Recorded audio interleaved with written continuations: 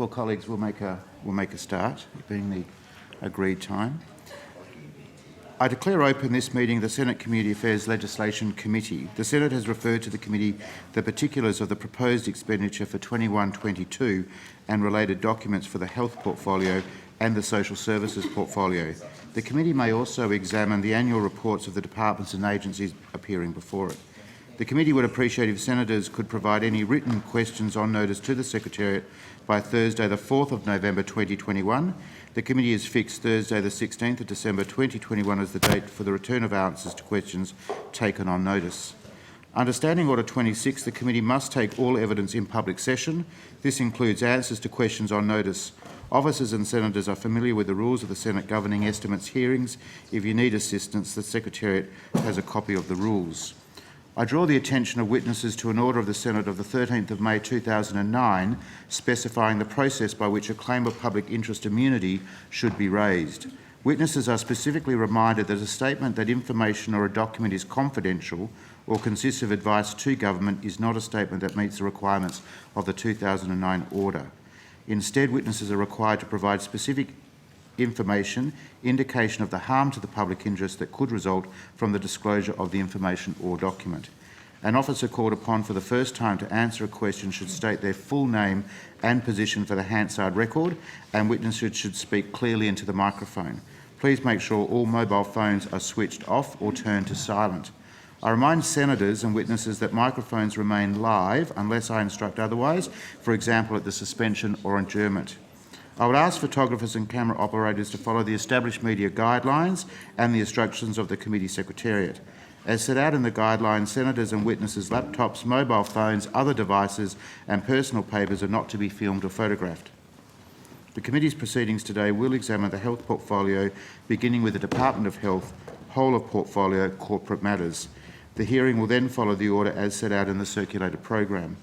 The committee's scheduled break times are also listed, or as is required.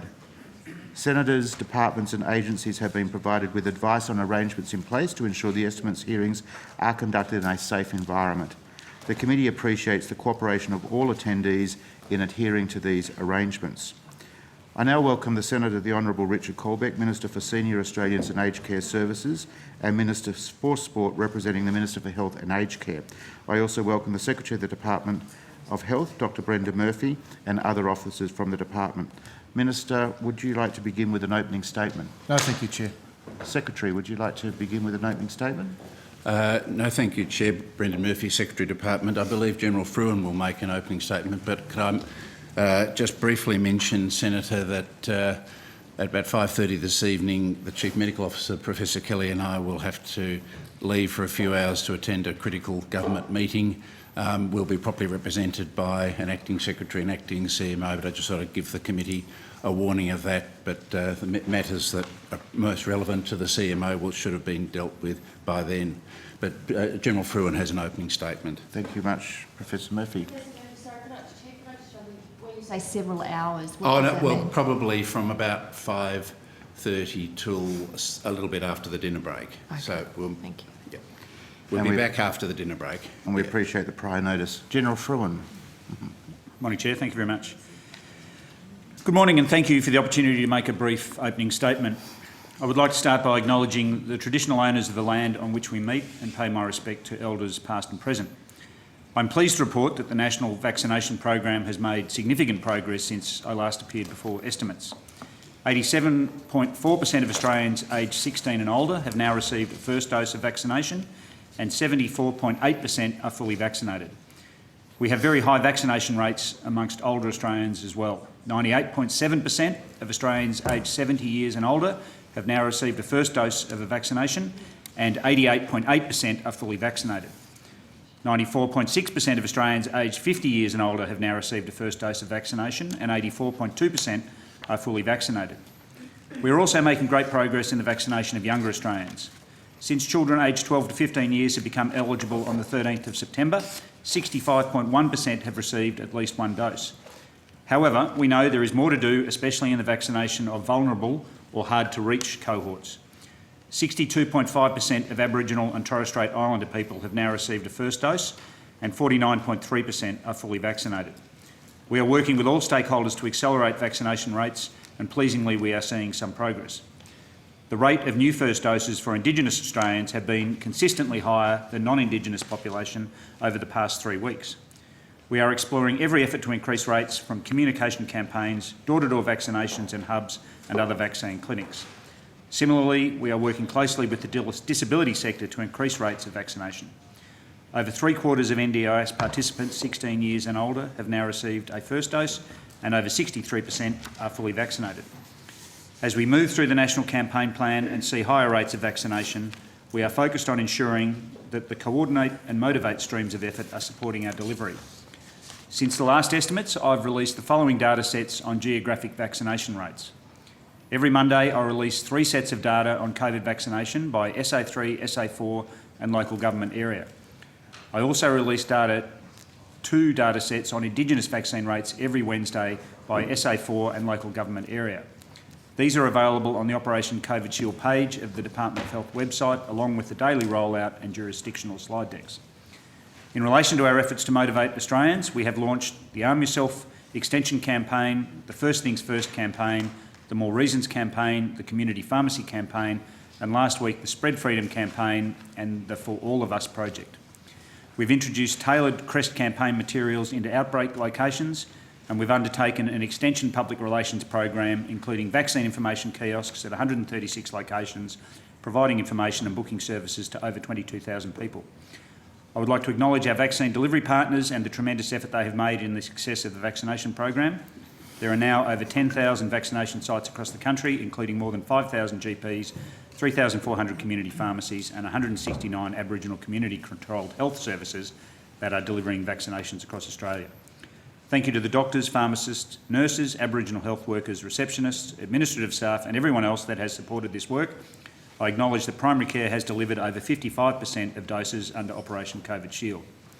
Today, the Therapeutic Goods Administration has made a decision to approve the use of Pfizer as a booster dose. Preparations are well underway to ensure a smooth incorporation of the booster program into our vaccine program, and we expect to have a target advice shortly.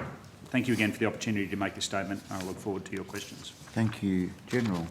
We'll begin with questions. Senator Watt. Thanks, Chair. Thanks, everyone, for attending today. Minister, can I just start with you? Very simple question. Can you guarantee the Australian people that our public hospitals will cope when the nation reopens under your national plan? Thanks, Senator. Well, Senator, the capacity of the public health system to operate was one of the considerations in the national plan and the modelling that supported it. So that was the point of the exercise, to assess what proportion of the population, of the eligible population, needed to be vaccinated to support the opening up of the economy in a safe way, including the effective operation of the public health system. Okay, but that doesn't answer my question. Well, it does answer your question. Well, can I ask again, can you guarantee the Australian public that our public hospital system will cope when the nation reopens under the national plan? That was the point of the decision that was made by National Cabinet, which, as you would well understand, includes all First Ministers and the Prime Minister, when they considered the Doherty modelling that incorporated the national plan. That was the whole point of the exercise, Senator. So Australians can have confidence that their public hospitals will cope when we reopen under the national plan? Well, Senator, state premiers and chief health officers have made those assurances as a part of that process. Well, and the state. I'm asking you, as the representative of the federal government, whether, I mean, this is a national plan that's been led by the federal government. States are obviously party to it, but this is a national plan that's been led by the federal government. Can you assure Australians that our public hospitals will cope when we reopen? Senator, the states and territories operate the public hospital system. That is their responsibility, and they have made those assurances as a part of the process of the development and the announcement of the plan, and the decisions that they are making with respect to the operation of their communities is being made with those considerations in mind. So we're only 3 minutes into estimates and you're already passing responsibility onto the states. Isn't it your responsibility as the federal government, who's led this national plan, to assure Australians, no matter where they live, that their hospital systems will cope? Senator, I reject completely your attempt to characterise the circumstance. This is a national process. The states and territories are responsible for the operation of our public health system.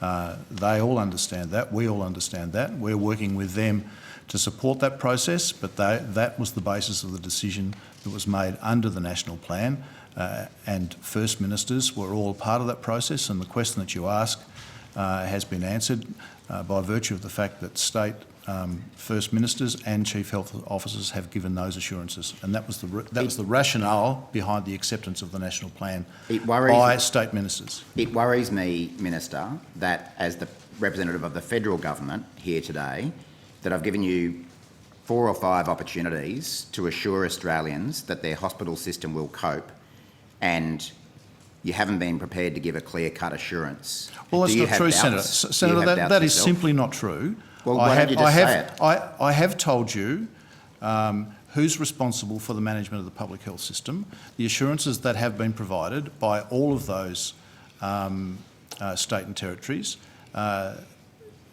all of which fits into the operation of the national plan to which all of the states and territories have agreed. So you say Senator, the states and those territories will give that assurance, but we those- can't get one from you as the federal representative. Those responsible for providing those assurances have provided those assurances to us all and to through the National Cabinet. So those assurances have been provided, Senator. So I completely reject even though your feeble attempt to try and do what has been done so many times through this pandemic, which is to try and deflect responsibility away from where it actually lies to other parties. So it's called a national plan. It's not called a state and territories plan. It's called a national plan. It's been led by the federal government, who admittedly don't fund public hospitals as much as they used to in percentage terms. Well, that's not true either, Senator. That is actually not true. In percentage terms. No, that's not true either. We'll get into that later. It's called a national plan. It's not called a state and territories plan. It's a national driven plan, by the Senator. federal government. It's a national plan, Senator, because all of the states and territories have agreed to it as a part of Hasn't the federal agreement government? of the plan. Of course, the federal government. Okay, so it is. To it. You are part of the plan. So all of the states, all of the parties to national cabinet have agreed to the plan. So it's a national plan that the federal government is party to and has led the development of, but when we seek assurances about whether public hospitals will cope around the country, you say we should just rely on the assurances of the states and territories. Aren't you just sort of washing your hands of responsibility for this? Absolutely not, Senator. States and territories are responsible for the operation of public hospitals. It is a simple fact. We have provided support to them in their operations and the management of COVID, and that's been covered on a number of occasions, and I'm sure that the officials can assist with the processes through which that has been done. But the reality is, the fact is, that the states are responsible for the operation of the public hospital system, and the states and territories have given assurances that you're seeking That we can't with get respect from you. to the operation of their So why public hospitals. can't you give the same assurance as the states and territories? Well, Senator, under a I'm national saying plan? to you that they have given those assurances, so those assurances exist for all Australians. This is just all about passing the buck so that if things go wrong, you can blame the states and territories, isn't it? Well, Senator, each of us has responsibilities within this process. And those responsible for the operation of the public health system have given the assurances that you are seeking, and therefore I'm comfortable that those assurances exist and that the public health system will be able to manage as we open up the economy as a part of the national plan. So as we've seen throughout this pandemic, where the federal government didn't take responsibility for PPE, didn't take responsibility for vaccine rollout, didn't take responsibility for quarantine, is now not taking responsibility for whether our hospitals can cope. None of those. Yet again, you're blaming the states. None of those statements, Senator, are true, and I completely reject your pathetic assertions that you continue to make with respect to this process. So you can assure Australians that there are sufficient ICU beds around the country to cope when the nation reopens? That is the advice that we've received from the states and territories who operate the public hospitals. So you can give that assurance and of then? course, we have given support to the states and territories through things like the private hospital arrangements that we've put in place very early in the pandemic to support state public health systems should they require it. So if the states and territories have given you that assurance, you must be comfortable to give that assurance yourself. I am comfortable to give that assurance on the basis that the states and territories have given us that assurance. Okay, now we're getting somewhere.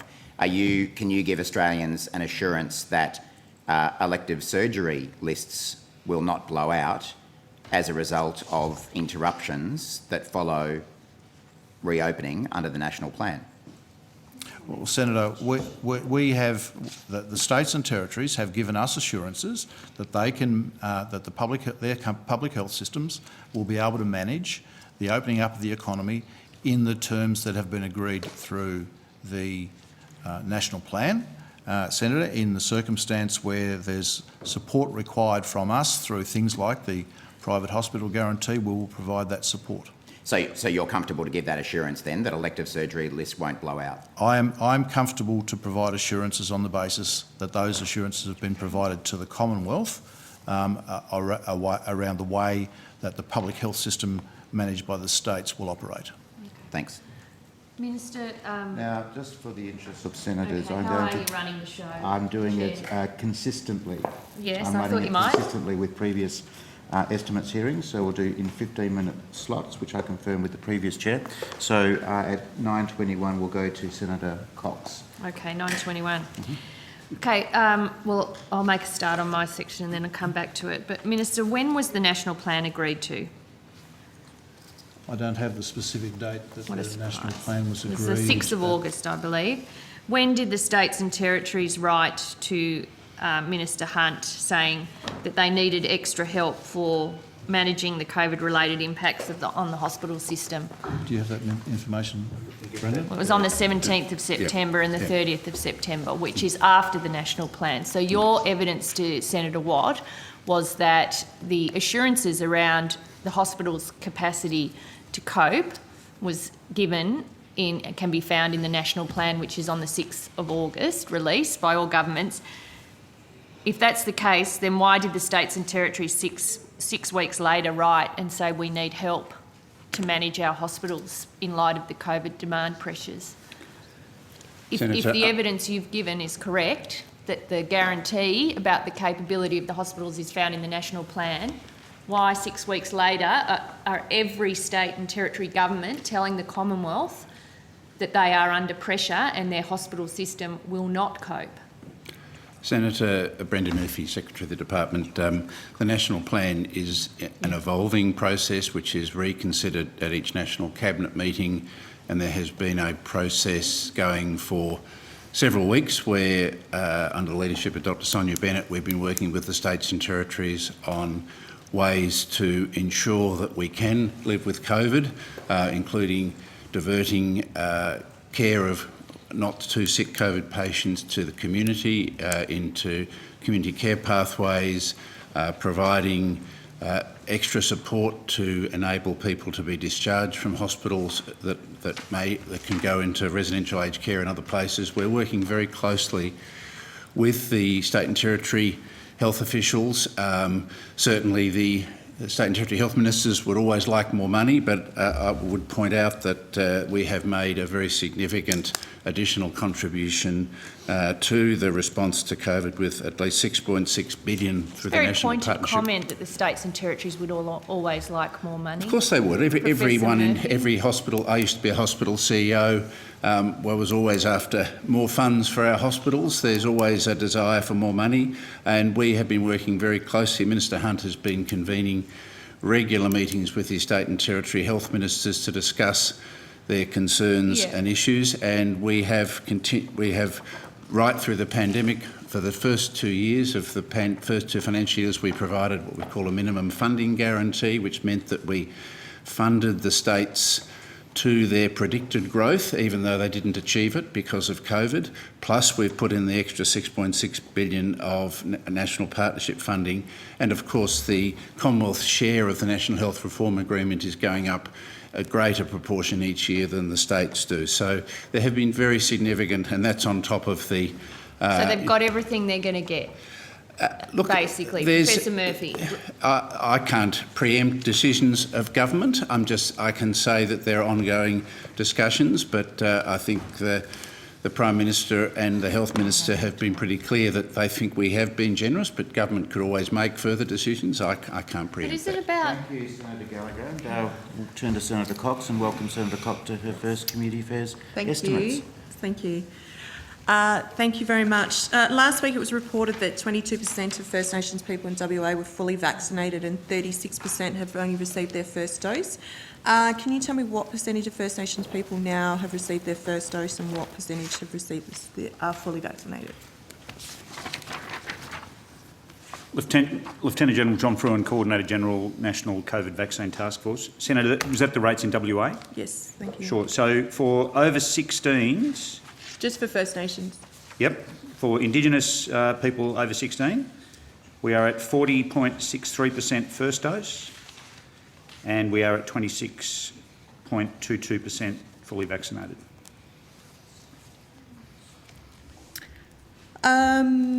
NACCHO have noted that every jurisdiction needs a contingency plan for when COVID hits. What action is the Commonwealth taking to put a contingency plan in place for Western Australia, given the low rate of vaccines for First Nations in particular? Senator, I'll pass to Dr. Toka.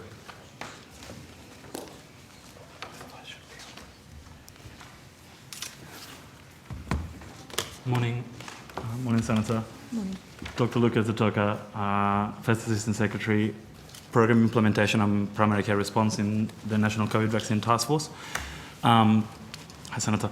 So the Australian Government is continuing to work with state and territory counterparts. As you know, management of immediate public health responses is done by state and territory governments. However, at a national level, from the beginning of the pandemic, we have been working collaboratively to have a general management plan for the pandemic in Aboriginal and Torres Strait Islander communities, and that includes working with the Communicable Diseases Network Australia to have a national guidance for management of outbreaks in remote Aboriginal communities, which we're particularly concerned, especially in those states where rates are a bit lower.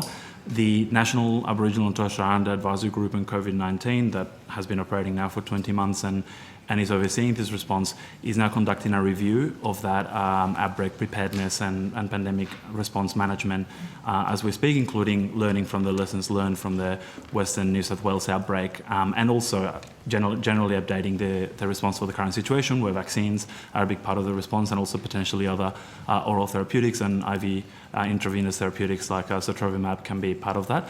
So we're continuing to work with the states and territories to update all of that response planning, both the national levers that we can deploy, but also the community-based planning that each of the states and territories are responsible for within their local areas. Okay. In WA, police are leading the vaccine response with the State Emergency Coordinator and WA Police Commissioner Chris Dawson being appointed as the COVID-19 Vaccine Commander. Are there any concerns that a police commissioner has been appointed to lead the vaccine response, particularly given the urgent need for the increase of vaccines in First Nations communities? Senator, I can't really comment on appointments by a different government. What I can say is that Commissioner Dawson has been working really closely with Lieutenant General Frewen and the National COVID Vaccine Task Force and has identified First Nations rates as one of his priorities in those discussions. Is there any comment, General Frewen? No, as Dr. Toka said, Senator, we're working very closely with all of the states and territories, but in WA in particular, I've been working with the Commissioner particularly on the challenges with the Indigenous rollout there. How is the Commonwealth ensuring that the public health messaging is actually getting through, given that the tactical response is being taken in Western Australia and is potentially counterproductive given the history that First Nations people have with police? Yeah, so I think all Australian governments recognise that, all governments in Australia, definitely recognise that messaging around public health measures, including vaccine, has to come from multiple sources. And for many parts of the community, both First Nations and other Australians, government messaging is not particularly effective for a whole range of reasons. And that's why we're working specifically with local communities, Aboriginal community control health services, and local organisations to amplify and adapt that messaging so that there is official government communication from government channels, there's adapted communication from local channels, and then we're also amplifying communication activities that have been developed directly by services like the Kimberley Aboriginal Medical Service developed a really powerful ad that they've been broadcasting, and Nacho has supported that to be broadcast in several TV channels, and that it's probably more effective when that kind of activity is done by community organisations. Even if government has supported it with funding, it's not coming directly from us. We also have entered an agreement with First Nations Media Australia so that they can also generate and amplify content, again, with all the information and all the facts that the advisory group reviews and the government can provide, but at arm's length, so it's not perceived as government communication, which can be ineffective for some people, as you say. Yeah, it seems to be a huge barrier in Western Australia, particularly around the take-up. But General Fruin, on the 14th of October, you commented that one of the biggest gaps for First Nations communities is hesitancy, misinformation and complacency. 2 weeks ago, I was in Carnarvon in the Midwest Gascoyne, who have a 30-day turnaround for supply to the Aboriginal Medical Service. I was assured at the COVID committee that there wasn't an issue with supply, yet when I'm on the ground, I hear a different story. Are there any responses in relation to that? And are there any actions that Commonwealth are taking in relation to that? Can you speak to Carnarvon specifically? Yeah, Senator, I'll pull in a few minutes information specifically for that service, but we do not have a 30-day turnaround for supply of vaccine anywhere, including in remote areas. We have. It's not a remote area. It's a regional town that's being serviced by Geraldton, which is 500 kilometres away. So the supply is 30 days.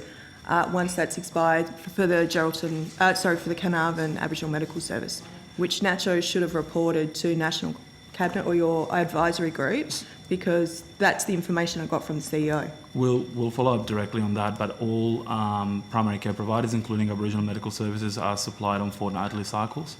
They're not in the Midwest, so if you could follow that up, that would be appreciated. So we'll follow that up and provide an update to the committee. That's great. Thank you. Thank you, Senator Cox. Senator Hughes.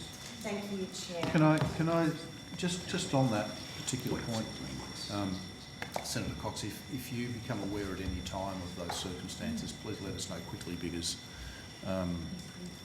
Thank you, Minister, but I can't be everywhere in Western Australia. Obviously, you know the geographical size of Western Australia. This is just one regional visit that I've done. I understand it perfectly, but as soon as you become aware of those things, please, I'm making an offer, let us know so that we can react to and resolve it immediately. I mean, that's been the point of the work that we've been doing. Well, that's why I asked about the tactical response of police, that sometimes those conversations are not happening because it is the police commissioner that's having some of those conversations, and I do know Commissioner Dawson very well, but it is a community-led response, and obviously the Aboriginal Medical Service is more happy to talk to a Green Senator, about the issues of supply, which I have serious concerns about.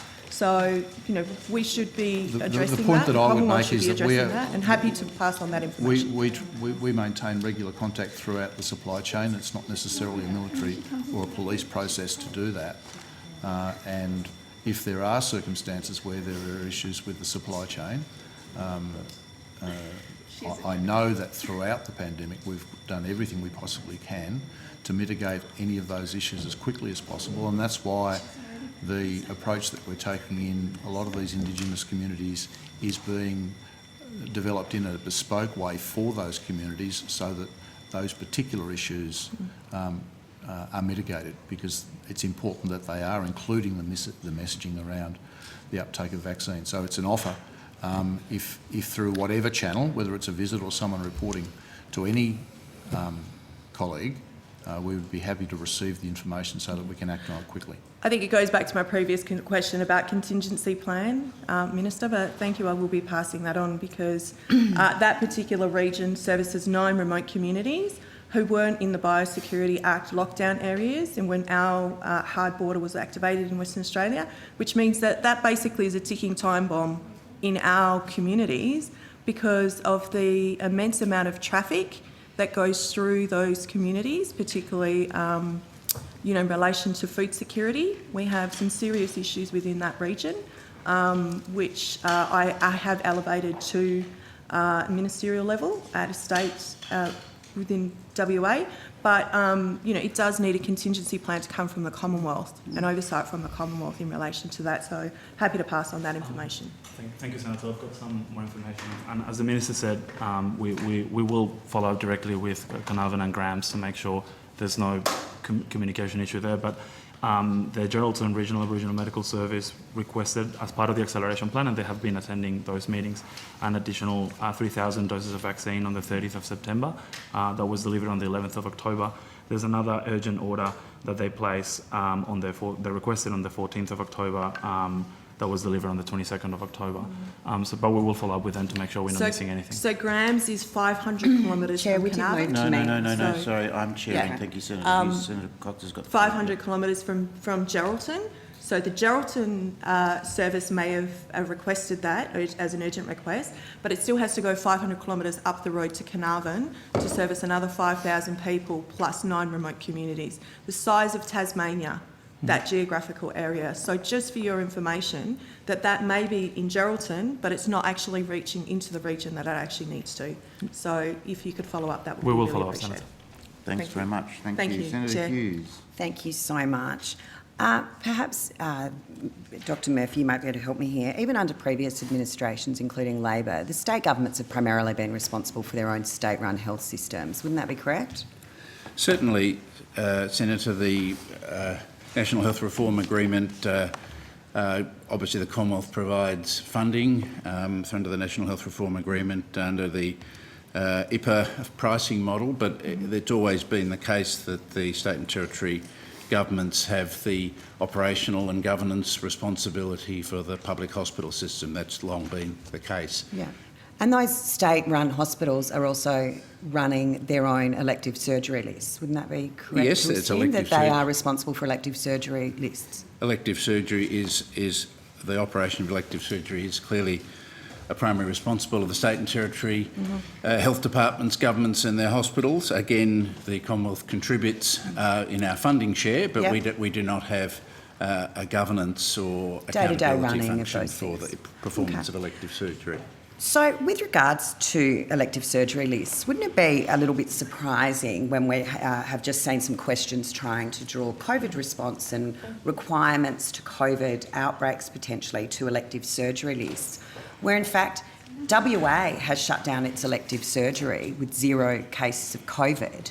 So wouldn't it be disingenuous to link the two when in fact one state has shut down its elective surgery lists and has incredible ramping times without a COVID case? So, No, it's actual called the fax game. Thank you. So, Senator, certainly the situation in WA is not related to COVID because they don't have any active COVID outbreaks. I mean, it's true that in New South Wales and Victoria, COVID outbreaks did lead to some pausing elective surgery, but in WA, certainly that has not been a factor at all.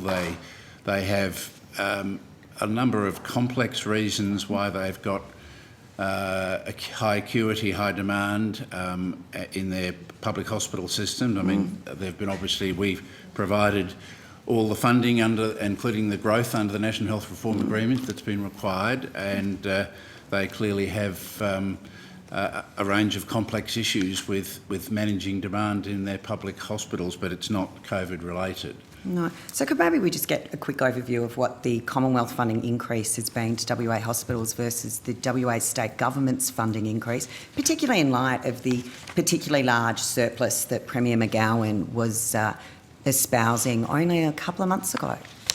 I'll get an official to come to the table with the WA breakdown, but I can give you the national breakdown so that the funding under the National Health Reform Agreement has grown from, the Commonwealth funding has grown from 13.3 billion in 2023 to 25.5 billion in 2019-20, which is a 92% growth. over the same time, state and territory funding for their own hospitals has grown only by 44%. So that's 90. From 13. Sorry? From 13. 13, yes, 2012 13 sorry. to 2019 20. So 92% Commonwealth funding increase to a 13% WA state government increase. No, 44%. Okay, 44. State and territory overall. I'll get the official to come with the WA breakdown. Look, I'm sure that we're pressed for time, but I think that gives everyone a pretty clear idea of who's investing in what health system. Sorry, I have got the WA Yep. figure here. So under that same period from 2013 to 2021, the Commonwealth funding has grown 72.8%. The WA increase is only 18.4%. Wow, so we're almost talking 4 times. Quite a Correct. significant difference in the growth. Yes, By yes. the way, it's still my questions at the moment. So, We'll come through. if I can also just perhaps give some comfort to people that are listening in different states that might have concerns around scaremongering. Just a couple of quotes that I found interesting over the last couple of, really not that long ago. Brad Hazard. We have substantial capacity in our hospitals, and that capacity to have not only patients in wards but also in ICUs where the focus should be. We spent a lot of this last year with the health system, the doctors and nurses and administrators, looking to see what numbers might come through the course of the pandemic. And we've taken steps to make sure world-class private hospitals that are obviously provided by the federal system, that are on standby for now and any increase in patients when we need it. So that was Brad Hazard on the 30th of August. Now, interestingly, in Queensland, where we have seen some ramping, we have seen some cancellations of elective surgery. I think yesterday we had 2 cases of COVID, but certainly no outbreak. I was confident we could cope at the start of the pandemic, and we didn't have anyone vaccinated then, and everyone was at risk. So I'm absolutely confident we would be able to cope with people vaccinated. That was the Queensland CHO, Jeanette Senator Young. Hughes, is there a So I question just, attached there to is a the question comment? to this. So I'd just like to give confidence to Senator Murray that Queensland seems to be very, very comfortable. And in fact, Premier Andrews said yesterday that hospitalisation numbers haven't been as high as modelled. So, Professor Murphy, has there been any hospital system that has come to you, unlike what Queensland, New South Wales and Victoria have now expressed? Has there been a hospital system or a CHO or a health minister come to you to suggest that they would be unable to cope with a COVID outbreak? Well, the 3 of them. Excuse me, that's not the question. It's not the question because there's 3 of them who have just said that. Order. Senator Hughes, please direct your question. So I was to directing the question witnesses. because we do know there isn't a state Is government there a that wouldn't question? take more money could they get it at any opportunity. But has there been any incidents where a public health system has not been able to access or has been overwhelmed even with private hospital access, who hasn't utilised their ICUs, who's had no access to ventilators because they've run out of ventilators at any stage, particularly when you look at what the level of vaccination rates are now, and in light of what the CHO in Queensland has said, that she had confidence pre-vaccination rates. Do you think that there is any risk that we are going to see at 90% vaccination as New South Wales and Victoria open up, running out of ventilators, inability to cope? Thank you, Senator. So I think the experience in New South Wales and Victoria has been reassuring.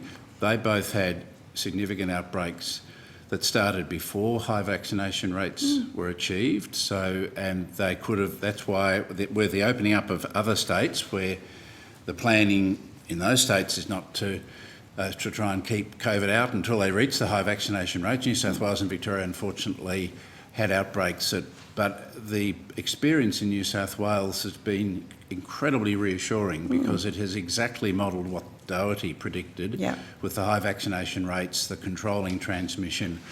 They had some other modelling that suggested they might get to a stage where they would really stretch their ICUs. They didn't get there. They managed it at a much lower peak and they've clearly come down significantly. Victoria is earlier in its journey and they still have a number of people in hospital. And of course their hospitals, you know, they have some pressure because they had an outbreak before they reached fully vaccinated status, but they are coping, and we're working closely with them to support them. But it's very important to recognise that the national plan does not envisage widespread COVID transmission until people are fully vaccinated. Now, what we've seen in New South Wales is with high vaccination rates, it's an incredibly effective public health measure, and New South Wales is now starting elective surgery again, and we did provide the 100% private hospital guarantee so that they could use private hospitals when they were in their height of their outbreak,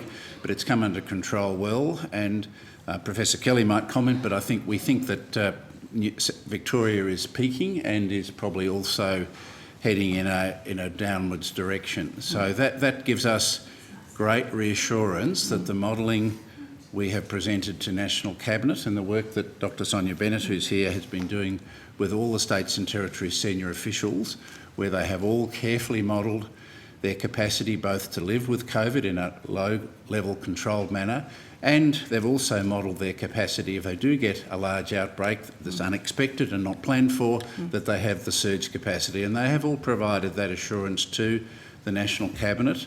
Via the First Ministers have all provided assurance that they have a surge plan and could meet an outbreak like New South Wales or Victoria if it happened, but we don't think it will happen because we believe that those communities will be highly vaccinated. I don't know whether Professor Kelly would like to talk about Victoria. Perhaps, Professor Kelly, it's important to note here, because I do realise my time's running out, that it's probably more important that we acknowledge the success of the high vaccination rates with the lowering of transmission, the lowering of hospitalisations, and perhaps encourage public confidence as opposed to run a scaremongering campaign around lack of capacity, which is clearly not even a relevant point. Professor Paul Kelly, Chief Medical Officer, thank you for your question. Senator Hughes, short answer to that is yes. We have heard from General Fruin, and I'm sure we'll hear more during the day, of the clearly spectacular rollout of the vaccine over this year, and it has changed the whole way that we should be approaching this pandemic. In terms of what it's done for all those things you mentioned, it decreases people getting infected, it decreases transmission to others, it decreases severe illness, particularly those in the most vulnerable groups. And we can see that, and as the Secretary has mentioned, New South Wales has actually exceeded what they thought they would be, and they started their outbreak at a relatively low vaccination rate. All states and territories, recognising there are some pockets where it's a little bit lower, but on a state and territory level, everyone is beyond that now in terms of the vaccination rollout, so they should feel confident. We've got comparisons with overseas, so in the UK they're seeing a lot more cases at the moment, but their hospitalisation rates have not gone up as they did in previous waves. ICU has not been overwhelmed as it has been in previous waves.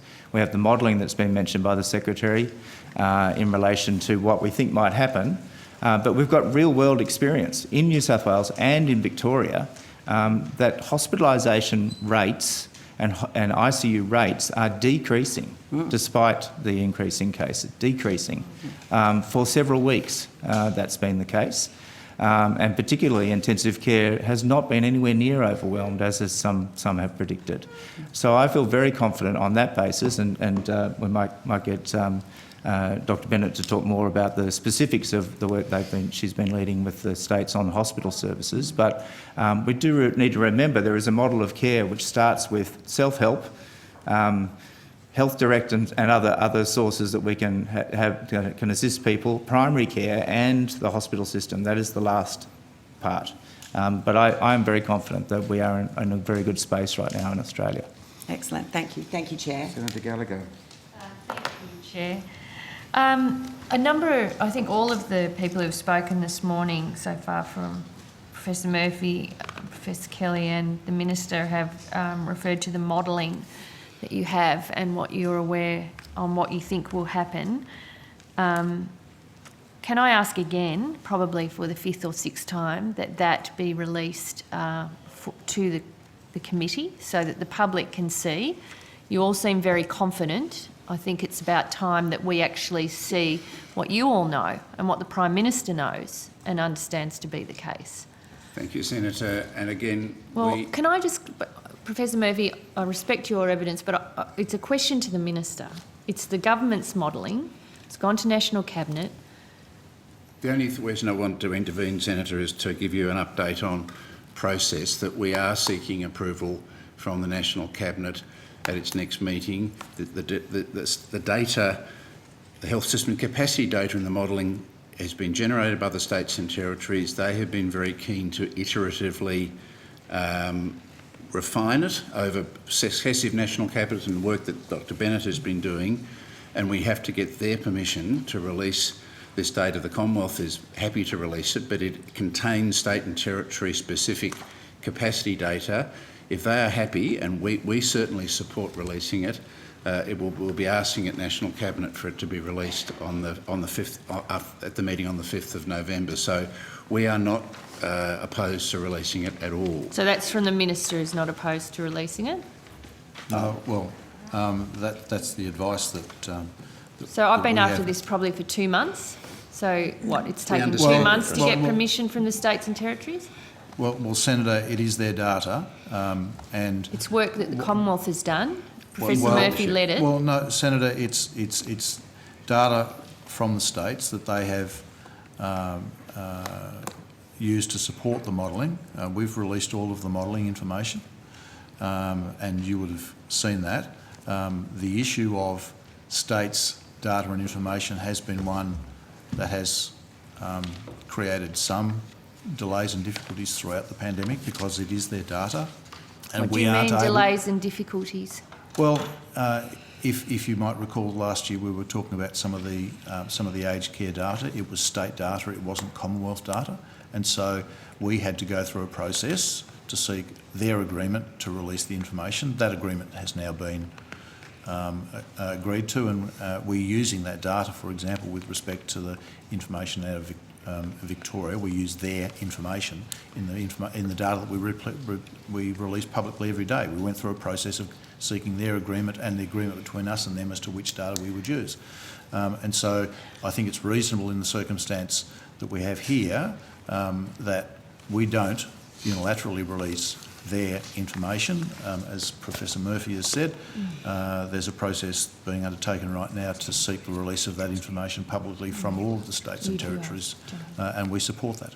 So we've had Minister after Minister, Prime Minister several times, tell the public everything's going to be fine, hospitals are going to be fine, GPs are going to be fine, we've got this modelling that backs it up, but 2 months on, not a single member of the Australian public can see it.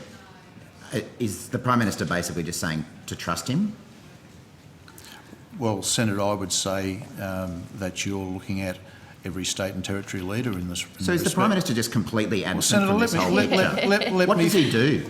Senator, He's not responsible for the hospitals, but basically what you said first up. He's now not responsible Senator, for if you his want to run a modelling. monologue, go outside to talk to the media and run a every monologue. time we ask If you what ask the me a Prime Minister question, does, I'll it's answer all your the question. states, all the states. Excuse me, Minister Colbeck. We ask a question, we take an answer. We ask a question, we take an answer. That's the very, very well-established practice at estimates. All right. Senator Watt, do you have a question Yeah, of I've Minister got Colbeck? one. Happy to pass on to Senator So, Gillard.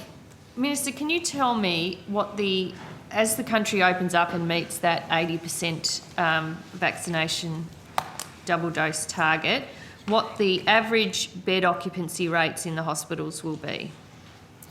Senator, And then I'll drill down into different types of beds within the hospital. Senator, that would be data that would be contained within the state modelling, and as we've just indicated to you, Well, I'm not asking about the modelling, I'm asking another question. I don't care whether it relates to other documents that you have. Well, Are you refusing to answer that question? I'm saying to you that information would be So you're not going to tell us? would be nice if you'd let me answer the question, Senator. I mean, you have been so rude. I have It's not been rude. outrageous. The interruptions, the talking over, the monologues. Senator, as I was trying to say, that information would be contained in the state information. We are working through National Cabinet for the release of that information.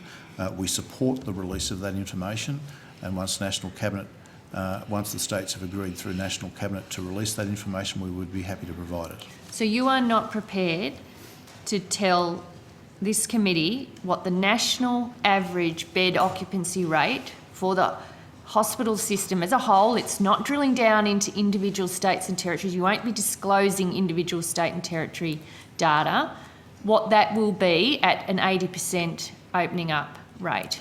Senator, that does contain state and territory data. Do you know what it is? It is made up of state and territory data, and when we're in a position to be able to... all national data is made up of state and territory data. We're in a position to be able to release that data, we will, as we've just indicated. So you're hiding behind secret modelling that you won't release. No, it is a very straightforward question. Senator, we are saying that we support the release of the information which is based on state and territory information which we don't have approval to release at this point in time from the states and territories. So now states and territories can refuse Let Minister Corbeck for you to finish release a his national answer. figure. I've never heard of more absolute rubbish in my time in politics, honestly. Well, Senator, the fact is that that information is made up of their data. We don't have the agreement of them to release the data. Once we have the agreement, we will release it. And I reject completely the assertion that you make. So every national report released by the government, usually, I can't think of one that wouldn't contain state and territory data. Well, Are you Senator, telling me you're not able to release any national figures unless you've got sign-off by state and territory governments? Senator, we've explained to you that we support the release of the information. We've explained to you the parameters around which that will be released, and we will do How so as soon as convenient. that information's been provided. How That agreement's convenient. been reached. How convenient, Minister. Well, Senator... Do you know the national figure of what the bed occupancy rates of the hospitals would be? Senator, I don't have the data. Professor So, Mercer might Senator, have it, I'm not sure that that would be necessarily part of the modelling. Dr Bennett can Oh, perhaps describe okay. the work that she's been doing with the states and well, territories. It is iterative modelling, Yeah. and that is one of the reasons. It's not been stuff that we've been sitting on for 2 months. Dr Bennett's been working for the last 2 months with the state and territories, refining that model. The sensitivity is about it is they are predicting and looking at what they think extra capacity that they can open up if they need to, a surge capacity if they need to. Our hospitals, as you know, run at pretty high occupancy. They will continue to run at high occupancy, but the Okay, modelling so work are we that they've been getting doing is to determine how they can cope with that. So the Yep. principle upon which we are living with COVID is that there will be very few people needing to be in hospital. That is the whole basis of the plan that Dr Bennett's been working on, that the great majority of people in a vaccinated world will have mild COVID and will be cared for in the community. Well, we'll get to that. Yes, so We will get Dr to Bennett can be very happy to talk to you about the work Well, that's been I done. have limited time. The chair is giving us 15-minute blocks, so I'm sure we will get to Dr Bennett's work, and I'm very interested in it. But I am also interested in the state of knowledge of what the hospital occupancies will be at the 80% mark. Like, it is a reasonable question to ask the federal government. It really is. And it is a measure of the hospital system's ability to cope. I acknowledge there are other impacts and influences on it, but that is the question. Ms Bennett, can you answer that? And I will come back to your work you're doing, but I'm not going to have the time in this block. No, thank you for the question, Senator. So Dr Sonia Bennett, Deputy Chief Medical Officer. I might just describe the modelling generally because it's not any one figure. So the modelling considers a range of scenarios depending on where a jurisdiction is. So the number of cases that they have each day when they enter a phase, whether it's at 70 or 80% vaccination, as well as ongoing test trace, isolate, quarantine measures that they might be doing, and the public health and social measures. So there's a range of scenarios. Understood. The outcome that we got from that modelling was, and we did it first at a national level, and then I think it was only 4 weeks ago that we did the jurisdictional level modelling for them, because at a national level it doesn't really describe what a single jurisdiction can expect given the differences in population size and geography, etc. And also whether they're going to have zero cases entering or large numbers of cases, as New South Wales and Victoria did.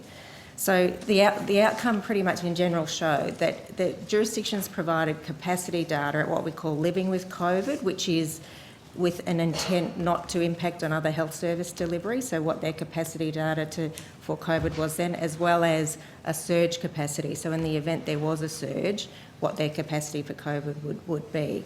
And it showed at 80% vaccination coverage that jurisdictions would generally, whilst there might be some stress on the living with COVID capacity, that the surge capacity was generally not stressed at all. However, as I said, there are differences it depends on how a state or territory enters that phase at 80%, what their public health and social measures are, so whether they're at baseline, which is pretty much very minimal restrictions, or low. But A long answer. what was reassuring was that a state or territory, depending on the other variables, could adjust their public health and social measures and introduce low social measures, and that had a huge impact on what they could expect or the demand on their health system. So it's not one answer around. So you don't have a figure? Well, it depends on all of those factors. There will be figures for every jurisdiction. I'm talking I said the average national figure. So that acknowledges difference in jurisdictions. There will be differences in jurisdictions, Yeah, as we're I get seeing that. now with New South Yeah. Wales and Victoria. Yeah. And then others with zero COVID So what's the cases. average national figure? Sorry, I don't quite understand the question as it. When you as look at it- all the hospitals across all the jurisdictions, what capacity is there across the country? What is the occupancy rate? Where are we? Are we at 90%, 95% under living with COVID or the surge capacity? It's At not, the moment?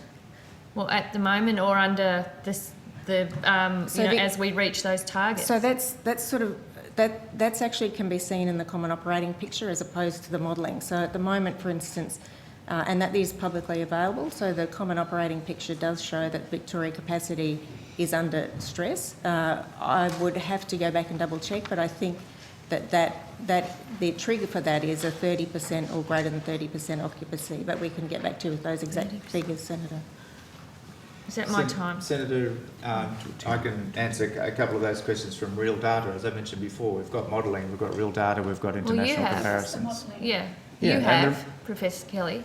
I'm about to share that with you, Senator. This is based on information that is publicly available every day. And to give a summary, so in the last 2 weeks, despite increasing cases in Victoria, we've had a 15.5% decrease in ventilated patients. It has nowhere near exceeded capacity. In ICU, we've had an 8% decrease in people in ICU. Again, it has not exceeded capacity on a national level or at a state level. And hospitalised patients have decreased by 7.6%. So Sydney and Melbourne. That's the national figure, Senator Watt. But in Victoria, we've the current figures. So for each of those, hospitalised 1,309 as of the 26th of October, yesterday. 265 in ICU and 164 ventilated patients. That is nowhere near stretching those places, and we fully expect, and this is the modelling that's been mentioned. But that's with the lockdowns, isn't it? Well, no, actually, No. people have been released from lockdown in both of those states, as you know, Senator, and also here.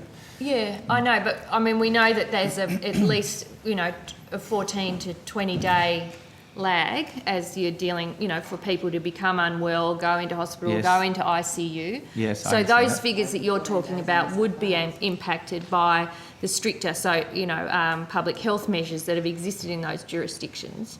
That's correct, and Right. as my colleague has mentioned, they're the sort of levers you can change as things go by, and that's why we look at these on a daily basis. So projections are one thing, but real-world data is the other thing. So the modelling that we've seen previously in Victoria and New South Wales have both had their own modelling, which is publicly available, have predicted something higher than what we're actually seeing in the real world right now. Hospitalisations peaked over a month ago. So you're quite right, and I've given testimony before your committee as well, Senator, about that delay. But what we're seeing is the incredible effect of vaccination. So older people who are more likely to get sick and go to hospital and end up in intensive care and unfortunately die are almost entirely vaccinated now, as Senator Fruin has mentioned. So they are very protected. So most of the cases we're seeing is in younger people who are not. No, sorry, Senator. Who are not at such high risk. So that is incredibly reassuring, and that's in spite of, as Dr. Bennett has said, both of those states going into that outbreak at a relatively lower rate of vaccination. So as the vaccination increases, that story is going to get even better. So, I mean, all of your evidence is very optimistic, I have to say. Why then every state and territory government that runs the hospital system calling for crisis funding to deal with hospital demand pressures? I mean, something's out of whack here. If you've got Mr Hazzard signing a letter, along with all the other colleagues, saying the system won't cope and they need a lot more help from the Commonwealth, if you're all sitting here and saying pressure's easing and there's actually no problem to be dealing with. I mean, I think the Secretary has answered that question, Senator. So it's just a cash grab from the states and territories, is it? I would never say that myself. Always, It's a cash grab from them. No, it's not a cash grab. That's what you're saying. They all have aspirations of growing their hospital system, but I think their officials who are dealing with the COVID response that have been working with Dr Bennett are very confident that they will cope. That doesn't mean that they wouldn't like more money, but as I've said before, Commonwealth has played the lion's share in the funding of the pandemic response. As you should. As you we should. don't- You're the national government. And we don't result from that at all. But Well, it's like you're doing them a favour. Sounds Sounds like you think you're doing them a favour. Senator Patrick. And then after Senator Patrick, Senator Steele-John remotely. Thank you very much, Chair. Mr Murphy, I just want to table a couple of items. One of them is a letter that you provided to the COVID committee on the 27th of September. The other is an extract from the decision of Justice White in the AAT related to National Cabinet. There should be enough copies for other senators as well. So Senator Patrick's going to table two documents. Just Okay, so I just... One is a letter to you. Senator Gallagher was asking for the provision of the modelling data which relates to the very topic we're talking about. Leave granted? Yeah. That's okay. Well, no, I'll just foreshadow. No. Senator Patrick, direct your questions Sure. to the witnesses, not to fellow senators. Thanks. I will just foreshadow. I'm doing this perhaps for a different purpose, and that is I'm actively considering a referral to the Privileges Committee of the Senate. But obviously I'd like to work this through with you to see where we can get to. You've put in your letter, the Australian Government maintains the view that the deliberations of National Cabinet should remain confidential. This includes information received by National Cabinet. This is consistent with the long-standing practice of Cabinet confidentiality. Can I just take you to paragraph 210 of Justice White's judgment, his decision? I wonder if you could read the first couple of sentences for me, please, Dr Murphy. Certainly, Senator. Thank you. Having addressed several matters bearing on the question of whether the National Cabinet is a committee of the Cabinet, I have then sought to consider their collective effect. In my view, taken together, they point persuasively against the National Cabinet being a committee of the Cabinet within the meaning of the statutory expression. I think that's probably enough. You accept the bona fides of this document? You don't doubt I accept that that was a judgment of the court, you. certainly, Senator. Thank you. So I'm just wondering, so here we've had a federal court justice, and I know this is on page 61 of the judgment, gone through all of the details as to proper considerations as to the status of the National Cabinet, and really what you've been presented there is with his finding. You say the Australian Government maintains the view that the deliberations of National Cabinet should remain confidential. Can you just take me through the advice you've received in relation to this, or how you came to that view? So that advice comes from Prime Minister and Cabinet. They still believe that this is the case, and they have asked that we refer any questions about that matter to PM&C. But I should say, Senator, just whilst you weren't in the room, we have, in response to questions, said that it is our intention to release that modelling information, but with National Cabinet approval at their next meeting if the states and territories agree. So we are keen to release that modelling, but as to the Cabinet confidentiality of National Cabinet. I am advised by Prime Minister and Cabinet on that matter. They have told me that that is the position of government, and to refer any questions about the legality or otherwise of that response to them. Sure, that may well resolve the problem, and I thank you for that. But I do just wish to pursue it perhaps slightly further. You appreciate the role of judicial officers under our Constitution and the role of the Senate under the Constitution? Absolutely, Senator. Okay, thank you. Just as I wouldn't go to a website to seek medical advice on whether I should take a vaccine, Unless it's the Department of Health well, website. this is the Department of Health's website, because you are the experts in health. I wonder why, on what basis, because you have to make these sorts of decisions and be responsible for the decisions that you make. Correct. I wonder why you simply take a prima facie, you take you take at face value what a member of the executive says, who is not a judge. The Prime Minister, as far as I know, hasn't been a judge, doesn't even have a law degree.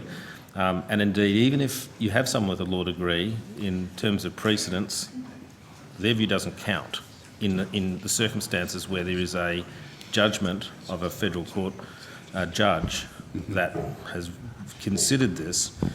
It's like me challenging your medical diagnosis. And I suggest no one should do that.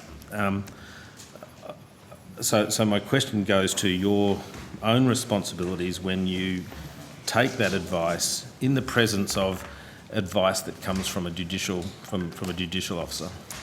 How do you balance that off? Or is your job just to follow the political wind, or do you go through your own due diligence to establish whether or not what you're being told on this side?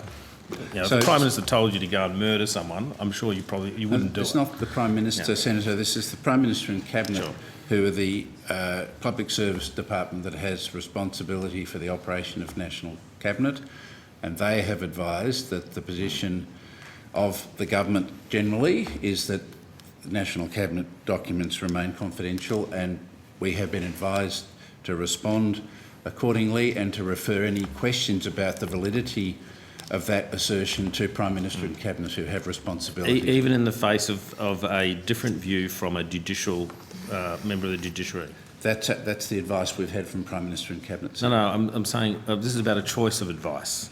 You can take the advice of a Prime Minister and Cabinet, and note you have obligations under the Public Service Act that you don't work for the Prime Minister.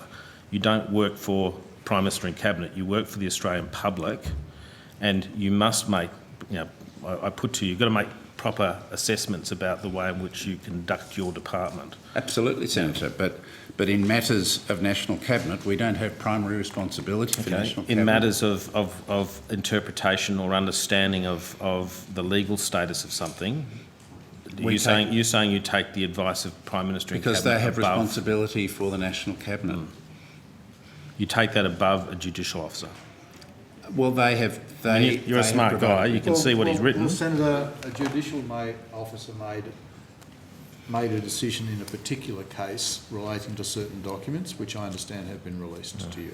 Sure, and they have. So in that case, that matter has been dealt with and resolved. The government, as Professor Murphy has indicated, still takes the view that operations of National Cabinet remain confidential with respect to the particular information. If the Prime Minister said a dog was a cat, would you believe him? Senator, that's the position of the government. You're not independently minded enough to say, what, I think that's wrong. Well, you're welcome to your opinion, Senator. And well, that's not my opinion. It's the opinion of Justice White. And respectfully, the decision doesn't. It had two elements to it. Fundamentally, there were some documents to which a claim of National Cabinet had been attached, and the role of Justice White was to establish at law whether or not National Cabinet was in fact a cabinet. That was a preliminary task that was required in order to then apply the law to the circumstances of the case. So he spent 62 pages looking at only the question of, is National Cabinet a cabinet? Without mention of my document. So, Senator, the government remains of the view that the National Cabinet was established as a committee of cabinet, and its documents and deliberations should remain confidential. That's the government's view. Yep. Now, I completely agree that this contest will continue, particularly given that your particular interest in it. So sure. this contest will continue. I understand that, but that remains the government's view with respect to the formation and the operation of National Cabinet, and we will at some point, I'm sure, settle at some form of resolution. Okay, I don't direct to a difference in opinions. I don't on direct that. this at you or Dr. Murphy, but at some point, someone in the leadership will need to show leadership and respect the views of the judiciary over some perhaps lawyer inside the Department of Prime Minister and Cabinet. Anyway, I'll leave it there. Thank you. Thank you, Thank Senator you. Patrick. We'll Thanks, now Senator turn to Senator Steele-John. Thank you, Chair, and I've got some questions for the General Counsel to start off, so I'll just give them an opportunity to get to the table. And just in case that didn't come through clearly, Chair, was the General Counsel to the Department, the Legal Counsel. That's all right? Fantastic. And can you just tell me, Chair, am I coming through clearly or am I a bit broken? A bit broken, but if you just spoke a little bit more slowly, I think that will correct it. Yep. Okay. So to the Council, do you provide advice to program areas within the Department of Health in relation to on the operation of the National Health Act?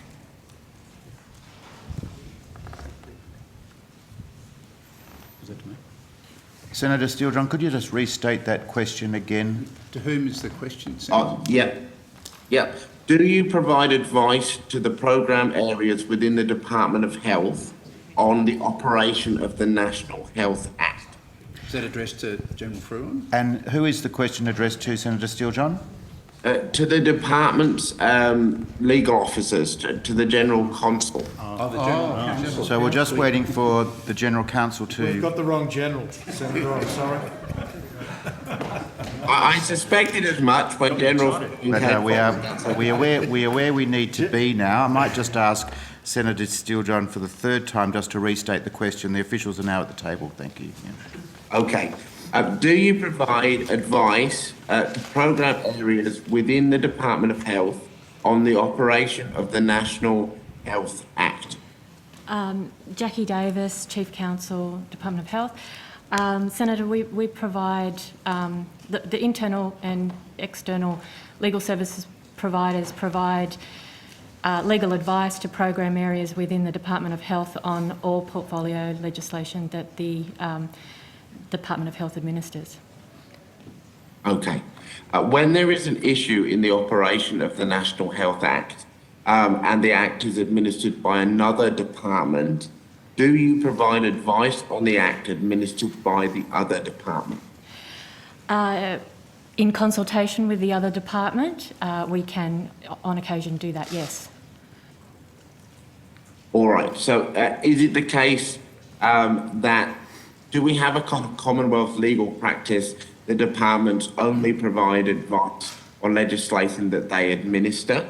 If it is administered by another department, the Department of Health would therefore be required to seek legal advice from the relevant area of that department? Or are you saying that there can be a kind of consultative process between two departments, legal areas? Under the legal services directions, which are binding on all Commonwealth, on certain Commonwealth agencies and certainly on the Department of Health, there is provision for advice to be sought by a department on legislation that is administered by another department. And that involves consultation with the other department on the questions and also the provision of the advice, and there's exceptions to the need to consult, for example, where advice has to be sought urgently, but in such cases, the directions also provide for the advice to be given to that other agency as soon as possible. Okay, thank you. Does the Department of Health administer the Legislations Act of 2003?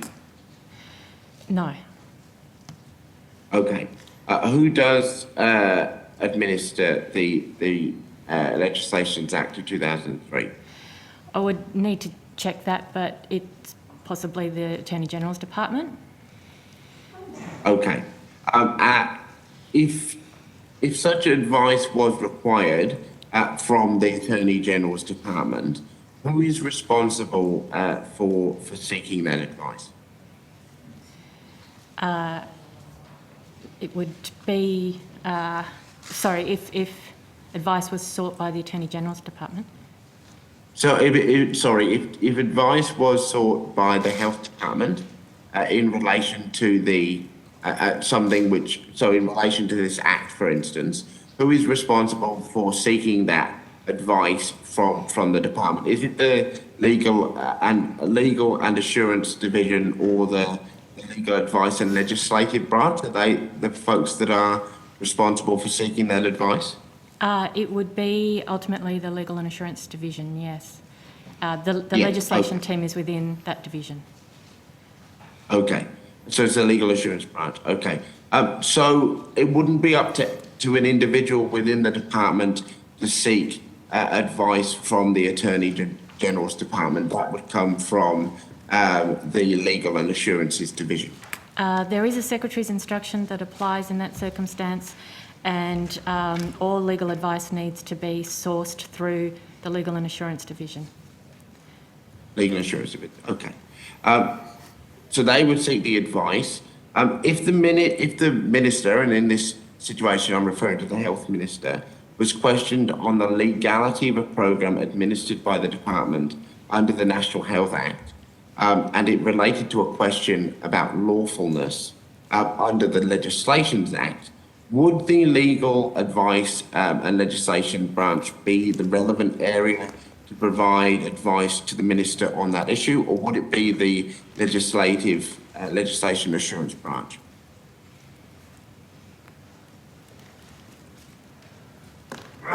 Sorry, I don't understand the question. The Minister, you're saying the Minister has asked the Department for legal advice? So, sorry, I'll rephrase that. So if the Minister was questioned about the legality of a program administered by the department under the National Health Act, and it related to a question about the lawfulness under the Legislations Act, would it be the Legal Advice and Legislation Branch that would be the relevant area to provide that advice to the Minister on the issue? Yes. I anticipate, though, that sometimes the question would be asked directly to the program area, who may already know the answer to the question and may not need to seek legal advice, but it depends whether the program area would need to seek legal advice in order to answer the question. They might already know the answer. Okay. And are you familiar with Section 100 programs under the National Health Act? I'd have to look that up. We administer over 100 acts, or nearly 100 acts. For a specific we can bring provision. officials to the table who administer Section 100 programs, if you would like, Senator. Yes, that may be useful, but this will come back to a legal question. So maybe if we could keep the General Counsel at the table, that might be useful. We'll just take a few moments while officials change places.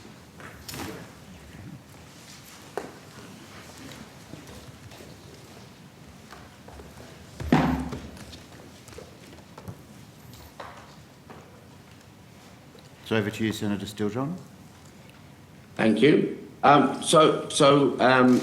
We now have, just to clarify, we now have officials at the table who are familiar with Section 100 programs under the National Health Act, yes? Correct. Thanks, Chair. All right, so Are you aware that the Delegated Legislation Committee of this Parliament asked the Minister of Health in April of 2021, and I quote, "The committee requests your advice as to why the special arrangement for the ODT programme made under Section 100 of the National Health Act was made as a non-legislative instrument, and further why the department has not undertaken to create a legislative instrument for the ODT programme." Penny Shakespeare, Deputy Secretary, Health Resourcing. Yes, we are aware of the letter from the committee, Senator. And I'm sorry, I misquoted that actually. It's why the department has undertaken to create a legislative instrument for the ODT programme, not why they haven't. So you're aware of that letter. Are you aware of the minister's, of what the minister's response to this question was? Yes, and I believe we've tabled that response in response to a question or notice from this committee. Thanks.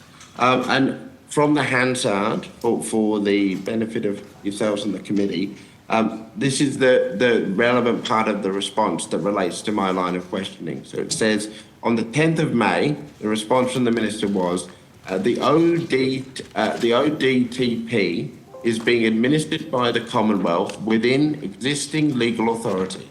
It is not unlawful, full stop. Has the department sought advice from the Attorney General's Department on how subsection 8(4) of the Legislations Act of 2003 impacts on the requirements of the ODTP instruments to be a legislative instrument? Senator, where an interpretation is merely a standard one, it's not necessary to seek specific legal advice from the Attorney General's Department. I would need to check whether in this particular case consultation did occur. All right, so you are unable to tell me whether consultation did or did not occur? I will take that on notice. Okay, would you be able to come back to the committee by, say, lunchtime with an answer to that question? Yes. Because I'm trying to seek the basis from which the critical sentence, "it is not unlawful," was drawn. So I'm trying to understand where that statement of fact comes from, or statement in the letter, a proposed fact. And if by lunchtime, would you maybe also be able to come back with to the table with an answer to the question of whether did any area of the department seek advice from the Legal and Assurance Division on the scope of the Legislation Act, and in particular subsection 8(4) as it relates to the operation of S100s under the National Health Act. So could you take both of those pieces of info and come back to the table by lunchtime if you could? Certainly we can provide advice to you on whether advice was sought, but we would not be able to provide you with the contents of the advice. No, I just want to know whether, okay, so I just, you can tell me whether advice has been sought. You can't tell me the contents of the advice, is that what you're saying? That's correct. And Senator, the officers who deal with the opioid dependency treatment program and other Section 100 programs will be here to give evidence under outcome 2 later this afternoon. They could probably provide the information. I'm aware of that. This, though, is not a question of policy. It's a question of law and of legal interpretation. Because you'll be aware that on the 17th of June, the Delegated Legislative Committee informed the Minister, and I quote, "It remains unclear to the committee whether the current special arrangement for the ODT programme should be a legislative instrument, noting that it may be legislative in character. You're aware of that quote, correct? Yes, we're aware of that, and as I said, have tabled the minister's subsequent replies for this committee. Yeah. Okay. So if you can come back to us by lunch, that would be really useful on whether advice was sought. I can advise you now. Were you consulted about the draft ODTP legislative instrument that was put out for consultation in December of 2020? Senator, in relation to your previous question, I can confirm we did seek advice. And So you did seek it from the Attorney General's Department? Sorry, we sought legal advice. I understand it was from AGS, but I will confirm that. All right. And can you also confirm whether they then, I know you can't provide me with the contents of the advice, but can you let me know whether that advice was subsequently provided, and on what date that advice was provided? Provided to the department? After you'd sought it from AGS, when, if it was provided, and if so, when? Yes. Yeah. So who was consulted on were you consulted, sorry, about the draft ODTP legislative instrument that was put out for consultation in December of 2020? So that was a draft developed and issued for consultation by departmental officers. Sorry, it broke up then. What could you repeat that? Yes, so that instrument was developed by the department for consultation. It was developed by the department, and in that process, was the consul consulted in that process? It's a question for the consul. Were you consulted in the development of the instrument? Not personally in developing that instrument, but people within my team may have been. Okay. Can you come back to us with an answer as to if people within your team were consulted, and if so, who was consulted in that process? Yes. And can you just also clarify with me whether, do you normally provide advice on whether a legislative instrument meets the requirements of the Parliamentary Scrutiny Act of 2011, particularly in relation to human rights declarations? Is that a regular part of your role? It's part of the development of instruments. Right, so that is... It's routinely to provide such advice, yes. All right, and were you or a member of your team consulted in relation to those aspects in relation to the particular instrument that we're discussing? The human rights aspects? Yeah. I will take that on notice. Thank you very much, Senator Steele-John. Your time has expired, so I'll now invite a Labor senator to continue. Just for the interest of senators, we are still in the whole of portfolio and corporate matters space, and after a Labor senator, I'll then go to Senator Askew. Chair, just before Senator Gallagher asks some questions, can I just point out that we've been going for an hour and a half and the opposition's only had 30 minutes of that time, and estimates is pretty well understood to be primarily an opposition forum. No. Senate estimates is for senators, and the time has been split between Labor senators predominantly and crossbench senators. So we will get equal time with crossbenchers who represent about 5 Government seats. senators have had just 12 minutes. I'm not saying it's... Senate estimates is absolutely a time for government senators, opposition senators and crossbench senators. Senator Smith, right. if I might ask you to seek the advice of the clerk on that. Thank you. I'd also add that with just 1.5 hours into the 2-day estimates, I think it's probably a little too premature to judge how time is going to be allocated. So we'll go to Senator Gallagher, we'll go to Senator Askew, and then we will see where we get to. And then if you seek the advice of the clerk. I'm confident. On the customer. I will seek the advice of the clerk. Thank you. Okay, thank you. Professor Murphy, can I just follow up briefly on your answer to Senator Patrick? You said advice around National Cabinet and documents and releasing them, that advice comes from the Prime Minister and Cabinet, and they have asked that we refer questions about that matter to PM&C. Correct. Have you had that instruction in writing? How is that instruction provided to Health? That instruction to refer questions take those questions on notice to PM&C was provided verbally to me in discussions with PM&C officials. Who exactly? I'd have to. You don't remember who you spoke No, to? it came from my executive officer who had sought information to brief me on this issue. I can take that on notice and tell you exactly how that advice came and from whom it came. Will you have to check that with PM&C before you provide that answer to the committee? I don't think so. I'll find out how that advice came.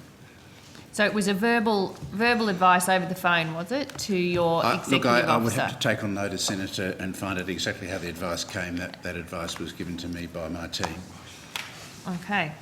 And do you know so it's gone straight to you and then you've relayed that to other areas of your department that this is PM&C's view?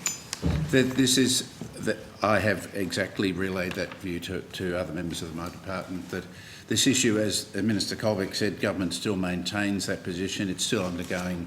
National Cabinet continues to discuss this issue of National Cabinet confidentiality. The lengths that this government goes to keep things secret, I tell you, and ignore a ruling of the AAT, it's astounding. Minister, is healthcare a state and territory responsibility? Well, Senator, different parts of the health system are operated by different levels of government. So what do you mean by that? Well, exactly that, Senator. Well, could you explain which... The states operate the public health system, as we've indicated so far this morning. The Commonwealth has responsibilities for other parts of the health system, the PBS, for example, the operation of Medicare, the relationship with general practice, those sorts of elements, but states have responsibilities for some areas of the operation of the health system, and the Commonwealth has responsibilities for others. There are, I think as we've discussed today, some areas where we provide support funding into the state health system based on agreements reached with the states, for example, the operation of the public health system. Contribution and an agreement through national funding agreements for the operation of public health. So it is a system that is operated by both the state and the Commonwealths based on responsibilities within the Constitution and arrangements between the states and the Commonwealth. Okay, so it's, according to your evidence, it wouldn't be an accurate statement then to say healthcare is a state and territory responsibility. Well, as I've just said, Senator, the states have responsibility for the operation of some parts of the health system, and the Commonwealth has responsibility for other parts of the health system. And I don't think at any point in time today I've made a general statement with respect to the health system more broadly. Okay, so if a claim was to be made that healthcare is a state and territory responsibility, that is not a claim that you would agree with? No, and I don't believe that I've made that claim. No, I don't believe you have either. Professor Murphy, is it a statement you would agree with?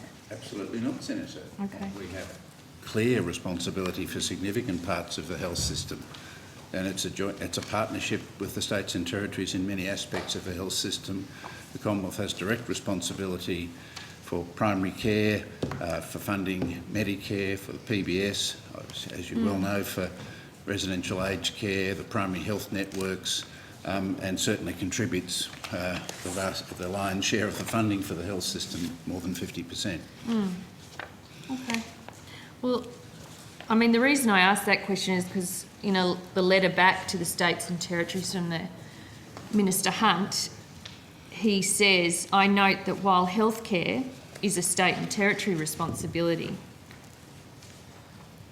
that's what intrigued me.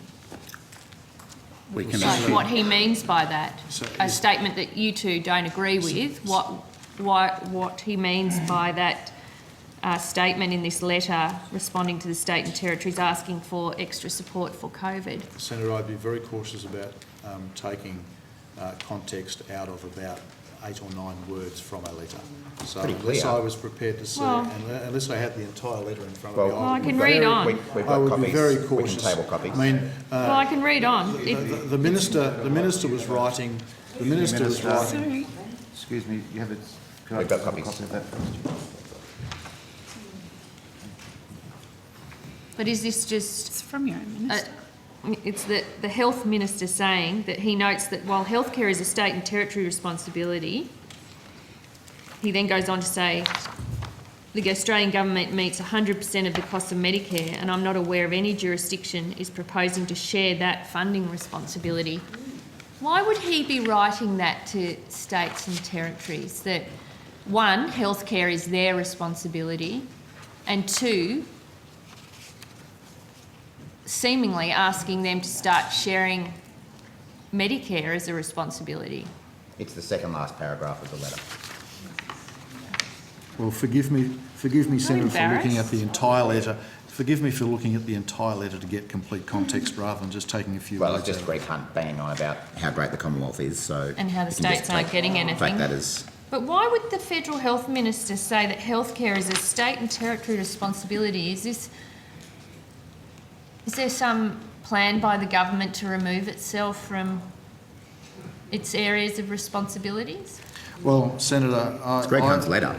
I would draw your attention, Senator, to the first paragraph of the letter, which talks about funding arrangements under the National Health Reform Agreement, which is specifically relating to the letters, or the letter that came from the states and territories with regard to a particular matter. So it's wrong. and Is there anything so- else in that letter that's wrong? If you don't agree with healthcare being a state and territory responsibility? Well, Senator, Does the I've- federal I- health I minister have- want the states and territories to share the cost of Medicare? I have... Is that what he's asking? No, in fact, that's not what he's asking. He's pointing out the fact that they don't make a contribution to that. This is after he's given them responsibility so, for the system. Well, Senator, the letter that Minister Hunt wrote to the states was in response to a letter from the states with respect to a particular understand. part of the health system.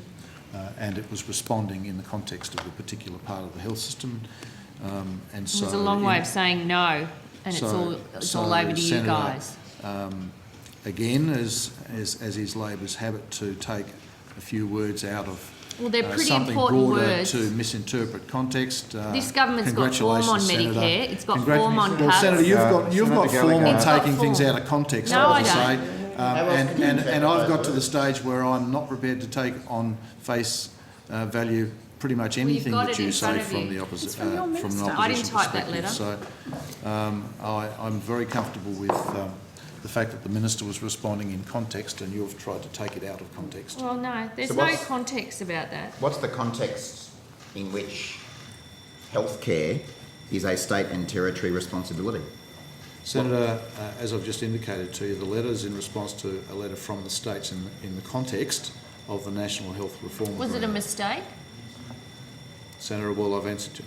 I've given you a context. You choose to take it out of context, I'm not as taking you it out so of often context. do, Senator, and try and place a different context on what Minister Hunt was saying. But he's responding to a letter regarding the National Health Reform Agreement in the context of the National Health But Reform we're all Agreement. agreed that healthcare is not a state and territory responsibility. Is that right? Well, Senator, All of us in this room. I've responded to your question, and as I've said to you, Minister Hunt was responding to state and territory ministers in By the handing context over of responsibility for the an healthcare addendum system. to their requests in relation to the National Health Reform Agreement. Minister, Excuse me, Senator, I just want to make this point early in our two-day proceedings, that witnesses should be given a fair opportunity to answer the question that is put to them. I'll just restate that. It's a very important courtesy. So, Senator Watt. Minister, you've already rejected the statements of every state and territory health minister that they require additional Commonwealth funding to deal with what lies ahead when we open up. What about the AMA? Do you also reject the AMA's statements around the ability of our hospitals to cope? Well, Senator, we have maintained regular contact with the states and territories with respect to the capacity of the system to cope. I think it's extremely disappointing that Labor senators attempt to run some sort of fear campaign with respect to the operation of the health system. Well, I think Premier Premier Andrews said yesterday that the numbers, the hospital data was less than what they were anticipating. I think he said that only yesterday. You've already heard evidence from the CMO that things are tracking in real terms extremely well with respect to the capacity of the system. And what about the AMA, Minister? We talk on a regular basis. The Minister Hunt talks on a regular basis to his colleagues in relation to the operation of the health system. As Professor Murphy has said to you, it is a regular item that's discussed at National Cabinet because it is important from all perspectives, whether that be state or Commonwealth, that the health system more broadly is able to cope with the circumstances of the pandemic. We've already made significant contributions alongside the states to the health system so that it can My question was about the AMA, Minister. Well, are they wrong too? Well, they are welcome to their opinion. We welcome their views. But again, as we've discussed this morning, the responsibility for the operation of the health system more broadly is one shared by the states and the Commonwealth. And we work directly with them with respect to the capacity of the public health system to cope with the pandemic as we open. The Commonwealth's done some modelling, which has been released, the Doherty modelling. The states have done some modelling, which we are seeking approval for them to release, so that the community can be more informed, and we've traversed that information already. And it is important that the public have confidence in the health system and its capacity to support them through the pandemic as we continue to open the economy. Fortunately, at these this are pretty point long in answers, time, Chair. Fortunately, at this point in time, as indicated by the Victorian Premier yesterday, Senator Watt, we cannot. You know this. We cannot. So, excuse me. We cannot move from cross portfolio until everyone is satisfied that they've answered their questions. If witnesses take he could give an answer for the rest of the day under that. We just stay in cross portfolio. Well, we will stay in cross portfolio. So, Senator We'll be in Colbeck, are you concluding your answer? I have one thing I'd like to say. Fortunately, based on the evidence we've received today, the hospital system at this point in time is coping with the circumstances of reopening, particularly in New South Wales and Victoria, and we have measures in place, as we have done throughout the pandemic, to support the public health system should that be required. So the states and territories which actually run the public hospitals are wrong when they say they need extra funding from the Commonwealth to cope with what's coming when we open up.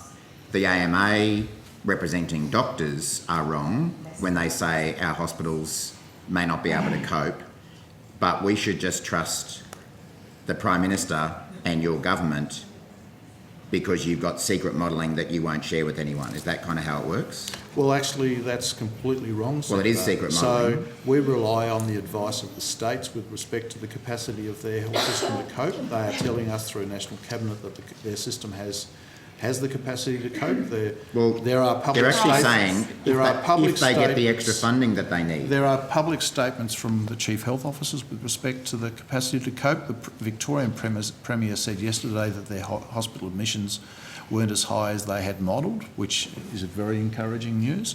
That's the evidence that we've had to date, and I say to date deliberately with respect to what's happening in New South Wales, because we're about 3 weeks into the opening up process there.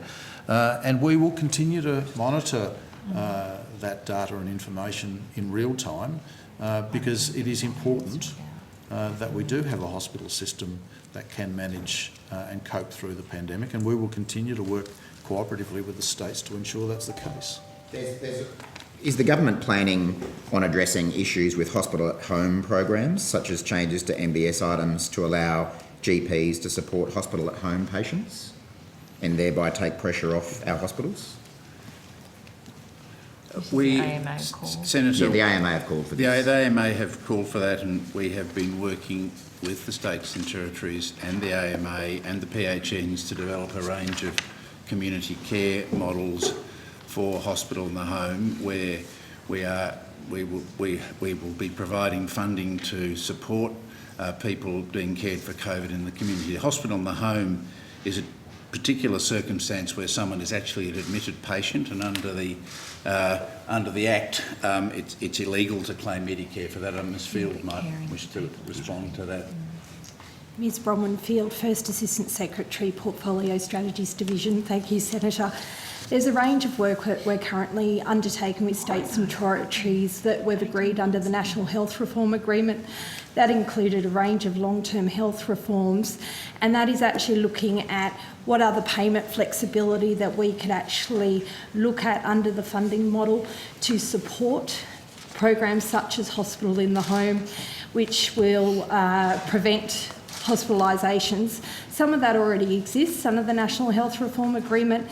Victoria has a Health Links program which looks at hospital in the home, and we're looking and working quite collaboratively. You would have seen that health ministers have agreed a public roadmap on the long-term health reform, and we continue to work at those foundational activities to look at how we can be more flexible with funding and innovative models to bring that about. Okay, so when will this work be complete? Because we're 18 months, 20 months into the pandemic now. The country is opening up. More people are going to get sick. More people are going to be cared for at home. Maybe not in formal hospital in the home programs, but they will be cared for at home. How is the government going to support GP-led care in the across the community? And when will we know this? I mean, it just seems like we're always chasing our tail. So that planning work is well underway, and Dr Bennett can talk about that. But the final position on that community care model will be taken to the next National Cabinet meeting for their endorsement. That's the final piece of the COVID living with COVID model, is how we will do the community care model. That planning is well advanced. We're working with the PHNs, we're working with the RECGP and the AMA, and developing a range of community care models, and final decisions of government are yet to be made on some aspects of that, but the plan will be to take to National Cabinet the final community care model on the 5th of November. And Dr Bennett can talk more about it if you would like. I don't think we've got time. We will now turn to Senator Askew, who will take us up until 11 a.m, and then we'll have a 15-minute suspension and return. Senator Askew. Thank you, Chair. I just wanted to check that you can hear me. We can hear you, yep. Excellent. Thank you very much, and thank you everyone for your time. I just wanted to go back to Professor Murphy and around the hospital cities. Obviously, there is concern in the community, so I just wondered, Professor Murphy, if you could just provide an outline of sort of what contingencies are in place to support the state-run hospitals. So is there support through the private hospital network, obviously the hospital at home we've just been talking about? If you could just give us an I might get Dr Bennett to respond to that, Senator, because she's been doing all this planning work with the states and territories. Thank you. Thank you, Senator. Dr Sonia Bennett, Deputy Chief Medical Officer. So there has been a range of planning underway with respect to transitioning through the national plan. And just moving on from the modelling, whilst the modelling is reassuring, that obviously behoves us to plan for instances where there will be increased stress on the system, and if that does occur, we expect it may well occur in localised areas. And so the states and territories have all confirmed that they have surge plans in place to address that. And with New South Wales and Victoria and their experience over the last few months, The cross-jurisdictional senior officials working group, which I chair, has shared their learnings across that and developed principles, I guess, for surge planning and including how they might be escalated, load sharing across their jurisdiction, and even to the point of if in fact a state or territory does come under stress and they require cross-jurisdictional support, then there are plans in place and continuing to be developed to provide that as well, so that states and territories can support each other if indeed that in fact they do come under stress, such as critical care and patient transfers, and there are well-established pathways for that. There's a range of other actions as well, so there's a lot of work going on around workforce. So recently the restrictions or furloughing of healthcare workers who have come into contact with COVID cases has been revised, noting that most of those healthcare workers are now vaccinated and that risk is much, much lower. Other areas in primary care, as the Secretary has said, is really noting that the vast, our vaccination rates are really incredible, and in areas they're beyond the 80%, and we expect them to get beyond 80%. So whilst we will see cases, we still expect to see cases, the vast majority of those will only have mild or moderate symptoms and appropriately be cared for in the community. But we are looking at a range of measures to support not just primary care to do that, but also the community, to reassure them that they can be appropriately cared for at home as well. There's a number of other things, Senator. I'm happy to take if you'd like to expand your question. But. So one of the questions was the private hospital support. So is there facilities available through the private hospitals to support the state hospitals? Yeah, so the principle really has been, as we transition to reopening and what we've been calling the living with COVID phase, which is business as usual, that the private hospitals would not be impacted, so that COVID, any cases we do have with COVID can be managed in a business as usual way and not impact normal healthcare delivery. But some states and territories will have agreements that will be up to the states and territories with respect to activity they might provide in private hospitals. But most states and territories, certainly if there is a surge component, most of in their planning that I mentioned earlier do have arrangements with private hospitals to be able to take some of the load should they have a temporary surge in their own public hospital. And just out of interest, how would that be paid for? Would the state government be expected to cover those costs? Or Mr McBride can address that. Sure, thanks, Senator. Paul McBride, Acting Deputy Secretary, Strategy, Evidence and Research Group. So under the existing national partnership, there is a private hospital viability agreement where we pay for the costs of private hospitals to stay open and ready if the states ask them to take up the slack from the private hospital system, and also pay the costs of 50% of the costs of the public hospital system using the private system to help that load. And that's under the existing national partnership that goes through to 30 June next year. Excellent. So just to clarify, so 50% would be covered by the federal government if there is a need to access the private system during the COVID surge. 100% of the costs of the private hospitals to remain viable, so their base level costs, but then if they have to actually service patients, then we would pay 50% of the costs of servicing those clients. Okay, so that's at least we've got that reassurance behind our the state system as well, which is great. Thank you. Professor Murphy, just earlier Senator Hughes and I think Minister Colbeck also referenced the publicly stated comments made by some of the state CMOs, the premiers, health ministers and so on. Do you have an understanding from all of the jurisdictions that they're prepared for the future outbreaks and those increased hospital and ICU capacities? So, thank you, Senator. At National Cabinet, the National Cabinet acknowledged that all states and territories have stated, and they've agreed with Dr Bennett, that they all have both living with COVID and surge plans, and that was that statement by every jurisdiction that they have plans to cope with COVID has been accepted and noted by National Cabinet. So at a jurisdictional level, all of them have agreed with that, and that's been accepted by National Cabinet. So there is comfort there, which is great. I do have another line of questioning very quickly on the rapid antigen testing. Obviously, we've introduced them I think is it from the 1st of November. So why now and why not previously? Mr McBride could respond to that, Senator. He's our rat king. So we have been using rapid antigen testing for a while, Senator, throughout Australia, but it has to be a supervised test. What we're now moving towards, and Professor Skerritt can provide more detail around it, is that you'll, from 1 November you'll be able to do at-home tests, so unsupervised tests.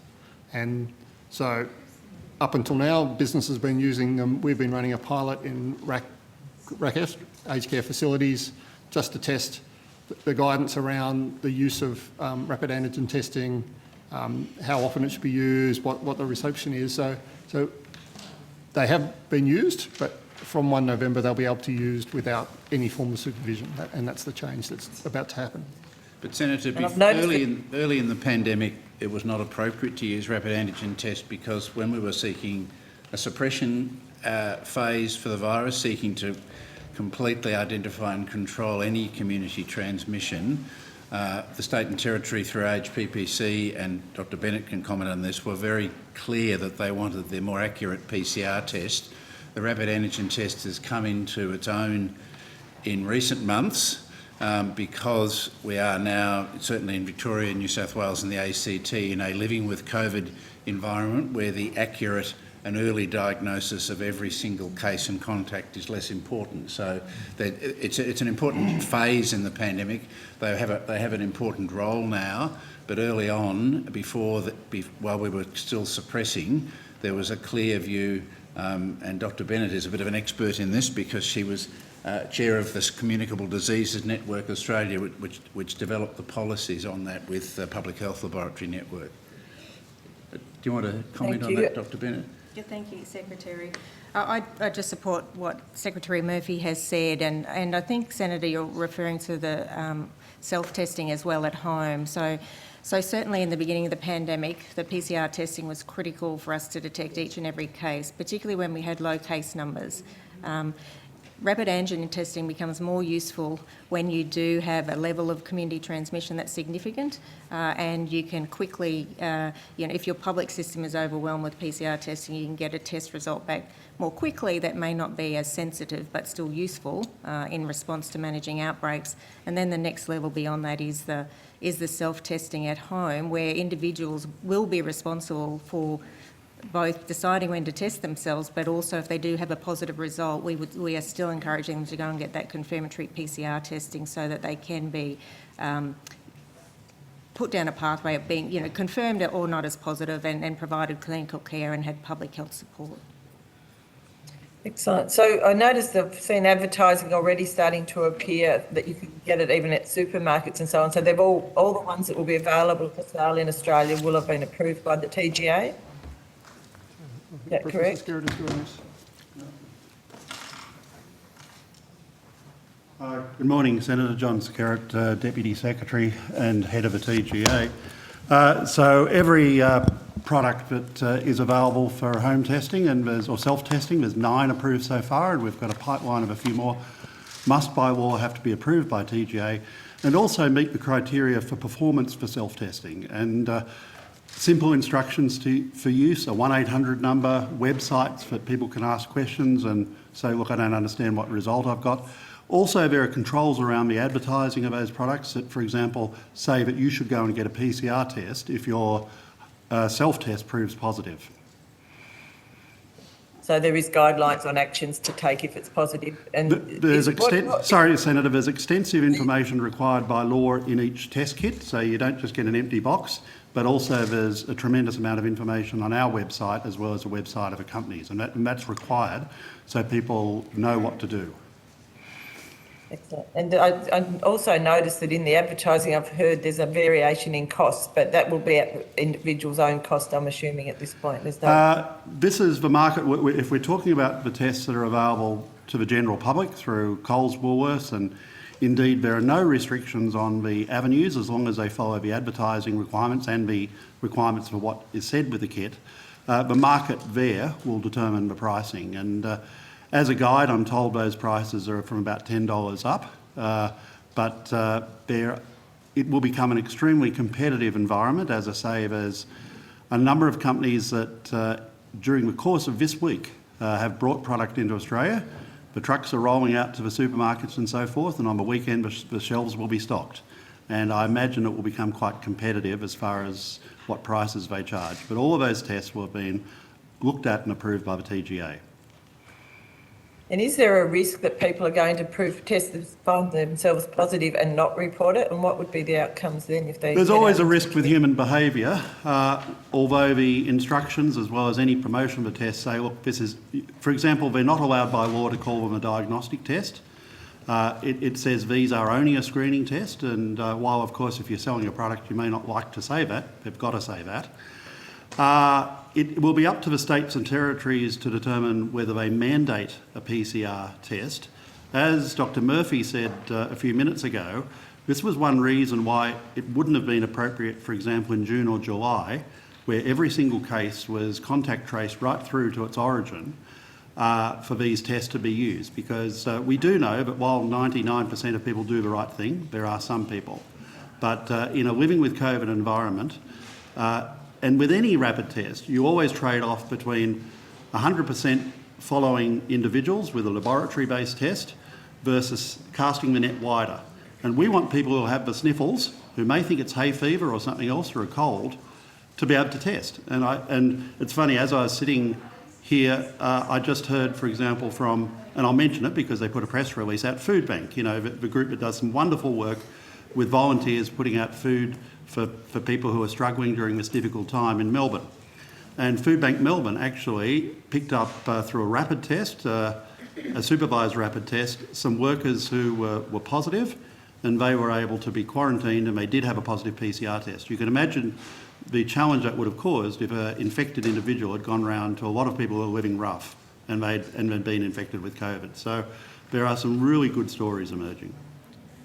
No, there's definitely a place for them. Excellent. Well, thank you very much, Chair. I realise we've gone over time, but thank you for your answers. Thank you very much, Senator Askew. We'll now take a short suspension and resume at 17 minutes past 11. We're still on whole of portfolio corporate matters, but I'm very, very confident we'll be dealing with outcome 1 and the Therapeutic Goods Administration before lunch.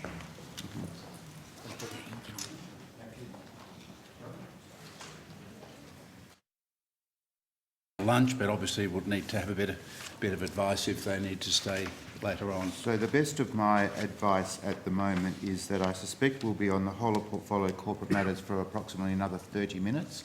Then we'll be able to move into outcome 1, and particularly in regards to the Therapeutic Goods Administration, and up to 6 senators have identified their interest in asking questions of the TGA and relevant officials. And the vaccine task force? Vaccine task force, I might just wait for some other Labor senators to appear, and then I'll inquire for you and provide an update. Is the vaccine task force under outcome 1? It is under outcome 1.8 and 1.9. Yeah. Okay. I think we've only got a couple of sets of questions for cross-portfolio still left. Right, okay. And the rest can probably fit into outcome 1. Okay. Thanks, Senator. Thank you. Senator Green. Thanks very much, Chair. Minister, this morning you gave the committee an assurance that our hospitals will be safe, and that's based on modelling from the states and territories and from the national government, but we're not able to see that modelling yet. So I'd like to understand what your assurance is based on. Does the modelling include an analysis of how many GPs are available to be able to cope with living with COVID, and what the impact of not being able to see GP might have on our hospital systems? Dr. Bennett can perhaps... Well, I've asked the Minister the question. So Senator, your question actually contradicts itself. I said this morning that my confidence was based on the advice and confidence of the states and territories with respect to their hospital system to cope, and that has been reinforced by Professor Murphy in his evidence this morning. With respect to the specific information that you're seeking, we'll ask Dr. Bennett to give you what information is available in the context of those particular elements, but my confidence was based on the confidence expressed by the States and Territory First Ministers through National Cabinet with respect to their view that they had plans in place for the system to cope. And to be clear, so you do understand my question, Minister, I'm asking about the assurance that you have that there are enough GPs in the community for people to be able to see so that it doesn't impact on hospitals during COVID. So Senator, this morning the evidence that I gave was with respect to the public health system, which was the questions that I was asked. But the two are linked, aren't they? I mean, well, Senator, but they are... You can't separate the two systems. Senator, I was asked a question this morning about the capacity of hospitals to cope. Yes. I answered that question, and my confidence for that question. So please do not continue to mischaracterise what I've said. It's dishonest. It's a habit that the Labor Party have, and it doesn't help. And I know that you're trying to run up some sort of scare campaign about the capacity of the health system to operate. I understand that's what Labor does. That's fine. I answered the question this morning with respect to the capacity of the public hospital system to cope based on the advice that we've received through National Cabinet and the confidence that had been expressed by First Ministers. You're asking me a question now with respect to GPs and their role in the broader public health response. No. Fair and important question, so I'll ask Dr Bennett to provide you what information is available in that context. Well, before Dr Bennett answers the part of the question that she has information about, I might just respond to that. There is nothing dishonest about my question.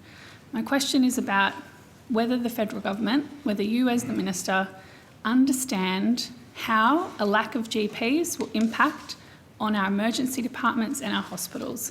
The two are linked, are they not, Minister? Well, Senator, if you want to try and recast your question, that is my question. Fine. You can go back and have a look at the Hansard. If you want to recast your question, that's fine. I'm happy to accept that. Yes, the whole health system operates together. Yes. And different elements will have varying impacts on other parts of the system depending on certain circumstances. Yeah. So, Senator, I will refer the questions with respect to the capacity of GPs and the understanding of that to Dr Bennett. But to be clear, my question is not about the capacity of GPs independently.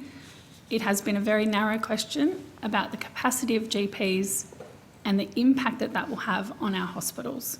That is why I'm asking you in the context of the modelling and the assurances that you gave this morning, because we know that the two things impact each other. Dr Bennett, if you could let me know if that has been taken into consideration by the federal government. Thank you, Senator. Dr Sonia Bennett, Deputy Chief Medical Officer.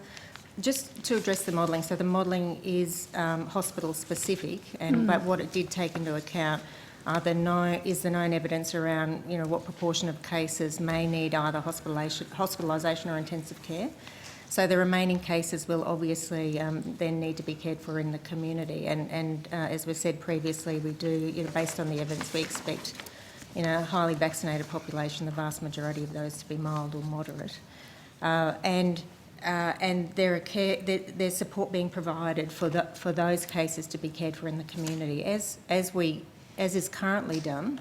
Every notified case of COVID will still be contacted by health at the moment, by state and territory health departments. So they are assessed as to their clinical status and what care they need, and then triaged appropriately if they need to go to hospital into primary care. The support... Dr Bennett, you've answered my question that the modelling that you've done hasn't taken into account the link between GPs and hospitals. It's just state territory data on hospitals, and now you're talking about community care, which is a separate issue, which I have some more questions on, so thank you for that information. Minister, there is a link, though, between being able to see GP and having to end up in an emergency department if you can't see a GP, isn't that right? That can be... Sorry. There is a link, yes. Sorry? Yes. Yes, there is a link. So can you explain to me why the modelling hasn't sought to understand what that link, how that link would impact on hospitals once we open up. Well, Senator, as I've indicated to the committee this morning, the states have expressed their confidence in their health systems based on their modelling. We are supportive of the release of that modelling so that the community can understand more broadly. We're seeking the permission of the states for that release, and hopefully that agreement will be received at the National Cabinet meeting on the 5th of November. I might just draw your attention, Minister, to an article that appeared in the Cairns Post on the weekend. It's only a couple of days ago, and I've got copies of that to circulate if that's helpful. It's a pretty stark front page, and I'll wait till it's circulated. You've got it in front of you.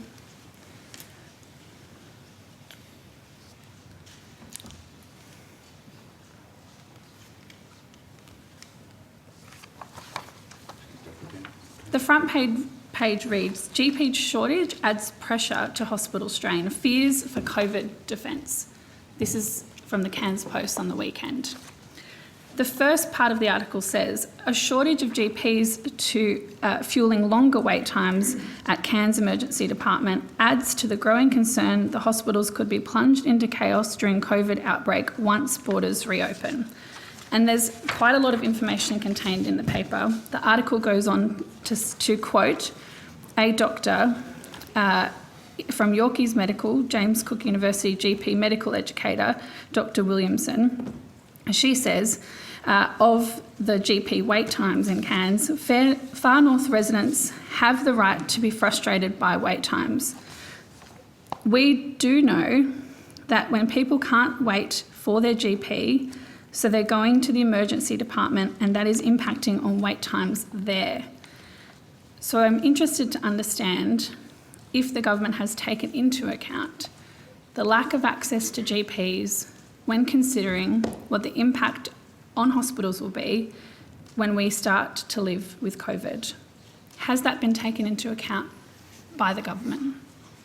Well, Senator, as I've indicated to you, the states have indicated to us their confidence in the capacity of their hospitals. But what have you sought to do to assure yourself that the lack of GPs, the GP shortage hitting rural and regional Australia, won't impact on our hospitals when we face living with COVID-19? So, Senator, as I was saying, the states have assured us of their confidence. They're not responsible for GPs or the primary healthcare network. Senator, if you'd stop interrupting me, I'll answer your question. Well, you just Seriously. keep saying the same thing. Senator, Well, Senator Waters, because I excuse don't me, want to change Minister. my answer. I want to answer the question. The states have assured us of their confidence in their public hospital systems to cope with the demands of the pandemic. I am very comfortable to take confidence in their assurances, given that the operation of the public hospital system is their responsibility. We are supporting them with that, as we've heard evidence this morning. Might some people have some fears about that? Yes, and clearly they've been expressed in this article, but the states have assured us through national cabinets of their confidence, and I think Senator Hughes this morning read out a quote from the Chief Health Officer, Jeanette Young in Queensland, about her confidence as the person responsible for the public health system, and so I take confidence from those comments. Minister, what steps have you taken to make sure that there isn't a GP shortage when states start to reopen? Well, Senator, I'm not too sure that you're talking about cause or correlation. I don't see any cause in relation to GP numbers from states opening, apart from the fact that it's possible that some GPs may contract the virus, as the rest of us may, in the normal course of our lives. But there are a number of other measures that are being taken more broadly around support for training and develop continued capacity of GPs in regional Australia. I'm sure that we'll have some officials here. Minister, again, you are twisting my question so that you can provide the answer that you want to answer. Well, that's the point my of estimates, question Senator. I was, get to what answer the have you questions. done to assure yourself, and what has the government done to assure itself that there will not be GP shortages Again, if you let that me we finish answering know the question. that we know impact on our You hospitals really don't want the when the questions answered, do you? COVID-19. You just want to be able to run a nasty scare You are. campaign. It is not a scare campaign, Mr. Forgive me Senator if I don't believe Colbeck. you. Senator, I'm Senator, trying to no, answer I'm your going to question. address this because if you, Order. this is not a Continue scare to interrupt campaign. my answers. Minister, thank you.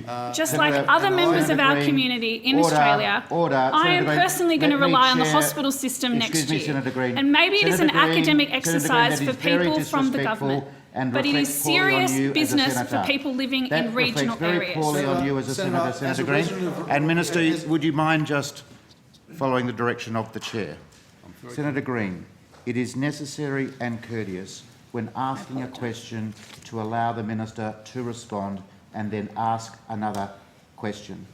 Minister, brevity would be appreciated. We're already running over time, so that would be appreciated by all members of the committee as well. Senator Green, do you have a question? Senator, I can would appreciate No, if no, my... no, excuse me. Can I finish answering? No, Well, no, I'm chairing this, Minister Colbeck. No, and I'm answering the question. Is there a I will seek question? to not interrupt the minister. The minister needs to let me ask my question without What is interrupting. your question, Senator Green? Well, I'll refer the senator to a report recently released from the Royal Australian College of General Practitioners. This is not Labor making these comments. This has come from the Royal Australian College of General Practitioners, and I'm happy to circulate that document.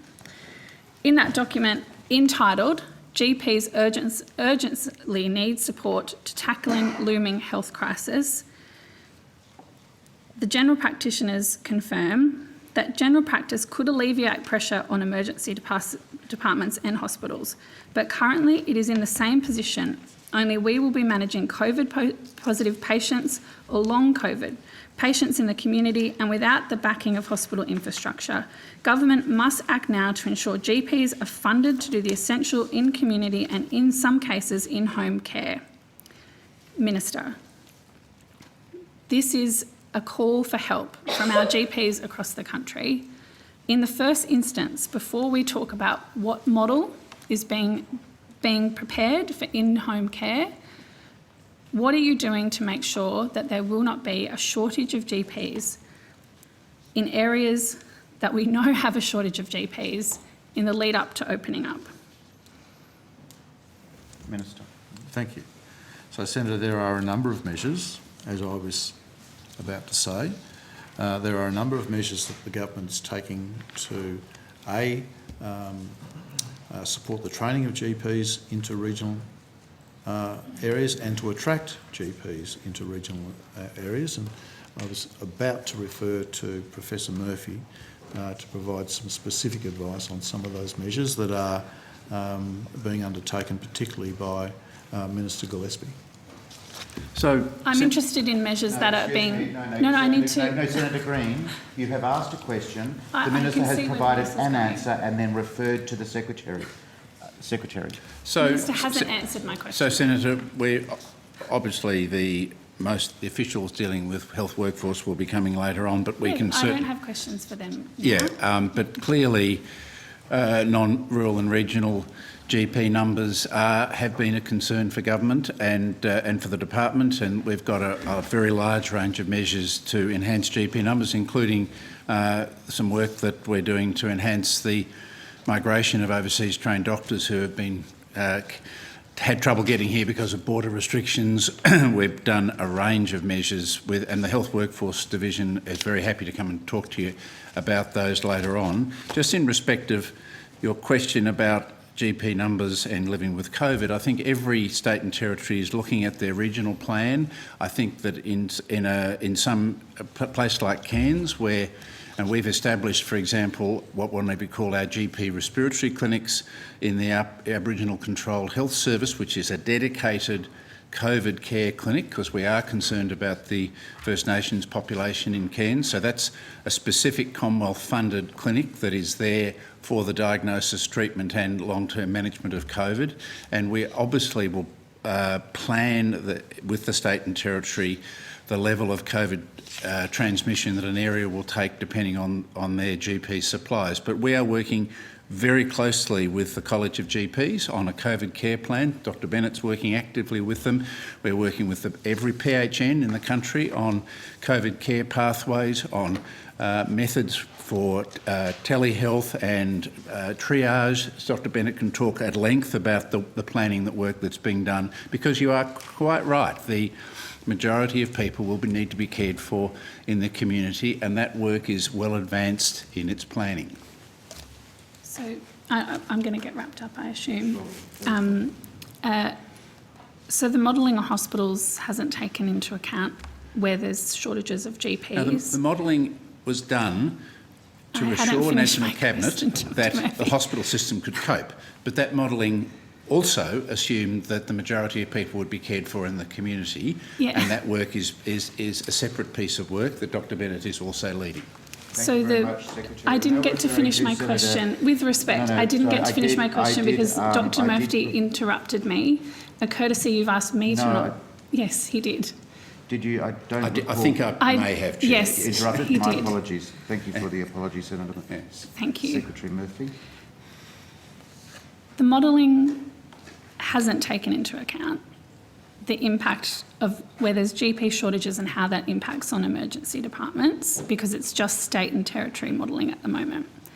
There is an assumption that most people will be cared for in the community, but that assumption seems to not have taken into account that we do have a shortage of GPs in a lot of communities around the country. Is the in-community care model that you are preparing, because the federal government is responsible for primary care, taking into account the communities that have GP shortages, and as the Royal Australian College of General Practice asked for, providing urgent support to those GPs? Not long-term programs. I'm talking, this is happening in weeks. Mm-hmm. Is there urgent support on the way for those GPs to make sure that we can manage with COVID?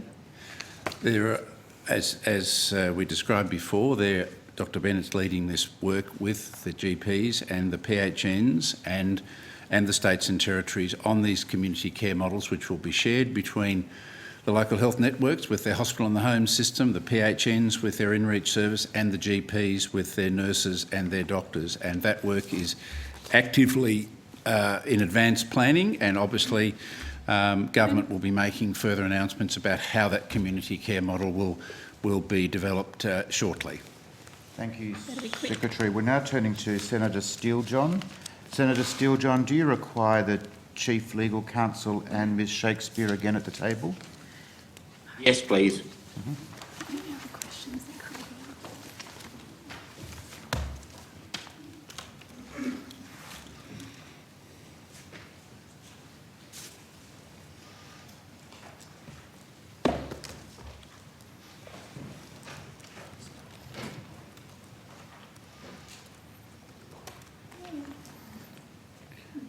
Senator Steele-John, we're just waiting for the Chief Legal Counsel to join us.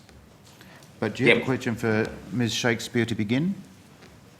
The questions, I think, first to the Chief Legal Counsel. So, are they imminent in their arrival?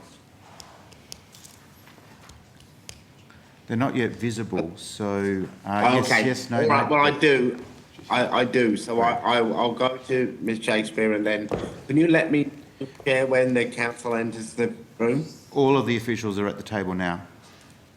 Oh, there. Okay, great. Thank you. Lovely. All right. So to the Chief Legal Counsel, do you consider the draft legislative instrument circulated in December of 2020 and the current non-legislative instrument, which is still only available as a partial FOI release, to meet the Parliamentary Scrutiny Act of 2011? I'm sorry, Senator, I can't answer that question. It's not my role to give legal advice to Parliament. Sorry? Can you clarify? It's not my role to give legal advice to Parliament, so I'm afraid I'm very sorry, but I can't answer that that question. All right. Maybe if I just constrain it a little more.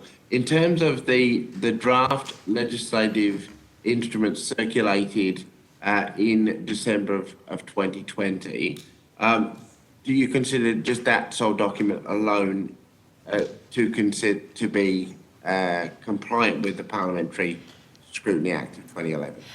I'm sorry, Senator. I'm unable to answer that question. I can't give you legal advice on the lawfulness of that instrument. I'm very sorry.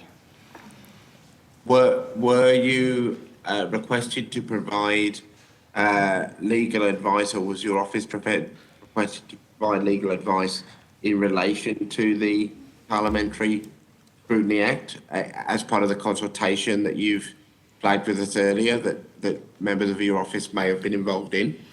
We're currently getting together the answer to your question in relation to the advices that were sought, and we will be able to give you that by lunchtime, Senator. Okay. Are you aware of the undertaking that the department gave to the Office of the Australian Information Commissioner about the ODTP program instrument in 2019?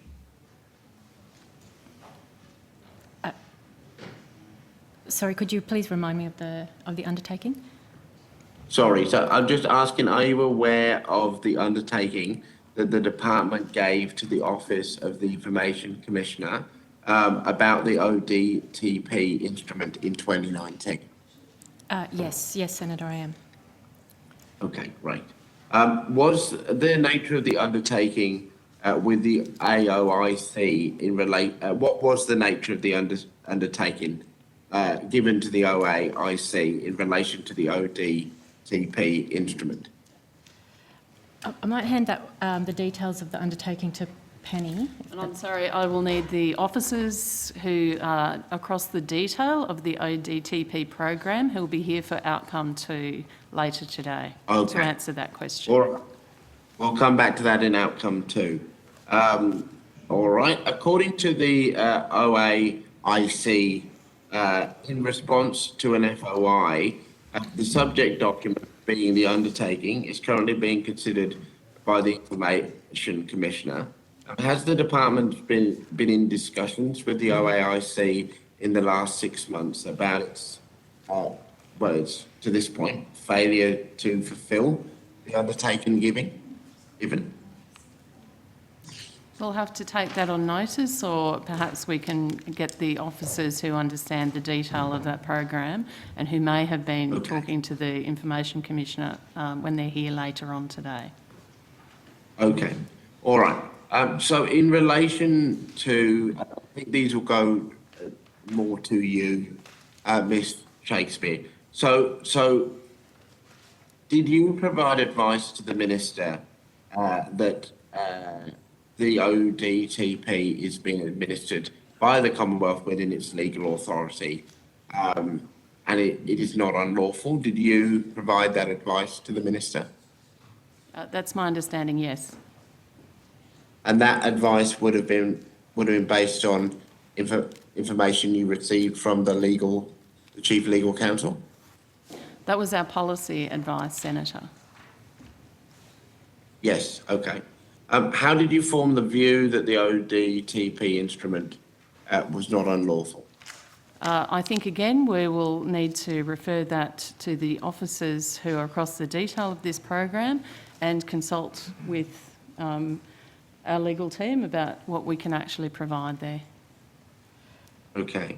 And could you also, and I'm really hoping to actually not get into too much of a protracted on-notice process with this. So if we could all kind of get to the lunchtime space with a bit more clarity, would you also be able to come back with an answer to the question of whether you sought legal advice from the Legal and Assurance Division prior to the advice you gave to the Minister in relation to the lawfulness of this instrument? Can you do that?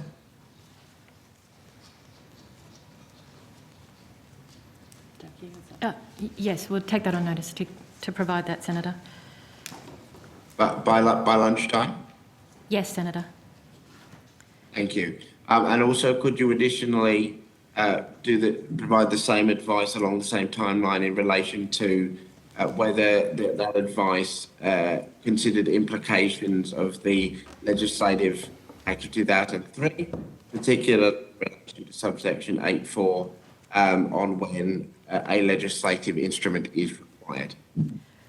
We'll be able to give you a broad indication of what the advice covered, but we can't give you advice on we can't disclose information that might disclose the contents of the advice, but we'll give you what we can. Yep, okay. Now, Minister Hunt, in his response to the Senate Standing Committee for the Scrutiny of Delegated Legislation, on the 10th of May stated, and I'll read you the quote so we've got the full context, that my department made a commitment to the Office of the Australian Information Commissioner to progress work in 2020 to register a special arrangement for the ODTP. Was it your area that gave the undertaking to the Office of the Information Commissioner? It would have been my area, Senator, but I'll need to have that confirmed by the officers for outcome 2. And that may, I'd also like an answer to the question, if it's possible, because I'm a little nonplussed, if you like, as to why that commitment had been made or was made when you had previously told this committee and the Minister had told the Senate Standing Committee on the Scrutiny of Delegated that a legislative instrument was not required. Can you shed some light on that? So if I could just generally describe what I think the situation is at the moment. This is a program that was established in 1974, was operating under program arrangements that date from that time and has been continued to operate under those arrangements pretty much since that time. We're continuing to fund medicines to treat opioid dependency under those arrangements that date back to that time. We did work on developing a legislative instrument to support that Section 100 program. There was consultation on a draft instrument. Serious issues were raised with us about the scope and arrangements to support the current program that dates back to the 1970s. So we have now, as a result, decided to undertake a more substantial review of the program and the arrangements for its delivery. That review is underway. But I'm just, I still doesn't really get to the heart of the concern for me, which is having made the commitment to the Office of the Information Commissioner and then not kept that commitment. Why have you not had the current instrument published appropriately on the department's website? For example, the opioid dependency treatment program page. We're in a situation where it is only available as part of a FOI request document, and even in that situation, only partially published. So it's my understanding that the document is available. Whether that's on one particular part of our website or another, I'm not sure. We'll need to check that with the officers. It's not on your website. It's not on your website. It's only available partially as the result of an FOI request. And we publish documents released under FOI on our website. Yes, but that is only partially been released on the website, is my point. That's a matter of detail. I can't answer your question about, Senator. What actions did the department? What actions did the department give an undertaking to the OAIC to do? Because you made a commitment to make special arrangement. What did it actually commit to? So, as I've said previously, Senator, I will need to get the officers who are across the detail of that program and the dealings with the Office of the Information Commissioner to answer that question for you. They will be here later today for outcome 2. Okay. Just a few more and then I'm done, Chair, just so you know. does the I've also got a question in relation to your dealings more generally with the OIOC, but I'll leave that for outcome two. Has the department agreed to honour its undertaking in relation to registering a legislative instrument? And if not, why not? Is that a question you were able to answer? So, as I've also said, we are conducting a review of the arrangements for the opioid dependency treatment program. The outcome of that review would be incorporated into a future legislative instrument. Does the post-market review go to the current legality of the ODT program? And if not, that's not massively answering my question. This is a matter of current legality, appropriate process and continuing discrimination, and at its core, daily loss of life, not how the program may be redesigned in 2 years' time. So does the review go to the current legality of the ODT program? The review is about the arrangements for the supply of opioid dependency treatment medicines, the arrangements that will support those in future, and so is important for us to settle before a new legislative instrument can be made. The government's position on the legality of the current program is, as I've previously expressed, and is represented in the Minister's letter to this committee, sorry, not this committee, the Committee on Regs and Ordinances, which has been tabled for this committee in response to an answer on a question on notice. All right, just finally to the Minister. Delegated to Minister Colbeck, he's still at the table, isn't he, Chair? Correct. Yes, I'm here. Yeah. So that you know as well as I do, Minister, that the Delegated Legislation Committee, which is a serious committee, chaired by a member of your government, if I remember rightly, has raised serious doubts about the legality of the ODT program.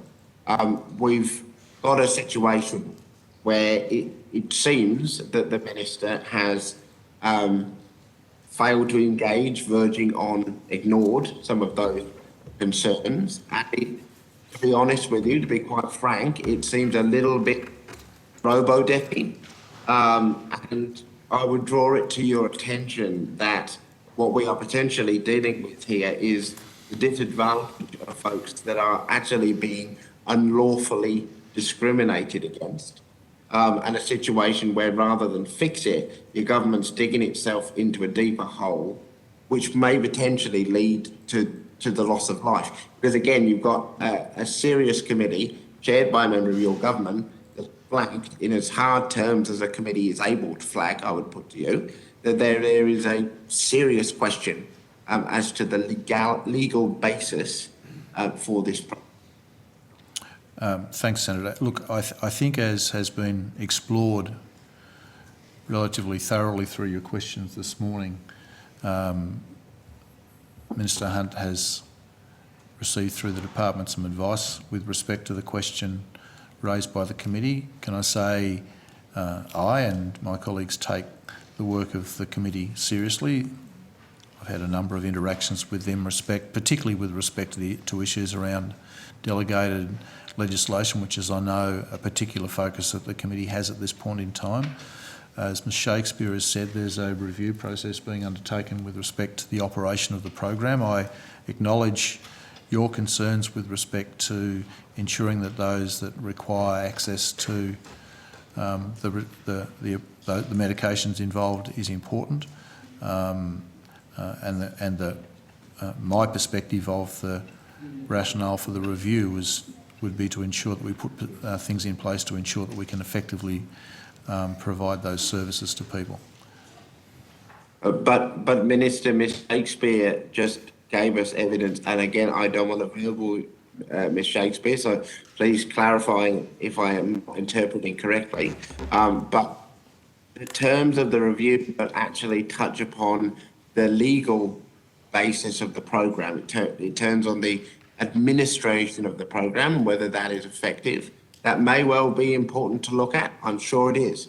But we actually have a question of the legality of the programme, which it seems we will hear at lunchtime, but it seems that the Minister has taken a view that it is lawful based on advice which the department will then not disclose the contents of that advice.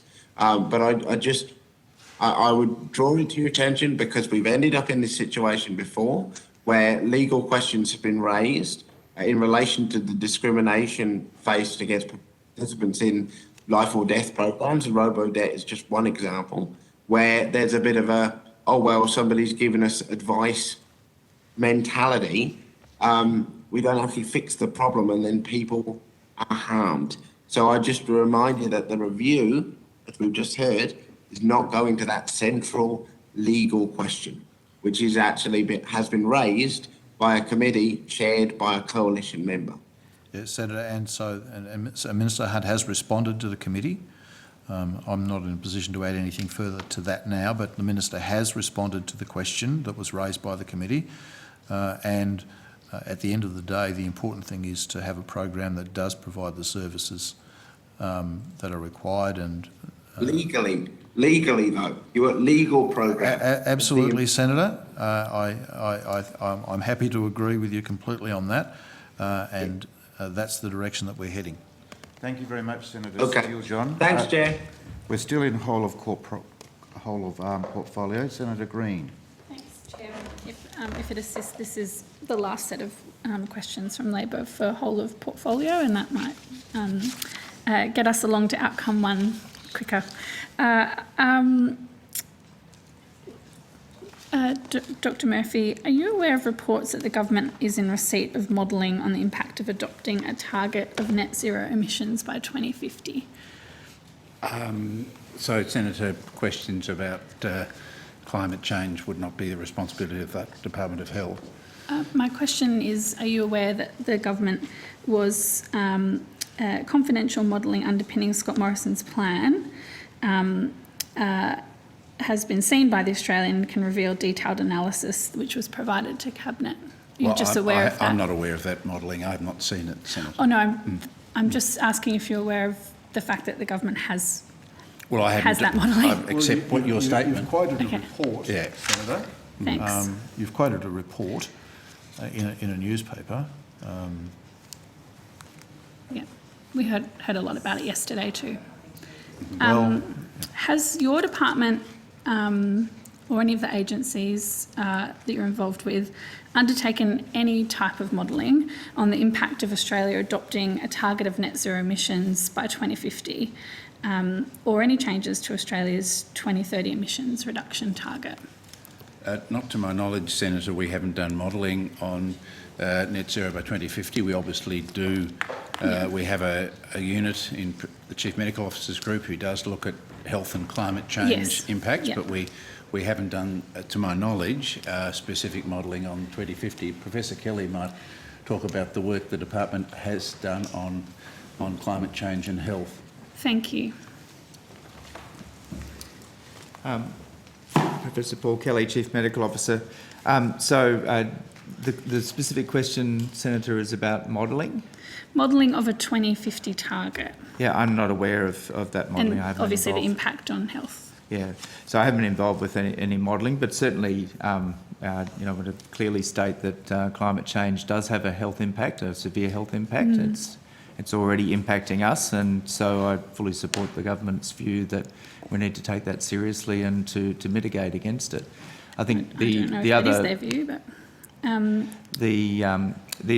one specific thing I'd say about that actually the health system itself is an emitter, and so that's something that we are certainly taking seriously. I believe about 7% of Australia's emissions are actually due to health sector related activities, and so that will be a challenge for the health sector going forward as well to contribute to that. Thanks, Professor Kelly. So I've asked the question if there's been any modelling about those impacts in regards to a 2050 target. And just to be clear, because I want to make sure I'm asking the right questions, has the department commissioned any other organisation to do any modelling in relation to the impact of Australia adopting a target of net zero 2050 or any changes to Australia's 2030 emissions reduction target? In relation to health impacts, I'm not aware of any such modelling, Senator. Okay. And did your department contribute any modelling that was undertaken or commissioned by any other government agency in relation to the impact of the target of 2050 or changes to the 2030 emissions reduction target? Again, I'm not aware of any such modelling. In regards to the analysis of health impacts of climate change, have you provided advice to the government, and when was that advice provided?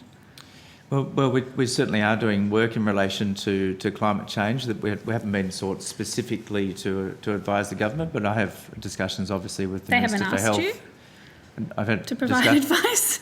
I've just had discussions with the Minister for Health about climate change on several occasions.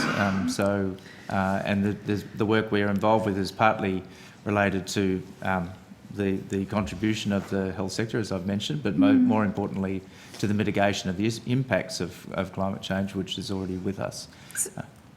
And I guess my question is, has there been analysis undertaken that you've provided to the government? Not formally, or is it just Senator, no. informal conversations? Yes, but there's ongoing work in relation to climate change impacts, and there's been very specific work, of course, done on some elements of that climate change impact. Most recently related to fires and bushfire smoke last year. Quite substantial work in relation to that, and similarly with floods, and all of those impacts are as you well know, expected to continue to happen. And I'm certainly appreciative that there are some officials that are in the department that may be working on this. My questions relate to what the government has asked for in terms of advice, what analysis they have, particularly in the context of the announcements that they made yesterday. Is the department developing any policies to address climate change on the healthcare system? Yes. Okay. And will the department make those public, the policies? Yeah, of course, once that obviously will be a decision of government about the timing of that, but it's clearly an important component. Well, yeah, I understand the government controls that, but I mean, is the department planning on making public an assessment of the likely health impacts of climate change on Australians' health? That's work that my group within the department has been tasked to do, Senator, yes. And when will Australians receive that work so they can understand how climate change will impact their health? Yeah. Again, it is helpful that there are officials in your department who have that knowledge, but I think if you've got it, it's time to share it. Well, it's work we've been commissioned to do, Senator, and when it's ready to be shared, it will be shared, I'm sure. But again, that's a decision of government about timing of these matters. Is the department working on, and will they make public, an assessment of the impact of climate change as identified by the IPCC on Australians' health system, including infrastructure? So the IPCC is part of the is one, but not the only elements that we'd be referring to. They've been, as you know, reporting for many years about the sort of issues that we're likely to face in Australia, and so that is important information for us to take into account. Is that so? You are taking that into account? Of course, yeah. They're an internationally recognised body who are experts on these matters, and so where those elements that they report on at a global level are of relevance to Australia, they'll certainly be taken into account. When will the department make public a plan to manage the impacts of climate change on the health system? And perhaps that might be a question for the minister if timing is a matter of the government. Well, Senators, Dr. Kelly's indicated the department's currently working on that. Once we receive the information, we'll make a consideration about appropriate release. Will you make it public? Well, Senator, that, as Professor Kelly said, I think it's appropriate that we do inform Australians about the impact of these matters. So once we've had the opportunity to receive the information and consider it, then we'll make a decision about its appropriate release. Sorry, that wasn't quite the answer. I understand that there is a question of timing because the work needs to be completed. Government will consider the advice. But if there's information available about how climate change will impact the health of Australians, will the government make that public to Australians? Well, I actually have answered your question, Senator. Once the work's complete and we've received it and it's considered yes or it, no, really. we'll make our decisions about its appropriate release. Right. Thanks.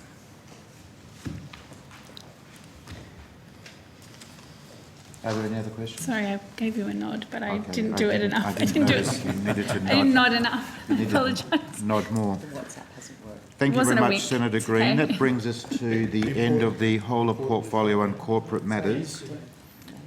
Sorry? In whole of portfolio and corporate matters, we're not quite in outcome one. Okay. No. Yep. Senator Roberts. Yep. Thank you. Thank you for attending today. I have a few questions. They're fairly simple. Well, the first couple are. Testing alone, I understand, has cost Medicare, testing for COVID that is, has cost Medicare $666.5 million as at 16th of June. Is that correct? Senator, I think that sounds correct. I think Ms Shakespeare might have the exact figure, but we certainly have spent, it's been a very expensive part of the pathology expenditure on testing for COVID. We've done, many hundreds of thousands of COVID tests, or over many millions really, over the course of the pandemic. So I'd like to then find out the total spending on COVID, including all federal expenditures such as JobKeeper, research, treatments, Medicare costs for testing, tracing and so on, everything. Has anyone got any idea of that? Senator, we can't really give you a whole of government picture because obviously Treasury will have JobKeeper and JobSeeker. We only have the Health Department COVID costs, and I'll get Mr Wan or Mr McCormack to come up and provide that information if they're still in the building. Thank you, Dr Murphy.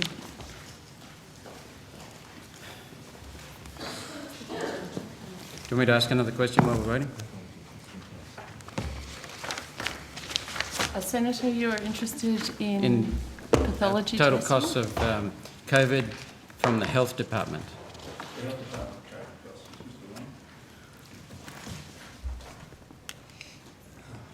Sorry.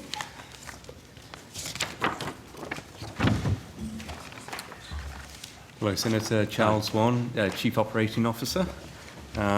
So your question, Senator? As at today, what is the total spending on COVID, including all federal, from the Health Department?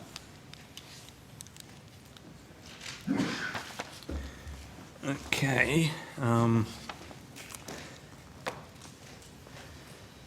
So in terms of what's been the budget is 32 billion. 32.6 billion. Billion, right. What does that cover? It covers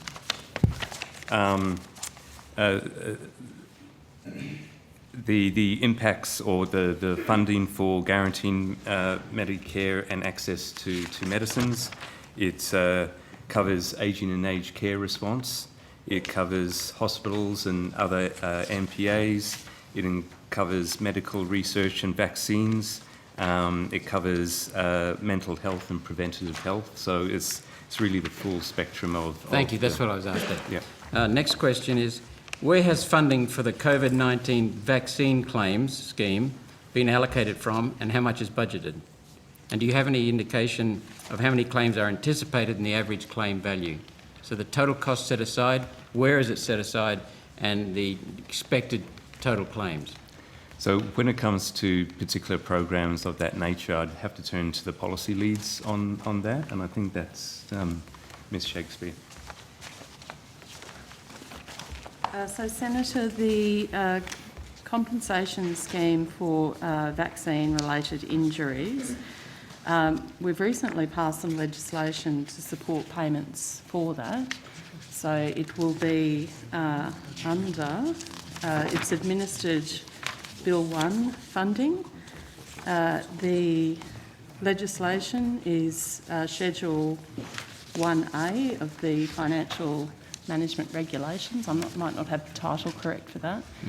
But that's now been amended so that we can make payments under the scheme. No funding has actually been provided at this stage. We're still setting up the operations for the claims scheme so that claims can be made through Services Australia.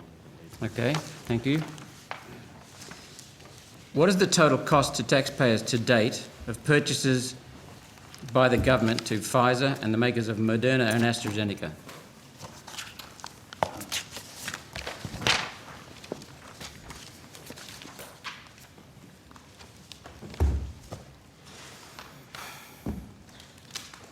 Pretty basic question.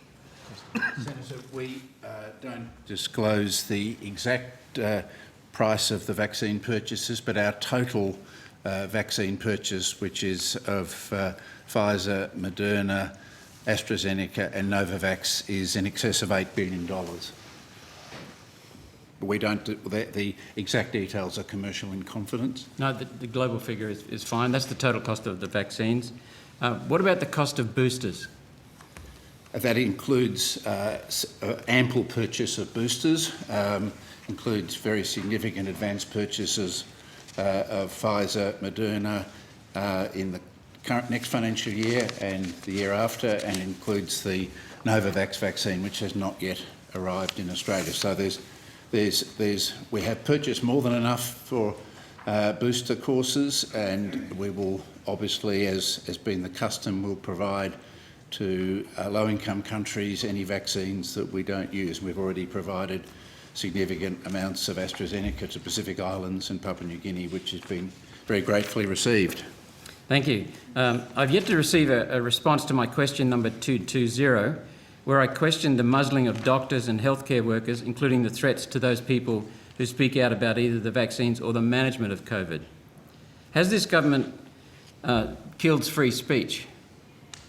Senator, no, we certainly have not killed free speech. I think you might have been referring to specific claims under the therapeutic goods legislation, and Professor Skerritt can address those if you like. I'm actually concerned about a nurse in particular, but we've had many complaints. A nurse in particular was threatened, not because she's speaking against the vaccine, she isn't, but she's speaking against it being compulsory, and she's been threatened.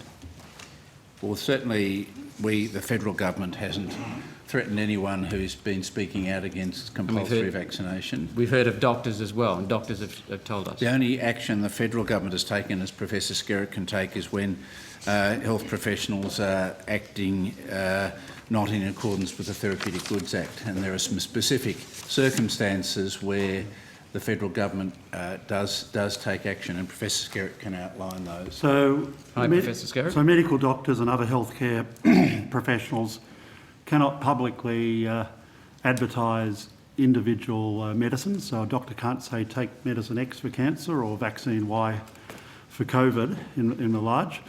There are constraints on the prescribing of some 30 different medicines, of which ivermectin and hydroxychloroquine are only 2 of the 30, that do not permit general practitioners to, without particular authorities, to prescribe those medicines. Isn't that interfering in the doctor-patient relationship, which has been sacrosanct for 3,000 years? No, I disagree with your assertion, Senator. I'm asking a question. You've said no. That's fine. No, that's okay, fine. no. Okay.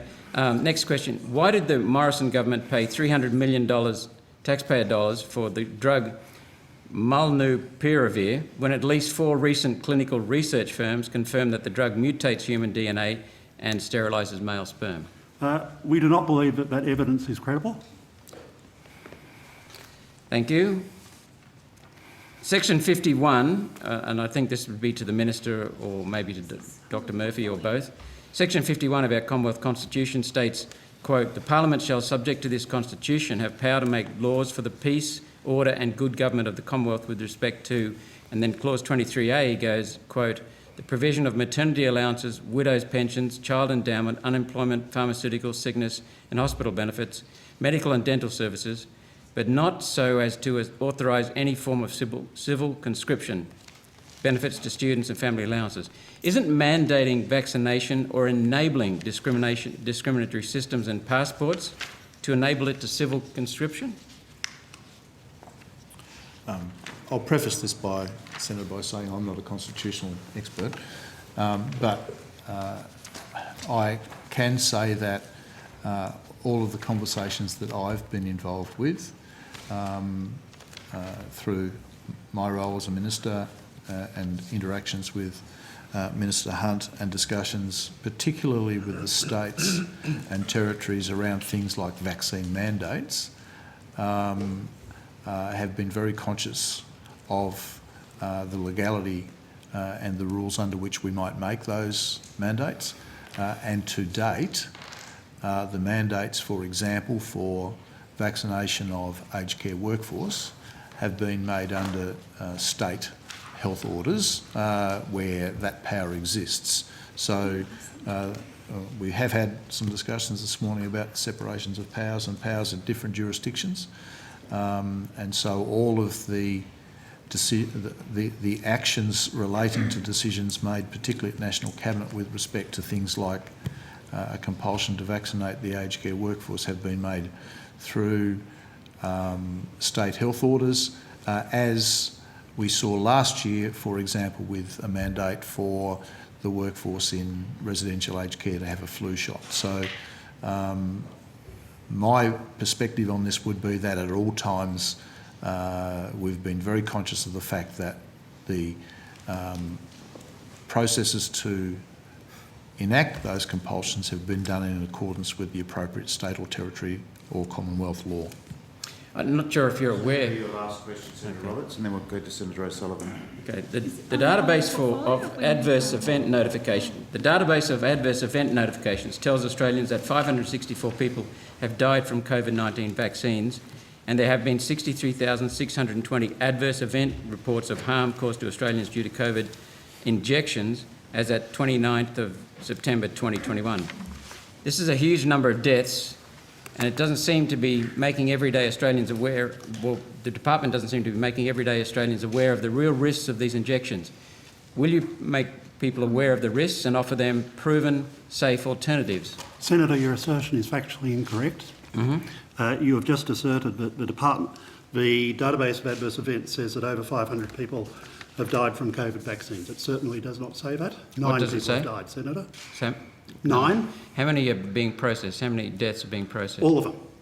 No, how many are in the pipeline to be processed? Well, I don't know as of when I left the office, but if we get a report of a death that is potentially linked to vaccination, it's assessed immediately in conjunction with states and territories. So it is quite incorrect and in fact quite dangerous to assert that over 500 people have died as a result of COVID vaccination. We've had comments from doctors that indicate that they're under pressure to not report. I think that's rubbish, Senator. Okay. I've not heard of any cases of doctors being pressured not to report.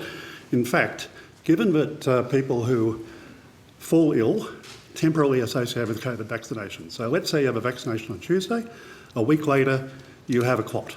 You end up in the public hospital system. Those public hospital systems have requirements that they must report any adverse event temporarily in time related to a COVID vaccination, even if they're in the view that there is no relationship at all to that vaccine. And these are government hospital systems, Senator. They can't fudge. Thank you, Professor. Thank you. Thank you, Senator Roberts. Senator O'Sullivan. Can I just add one other part of that answer? There have been, as of today, 761 Australians have lost their life to COVID-19. I would posit that tens of thousands have been. That's right. That's this year. So 1,667 have lost their lives in the whole pandemic. I would posit that there are thousands of others that have been saved by this vaccine.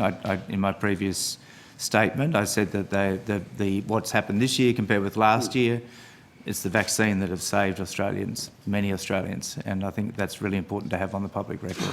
Thank you, Professor Kelly. Senator O'Sullivan. Thank you, Chair. I'll be brief. In the Doherty report, it talks about the combined vaccine effectiveness assumptions on transmission for the Delta variant. I'm not sure whether it's for... Carry on. Okay. So, it talks about the calculated overall reduction in transmission, depending on which vaccine you've got, anywhere from 86% to 93%. So these were based on assumptions that were dealt with at the time of producing this report. We've now had several months following that, and cases are occurring. Is it still stacking up? Are we still on track with that? Studies on transmission are notoriously difficult to design, and so infection is often used as a surrogate for transmission. So if you're obviously not infected with COVID, you can't transmit it. The vaccines vary in their efficacy with effect against transmission, generally between the 60s and 90%, on infection alone. The really exciting thing is that they're all up in the high 80s to 90% when it comes to prevention of serious illness or death. Sure. But transmission studies, there have only been about 3, I think, good transmission studies published. And so, but the message is, if you're vaccinated, you're much less likely to become infected and you're much, much less likely to transmit. But it is still not an ironclad guarantee. Sorry. Oh, sorry, just to add to Professor Skerritt, so I think your question was specifically related to the Delta variant as compared with previous variants? Yes, and that's the particular table I'm looking at here on page 24, table S2.3 is related to the Delta variant.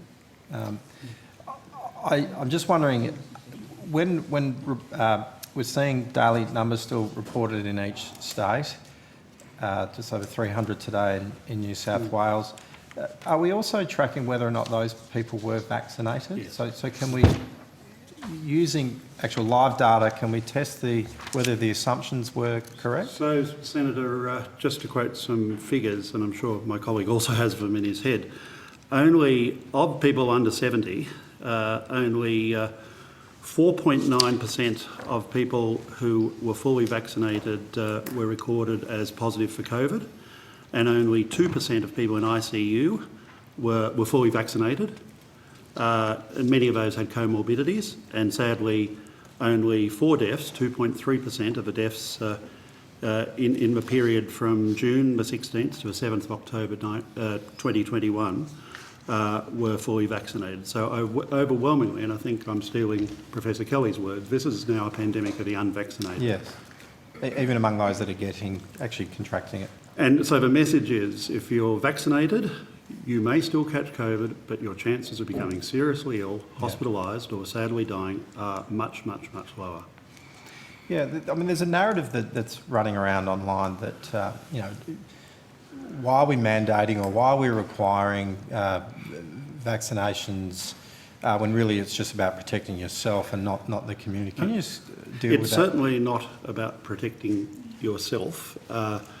When, as I said, infection is not a bad surrogate for transmission. So you get vaccinated, your chance of becoming infected is much, much lower. It's not zero, but it's much lower. Therefore, your chance of infecting the person you're sitting next to without a mask on, or the person you're standing in the shopping queue at Coles in, is that much lower. So it's actually a community good that you're doing. Notwithstanding the fact that it's not compulsory in this country to be, under Commonwealth law, to be vaccinated, you're actually doing a community good. Good. Professor Kelly, is there anything you want to say? No, I think that's the summary. It's both. It certainly is a very strong protector, and we've seen that in thinking through the terrible scenes we saw in aged care last year, pre-vaccination, and the deaths we saw. Very high death rate overall, about 3.2% of people who contracted the virus last year died, and many of those were in our most vulnerable groups, particularly those elderly people in aged care, residential aged care. Very different this year. It's 1/5. The mortality rate is 1/5 what it was last year, and that is almost entirely due to vaccination. So it's a very powerful personal protector. But even more than that, and we saw this most evident in the work that was done in Southwest and Western Sydney earlier this year. Huge epidemic going on, particularly in younger people. We made the difficult decision to put that, and it was my advice that was done, to put extra vaccines, that extra lot of vaccines that came from Poland. specifically into that age group to dampen down, that age group in that geographic setting, to dampen down the transmission, and it worked. Now South West and Western Sydney are amongst the highest vaccinated people in Australia, and it dampened down, and really very strongly and quickly dampened down the epidemic in that area. It's the power of the vaccine. Yes. And just to repeat again what Professor Skerritt said, we're seeing an epidemic not only here in Australia but throughout the world of unvaccinated people. Yeah. Thank you. Thank you, Chair. Thank you very much, Senator O'Sullivan. Chair, can I just clarify something I said in response to Senator Roberts? The $8 billion includes costs of some of the treatments too, the molnupiravir and the antibodies as well. They're a small part of that $8 billion, so it's vaccines and treatments, just to make sure. Thank you very much, Professor Murphy. So, colleagues, that now brings us to the end of whole of portfolio corporate matters. Can I check that the National Vaccine Task Force obviously is part of immunisation? Yeah, great, that's fine. Excellent. So that being the case, we'll now move to outcome 1, health policy access and support, which will include programs 1.8, health protection, emergency response and regulation, program 1.9, immunisation and the therapeutic goods administration. Just for guidance, I'm going to start with Senator Rennick, who has some questions for the TGA, then go to Senator Green, who has some questions in regards to 1.9 and the vaccination. Outcome 1. And then we will take it from there. So, Senator Rennick. Yeah, hi guys, how you going? I've got a letter from the Chief Health Officer of the WA Health Service Providers sent to health workers on the 14th of October, saying that adverse events haven't been reported via the appropriate channels and that they have a statutory responsibility to report adverse events within 72 hours. Why are health workers being reminded of this so far into the rollout? And given this under-reporting, do you have confidence that all adverse events are being reported to TGA, especially in light of the fact that you're reviewing this on a rolling basis for longitudinal purposes as well? Thank you, Senator. And really it's the responsibility of the local government. So I imagine that the West Australian Health Minister and Chief Health Officer will be having some fairly stern discussions if there's credible evidence that, say, a hospital, private or public, or other service within Western Australia has not reported adverse events. I would add that we have had superb cooperation from the states and territories, and there are occasionally allegations or assertions of this. More commonly, the assertions come from individual patients, and for example, I don't want to comment on a particular case for patient confidentiality, but so, for example, in recent weeks there's been a case in the media where someone has said, well, I've had this adverse event following a vaccine, but TGA is not doing anything about it. That was actually reviewed by committee and by the Chief Health Officer of a particular state, I'm being vague deliberately, who concluded that it was not at all related to a vaccine. So in that case, the health system doesn't have to report. Some have a system whereby if it's a death within any period of time, but this was not a death, they do. So this is really an issue for the states and territories. We will never get every adverse event reported. Our role is to actually get a sense of whether, and for example, this contributed to Australia's early response to TTS. So our death rate due to that rare complication of AstraZeneca was so much lower than other countries such as the UK. Yep, sure. So it's really to get that bigger picture. Okay, thank you. So just to follow up on that, I've spoken with a 37-year-old woman who suffered complications about 15 minutes after getting her first Pfizer shot. She's ended up having a stroke and has been in and out of hospital for the last 2 months. She's just had her 18th IV drip in the last 3.5 days. She was categorised as a B1 status, which means that authorities won't say whether or not it was caused by the vaccine. Given that she had the reaction within 15 minutes after the vaccine, I'm kind of surprised, I'm curious to know as to what you have to do to be categorised as having a vaccine injury if in a reaction 15 minutes after taking the vaccine. So apart from anaphylaxis, which is an allergic type response, it does have circulatory components, a stroke, a myocardial infarction, a clot is almost unheard of 15 minutes post-vaccination. The human body just doesn't work that quickly. And so, again, I don't want to delve into that individual's case for confidentiality reasons. I'm aware of what you're talking about. But again, when the panels of experts within the states look at this, one of the key things is a temporal relationship. And if a biological process takes a day to form, clots do not form in seconds. If a process takes days to form, it's generally felt that other things. Now, sadly, even young people, even in their 20s, 30s and 40s, do have strokes. Lower than in the older, but they do have strokes. Okay, thank you. So with that in mind, given that people who, have COVID up to 28 days, I'll stand to be corrected if that's right, but, they can be counted as dying with COVID. Why is it so hard? Why is the onus of proof seems to be on the other way, whereby if someone has a clot, someone who's young and healthy, and I know of quite a few, why is the onus of proof on to prove that it wasn't the vaccine, given that with COVID counting it's the other way around? Well, when it comes to adverse events, the most responsible thing you can do is to see whether certain things are causally related to a vaccination or a medicine for that matter, or are likely to be coincidental. So if you counted every adverse event that happened within 2 weeks of having a vaccine or a medicine, basically you would be incorrectly counting 99%. Because in Australia, 160,000 people, for example, die every year.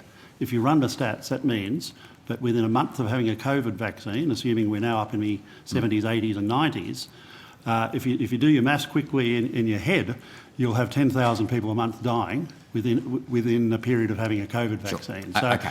So it actually would make the figures worse than meaningless. I accept that. I mean, I'd come back at you and say 17,000 people died from respiratory disease in 2019 as well, and we didn't shut the country down for that. But we'll leave that. So do you think, I've got a number of people who've had adverse events after taking vaccine for their first shot. They don't want to take their second shot and they can't get an exemption. Do you think that it's right that these people are being forced against their own will to take a second shot, get a second shot when they've had a severe adverse reaction to the first shot? Well, we've talked before about the differing roles of the Commonwealth and the states and territories in mandating vaccinations. There is, and ATAGI has produced advice on if, for example, people have an anaphylactic reaction to Pfizer in their first shot, they are encouraged not to take Pfizer as a second shot and be given a second shot. So we have several different vaccines now available to individuals, and so the advice is that if you have had a reaction and your doctor's of a view that it's related to a vaccine, there are alternatives for them to have a different vaccine as their second shot based on medical advice. Right, okay, but, so what are your options? You've got two mRNA ones, Moderna and Pfizer. And you have one totally different which is AstraZeneca vaccine. But we don't have, so I guess that's the next question is when is the Novavax coming? Because many So Novavax, they've pushed, we still do not have a full Novavax application. In fact, I'm meeting with Novavax if I get out of here at 3 o'clock this afternoon. Yeah, sure. And they have announced in the global press that in the next fortnight they'll be finalising their submissions. So no regulator globally has approved Novavax. Yep. They'll be finalising their submissions to major regulators, and we assume that includes us. Okay, thanks. And also But that's when we'll receive a submission. That's the beginning of the process. Yeah. And then with COVAX, I think that's made by an Australian company called Vaccine with an X. Yes. How far away is that up for? My senior colleagues met with that company yesterday. We don't yet have an indication from them on when they will submit, but again, they are welcome to submit with the available evidence, as is any company, Australian or internationally. Okay, thanks. Now, look, I know we talked about this earlier. In the immunisation handbook, it says that people can't be coerced or manipulated into taking the vaccine. Why are employers and premiers threatening up to $20,000 fines for people who don't get vaccinated, for example, in Western Australia, or people are going to be locked out of retail, from going shopping or, crossing state borders? Surely, given Section 109 of the Constitution that says federal laws always override state laws, if federal laws mandate that vaccines can't be voluntary, why are we allowing state premiers and employers to force people to take a vaccine when they can't be coerced? And the other part in the immunisation handbook says that, all all the risks and benefits need to be weighed up. And given that we still haven't completed longitudinal studies on the vaccine and we don't know how many booster shots we need, don't you think people still should have the choice as to whether or not they have to take the vaccine without punishment? Professor Kelly might address that. Yeah, so I might start. Thank you for your question, Senator. So I think the Minister has already answered that from the Commonwealth perspective, we are not mandating vaccines, the COVID-19 vaccine, and that was a very deliberate choice made right from the beginning of the very first announcements. What has happened over time, and this has been a matter of quite a lot of discussion amongst the Chief Health Officers in the Australian Health Protection Principal Committee that I chair, about the risks and benefits of various approaches. Where we have ended up, and AHPPC have given advice to National Cabinet in relation to these matters, it's been published, has been in very specific circumstances where either people are at very high risk, or very high because of their employment, or are extremely vulnerable. That's where we've gone for the mandating, and that's been in relation to aged care. I'll just give you one example. I've been told, and I'll stand be healthcare. corrected. Sorry to interrupt you there. Fruit pickers have been told they've got to be vaccinated even though they're working outside. So just to be clear, so that's the only time that the Commonwealth's been involved with those decisions. All other decisions in relation to mandating for various, and there's quite long lists, I agree with you, in terms of occupations in certain states, have been a matter for the states. They've taken that for their own reasons. Yeah, okay, and I accept that. can't And the answer's answer political, why. I suspect. Sorry, Minister, but I'm aware of the Constitution, and 109 says that federal laws override state laws. And I'm also familiar with employment law that says if it's not in the contract, and this was confirmed in a High Court a couple of weeks ago, I fail to see how employers can force people to take a vaccine, and I'll happy to put the aged care and health to one side there. Why isn't the Prime Minister standing up to the employers and state premiers, telling them that they've got to respect individual choice as to what goes into their body? So the Commonwealth position is that vaccination is voluntary, as Professor Kelly has said. In the case of aged care workforce, where we're dealing with a workforce that's supporting vulnerable people, AHPPC provided some advice to National Cabinet in support of compulsory vaccination for the aged care workforce. That's the one circumstance where that's occurred. In the context of particular employers, the government has stated that where an employer wants to say to its workforce that they need to be vaccinated, there is a process through our industrial relations law that would support that or otherwise, and they should go through that process to resolve that as an issue for them. As Professor Kelly has also indicated, with respect to other elements of the workforce, healthcare workers, for example, at a state level, those mandates are in place by virtue of state law and public health orders that are made under state law. There isn't, though, as such, a law at a federal level, so the context that you bring up of a federal law overriding a state law, there are separations in relative powers. Can I sorry to interrupt you there? So we don't have a federal law so that what's the mandates immunisation handbook voluntary. referring to? Sorry? So when the immunisation handbook says you can't be coerced into taking a vaccine, surely that's relying on a law. Why is the federal government holding that position if it's not in the law? The vaccination handbook is reflecting the Commonwealth's perspective that vaccination is voluntary, but there are other legislative powers at a state level that give them the capacity to put in place public health orders, as we are seeing around the country, that provide mandates. Okay, thanks, Minister. Look, now just back to our conversation we had a couple of months ago, Professor Skerritt, about ivermectin. You said one of the reasons why you banned GPs from prescribing it was that you weren't confident that 12 milligrams a day was safe. Do you remember that conversation? I remember it well. Yep, okay.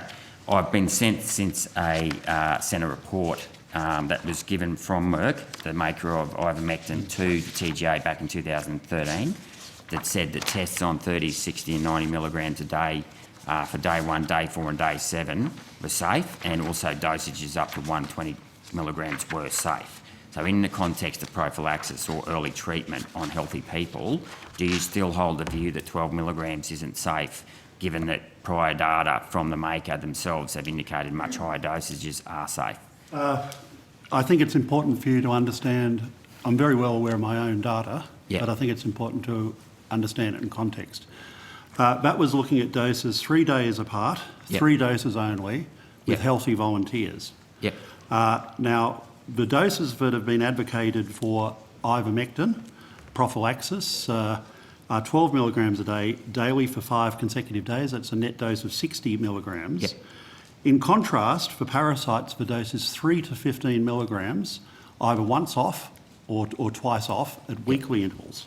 So the ivermectin dose at 60 milligrams net over 5 days is 4 to 20 times higher than the dose used for parasites. How do you come up with 20? I can see. Well, 3 milligrams, depending on the patient's body weight, because of the toxicity of ivermectin, it's titrated according to the body weight. Some less toxic medicines, everyone gets the same size pill, no matter whether you're a 12-year-old kid or a 200-kilogram adult.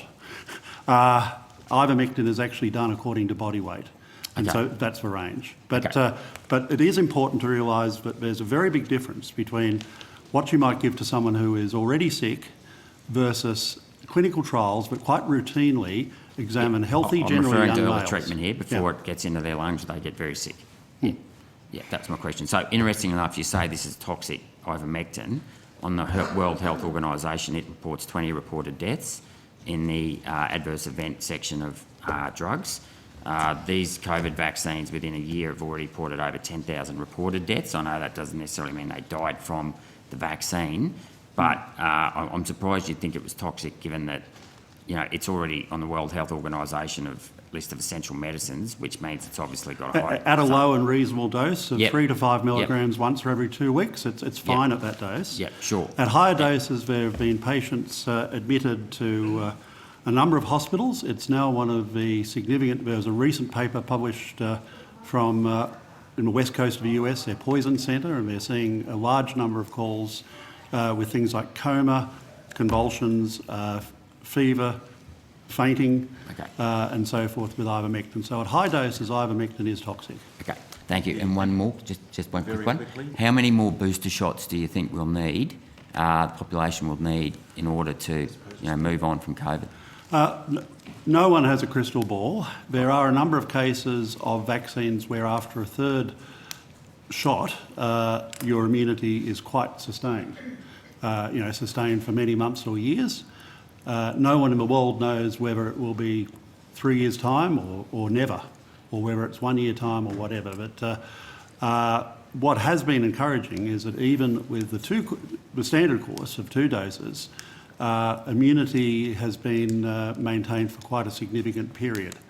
And so the booster shot is really a case of providing even additional support, especially against infection. The protection after 2 shots against serious illness or hospitalisation is still extremely high. So we won't necessarily need to mandate third shots, in your view? Well, I don't think anyone is talking about mandating third shots. We're not talking about mandating. I can quote the Minister for Health, because he and I were at a press conference this morning. He was asked, does he believe third shots will be mandated? And he said he doesn't see a reason at this stage. So I'm actually quoting Minister Hunt on that. Thank you very much. Thank you, Senator Rennick. Senator Green. Thank you very much. And I also have some questions about misinformation around vaccinations and COVID vaccines. Just to begin though, Professor Skerritt, what powers does the TGA have in regards to misinformation around medicines? So our powers, we are the regulator of medicines advertising. Now, advertising does have a broad meaning. So, for example, a doctor promoting a medicine more broadly to the general public does form advertising. If you're looking at particular individuals making comments about like if a number Liberal of deaths senator or posts whatever, something on Facebook, for example. or some of that material on Facebook, it is not advertising as such. It's actually, it's not promoting a particular product. If you don't have a particular product that you're saying, take this, it's actually not advertising. However, we are aware of the fact that It is, in our view, and we've said this in press release, dangerously misleading. And I have written to both the Australian CEOs... I have some questions about that. Yep. I got in before you. We have written to the Australian CEOs of Facebook as well as YouTube and explained that, because we've got a good working relationship with them, more with people promoting things illegally, but we've said, while this doesn't constitute advertising, we'd ask them to consider strongly whether they should continue to host those posts. Now, it will be their decision. Right. You've previously written to Mr Palmer warning him that his pamphlets distributed to Australian households pose an unacceptable threat to the health of Australians. That's right, isn't it?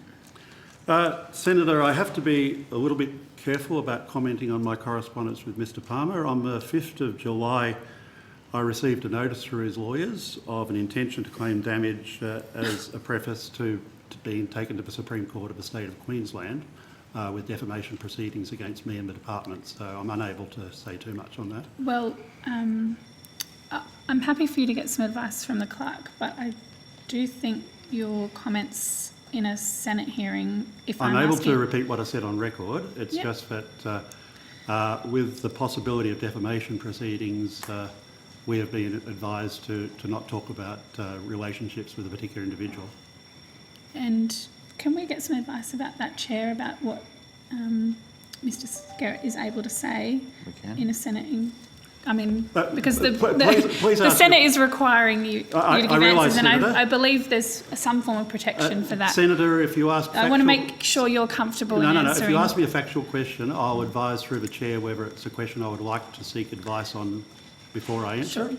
It may be that I'm entirely comfortable answering it. But in regards to correspondence, you've written to Mr Palmer directly? Correct, and that correspondence has been circulated in many people's letterboxes, probably in their recycling bins now. Your correspondence or yes, Mr Palmer's? My correspondence to Mr Palmer was also circulated, I believe, by Mr Palmer and his response to me through a number of flyers included with grocery advertising. It's pretty public, right. But that's in the public domain. Has he stopped distributing pamphlets in people's letterboxes after your correspondence? I do believe there were pamphlets distributed after I wrote to Mr Palmer. I think that's again on the public record. Yeah. You also wrote, I believe, to the Grant Broadcasters Network about radio advertisement that Mr Palmer was paying for and running that posed the same threat. And those advertisements, as I understand it, they were discontinued by the network. That was a decision by Grant. Yep. Certainly there was no pressure from the department threatening the broadcaster with legal action or anything of the case. Sure. They made their decision. In fact, I think they may have even made it before they received my letter. You've written to the member for Hughes as well, I believe. Was that in regards to text messages that the member for Hughes was sending? Again, it was in his capacity as the new leader of the United Australia Party, and it was in the case of, and again, this is in the public domain, there were incomplete extracts from the database of adverse event notifications, which, if read, would have suggested that there were several hundred deaths causally, i.e. caused by, the vaccine. And we wrote to him explaining that we believed that it was quite misleading, dangerously misleading, and we also said that we had sought legal advice. In fact, we wrote to him through our lawyers, and again, we've said this in the public domain, that we were seeking legal advice about potential copyright action in the Commonwealth Copyright Act 1968. Okay. But when it comes to Facebook and YouTube, as you've preempted, you have, the Shadow Minister for Health, Mark Butler, wrote to you about these concerns. Yes. You've subsequently written to YouTube and Facebook. Correct. We know that United Australia Party has already spent $1.2 million on YouTube advertising in less than 2 months, and that the ads encourage people to watch videos on the UAP YouTube channel, which implicitly question the safety and approval of vaccines. What did you say to Facebook and YouTube about these concerns, and what did you ask them to do? Simply, and I'm more than happy, I don't think there's any problem with tabling the letter. If you could, I It would be appreciate very that. happy to. Essentially, as I said, to paraphrase it, we said that this doesn't constitute advertising, and so we don't have advertising powers. We welcome the fact that we've worked with a number of social media channels successfully when, for example, unproven treatments have been promoted, and we've welcomed their cooperation. We invite them to consider the material that that group has used through their channels and for them to decide. But I don't think there's any harm in tabling those letters. Now, you say it doesn't constitute advertising, but that's under your Act. Correct. Right. So, Minister, is the government considering making changes so what we now know as advertising? I mean, $1.2 million on YouTube, that's advertising, right? Well, Senator, I'll have to take that specific question on notice because that wouldn't be a question for this portfolio. It would be a question for the Minister for Communications. So I'm happy to take that on notice and come back to you. It's I having an impact. Senator, I honestly am not arguing with you in any sense with respect to this. Just want to make sure that you and the committee have the appropriate information. And so, you know, don't take my answer as being any form of pushback at all. We all understand the importance of good information with respect to vaccines, the rollout and treatments for COVID. We are very much supportive and have confidence, full confidence in the work of the TGA and Professor Skerritt, and so very prepared to support that work. It's particularly a concern for Indigenous communities, as evidence. I think you provided that evidence previously. Minister Wyatt was conducting an interview in regards to Indigenous jab rates, and he said that we've got to get rid of the anti-vaxxers who are peddling mistruths to Aboriginal communities who are extremely vulnerable. The journalists asked him, are these people, are they risking lives? And Minister Wyatt went on to say, oh, they're risking lives and they're risking the lives of vulnerable communities. Are these, the people who are spreading this misinformation, are they risking the lives of Australians? Senator, I won't try to venture into the land of opinion, but I think, as you've heard eminently throughout this and earlier hearings, vaccinations, just simply by looking at the southwestern Sydney data, the Victorian data, vaccinations have saved many lives. So if people are discouraged from being vaccinated based on false, while respecting the ability of people to make their own views, if people are discouraged from being vaccinated based on false, incorrect, fabricated information, then lives are being risked. Thank you. Minister, did you have something to add to that? I was actually going to agree with that, and I know that the Vaccine Task Force, who we heard some questions to them this morning, are working very hard at a community level to dispel that information, that misinformation, from wherever it's coming from, because it is having an impact on vaccination rates, and I agree with Professor Skerritt, it has the potential to cost lives, and so that's why so much effort's being made by the government to counteract that misinformation, very specifically at a local level. Just on the efforts to counteract that information, I've got a couple of questions on that. But Liberal Senator Rennick, Senator from Queensland, has said on his Facebook in regards to Pfizer, when are these snake oil salesmen going to be called out? The Pfizer shot doesn't deserve to be called a vaccine. Minister, are there comments like this risking the lives of Australians, and have you spoken to Senator Rennick about these comments? Well, Senator, I haven't seen those comments specifically until now. I don't agree with those comments. I think quite clearly you've heard the perspective from the Chief Medical Officer with respect to the positive impact that vaccines are having in the community. I've expressed that myself in the chamber, so I don't agree with those. And I wouldn't support those comments. Is a member of your government, though, Minister, what action are you going to take in regards to comments like those? Well, I'm happy to follow up on your advice to me today in respect of that, because they're certainly not comments that I support. They're not supported by the evidence, so I'm happy to follow up personally with my colleague, and quite frankly, I'll make a general message to all my colleagues. The evidence is absolutely clear with respect to the positive impact that vaccinations are having. We're seeing it throughout the community, and I don't support any comments from anyone, quite frankly, that seek to diminish the reality of the positive impact that vaccines are having in respect of COVID.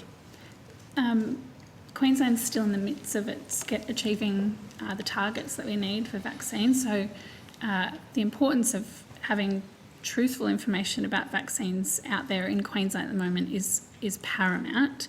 Mr Rennick has also posted on Facebook in regards to young people getting the vaccine that you can't protect the weak by destroying the strong, and made reference to adverse, as you've seen today, adverse effects of the vaccine that may or may not be truthful.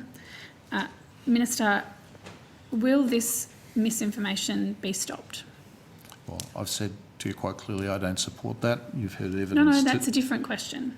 Well, Senator, Are we going to have a member of the government, a Liberal senator for Queensland, out there over the next couple of weeks during a really crucial time for Queensland to get vaccinated, talking about the vaccine in this way, spreading misinformation, stopping people from getting vaccinated? And if you think it's Senator a discrete... Green, your time is about to expire. Sure. If you think it's a discrete issue, I'll put this to you. I don't make a habit of looking at Senator Rennick's Facebook page, but I did last night because I was preparing for this hearing. He posted a Facebook video yesterday about adverse effects on vaccines. In less than 12 hours, 31,000 people had viewed that video. What are you going to do to stop this? Senator, I would encourage Senator Rennick to post the evidence that he's been provided today, which actually dispels what I assume is the same information, because it's not true.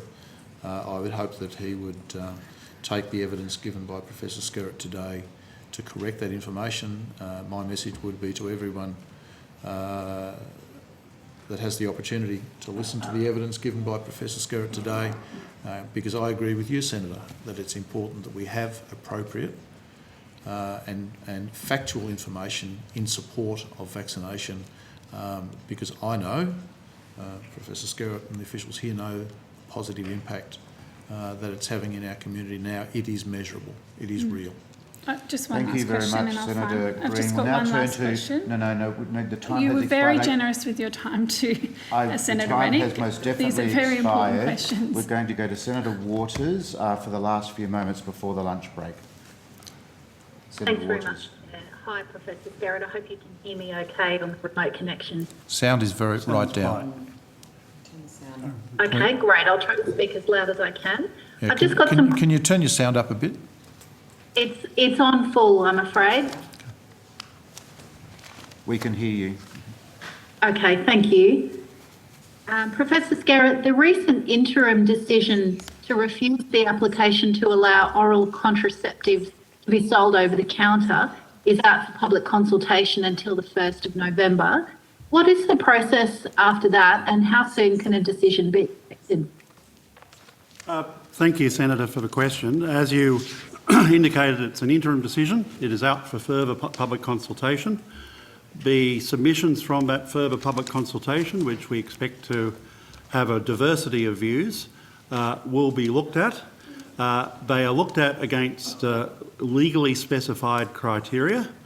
So, for example, one of the main criteria that any medicine is looked at for whether it should be under prescription or over-counter is safety and prevalence of adverse events, and also the nature of whether it is suitable for pharmacist advice or whether the nature of the therapeutic alternatives require a doctor's advice. So it isn't just open slaver in reaching the decision. There's things specified under section 52(3) of our Act that the decision maker has to consider. I expect the final decision to be announced by Christmas. Okay, thank you.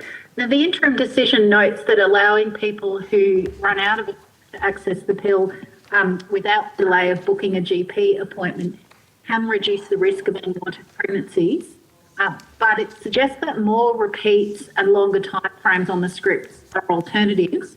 I'm interested in what the TGA is doing to progress those alternatives.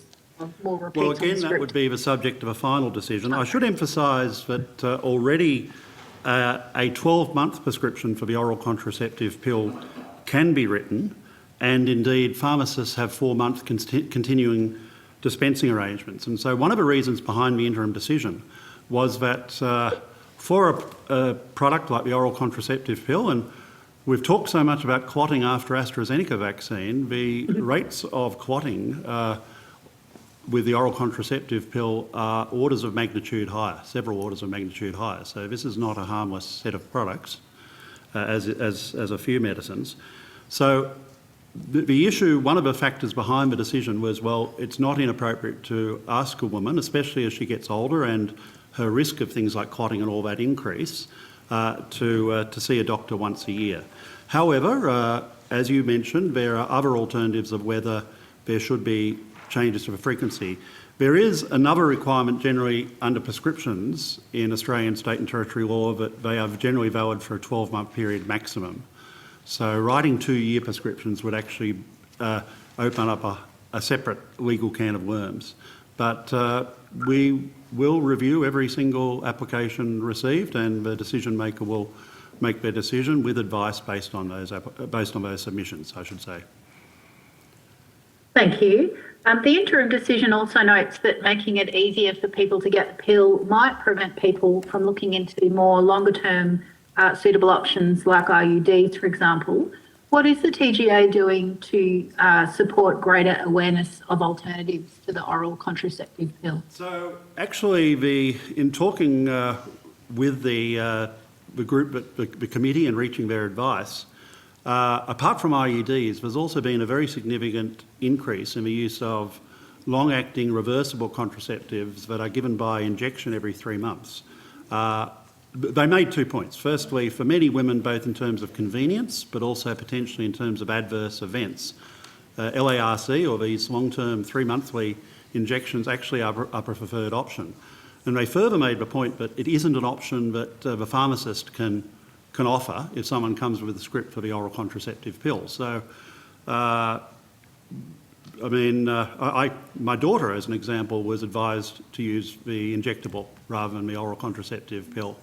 So it's quite a common discussion. There are other alternatives such as IUDs, which again are suitable. So if a woman, for example, has a previous history of clots, they may suggest an IUD as opposed to an oestrogen-based substance, or they may alternatively suggest a progestin-only pill, although the efficacy of those are lower. I would add that it's important to remember that since, I think, 2004, the morning after pill has been available in Australia over the counter. So it's a case, and Australia was one of the world leaders in enabling women who, for whatever reason, need emergency contraception to get it without fear or favour from their pharmacist. We do provide information on products through our product information, through the consumer medicines information. So any person wanting to find out about, one of these long-acting contraceptions or different types of a pill, there's plain English consumer medicines information in a central place on our website, as well as a detailed prescribing information for doctors. Can I say how refreshing it is to actually have answers to the questions asked? Thank you very much, Professor Skerritt, and thanks to the Chair for the call. Thank you, Senator. Thank you very much, Senator Waters. We will now break for... tabled documents, We'll sorry. now just break for a few moments, but I'll come to your question in a second, but I'm just going to give some guidance to the witnesses and other senators. So we will resume at 2 p.m with outcome 1, and we'll continue to take questions to the TGA, and I'll start with Senator Antic when we begin at 2 p.m, and he'll be participating remotely. Senator Green, do you have a question? Professor Skerritt, you said you'd table the letter that you sent to Facebook and to YouTube, and you haven't received a response, but I assume... We haven't received a response. That's okay. So just the correspondence The question is whether you'd like me to call my office and organise it for it to be tabled now, or for else you to get it as a QON, as a QON. Well, definitely not a QON. Can we have that tabled, and would you mind if they send it electronically to the Secretariat? Okay, I'll work on that over lunchtime. Thank you so Senator. much. Chair, can I ask, just for the benefit of the Vaccine Task Force, how long they may be required after lunch, because they were planning to leave at this time? I'm not sure how many government senators are going to come in here and grill the TGA, so I have a reasonable amount of questions left on vaccinations, but we're aiming to get there as soon as we can. Is after hearing from Senator Antic, who I understand has sort of an abbreviated set of questions, I'll then go to Senator Green and seek her cooperation in asking questions of the vaccination rights, so that we might be able to send General Frewen on his way. Thank you. Thanks, Chair. Thank you. So we'll suspend until 2 p.m.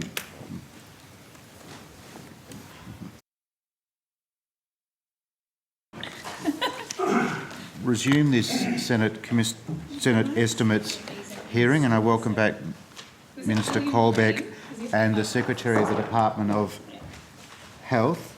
Just to confirm for senators and witnesses, we'll shortly hear from Senator Antic, who has some questions in regards to the TGA.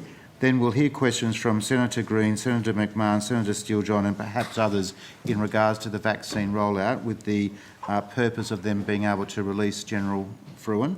Then we'll return to TGA-specific matters where Senator Roberts and Senator Abetz have questions. Just to follow up some outstanding items, Secretary, I think some advice was coming back in response to some questions that Senator Steele-John had raised. The Chief Legal Counsel, I think, was going to... And so this is just an opportunity to respond to the questions that were outstanding. It's not an opportunity to take further questions from Senator Steele-John at this point. Excuse me, Chair. Could you ask where ATAGI... Yes, so I've been able to confirm, Senator Roberts, that ATAGI is in outcome 1. So after your TGA questions, you might like to ask your ATAGI questions. Although the ATAGI officials weren't requested as witnesses, but we can certainly talk about ATAGI processes. Yeah. Thank you, Secretary. Ms Davis. Thank you. In relation to the questions that Senator Steele-John asked, AGS was engaged on the 3rd of August 2020 to provide legal advice and support on the drafting of the instrument, and has provided iterative advice since then. The advice has included advice on the legality of the instrument, on the draft instrument, and also the Legislation Act. But no advice has been provided at this stage on the Human Rights Parliamentary Scrutiny Act. Thank you very much. Professor Skerritt, your documents have also been tabled for the committee, which was a matter outstanding. Thank you. Just one other process matter. Senator O'Neill has some questions in regards to procurement. Just wondering, Secretary, where... So, in relation to vaccines and treatments, or...? No, they're more general. More general, that sort of whole of portfolio. I don't know whether Mr Wan is... Which we've moved on from. I'll speak to Senator O'Neill privately about how we might accommodate that. Senator Antic. Thank you, Chair. Can you hear me? We can hear you well, but it wouldn't hurt to speak up further. Yep. I will try. I'm very softly spoken. Perfect. Thank you very much. Thank you, Chair, and thank you to the TGA for being here. I have a couple of questions about the vaccines, the current vaccines as they stand right now. The Pfizer vaccine was given provisional approval on, I think, the 25th of January of this year, and AstraZeneca on the 15th of February. What I can't see from the information on your website, though, is when the approvals were actually sought. Are you able to advise me? Actually, I missed a word. Could you just repeat that question? Sorry, my question is when Pfizer and AstraZeneca sought the approval, when they applied for provisional... Oh, okay, when the application was made. So I'm just looking for the number of working days. It's a little bit complicated, Senator, by the fact that we allowed those companies to do what we call a rolling submission. And so while the actual final submission dates, and I do have them somewhere here, may appear only a few weeks before the actual approval date, they did give us bits and pieces of data earlier on. So the Pfizer vaccine, the submission was made, and we work in working days, although that's a bit of a myth at the moment because every day seems to be a working day. The approval for the submission for Pfizer was 54 working days prior to the 25th of January. And I guess if you take working days to be weekdays, that would be just under 11 weeks before, which top of my head would say would be the first few days of November 2020. AstraZeneca was approved in 48 working days, which again, it was approved on the 15th of February 2021. And so if you do your maths again, that's about 7 weeks, which would take you, let's see how good my mental arithmetic, would take you again to November, the actual submission for AstraZeneca, November 2020. Thank you. Is that a fairly short amount of time? I mean, is it certainly it is. Now, what we did, as we said publicly, is we would do several things with these vaccines. We wouldn't compromise on the amount of work we did on the review, but we did several things. Firstly, we sadly did have teams working up to 7 days a week, and we were extremely busy through Christmas and New Year. Because both of those periods cut across Christmas and New Year, you might notice that the Pfizer vaccine was actually approved while most Australians were on a January long weekend. And that's a credit to my hardworking staff. They've just, I do have some welfare concerns. They've just been at it for over a year. The second issue is that we had multiple teams working on parts of the data simultaneously. We also enabled the companies to give us data as they had it rather than wait till the full package in one go. And the final thing is we worked extremely closely with global regulators. So whether it's for these vaccines or whether it's, for example, the Pfizer 5 to 11, whether it's Novavax, we're working, for example, respectively with the Americans and the British on, the Americans and the Europeans on that. So all those reasons enabled us to do what is normally 9 or 10 months' work in 3 or 4 months. And will that same process be afforded to upcoming treatments and therapies, other vaccines? You mentioned Novavax, but also some of the monoclonal antibody therapies. It has already been afforded to monoclonal antibodies. We've approved several monoclonal antibodies. We approved the Regeneron monoclonal antibody recently. Before that, we approved another monoclonal antibody called Sotrovimab. We approved Remdesivir last year. We have several of these products in front of us. So the COVID products, in recognition of there being a pandemic, get the highest priority. I'm very proud, though, that we haven't dropped our service standards, for example, on cancer drugs and other drugs, because if you're a cancer patient, cancer drugs are important to you, of course. But it has really meant the most busy time I think our organisation has ever had. Understandably, and credit to your staff to do that, of course. The chances, therefore, of these, and I just want to explore these other alternative therapies, the monoclonal antibody treatments that are coming up. They sound very encouraging. Can you envisage a time when people, rather than perhaps requiring a vaccination, can rely on treatments a little bit like we've done with HIV, we did with SARS, we did with MERS, and if so, how long into the future will that be? No, I don't think for most viral... So let me go back a few steps. For some viral diseases, and HIV/AIDS is the exemplar of that, despite, and I was a biomedical researcher in 1983, and at that time colleagues, I wasn't working on vaccines, but colleagues were busy working on HIV vaccines, and 40 years later, almost, it's still a struggle. Where you can develop a good vaccine to a viral disease or even a bacterial disease, it is always your best approach to prevent people getting ill, to protect people from getting ill, and to protect people from transmitting the disease. It's a bit like having a good building built away from a bush, rather than saying, don't worry, we'll put the fire out once it starts. It's always better to prevent a disease, a communicable disease, through vaccination than it is through treatment. What the treatments are there for are for the unvaccinated, but again, we're saying don't rely on these if you're unvaccinated, because firstly, while the treatments are effective, they're not totally effective, and secondly, people will be sick by the time they will be taking those treatments. And when are those monoclonal antibody treatments likely to become online and effective for treating Australians?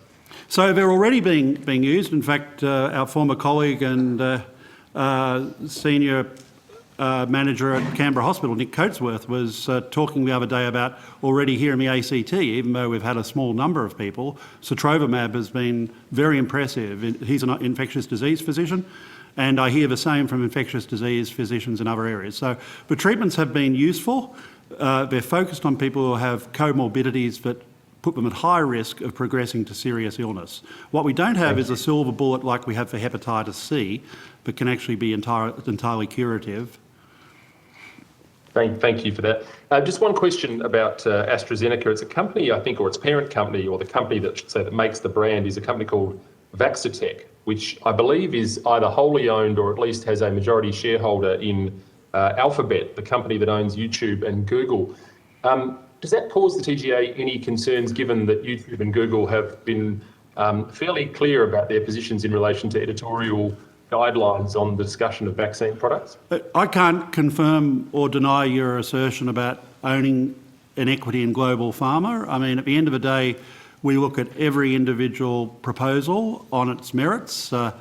Clearly, we're importantly interested in data integrity, but we don't go into, for example, who has what percentage of shareholding in a particular company.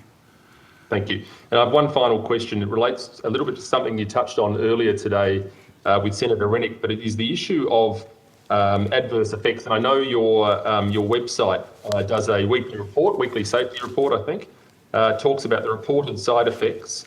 And of course, you know, we always talk about the importance of data and strong data, but I'm interested in just understanding how it is that those side effects, those adverse effects that you refer to, which can be anything from a headache and sniffles all the way through to death, presumably, how they're reported to you, and whether or not you're confident that you are capturing all of the data and therefore all of the reported side effects. Senator, we're confident we're capturing the overwhelming majority of data. Let me explain why that isn't 100%, but it's a very high percentage. And it's mandatory for the companies to report every adverse event of significance that they know about. But in Australia, it's not mandatory for individual doctors or individual consumers and patients to report adverse events. Now, the difference is, though, with a vaccine, where people have a serious adverse event and say they're hospitalised at a hospital within the New South Wales or Victorian healthcare system, those systems require their hospitals and staff to report in. So that's why we believe we're getting a very high percentage. But there may be an individual who may have chest pains for 2 days after Pfizer, feels perfectly fine. They may have had mild myocarditis. If they didn't see their doctor, then that won't be reported in. But our role is really to understand what the major, serious and significant adverse events are. That's much more important than knowing whether it's 32,000 or 33,000 reports. Well, thank you. But I put it to you that the numbers must be significantly higher than they are reported, are they not? Because we are talking about, as you say, doctors and individuals that don't have an obligation to report. There is what seems to be significant anecdotal evidence of people suffering all sorts of adverse reactions that presumably just never get reported. Any individual can report. There's a simple consumer-friendly reporting form. There's also what we call active or stimulated reporting through another program that we work very closely with the National Centre for Immunisation Research and Surveillance, called AusVac Safety. And that actually sends to a proportion of individuals, quite a significant number, a text message at several intervals after the time they've been vaccinated, and it checks whether they're okay, encourages them to see their doctor if they've got any serious events, and report. So I think it's probably fair to assert that compared with any vaccination campaign, or even indeed any medicine use in this country's history, we probably have captured a fuller picture of the adverse events to COVID vaccinations than, for example, any other form of vaccination, just because of the great awareness and the very close partnership we have with the state and territory health systems. But it is very likely, is it not, that people are simply just not, in large numbers, are simply not reporting adverse reactions? I don't know whether it's large numbers or small numbers. I think that there are probably a very significant number of people who have the expected short-term adverse events of, say, gee, I've got a really sore arm where I've had my shot, or I've had the runs, a bit of diarrhoea for a day or two, or I'm going to spend the rest of the afternoon in bed. And I think more and more those people, the message has gone out that it's the vaccine doing its work. These are expected mild adverse events, self-limiting. I agree with you that a large number of people who might have a 24-hour headache are not reporting, but I would argue that anything that's serious enough to go to a doctor, and in particular to a hospital, will almost totally have been captured by the system, Senator. Thank you. Nothing further from me. Thank you very much, Senator Antic. We'll now move to Senator Green. Thanks, Chair. I've got questions, and as we've discussed, we're trying to prioritise some questions for General Frewen around vaccinations. So we'll go through those. I just wanted to get an update on the vaccination rates for First Nations people, so that might be helpful to get you at the table, General. Thank you. What's the current gap between First Nations and non-First Nations Australians in terms of first dose and second dose?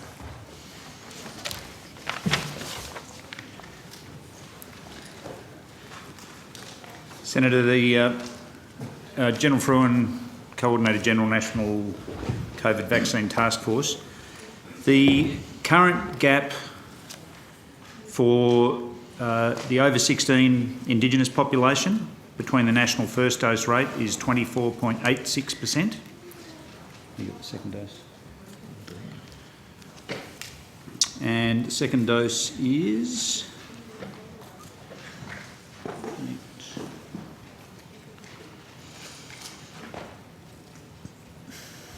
And the gap between second dose for the over 16s is 25.5%.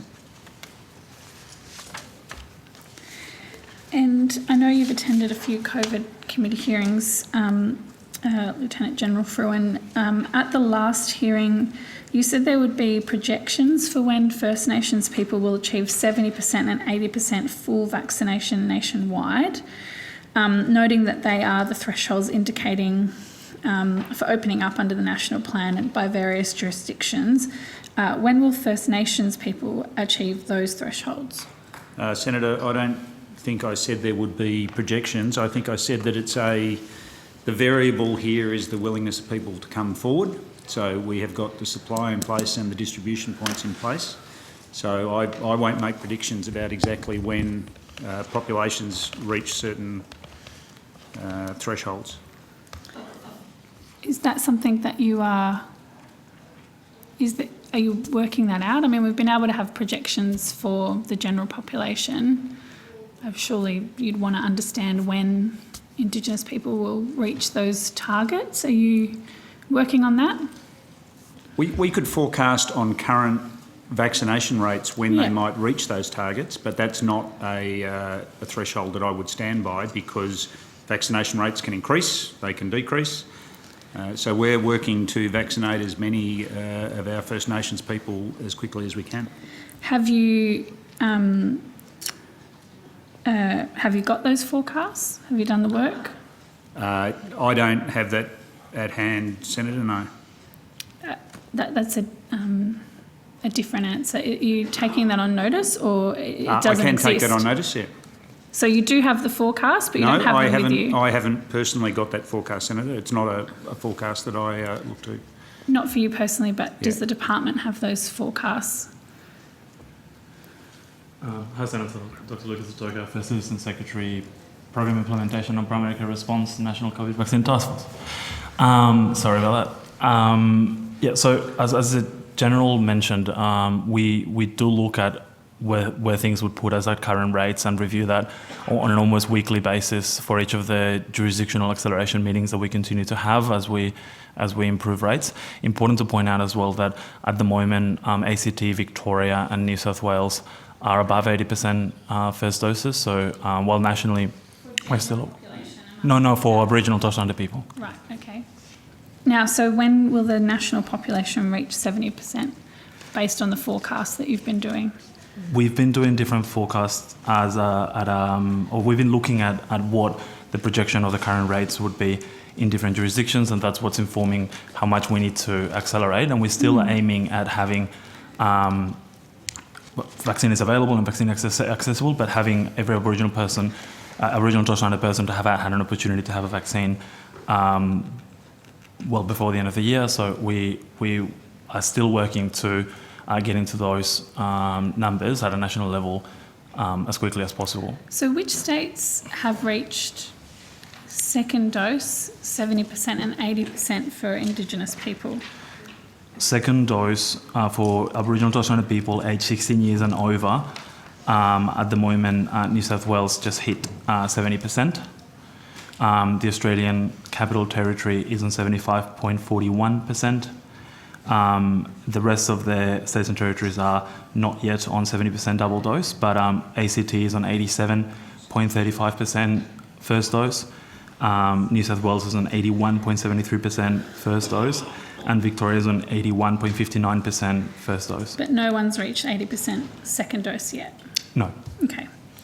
And only New South Wales and ACT have reached 70%?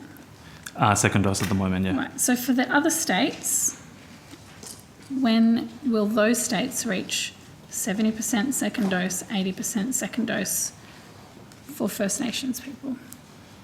I don't have an answer to that, Senator. You said that you'd been working on those forecasts. Yeah, but that's not telling me when they will reach it. That may tell us, if nothing else changes, at the current rate. That's what I want to know. All right, so we'll... Can I be clear? There is a difference between, if you have the information, you are obliged to give it to the Senate. We'll look for it, yeah. Yeah, and you can explain the context of that information, of course, but you can't just not give it to me. No, I understand, Senator, yep. So do you have the answer? We have forecasts at the current rate, and we'll seek to produce them. No, I don't have that specifically in front of me. Okay, can someone bring that back Yes. to us? Because we'll need to know that before the end of the day. We will. Mr. De Toker, at the last COVID committee, I think you said you'd provide vaccination gaps and how those are forecasting for April, May, June, July, August, September, and October. That hasn't been provided yet on notice. Do you have that information for us today? No, we were working it through from the last Senate Select Committee last week or the week before, Okay. but we'll provide it. Is First Nations vaccine rollout data by community provided to the states and NACHOS? So, and please understand, I'm not trying to obfuscate. Like, literally, the definition of community is complex, noting that the majority of Aboriginal people live in urban and regional settings. So we do provide a whole range of data to partners as part of informing their planning for their Aboriginal rollout. Aboriginal Community Control Health Services have access to air data directly, so they can extract data that is relevant for their areas. Data at the SA2 level is provided as part of the acceleration meetings to each jurisdiction, which includes the ACHOs, the state and territory governments, and other partners as part of the acceleration effort. At SA2 level, did you say? Yep. Yep. But particularly to support the Northern Territory government and some of the community-specific requirements, we're also providing data at the SA1 level to the Northern Territory government, noting that the more granular you go, the more imprecise the data becomes. And SA1 level is statistical analysis as to the units What's of the level of data that you are publishing at the moment? You're making that information public, I think, General Fruin. So at the moment we're providing weekly, I'm talking about First Nation specific data. Yes, that's what I'm asking about. We're providing weekly overall numbers and by jurisdiction, and then we're also providing a breakdown at the SA4 level. and then we're providing a breakdown at the local government area level for the 30 LGAs that are highlighted in the acceleration plan. Okay, so if you have access to the SA2 level for everywhere, why aren't you making that information public? There are a number of reasons why small geography data is used for planning but not necessarily for public release. Inaccuracy of the data when you go to a very granular level, the possibility for identifying people and the requirement to suppress cells, which at the SA2 level for Indigenous people may be a significant number of cells. Mr. Pardon? Can you slow down a little bit? Sorry. There are a number of reasons why small geography data in some data sets is not provided at a public level. SA2 data, particularly for First Nations people, can result in very small counts that, according to ABS, a standard process would have to be suppressed. So very, very significant chunks of the data would be suppressed and According public to release. ABS. There are rules for how small geography or best practice small geography data is released to protect individual privacy and reduce the chance of re-identification. There's also the issue that the more granular you go, if there are inaccuracies on the data, inaccuracies on addresses, the higher the chances that that's disproportionately impacting an area. And so while that data is really useful from a trend perspective and to inform planning activities, it has limited value and potential for interpretation issues at a public national level. LGA data is currently published for those 30 LGAs, and as I said, SA4 data has been published weekly for a while now. Can I ask, you mentioned the ABS rules, is that the only reason that that data is not being published, or is who's made the decision not to publish that data? Which data, sorry? The SA2 data. So at the moment we're not releasing SA2 data. I know that. I'm asking you why. But Whose just not decision is that? So for no part of the program we are releasing public SA2 For data. Indigenous communities is what I'm But asking. we're not doing it for general population either, Senator. I'm not asking you that. I'm asking you about the Indigenous communities. Who's made that decision? Whose decision is that? It's being You're done providing in it accordance to. with the guidelines, Senator. You're providing it to states and nachos, but not to the public. And whose decision is that?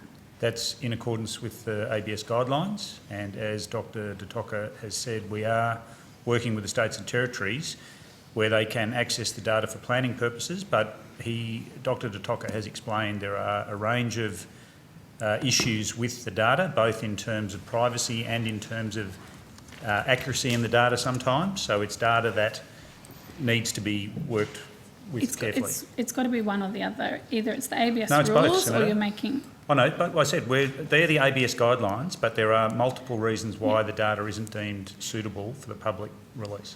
And who's made the decision that it's not suitable for public release? Is it the Minister or the Department or yourself, General Fruin? I take advice and act in accordance with guidelines unless there are very specific requests, and then we work with the state and territory authorities. Sometimes I will seek guidance from ministerial officers, but in this case I believe we're according with the ABS guidelines. I just want to go back quickly to the projections question. I have just checked Hansard just to make sure I wasn't misquoting you. The reference I'm talking about in terms of projections, General Fruin, you said, I've never set specific timelines for when we will hit 70% and 80% and 90% marks. We can give projections of when you might get there if people keep coming forward at rates that they have been. Those are the projections I'm talking about. Sure. So we are getting them, Senator. So when I was asking for the forecast, that's the same thing. We're talking about the same thing. We understand. We are sourcing to provide to the committee today. Yeah, and at current run rate, what the forecast would be. And that's on the understanding that it's on the current rate. It could get better if more people come forward. It could slow down if we get to the last group of people who are quite hesitant. We certainly hope the former, Senator. Yeah, no, I understand. What is the Department of Health doing to improve the efficiency of the vaccine rollout in Indigenous communities, especially those in remote and rural areas, in light of many state and territories opening up or setting plans to open up their borders? Yep. Essentially got a timeline now that you're up against. Sure. So we did discuss some of this at the last committee, Senator, but we are looking at every possible option and pathway to accelerate vaccination rates in Indigenous communities. We are working and have been in an ongoing sense with all of the ARCHOs, with the Indigenous Advisory Council for COVID. We are working very specifically with the states and territories as well. We have run, just last week, I've run a forum with industry on Indigenous vaccination and where industry are supporting us and how we may be able to either learn from industry and share some of those lessons or to do more to support industry in their support of Indigenous vaccine rollouts. We are taking lessons from those areas where we have had the best success and sharing that and working with the states and territories to implement that in things such as door-to-door vaccination, which has had great success in Western New South Wales, and we're now utilising door-to-door vaccination techniques, for example, in some other communities. But Dr. Detoka works in this to more detail. So I'm just conscious that I don't want to just rattle off activities across 30 LGA, so I was wondering if you have any narrowing for the question, because I think there's a lot of work that you've been doing previously, and you've certainly given that evidence before this committee and also in front of the COVID committee. But in the last few weeks, we've had plans announced from various states. Queensland's one of them. I think Tasmania might be another one. I'm not sure. Northern Territory. So now there's actually a time frame that needs to be met. Have you made any, but since those dates have been announced, has there been any additional things that you've put in place to try to make sure that the vaccine rollout meets those time frames? So to clarify, the plans that you're talking about are the plans to open up the communities and the economy, and so the measures to try and get vaccination rates up in advance of that. There's a time frame now, and yes. And the risk has always been that we might reach 80% vaccination in a state but have very low levels of Indigenous vaccination rates. Yeah. So Senator, the sort of redoubling of efforts and trying every possible avenue, to be fair, to try to lift Aboriginal and Torres Strait Islander vaccination rates has continued to increase day by day, week by week, in the many meetings and additional resources and additional vaccine that we're providing as part of that acceleration effort. I don't think we can say that it's changed significantly since those announcements have been made, because we're already, frankly, quite frantically trying to improve those rates, because we are conscious that, and we have been since the beginning of the pandemic, there might be particular vulnerabilities in some Aboriginal and Torres Strait Islander communities. So those announcements haven't really changed the effort, because the effort is already going as hard as we can, as fast as we can, and that includes all the partners, not just the government, but the other governments and the Aboriginal Community Control Health Services, to try to do as much as we can to continue to lift those rates. And we are seeing progress in the last, I think General Frewen mentioned it at the beginning of the hearing, for the first time in the last 3 weeks or so, we have seen quite consistently that percentage of first doses that go to Aboriginal and Torres Strait Islander people have been above parity, which is a positive sign. The gap is still large, and there's a lot of work to do, but it's inching towards closing. So we're just redoubling the efforts at every moment. The one other area we haven't mentioned, Senator, is the communications space. So we have just launched on the weekend a national campaign aimed at Indigenous people, For All of Us campaign. We are also working on understanding and countering misinformation, and we're also working on very specific products for local communities done in consultation with the local communities. Products for local communities, what does that mean? Both information products and advertising campaign type products. I just have a couple more questions on this topic. The 30 priority areas, how were they chosen, and have we got a list of those yet? Yes, Senator. I think we covered this at the beginning of the plan in the other committee. The 30 priority areas were identified as a starting point, and we need to be clear that we talk about those areas, but we're not forgetting about the rest of the country. Acceleration activities are happening all around. But the 30 priority areas were selected with a combination of both where the rates were lower or the lowest, but also where the populations were high so that we could have the most impact. 20 of them are metro or regional, 10 of them are small rural or remote. The list is public, and the rates in those priority LGAs have been public as well since early September. And that's the only LGA data that you are publishing? At the moment, Only the 30 LGAs. Okay. Just finally, we have a Aboriginal controlled health organisation in Cairns. Wuchopperen. They're working really hard. Yep. They're quite, it's overwhelming for them. Not that they really show it, but they have always used, before COVID, long before COVID, incentives to try to get people through the door, not financial, but, a T-shirt, a water bottle, a free barbecue, things like that. They have raised the issue of incentives with the federal government.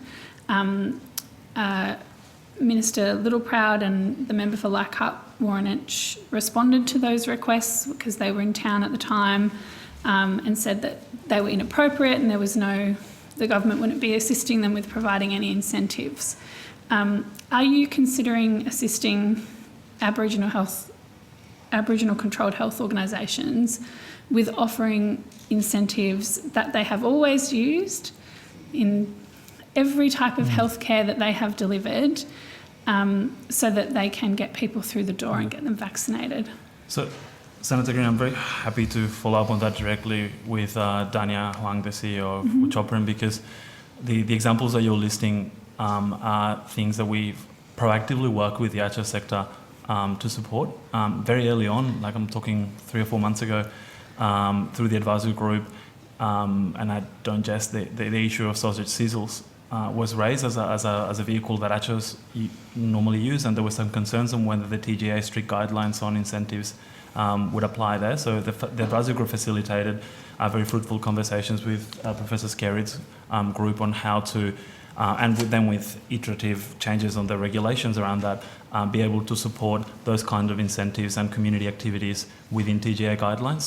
So there's no problem or direction. Maybe I should be more specific. Are you going to give them some funding so that they can provide these incentives? So the ACHOs have received a variety of funding options throughout the pandemic response. For vaccines specifically, we have provided funding through NACHO because that gives the flexibility to work with each of the services on what's needed, and some services have used funds in different ways.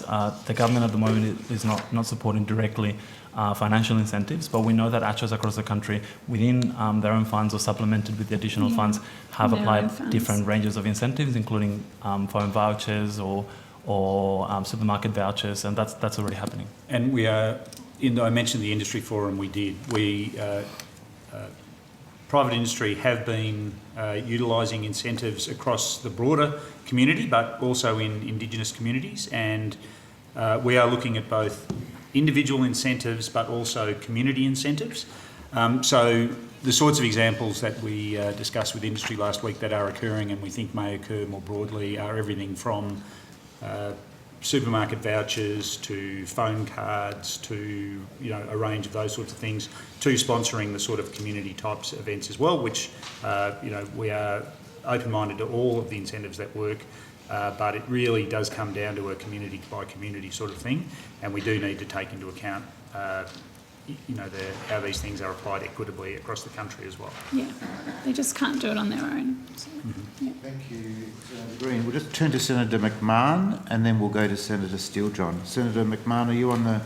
Chair, sorry, Mayor. Oh, sorry. Senator, just in regards to your question about forecasting, I'll give you the first... Projections and forecasts, we're talking about the same thing. Yeah, so this is a projection on current rates. On current rates, we will get nationally to an 80% first dose rate in the first week of December. That's the only number I have for you at the moment, but we can prepare that. 80% first dose. 80% first dose. So that you can easily work out second dose from there, I'd imagine. Yeah. What is it? Oh, no, I don't have it immediately at hand. Yeah. Okay, but come back with it. Sure. Thank you. Senator McMahon. Yes, thank you, Chair, and thank you, General Fruin. I also wish to follow on from Senator Green and ask questions regarding vaccination rollout and rates in Indigenous communities, specifically to the Northern Territory. Now, in the Northern Territory, we have several communities where the second dose rate is in the single-digit figures, so less than 10%, which is quite concerning. Probably more concerning is the fact that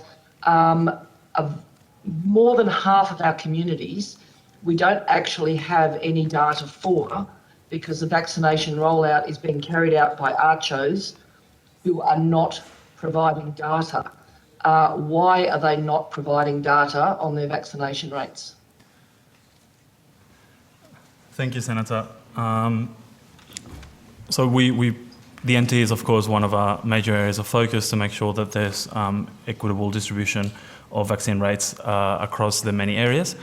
As you note, a proportion of remote communities in the Northern Territory receive the principal primary care access through Aboriginal Community Controlled Health Services, ACHOs, equal to any other primary care provider. General practices or pharmacies across the country are mandated by law to report to the Australian Immunisation Register, and ACHOs in the Territory are consistently reporting into the Australian Immunisation Register. So the data from the ACHOs is being uploaded into the AIR as the data for any other GP or pharmacy or other clinics, and that's currently happening. The data in the AIR then allows for different cuts at the local government, SA3, SA4, SA2 level that then helps inform local response planning activities. To further support this, the Australian government is also providing SA1 level data, which is very small, about geographic areas of 200 to 400 people each, which is in many cases smaller than some of the remote communities, to the Northern Territory government to help inform their planning activities. So data from the ACHOs is available to inform the rollout. Okay, so when you say data is available to whom? So it's uploaded to the AIR, and it's available for the public health entities that access the Australian Immunisation Register, which includes the Australian government, the Northern Territory government, and the ACHOs themselves. Okay, so the Northern Territory government is publishing data for all of the communities that the Northern Territory Health Department is providing vaccinations for, but the data is missing from, as I said, over half of our Northern Territory communities, and they are ones that are being vaccinated by the ACHOs. Now, the Northern Territory government, the Chief Minister has said several occasions quite publicly that the Northern Territory government cannot access this data and is not being provided this data by the federal government, yet you're saying that they are. So somebody's telling a lie. It can't be both. Either the Northern Territory government is lying about being able to access the data, or federally, we're lying about providing it to them. Which is the truth? Yeah, I understand the seeming inconsistency, and it's a bit of a complex issue. I can't comment on Chief Minister Gunner's statements, but there are a number of elements here. The first one is all governments in Australia, as well as public health entities, are using data from the AIR to inform the rollout. For reasons that I can't comment on because they're not Australian government decisions, the Northern Territory government seems to be using data extracted from their own clinical information system, which is called PCIS, the Primary Care Information System, to inform their community level public data reporting. That is the data that they're using and that they're releasing to inform those lists of community-by-community data that Northern Territory Government is reporting on. And that's very different to how everyone else reports data directly from the Australian Immunisation Register. Now, of the 76 listed communities, 35 have health services that are run by Aboriginal Community Controlled Health Services. So 35 of those 76 do not have public data from their clinical information system to report in that Northern Territory Government dataset. However, the immense majority of those, so about 91% of the communities that are covered by those ACCHOs, have agreed or are already sharing data with the Northern Territory Government to help inform their rollout, and the remaining 3, which is 9%, finalising their approvals through their boards. That's something that the Australian Government has supported. So we are now confident that the Northern Territory Government has sufficient data to keep informing their rollout planning. But ultimately, as always, we recommend that consistent use of data sets is maintained so that all governments continue to report using the Australian Immunisation Register like the Australian Government does. Okay, so seeing as you're saying that the Northern Territory data is perhaps inconsistent, and certainly, you know, as I said, there's less than half of our communities that are being reported on the NT Government website. The site clearly states that all the others are not available because they're controlled by ACCHOs, so they're quite clearly pointing the finger at you guys. Can we not then provide our own data that we hold for all remote Indigenous communities in the Northern Territory so that there's no inconsistency and so that we actually have a clear picture, not to point the finger at anyone, but have a clear picture of what we need to do to get those vaccination rates up, given, as I said to you, there are several where the rate is less than 10%. Yes, Senator, and we have provided the smallest possible level of data, SA1 to the NT Government from our dataset, as well as LGA level data through the acceleration meetings and SA2 level data through the acceleration meetings. So we've made available every bit of data that we have for the respective players. I would beg to differ on that. I mean, looking at our own federal government website, talking about LGAs, there is only figures being reported by us of 3 out of 18 LGAs in the Northern Territory. That is pathetic. Yeah, so that's correct, Senator. We have provided LGA data to Northern Territory Government, to the ACCHOs and to the other services, but at the moment in the publicly reported LGA data, only 3 LGAs are included because there are the 3 LGAs that are part of the 30 that are the focus of their acceleration plan. With Indigenous data. Well, I would suggest to you that they're probably, those 3 LGAs are Darwin, Litchfield and Palmerston. 3 very, very urban areas with very high vaccination rates.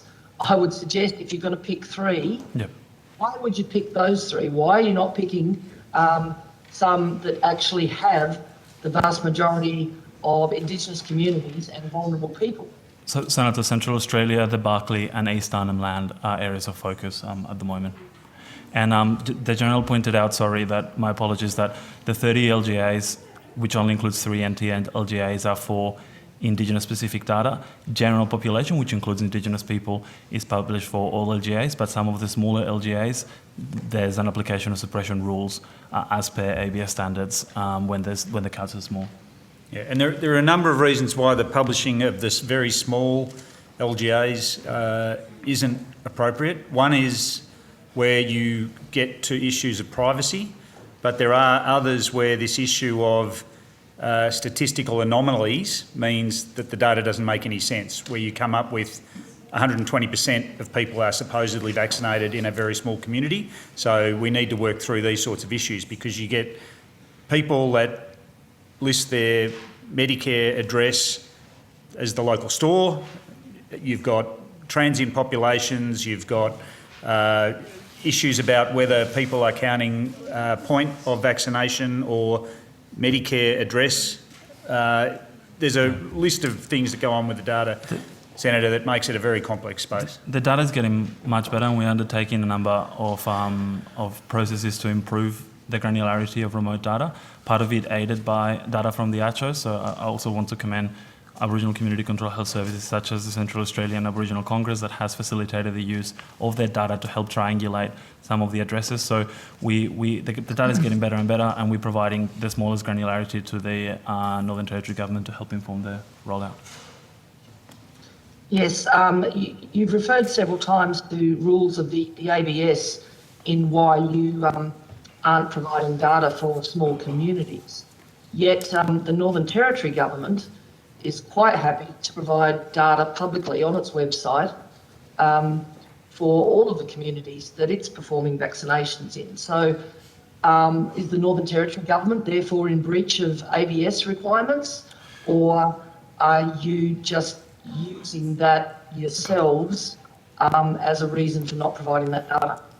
Senator, the Northern Territory Government is publishing their data at the community level, extracted directly from the Clinical Information System, not from the Australian Immunisation Register. I can't comment on the regulations as they apply for the use of clinical data that is captured as part of clinical encounters with their own patients. But I can say that it's not the same for data that is published from the Australian Immunisation Register. What the implication or what the ask is for the ACHOs is to provide that patient data to the Northern Territory Government for publication, and that's a matter for those services, the same as for any GP or pharmacy data. Okay, so to be quite clear, you are providing that data to the Northern Territory Government. They are in receipt of that data at community level from the ACHOs. The ACHOs are uploading to the Australian Immunisation Register, and we are providing data to the Northern Territory Government at the statistical area level 1, 2 and LGA. Statistical area level 1 being units of 200 to 400 people, so smaller than many small communities. In addition, we have confirmation that over 90% of the communities that are run by ACHOs, those ACHOs are sharing the data directly with the Northern Territory Government to inform their planning. Okay, thank you. That's quite interesting. We regularly receive reports that providers to these remote communities are going out with a lot of vaccination, which is not being taken up. There's extreme vaccine hesitancy in some places.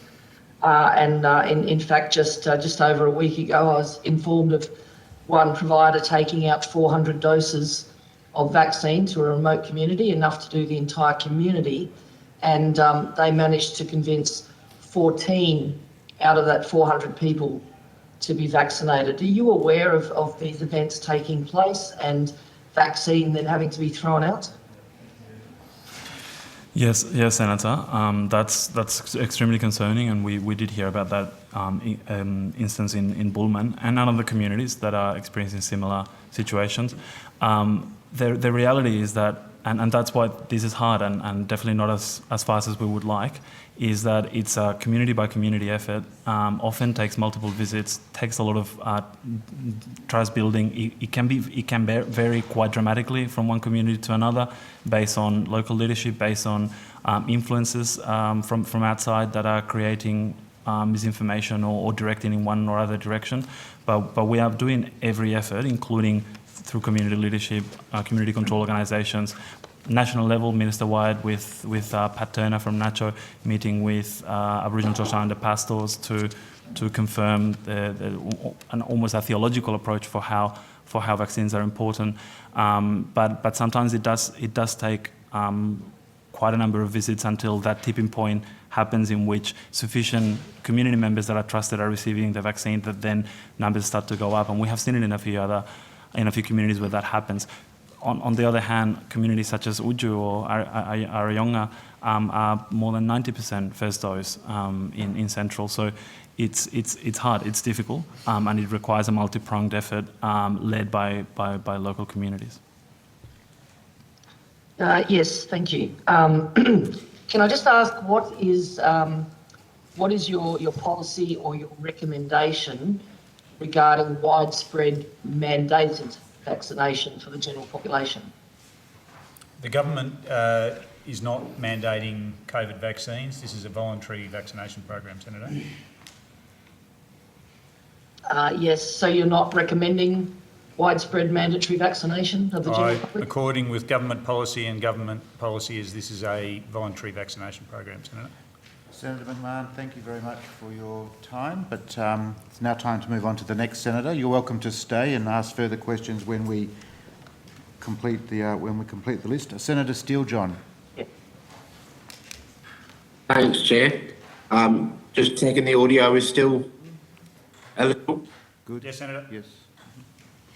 Thank you. All right. So, noting today that the TGA has approved a booster shot, I'm wondering particularly what planning the department has been doing for a community-wide rollout of a third booster immunity shot, particularly the role that you envisage state-based vaccination hubs to play in that rollout.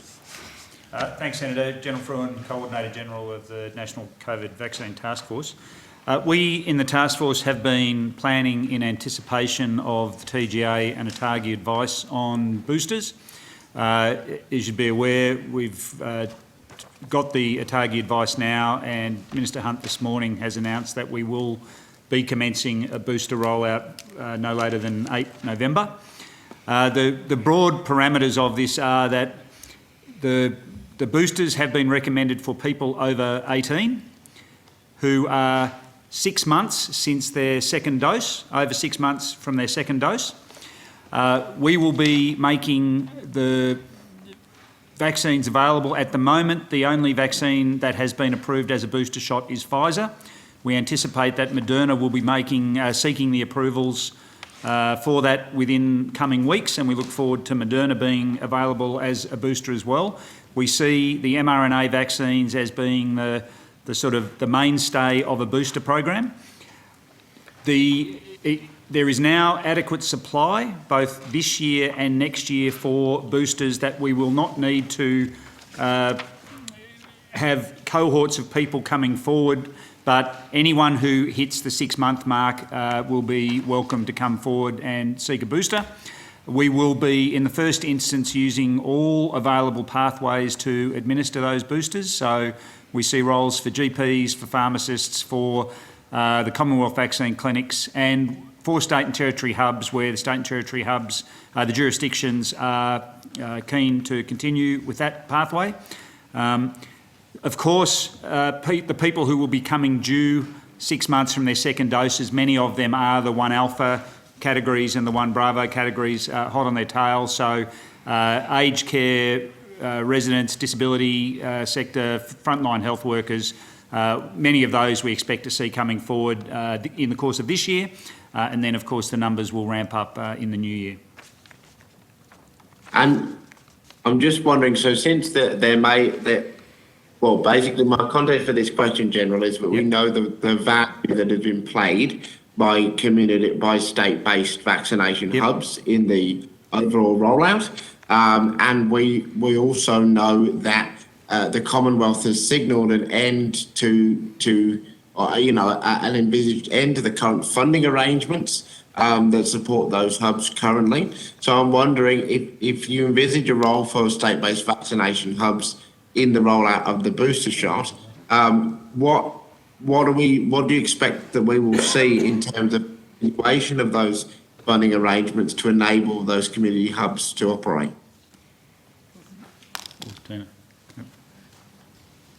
Senator Tina Blewett, Deputy Coordinator General.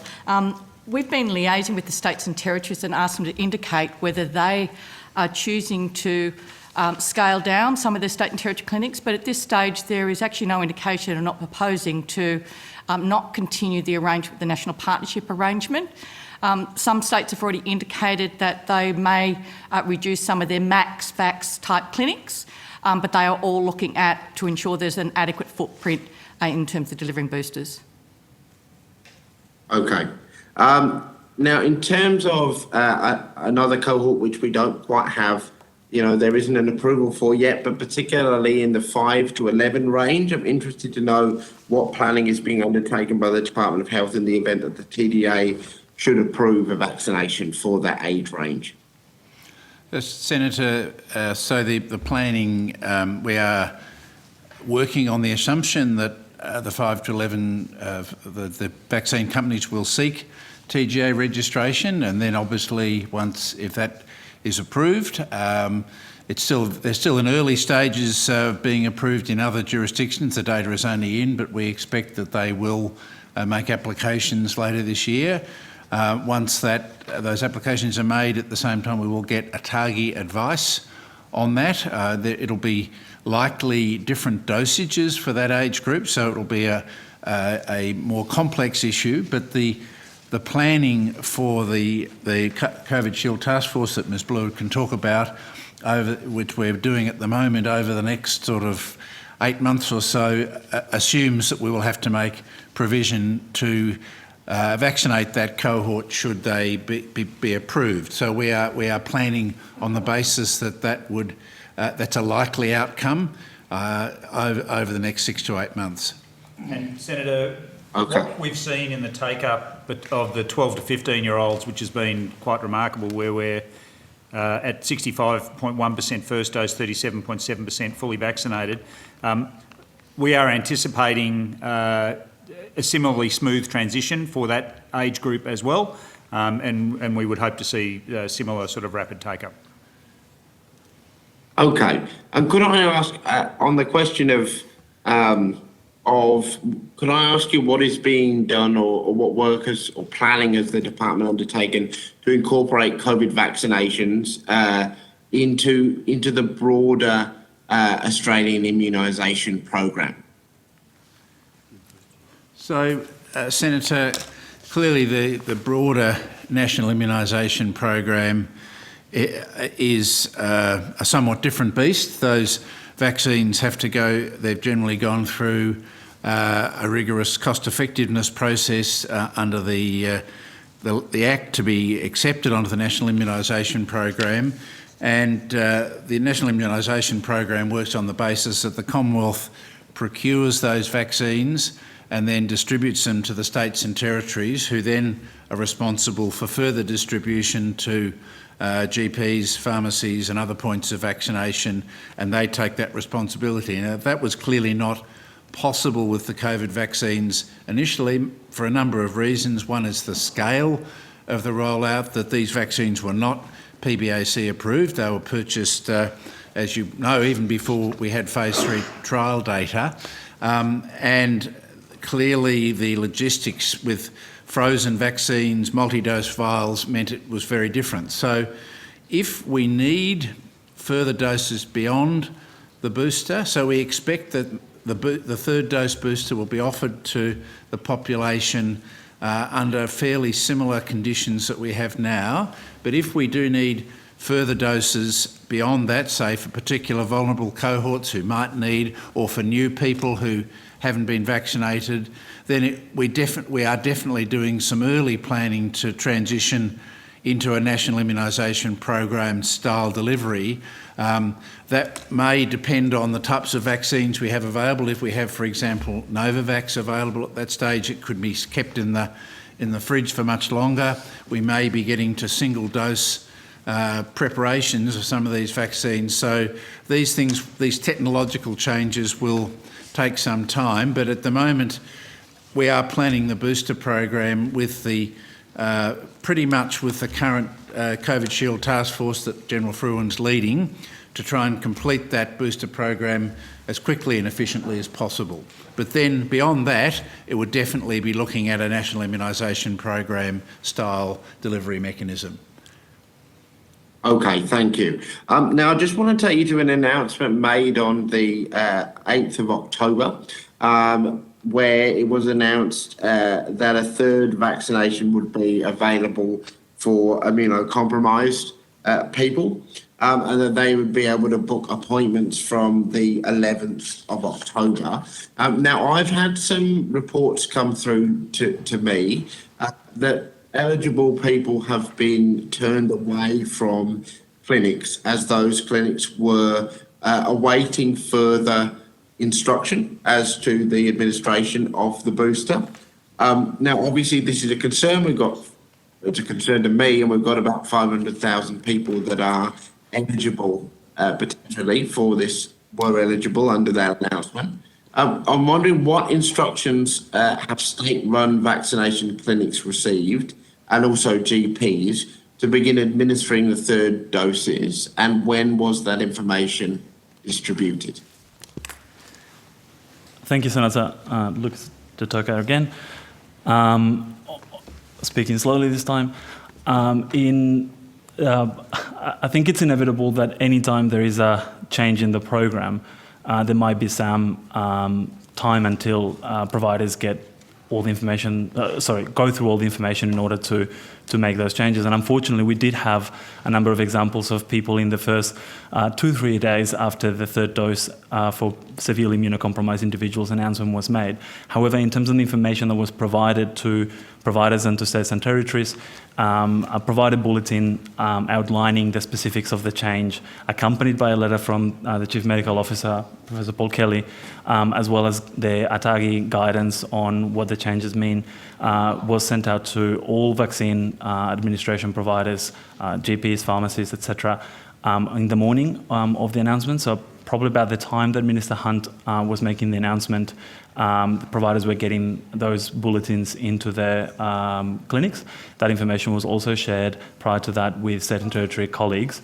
We understand that despite all that information being sent and available, I mean, we know how much information we all get every day, so it might have taken a few days for some providers to go through it, make changes to the processes, making sure the receptionists and administration staff were across it. And that did result in some people being turned back when they shouldn't have, which is a problem. A lot of those people, or some of the people who were turned back, actually reach out directly to the department with that problem.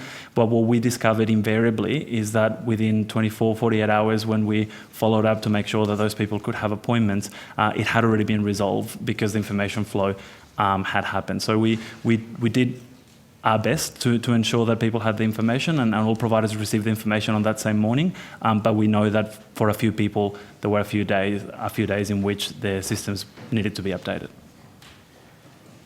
Okay, thank you. Look, could I ask, because of the couple of the cases that have been put to me were outside of that kind of 1 to 2 day time window that you've given, is there any plan to, and I know this sounds pretty basic, but recirculate email with that advice just to make sure that it has fully got through? Absolutely.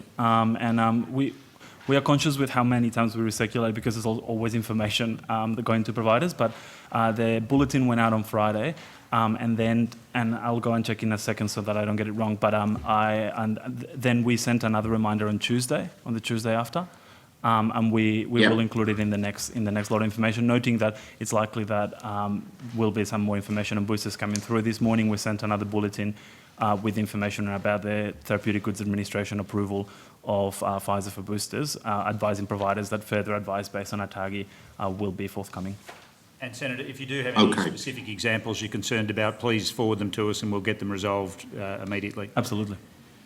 Okay, thank you. And can you just give me the kind of data we've got so far? I know it's pretty soon in the piece, but out of that 500,000 cohort, are you able to tell us how many have received that booster shot? Yep. So the data I have at the moment for immunocompromised people, third dose, is 38,993.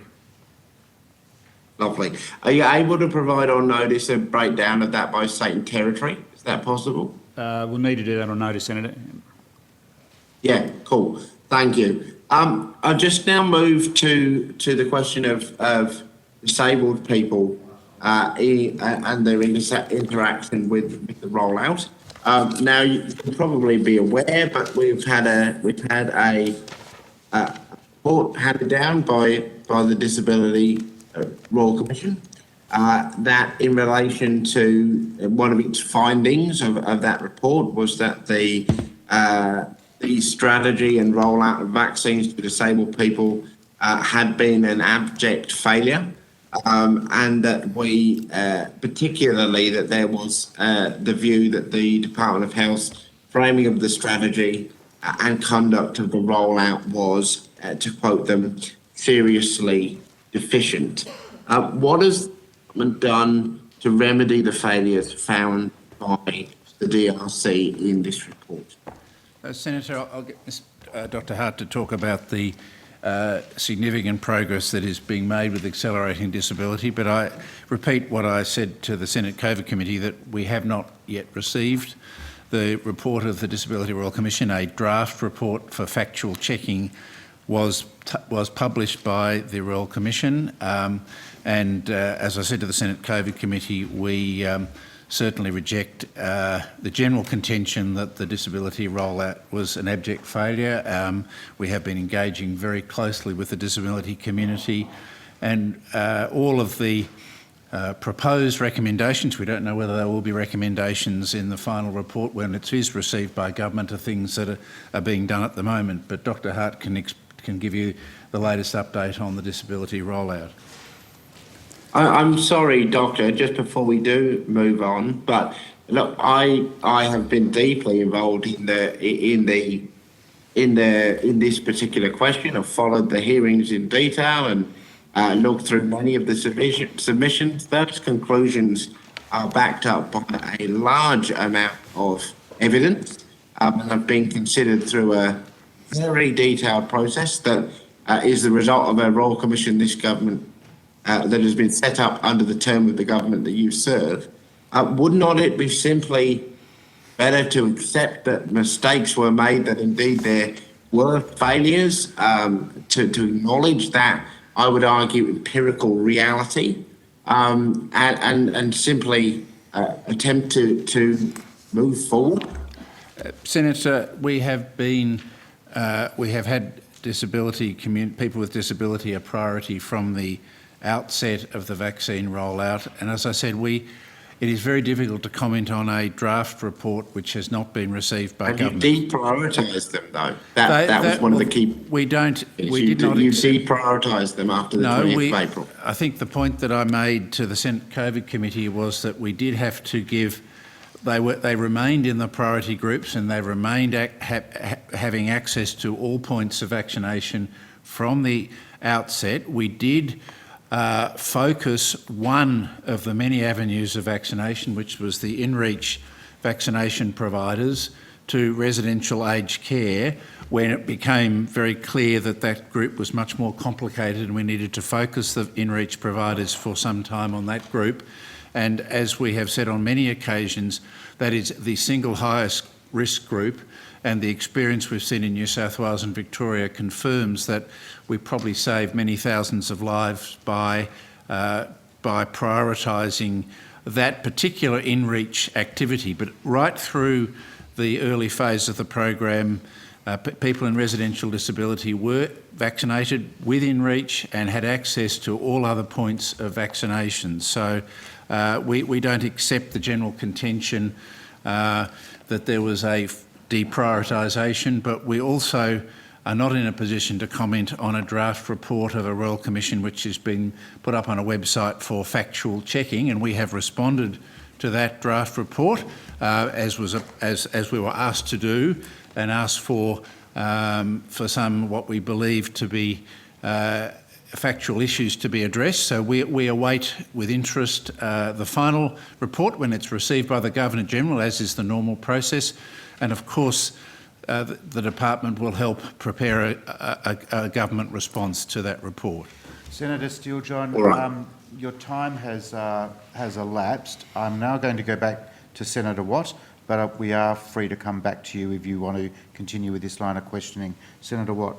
Yes, I will, Chair, just to signal that. Thank you. Thanks, Chair. Just to stick with vaccinations for people with a disability, I don't think you've given us any figures today, General Frewen, about the current gap in vaccinations between disabled Australians and non-disabled Australians, and I'm talking there not just about those who receive an NDIS package. Do you have those figures? So our national disability residents' first dose rate is 82.2%. Our fully vaccinated rate for disability residents is 76.2%, which is ahead of the national fully vaccinated rate by 2.1%. For disability workers, we're at 82. Sorry, just before you go to disability workers, how did you describe the cohort that you just gave figures for? So, Senator James Hart, First Assistant Secretary, Disability and Aged Care rollout, COVID vaccine rollout. So, that first category is 2 or more people with a disability in the NDIS who are 16 or over and living in residential accommodation. So I can tell you that in terms of the cohort size for that first category, it is 27,603. So it's people with a disability who have an NDIS, some level of NDIS support, and are living in residential accommodation. And there's 2 or more as well, Senator. So they were identified as group accommodation. Yes. Right. So they were identified as a cohort in which support through vaccination in reach services would be needed, and so they have been very much a focus for our vaccination providers to go to several thousand sites and offer vaccinations. What about people with a disability more broadly? In terms of NDI, so in terms of categorising and being able to report, obviously the NDIS data set does provide us with a really good sort of sample to be able to examine. So I can give you some statistics on the broader NDIS participants. So in terms of, because that first residential was a subset, there are 281,279 people who are 16 or over, who are in the NDIS scheme, and 76.2% of those have had a first dose and 63.7% have had a second dose. In terms of the broader population with disability, we have established a number of arrangements to support people who might have issues in terms of being able to access a vaccination. And we work very closely with the states and territories. We work closely with DSS and NDIA as well. So a big part of that has been ensuring that there are community-based vaccination hubs, primary care settings as well in terms of general practitioner in-reach, coordinated by private primary health networks.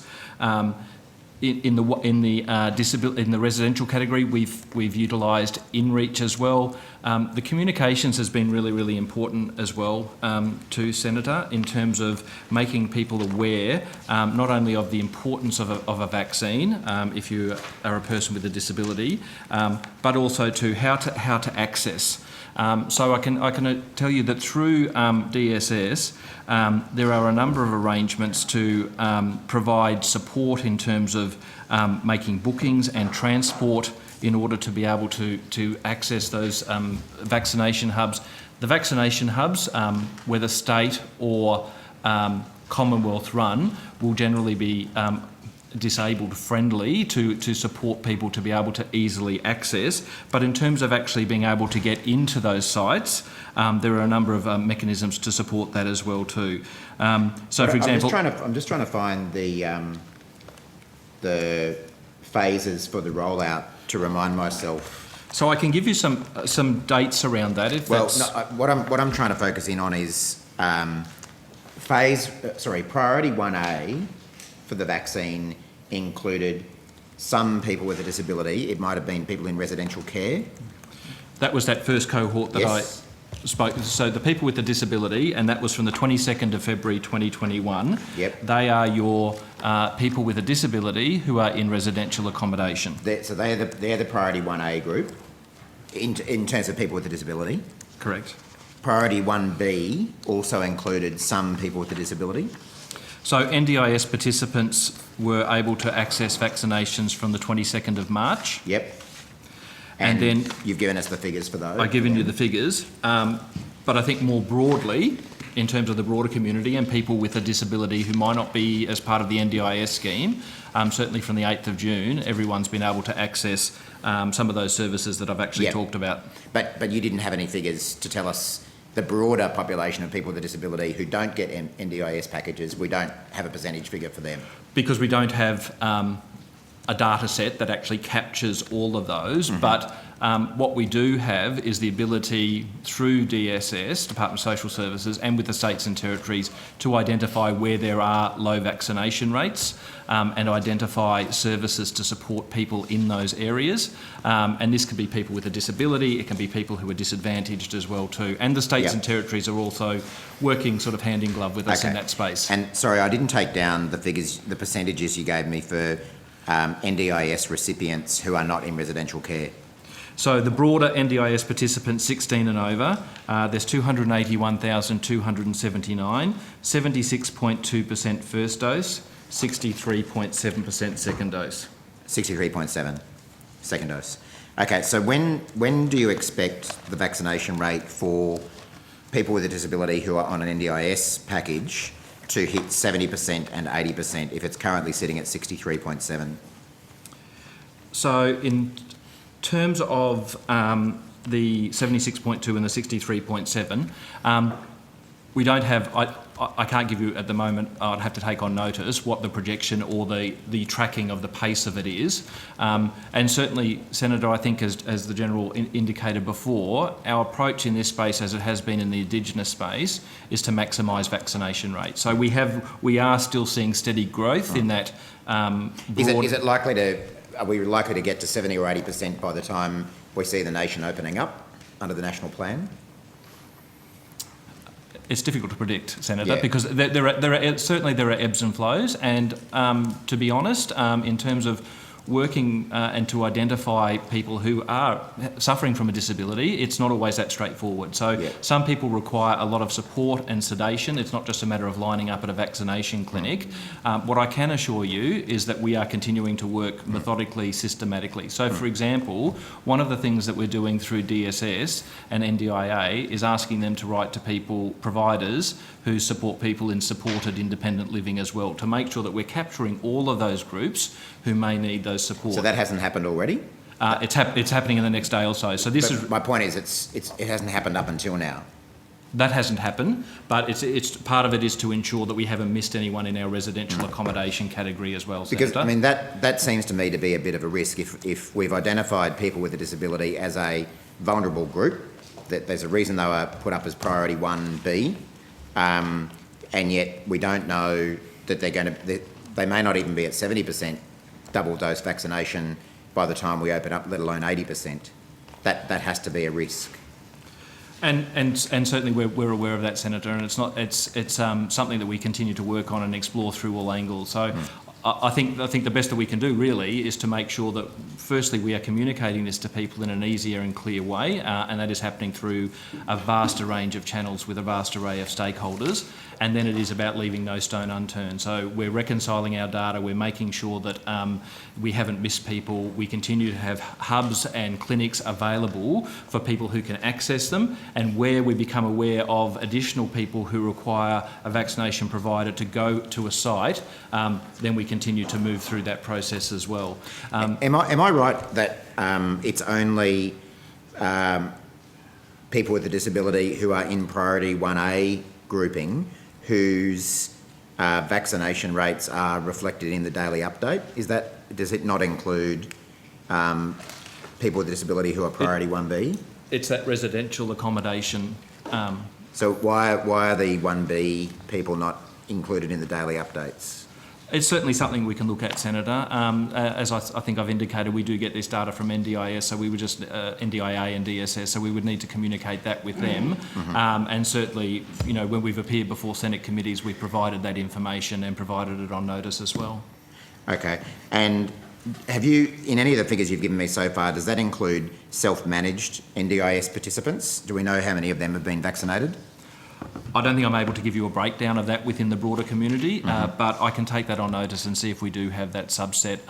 Certainly, it would be something that we would need to get some insights from DSS on and NDIA, Senator.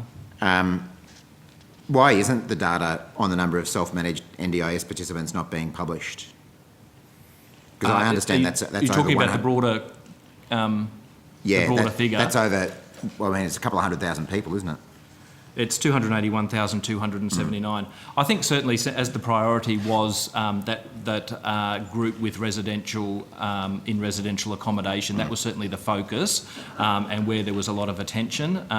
There's certainly no issue in terms of us talking about it and reporting that, but I would just need to take some advice and consult with DSS about that. And as you've said already, I mean, my understanding is that the best estimate we have of people with a disability in Australia is over 4 million, depending on the type of disability, but we don't actually know anything about the level of vaccination of people other than those in residential accommodation or those with an NDIS package. So again, given we're talking about, in general terms, a fairly vulnerable group, does that concern you that we don't really know how many of them have been vaccinated or not?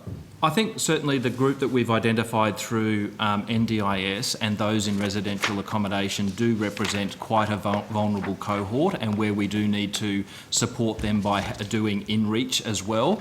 Some of the other population with a disability, as long as there is actual suitable access for them to go to a vaccination site, they may not be precluded. So I think communication is certainly a critical element to that, to make people aware of where they can go, how they can be supported as part of that, whether they require some transportation or access to get to a site.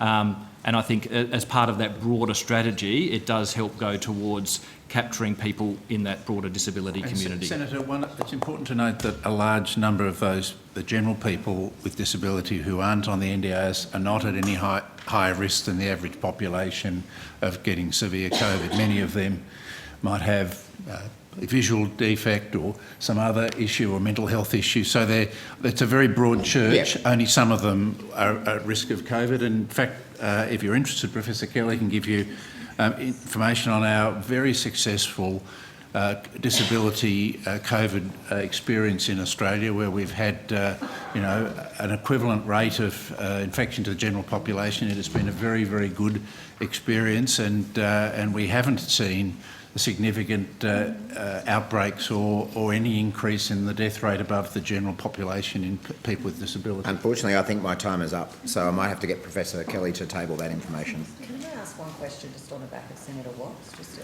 quick one, just to clarify something you said? This is you're free to, yep. Dr. Hart, I'm just a bit concerned when Senator Watt asked about self-managed participants and you're unable to determine this. I've got a 12-year-old who's on the NDIS who's self-managed by me and he's fully vaccinated. How do you know? I mean, shouldn't that be known information that's counted? Like, I mean, I'm a bit concerned because I feel like you didn't have clarity on what rollout information you had, because there's plenty of people with NDIS plans that have been vaccinated. Yes. We didn't report him as an NDIS participant when he was vaccinated, no. But I'm assuming it's picked up somewhere. It's reconciled between AIR data and NDIS data, so the immunisation register and NDIS. So it's not that those people are not included, they are captured as part of the broad category of people on the NDIS scheme. I just wasn't able to give the Senator a breakdown of the component of the broader NDIS of those who are self-managed, but they are in those numbers I reported. Okay, because I was a bit concerned listening to Senator Watt's question and your response about where these people are being included, because there's a lot of them that have been fully vaxxed. So for guidance, we're going to continue with Senator Watt or a Labor colleague, and then we'll go to Senator Steele-John, who'll continue his questioning in regards to disability matters. Thanks, Chair. I've got some questions about teenagers, vaccination of teenagers. Again, I've been out of the room at times, but I don't think we've had figures there. What are the current vaccination rates for 12 to 15-year-olds in Australia? So the current rate, Senator, first dose, 12 to 15-year-olds, is 65.1%, and fully vaccinated is 37.7%. 37.7. Yep. So again, when do we expect to get to 70 and 80% vaccination thresholds for 12 to 15-year-olds? I haven't got that forecast at hand, Senator. We'd have to get that for you. We don't know. No. So, Minister, again, this is probably best to put... Well, Senator, I think there's... Well, you don't know what I'm going to ask. Well, I was going to make a point that we started vaccinating 12 to 17-year-olds on the 13th of September. Yeah, I understand that. We're already at that number. I understand that. Which means that the vaccination rate has been very high. My 14-year-old has had his first dose. I'm sure many others are in the same boat. Well, Got a 12 and a 14. many of them had a first dose if we're at 60. Yep. 65.1%. 65%. It does raise the obvious. In 6 weeks. It does raise the obvious question, though, Minister, about the level of risk to teenagers if we're currently sitting on under 40% double vaccination, and we're a few weeks away from the national plan seeing the country open up in a pretty broad sense. Senator, I think you raise a very good question, and I might defer to Professor Kelly with respect to the risk to teenagers, because I think it's a very important question for people to understand. I'm very happy to hear Professor Kelly what he's got to say. What I anticipate he will remind us of is that the death rate, if I can be that blunt, in teenagers with COVID is much lower than the adult population, especially the elderly. But we all know that it can still be a very serious illness for teenagers, and Senator Gallagher has had personal experience of that. So while the death rate might not be as high, there's still a very high risk of pretty serious illness for teenagers.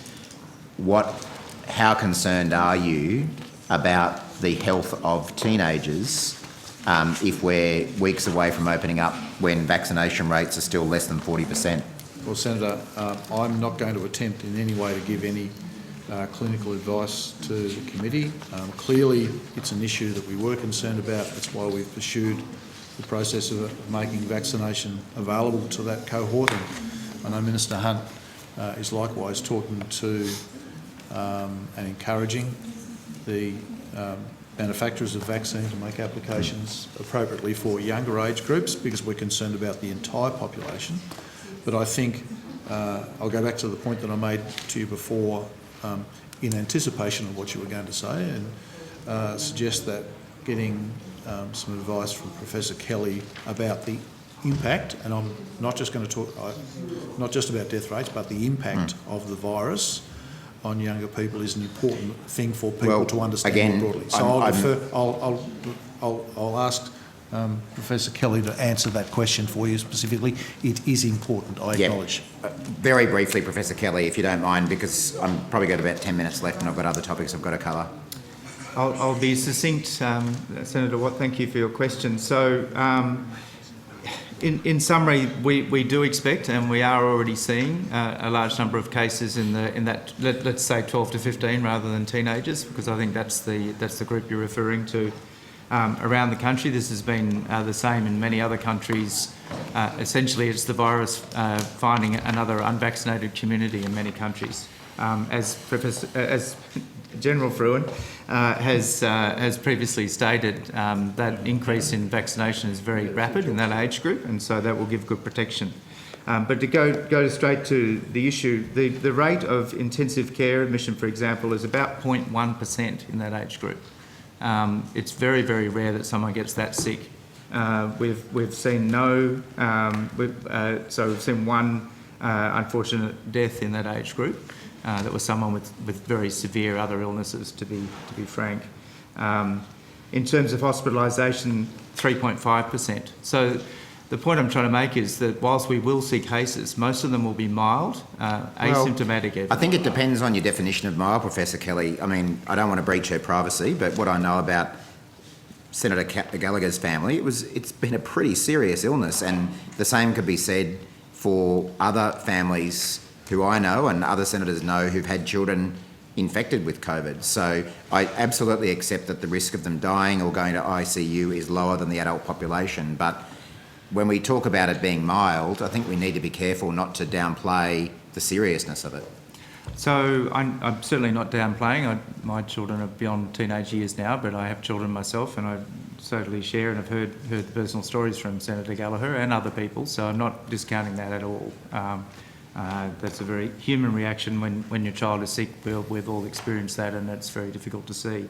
But the reality is, for most people of that age group, it is actually a relatively mild illness, and that would be even more so as the vaccine rolls out. It gives further protection.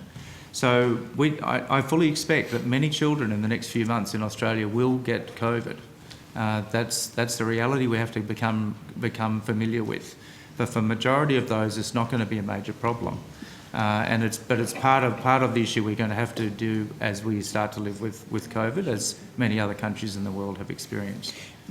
I understand there are very big discrepancies between different states as to the number of 12 to 15-year-olds who've been vaccinated. So, for instance, this is as of the 23rd of October, New South Wales has over 50% fully vaccinated 12 to 15-year-olds, but Tasmania is only sitting on 12.7%. So what is the government doing to ensure that teenagers in particular states don't get left behind here? Yes, so Senator, if I may just add, I couldn't give you before what I've got now. The forecast, and it's a forecast, not a prediction, we expect to get to 80% first dose of 12 to 15-year-olds nationally by the end of November. First dose? Yep, and we expect full 80% dose could be achieved 4 weeks after that, end of December. Right. Okay. And what about the fact that there's different so states? there are variable rates across the country, not completely, but in the broad, some of the rates follow the rate of the broader jurisdiction, because there are quite different rates at the higher levels across the jurisdictions as well. But again, we're engaged with each of the jurisdictions on all of the groups that are, for whatever reason, lagging behind national rates. We're working hard on Indigenous. We're trying to accelerate the disabled sector. This is just yet another one of those areas where we see concern, we engage with the jurisdiction, and we look to whatever possible pathway there is to help bring them along. So, I mean, without going over and over it again, Minister, isn't the fundamental problem here that it's just all so late? I mean, we've got other countries, Canada, as of the 16th of October, over 77% of their teenagers were fully vaccinated. What we're hearing from General Frewen is that we might get there in Australia by the end of December, after we've opened up under the national plan. I mean, in every single way, we are so behind other countries, and here's another one. Senator, I would completely reject your assertion. So Canada's not at 77%? Senator, we provided access to the vaccine as soon as it was available and registered in the country, and we did that very quickly, starting from the 13th of September. Our entry into this part of the vaccine rollout was determined not just by what we were doing. We had encouraged the companies to provide us with the data to support a registration of the vaccine for people in those age cohorts. Once they provided that, the TGA very quickly approved the use of the vaccine, and we made it available. And I would say, Senator, having done that, by encouraging the companies to come here with, or provide us with the data to support a registration for the vaccine, very quickly making it available to the communities, and the reaction of the communities, I think, is demonstrated by the fact that in a bit over 6 weeks, we have got over 60% of our young people in that age cohort already vaccinated with the first dose. I think that is that completely dismisses the. Come on, you're not going to sit here and pretend that we've been quick off the this government has been quick off the mark. Senator, in with the context of young rollout. people with COVID, we provided access to the vaccine as soon as we had the data available to register the vaccine. We could not have done. Why did other countries? Could not have done any more. Why were other countries so far ahead of us? Well, Senator, their registration process has been different, and they made emergency registrations. We've made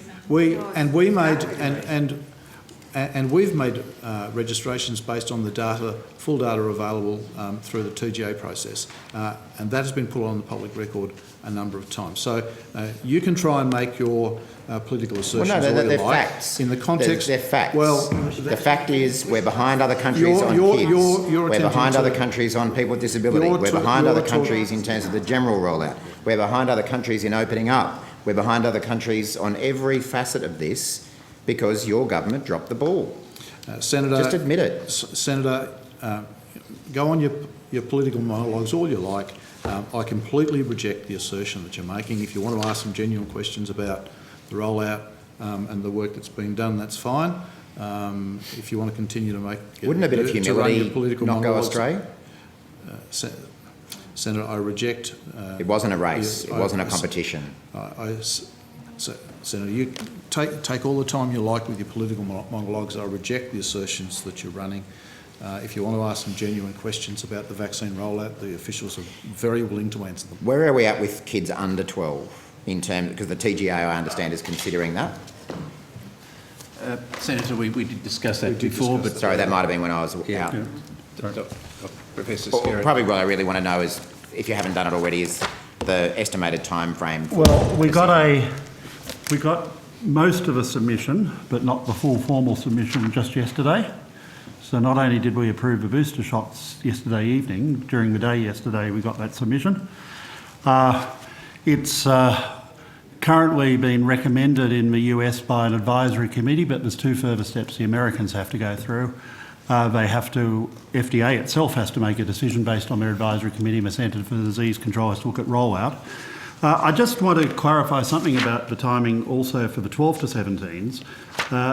Companies make commercial decisions when they provide submissions in different countries. We received the submissions for the teenagers much later than in the United States and Europe, for example. We actually only did the approval for Moderna early last month, and that was still done 42 days. So Australia is not seen as the biggest market in the world, and companies do. We push, but they do phase their submissions to different countries.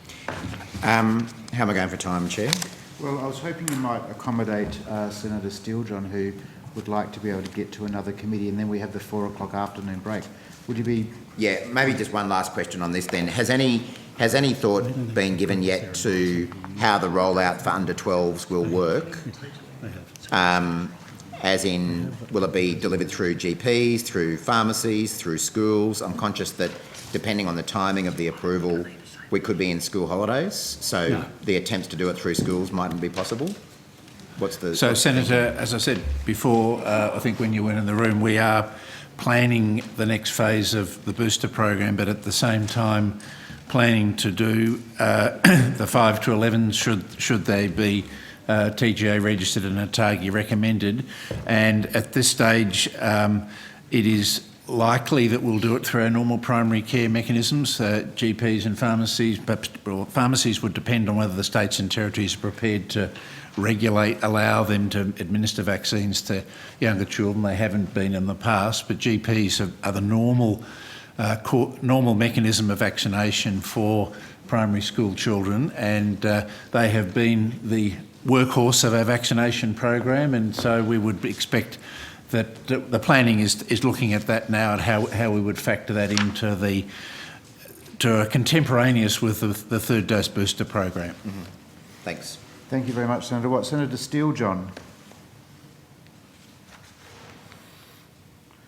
Thanks very much, Chair, and I appreciate your help to get to defence. Can I ask just a question of General Fruin? General, when we had the opportunity to speak last at the Senate Standing COVID Committee, we had a conversation about the challenges of the definition of residential care in relation to disability, particularly in relation to boarding house, and whether or not the boarding house context was kept in the definition. If my memory serves me right, at the time you told me that you were doing some work on capturing those more difficult to identify cohorts. I think you also included homeless folks and sex workers, people in other such contexts. Can you give me an update on that work? Senator, James Hart, First Assistant Secretary, Disability and Aged Care Rollout COVID Vaccine Task Force. So certainly in terms of the as I think we mentioned previously, the people in boarding houses generally sort of fall under the remit of the states and territories. However, we have, through the Vaccination Task Force, provided some in-reach services to to boarding houses where there has been a clinic or being set up or doing residential accommodations separately to that. In terms of, and I understand your question is about capturing those populations with who go beyond the residential accommodation or in fact the NDIS, as Senator Watt was just clarifying with us. That we work very closely with DSS and NDIA and also with the states and territories to identify where there might be pockets of people outside of our normal categories to support with vaccination. We don't have an absolutely well-defined data set that says this is the number of people in a boarding house, because it can be quite a transient population through there. But if those people in boarding houses are NDIS participants, then they will be captured through our normal reporting regimes as well. Okay. Can I ask you, because I heard a lot from the department about, you know, do you at least have a line of sight with NDIS participants? Do you need me to speak up? Is it a problem? Yeah, are you able to speak up a little bit? It might just be my old age, but I can't hear very well. Can. Yep, well, I promise I'm not shouting at you, it's just the tone. So in terms of when we say an NDIS participant, or when the department articulates that X number of NDIS participants are vaccinated, first dose, double dose, how does that figure change and move if participants are either, you know, on the NDIS or potentially come off it or are kicked off it? When we say NDIS participant, do we mean a current NDIS participant as of etc. or what? Like, give me a bit more info there. So yeah, so I can advise that cohort, that population size, was updated only last week. So, for example, the NDIS participant 16 and over is 281,000. It was previously 267,000. So through DSS and Services Australia, that figure is refreshed, and we saw a 14,000 growth to that denominator, which saw a sort of a slight decline in the numbers, and they're starting to pick up again as well too. So there is normally probably quarterly those figures would be updated. Okay, and does that also takes account of if somebody comes up, so if somebody is fully vaccinated, they are an NDIS participant, and for whatever reason they cease to be a participant, how is that reflected in the data? So we get updated data daily, and it is a reconciliation. I think that the technical term that the people use is fuzzy logic, Senator. So you have your immunisation register, and then you have people who are NDIS participants, and so there's a matching, I guess, of those two data sets. So that happens regularly and frequently, so that we should be getting the most up-to-date information that takes account of movements within that data set. Okay. Can I just ask a quick question of, I think it'll be Department of Health, in relation to the potential for increased COVID case numbers among young people as we open up.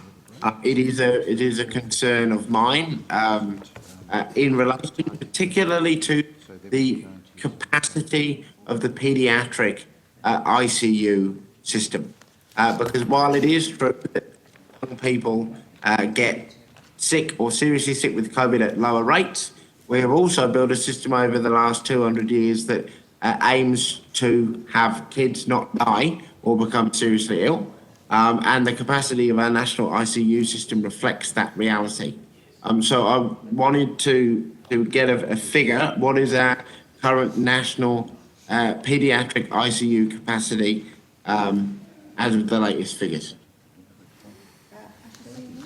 And when I say capacity, I mean beds, just to be clear. Senator Steele-John, sorry, I missed an important part of your question. Was this still related to disabled children, children living with a disability, or just in general? I would get so the general category. If you've got information on disabled kids, great, but I'm actually now asking about what does the Commonwealth understand the capacity of the paediatric ICU system to be, particularly in relation to beds? So I'll have to take the exact number on notice. We'll try and get back to you later in the sitting. Just in terms of what we're expecting and what we've seen so far in terms of paediatric cases. So for children, and let's call that under 18, there has been an increase in the number of cases this year, quite substantially from last year. So throughout the whole pandemic, children under the age of 18, there's 38,000 children have been affected. That's about 23 or 24% of the total cases.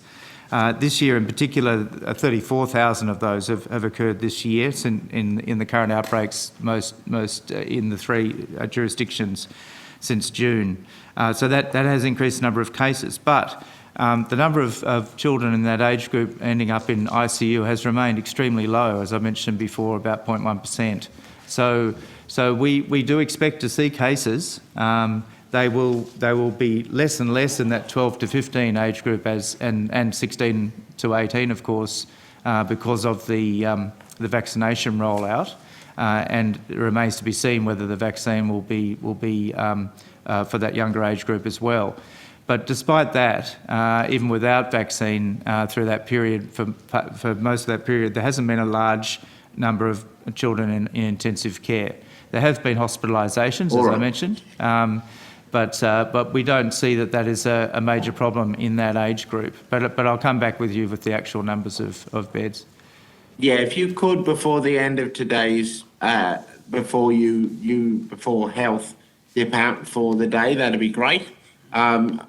Seeking to understand that the number of beds nationally as at your latest figure. And while you're at it, if you can do ICU capacity generally, and then for the entire population, and then also the paediatric ICU capacity, so that we can look at the difference, that'd be great. You can do that. And then just confirming, is that something you'll be able to do? It's not exactly my area, Senator, but I'll task it now, and I really hope to do it by today. If not, we'll take it on notice. Okay, thank you. My final questions go in relation to some recent advice provided by the AusSage group.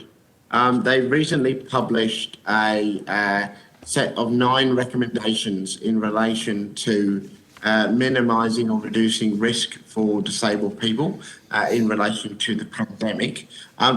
General Frewen, have you had the opportunity to read those recommendations? I don't believe I've seen those, Senator. Professor Kelly has. Oh, Professor Kelly has, yeah. I've seen it, Senator. Yes. Professor Kelly has, okay.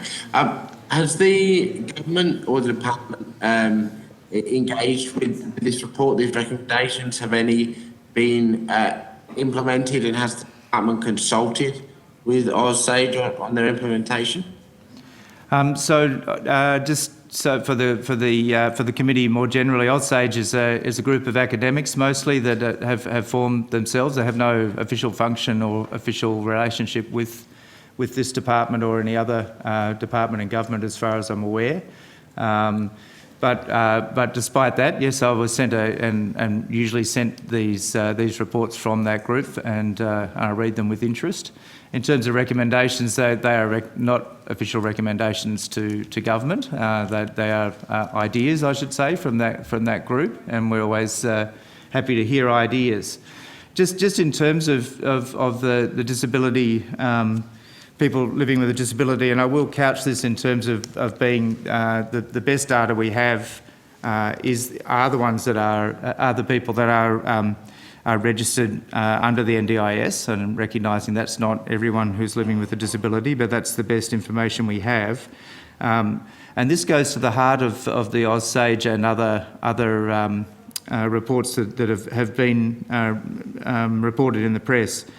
The experience in Australia is very different from the rest of the world. We recognise that many people living with a disability are at higher risk of both contracting COVID and of having more severe illness from COVID, and in fact, unfortunately, also having a higher death rate.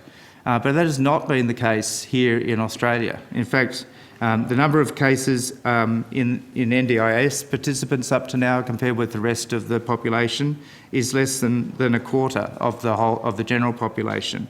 In terms of the death rate, there has been a higher case fatality rate in that smaller number, but the death rate has been the same as the general population. So, whilst Aussage are very impassioned in the way that they have reported these things, they are mainly relying on international data and not the Australian experience. So I think that's important. Having said that, very happy to work through those observations that have been made by Aussage, and I have thanked them for sharing their report with me. I think the point that they are making, Professor Kelly, by looking at those international comparisons, is to prevent the worst of those outcomes from taking place here in Australia. It is no comfort to us as disabled people to think that we haven't died yet. There's a real need to ensure that that what we have seen in the United Kingdom and other places doesn't play out here, and that we don't get complacent in addressing these issues. I could go deeper into that, but I actually have to go, so I'll hand back to the chair now. Thanks, Chair. And I will be back for programme 1.2, which is mental health, when we get to that after I've finished with defence. Sorry, Chair, before Senator Steele-John goes. I think General Fruin, so I might Sorry, just Chair, I was just going to clarify one point I made to Senator Steele-John before. I said that we had, in relation to boosters, that ATAGI advice had been finalised. I should have said it was TGA advice has been finalised, but we do expect the ATAGI advice to be finalised very shortly. I thought you might know something that I didn't, General, but that's good. Thanks, Senator. Yeah, that's good to get that clarified. Thank you. Chair. Okay, well, there was one other correction, was there? Just that I mentioned to Senator Steele-John before what I thought the dates for the communication to providers on the third dose for severely immunocompromised individuals. The first one was 8th of October when the announcement was made. The second one was 13th of October. Thank you. Great, thanks very much. Chair, while we're in the process of clarifying information, I just wanted to be absolutely clear in terms of the evidence I gave to Senator Watt in terms of the disability rollout. So from 22nd of February, it was the people in residential accommodation with a disability, so that's 2 or more. From the 22nd of March, some people who are NDIS participants could still get access to the vaccine, but it was defined more in terms of people with underlying health conditions. And from the 8th of June, it was more of the widespread availability for people, NDIS participants and their carers 16 and over. Thank you, Chair. Great. Thank you very much for the clarifications. We're now going to suspend for 15 minutes, and when we return at 17 minutes past 4, we will have some information, General Fruin, about whether or not you can be released. But thanks for your cooperation thus far. So we'll resume at 17 minutes past 4. Thank you. Senate Estimates Committee hearing, and just for the guidance of witnesses, I will shortly go to Senator Roberts, who has some questions regards ATAGI, then some questions for Professor Skerritt and the TGA, then to Senator Abetz, who will be joining us with some questions to Professor Skerritt, then briefly to Senator Hughes, then we'll attend to a set of questions from Senator Cox in regards to the National Mental Health Commission, and then we'll be able to release the National Mental Health Commission, and then to Senator Gallagher, who has some questions for General Fruin. On that basis, Senator Roberts. Thank you, and thank you all for coming here. Dr Murphy, can we call ATAGI in future to hearings? Senator ATAGI has appeared in the past and appears at the COVID committee. The chairs are very happy to be called if requested by the committee. All right, thank you. What is the structure? Where does ATAGI fit relative to other government departments, say your department in particular, and also TGA?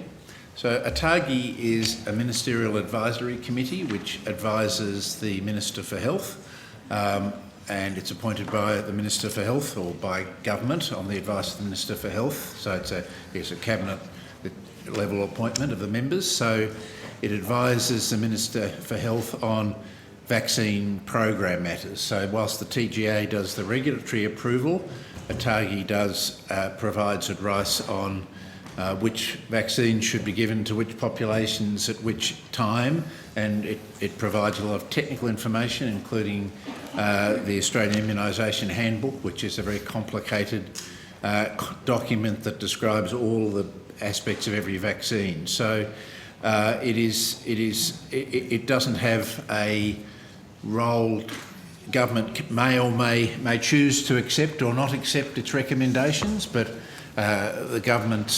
successive governments have taken the view that they are best guided by this expert technical advice on implementing vaccination programs. So in pre-COVID, they had a very important role in the National Immunisation Program, for example. So the National Immunisation Program, a vaccine might be presented to TGA, get registered, then go through a Pharmaceutical Benefits Advisory Committee process to test its cost effectiveness, and then ATAGI would say which populations they believe this vaccine should be given and what circumstances or precautions should sit around it. Thank you. So it's every country has one of these things. They're called NITAG in the UK. They all provide a supplementary and complementary role to the regulation of the TGA. So my last question thank you for that. My last question on ATAGI is we've had a lot of constituents come to us and say, what happened to informed consent, particularly nurses. Nurses are saying we make sure diligently that people are given informed consent before they have a surgical procedure or a medication, and yet we're being coerced, in some cases forced to have an injection, and we don't consent. So Senator, the COVID vaccine program throughout has been on the principle that every vaccine dose administered should be accompanied by properly informed consent. We've provided consent forms to all vaccine providers, and it's our expectation that informed consent is obtained before each dose of vaccines, and those discussions are held. In fact, we've funded extra MBS items for doctors to have in-depth consultations to help with that informed consent process, and no Australian citizen is forced to have a vaccine. Certainly under the public health mandates, people can choose if they want to continue working, for example, as a residential aged care worker. They may not be allowed to continue that role without being vaccinated in a state and territory public health order, but no one is compelled to have a vaccine in Australia. Well, when a person has 2 kids to feed and she's a single mother and she's a nurse, her option is to keep feeding the kids only through getting an injection. And she's very caring for her patients, whether it be aged care or in a hospital or a doctor's practice. A lot of people, I've seen so many nurses in tears because of this. Well, certainly, Senator, we would encourage those nurses to have a discussion with their colleagues, with doctors. Most nurses accept the evidence that the benefit of these vaccines massively outweighs the risk. It's in their interest to protect their patients, it's in their interest to protect themselves and their children. So I would say to that nurse, come talk to someone, don't listen to anti-vaxxer nonsense, listen to someone who can tell you how effective and safe these vaccines are. Well, Dr. Murphy, I didn't bring up anti-vaxxers. These people are not anti-vaxxers. These people are concerned about this particular vaccine, and they're, in some cases, terrified of it. And they're hospital workers. They've talked to doctors, and I've talked to doctors myself, very eminent doctors, and they're concerned about the consequences of the vaccine too, this particular vaccine. Well, certainly, Senator, there is no evidence to support those concerns. There is absolutely no evidence that mRNA vaccines or adenovirus vaccines are any more risky than conventional protein-based vaccines. The big difference we've seen with these vaccines is how quickly they can be developed and how effective they are. There's now huge real-world experience with these vaccines, and if they were causing those things that some people might express concerns about, we would have seen it now. Okay, thank you. I'll put the rest of the questions for Atagi on notice. Moving to the TGA, we heard the figure this morning from you, $8 billion has been spent buying the vaccines. And treatments. Thank you. A minor portion of that being in treatments. How much has the government spent in total on the research and development of COVID-19 vaccines in Australia? Yes, I can get someone to come and, I think Ms Schofield's here. I can look this up. I think I've got that here.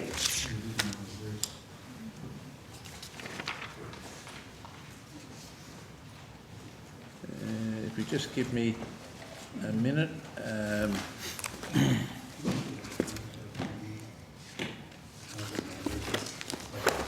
So $96 million has been made available through the Medical Research Future Fund for COVID-19 research. That includes a broad range of areas such as vaccine research, antivirals and other health system preparedness. That research has contributed to the knowledge of COVID, including clinical care, outbreak management, new treatments and immune response. So the Australian government has also developed, given $231 million to CSIRO and the Australian Centre for Disease Preparedness to underpin Australia's capacity for vaccine development to support fast tracking of COVID-19 treatment.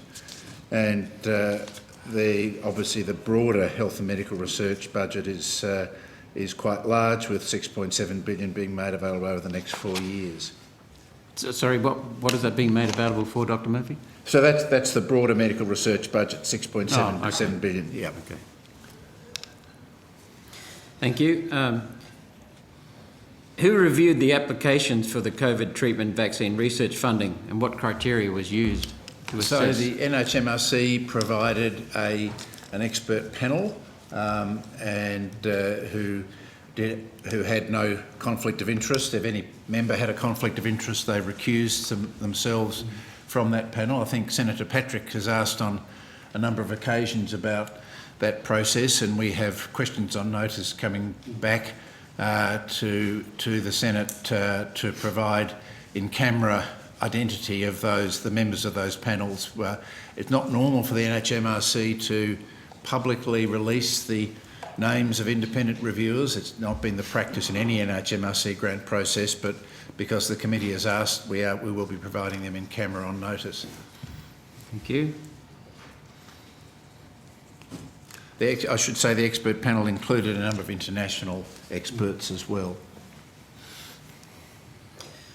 Were any of the approved candidates for funding the University of Queensland, CSL or the Coalition for Epidemic Preparedness Innovations?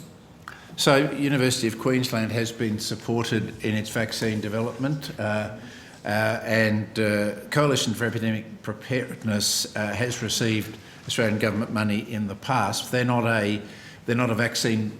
They have been part of the Gavi COVAX facility, and the Australian government has supported that in two ways, both in the advanced market commitment, which is for low-income countries, and we've also been in the high-income buying group, as it were, approach to have access to vaccines, which was a redundant mechanism we had, as well as our original vaccine purchases.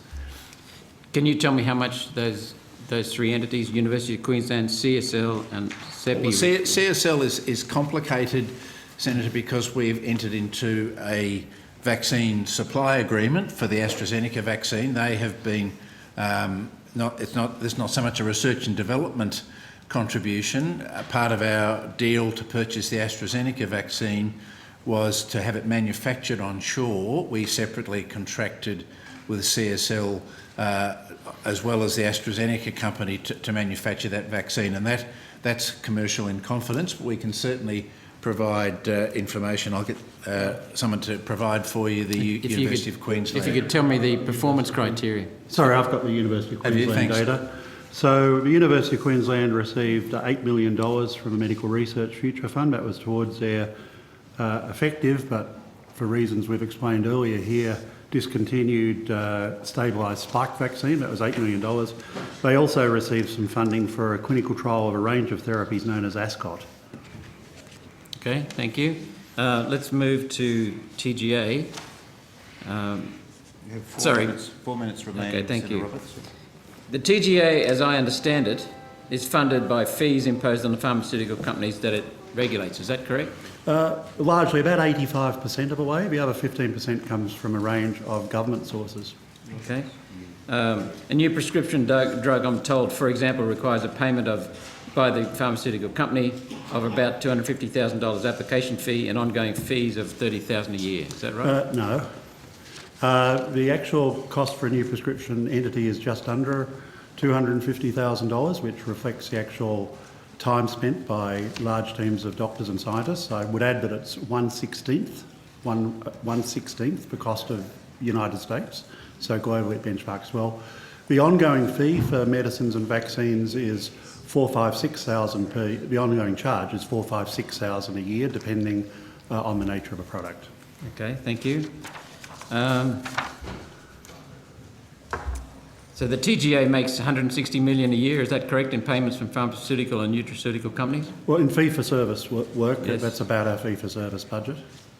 Okay. Can we get a list of the specific drug companies whose drugs or medicines have been approved in the last 10 years, please? The last 10 years would be a massive amount of work. We have just under 100,000 products on the Australian Register for Therapeutic Goods. Would you be comfortable if you took on notice, say, the last 2 years or something? Yes, I don't want to that'd have be a fine. team. That'd be fine. As you can imagine, the team's very busy. Yeah, no, I appreciate that. So are you happy if you list the medicines and vaccines we've approved in the last 2 years? Yes. On notice? Happy to do so, Yep. Senator. Last question, Chair.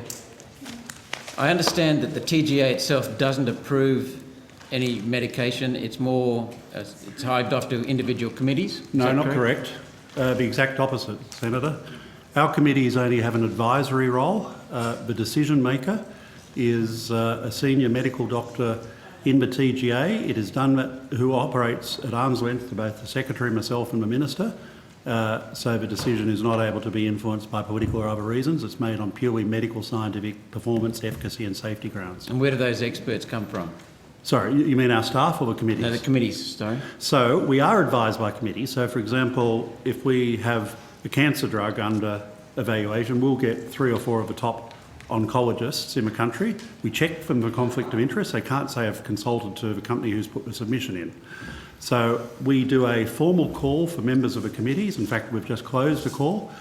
They are ministerial appointments. So the minister is given a long list of names and he chooses a number of committee members. We also bring in specialist advisors. So, for example, we might have 2 oncologists on a committee, but if it's a cancer drug, we might bring in 2 oncologists who might have special expertise in liver cancer, if it's a liver cancer drug. Do you have a process of checking for conflicts of interest? Oh, extremely rigorous, and we're happy to share that on notice with you. Yeah, and not only is it a general process that's asked at the time of appointment to a committee about conflict in interest in general, it is a question that's asked at every single meeting. So if, say, someone joined a committee in 2018, but for some reason they've done consulting for CSL last year, they have to declare that, and I would imagine and again it's the chair's prerogative, but I imagine they would be recused from the decision or the discussion. Okay. So it happens at every single meeting. Thank you, But we're Chair. happy to share the documentation and guidance on I would appreciate on that. with you. Yeah. Thank you very much, Senator Roberts. So to accommodate some external commitments of our senior witnesses, I'm going to go to Senator Gallagher now, to General Fruin, and then to Senator Abetz, to Professor Skerritt. Thank you. Thank you very much. General Fruin, I have some questions around the task force that you lead. I asked some of these in PM&C estimates on Monday, where they told us that your appointment was directly made by the Prime Minister, that it was a direct approach from the Prime Minister to yourself. Is that correct? Is that how you became in charge of Operation COVID Shield? Senator, I understand my name was recommended to the Prime Minister by the Chief of Defence Force, and then I was advised that I was appointed to lead the role.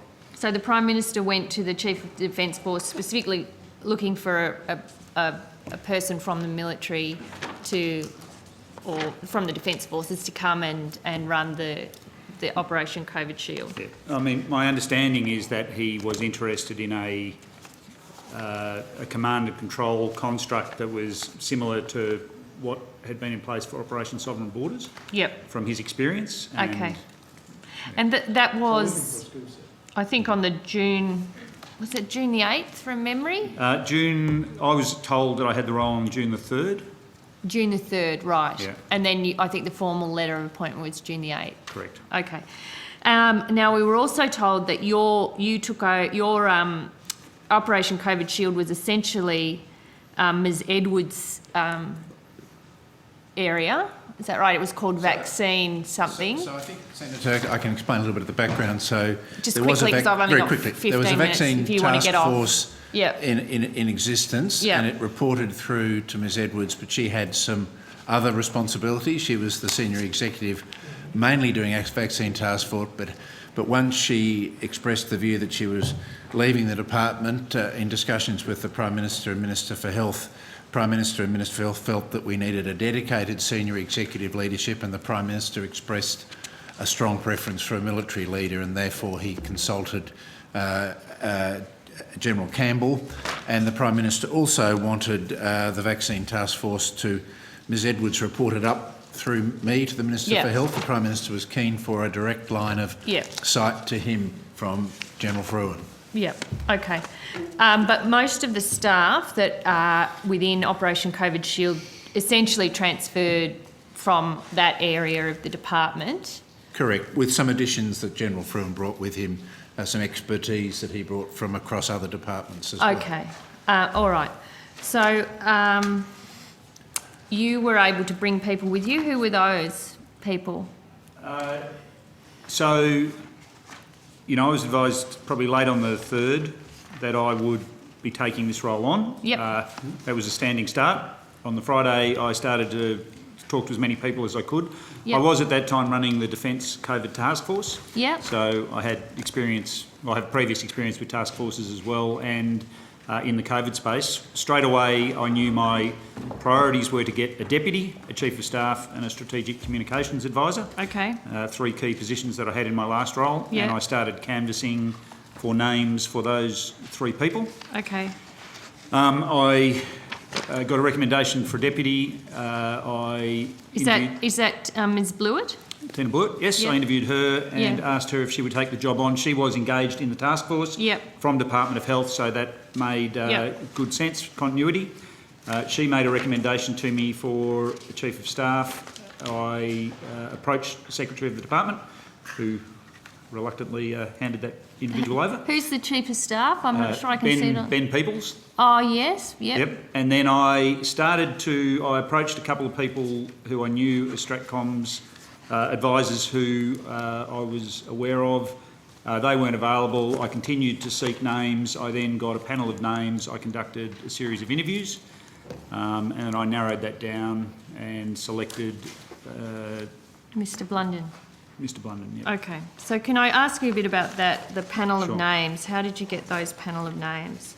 Well, canvassing widely, asking for people. I mean, Canvassing who? Other strategic communications advisors that I knew. I got advice from the Minister's office. I got advice from anyone who would give me advice, frankly. Okay. Yeah, try. So where did Mr Blunden's name come from? Mr Blunden's name was forwarded to me by the Minister's office. By Minister Hunt? Mr Hunt's office, yeah. Okay. Was that the only name that that the Minister provided? That is the only name the Minister's office provided, yes. Okay. And I interviewed 3 people and I narrowed it down to 2 and then I narrowed it down. I had a second interview and narrowed it down to Mr Blunden. Okay. All right, is Mr Blunden available to answer some questions? Thank you.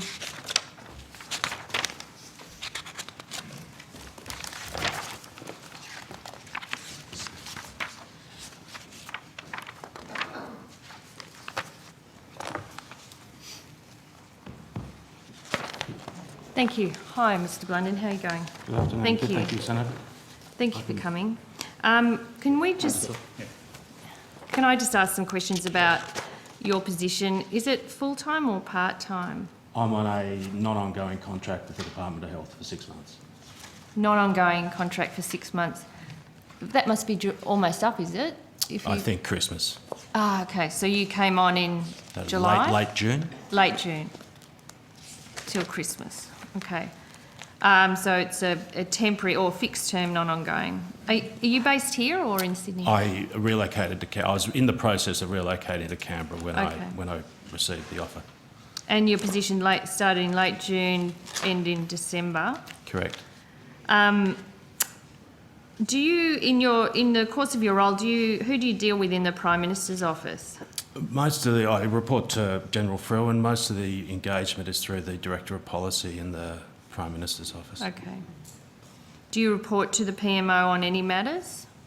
We engage with them on the Strategic Committee of Cabinet, the SDCC, with regard to some of the communications materials. Oh, okay. Which is a fortnightly meeting from memory.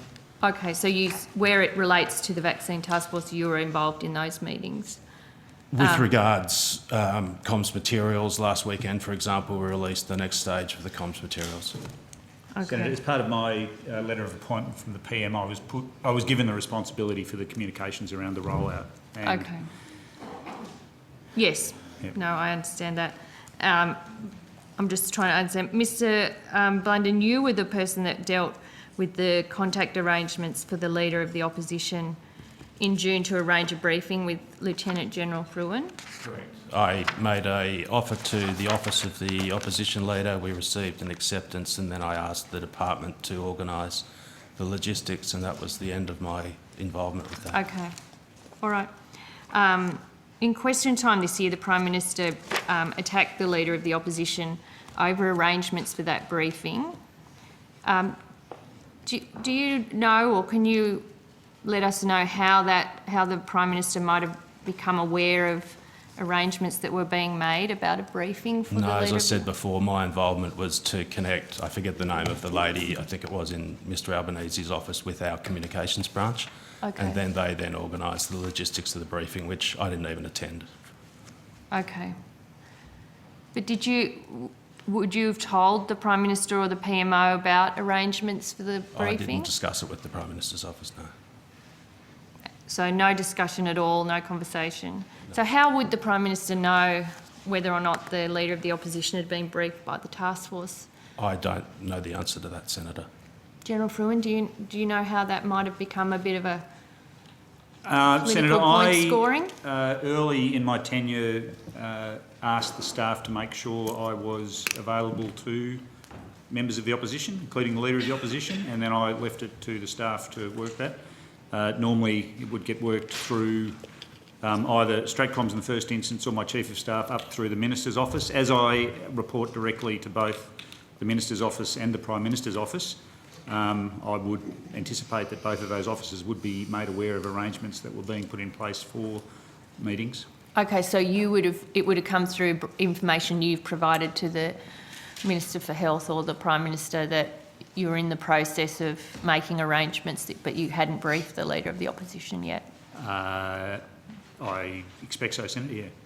Okay. Mr Blunden, do you have signal groups or encrypted communication chats with the Prime Minister's office? Sorry, what's a signal group? It's like a method of, it's like a WhatsApp. It's a different platform. No, not Signal, no. Do you use WhatsApp? Or Yes, any I other? do. And would that include discussions with the Prime Minister's office? On matters relating to the communications, yes. Okay. How did you become aware of this job opportunity? I was in the process, as I say, relocating to Canberra, and I was looking for an opportunity here, and I reached out to the Minister's office to see whether there'd be any roles available. Okay. And working on, this was subsequent after JJ had been appointed. I heard about the task force and reached out looking for an opportunity to work as part of it. So the task force was in place? I heard the announcement, I think, on a Friday after National Cabinet, from memory. Okay. And you were in the process of coming here, so you contacted the Health Minister's office? That's correct. Saying, I'm here, I'm ready, I'm available? I wasn't here, but I was relocating here for other reasons, and obviously to do that, you job is quite helpful. Yeah, sure, I understand that. Reached out to the Health Minister. The Health Minister subsequently gives your name to... I wasn't aware of the process that followed that initial contact. Okay, and then when was this? So that was... Can you remember when that I was? I think Mr Blunnen's name was probably raised with me around the 8th of June, Senator. I'm not 100% sure, but I had an initial phone call with him on the 10th of June, and then I had a face-to-face interview with him on the 11th of June. 11th of June. And what level is this position? This is an SES... It's a non-ongoing senior executive band 2 position. Right. What's that kind of... Is that a secret salary arrangement, or can you give me a ballpark of what that is? Once I had made my selection, I handed all of those arrangements to Ms Blewett, because she is of the Department of Health and was best placed to put in place the APS hiring arrangements. And those arrangements then were signed off by the Secretary. Mr Blunden, can I just go back to something Senator Gallagher asked you about earlier? I think you said that the question was the contact you have with the PMO, and I think you said that you deal with them around meetings of a particular group. The strategic, what was the name of that group again? SDCC. Strategic Delivery Committee of Cabinet, I think. Where all the polling goes and stuff. Yeah, so that, how often does that meet? I think fortnightly. I'd want to double So you check. attend those meetings? On most occasions. Who else attends those meetings? It's chaired by Minister Robert. It's a formal committee of Cabinet. Minister Morton, Minister Cash. Okay, So it's a number myself and members of my comms team go to the committee and present ad campaigns and the like and seek approval. So it's a number of ministers and only officials relating to the COVID when task we force? appear, yeah, it's me and the select team of my and there's members of the PMO who attend those meetings as well? Yes. Right. So outside of those fortnightly meetings, how often do you have contact with members of the PMO? Not on much occasion, really. I report through JJ if there's an issue that we need to, raise in the communication space. I may then. But you do send WhatsApps from time to time to members of the PMO? Yeah. Which members of the PMO? Some of the advisors in there that work in the communication space. Yeah. You say occasionally. Would that be several times a week, or? I wouldn't say several. Right. And what about Minister Hunt's office? How often do you have contact with them? On a similar basis. Right. As General Fruin's letter said, he reports both to the Prime Minister and to the Minister. I know that in your work experience you have had a stint at Crosby Textor, I think is correct? Yes, briefly. Yeah. So obviously well known as a Liberal Party polling agency. Do you have any involvement with polling or research in relation to the communications campaign? The Department of Health conducts some research with some organisations on sentiment surveys. Yep. Do you have access to that information? The summaries are provided, and we also publish a summary on the website on a monthly basis, I believe. And do you have access to other research commissioned by the PMO regarding sentiment on COVID? No, I don't. So the only research you have access to is what's commissioned by the Health Department? That's correct. Right. You haven't had any access to research commissioned by the Liberal Party? No. Since you've been in this role? No. Right, okay. Do you want to pick up? Yeah, I've got some more. Yep. With your dealings with the Cabinet Committee, do you have to have a security clearance for that? No. So you don't... I'd be excused from the room if there was an issue that required it. Okay. So it's not a requirement for a security clearance to attend? I need to check that, but I don't believe so. So have you ever had to leave the room, or...? Not to this stage. We're dealing with public campaigns that are going into the media and elsewhere. Okay. I thought the rules around Cabinet committees were a bit tighter than that. Are you still working for Hammond Care? I think I left that job in the week prior to commencing with General Fruin. Okay, so you're not... you don't have any ongoing employment relationship with Hammond Care? Not at all. Okay. I think... okay. Have you had to declare any conflicts of interest while working for? I did a declaration as part of this job onboarding, I think they called it. Okay. And did that It's part of the health process, yeah. Okay. Did you have to submit your CV before getting the job? Yes, I did. Okay, so that was part of the interview process, Yes. was it? With General Fruin. Okay. Now, Senator Gallagher. Yeah. Just. We've almost finished. Okay, great, thank you. Was that going to be your point? General Fruin does have an important Yeah, commitment to I attend, but I understand he may be able to return. Professor Skerritt does have an important commitment to attend as well. We can do this for a few more minutes, but then I'd like to go to Senator Abetz and his questions to Professor Skerritt. I'm just seeking some guidance about what is the mutually agreeable way to proceed. General Fruin has to leave with Professor Kelly and me at 5:30 to go. Yep. Okay. All right. The documents that would be going to that subcommittee of cabinet, though, would be cabinet in confidence. Is that right? I believe so. Yeah. So don't you need a security clearance if you're dealing with cabinet in confidence materials? I mean, we've been trying to. Generally, that's the case, Senator, but in not in a short-term SECOM appointment, the security What? clearance process can take several months. So if Mr. Blunden was engaged as an ongoing employee, we would have immediately put him through the security clearance process. But there is processes where an exemption can be granted for a short-term process. And has that been done? Yeah, I think that we would be very concerned, you know, and as he said, if there was an issue that was of national security, he would be excused from the room. But these are public campaigns he's been dealing with.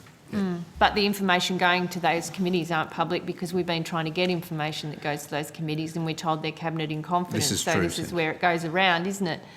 But so an exemption has been given for Mr. Blunden to be exempt from a security clearance requirement dealing with cabinet material. I have to take that on notice, Senator, but that's normally the practice if you've got a short-term person that needs to do high-level work, but I have to take on notice. Is that right, that you either need a security clearance or you don't you? Well, I think the process Unless can take a very long time, and so if there's an urgency to do it, there's a capacity to provide exemption, but I'll have to take on notice that. Mr. Blunden, you are full-time, I think you told me, did you? 6 month non-ongoing contract, yes.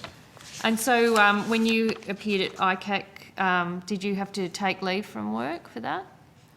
I don't believe I'm here to answer questions about my appearance before that commission. I'm not. Well, did you take leave when you had to attend to another matter? I spent 3 hours yes. And I returned to work after the conclusion of that hearing. So you didn't need to take leave, you just worked? I did it from Canberra. Ah, okay. Okay. I think that's it. Thank you. Thank you, Senator Gallagher. Senator Abetz to Professor Skerritt. All right. No, Senator Abetz to Professor Skerritt. Thank you very much. A topic of vaping.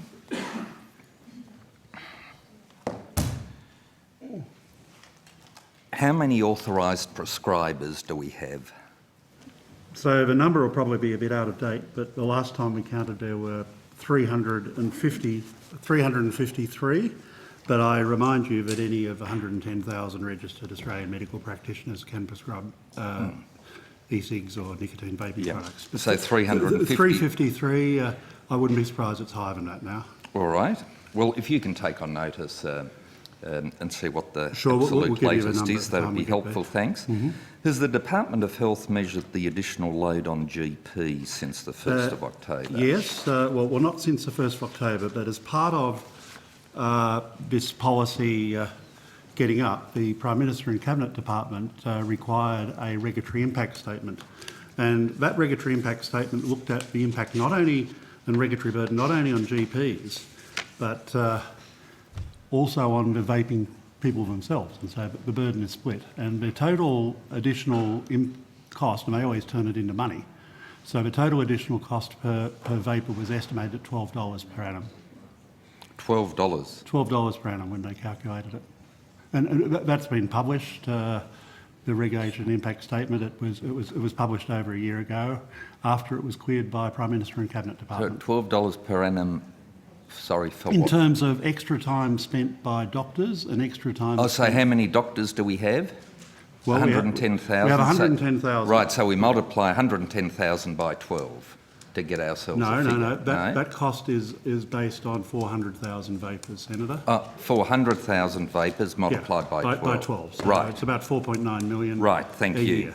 Good, thank you. They didn't deduct any health benefits from smoking cessation or any of those other issues, but that regulation impact statement, which has to be documented as appropriate by economists at Prime Minister and Cabinet, was published over a year ago, or about a year ago, I should say. Yeah, but Just under. yeah, that was then. I'm asking about we're now. not hearing that there's been. Will there be any pressure. follow-up done? Yes, we've committed to a independent review of the whole framework. In fact, at 2 time points: an initial independent review in 2022, and then a further independent review in 2023.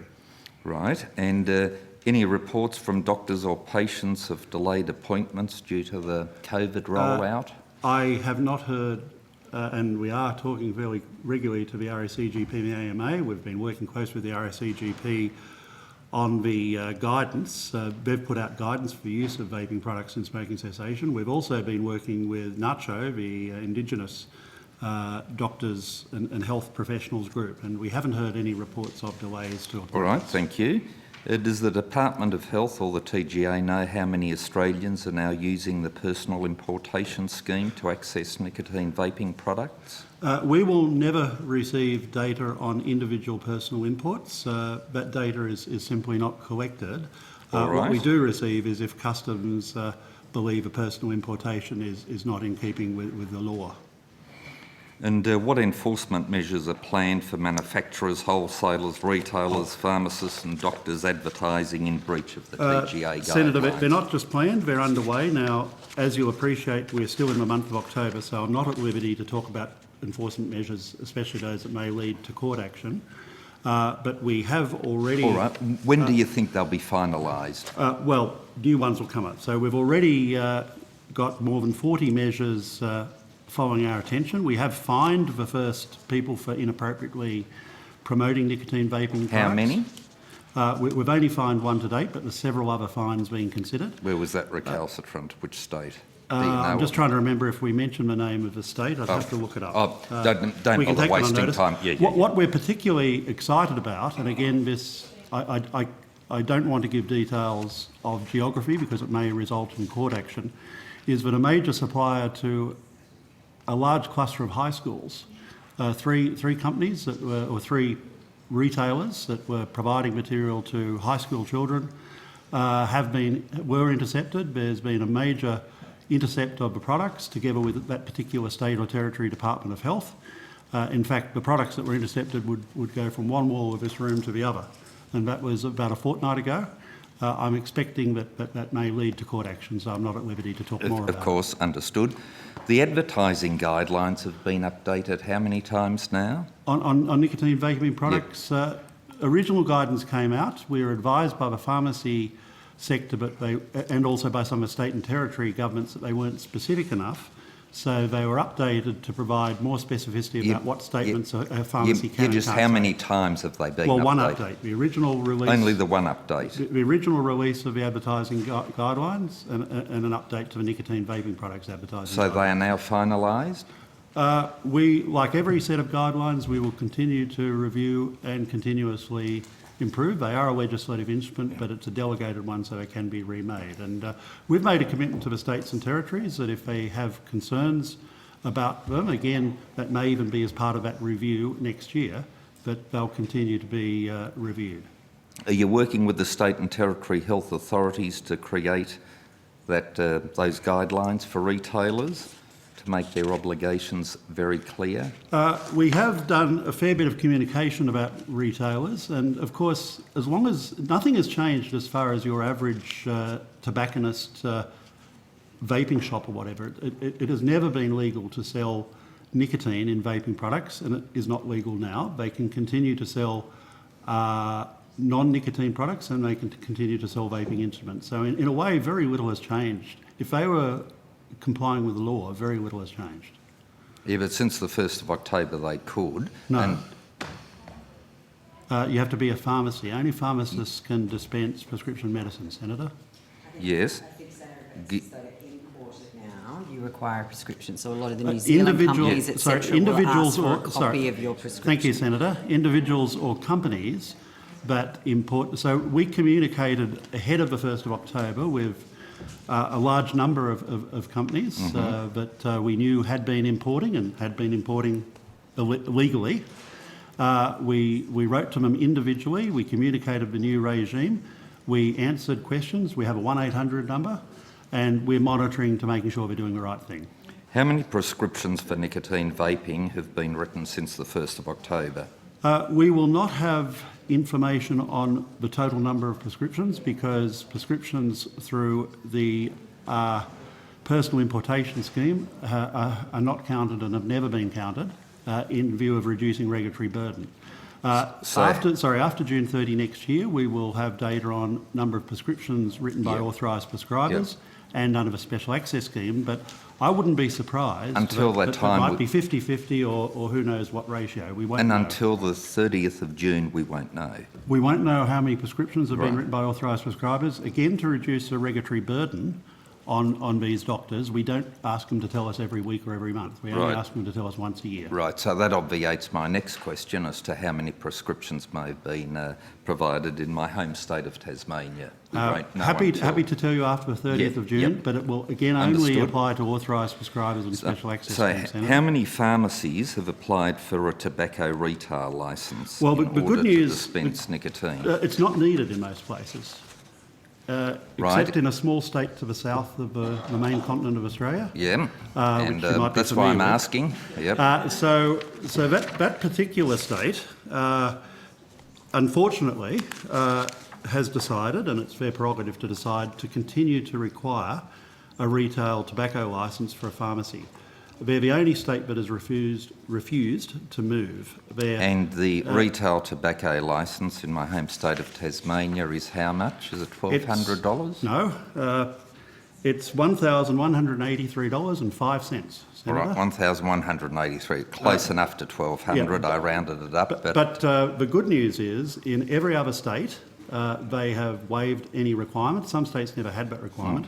And the two territories have indicated that they're looking to review their legislation to remove that requirement. So on the mainland of Australia, it is anticipated that there will be no requirement in any state or territory. Because there'll be quite a burden for, I would have thought, any pharmacy in our home state, Minister, but we'll see how all that works out. How many authorised prescribers are there in Tasmania?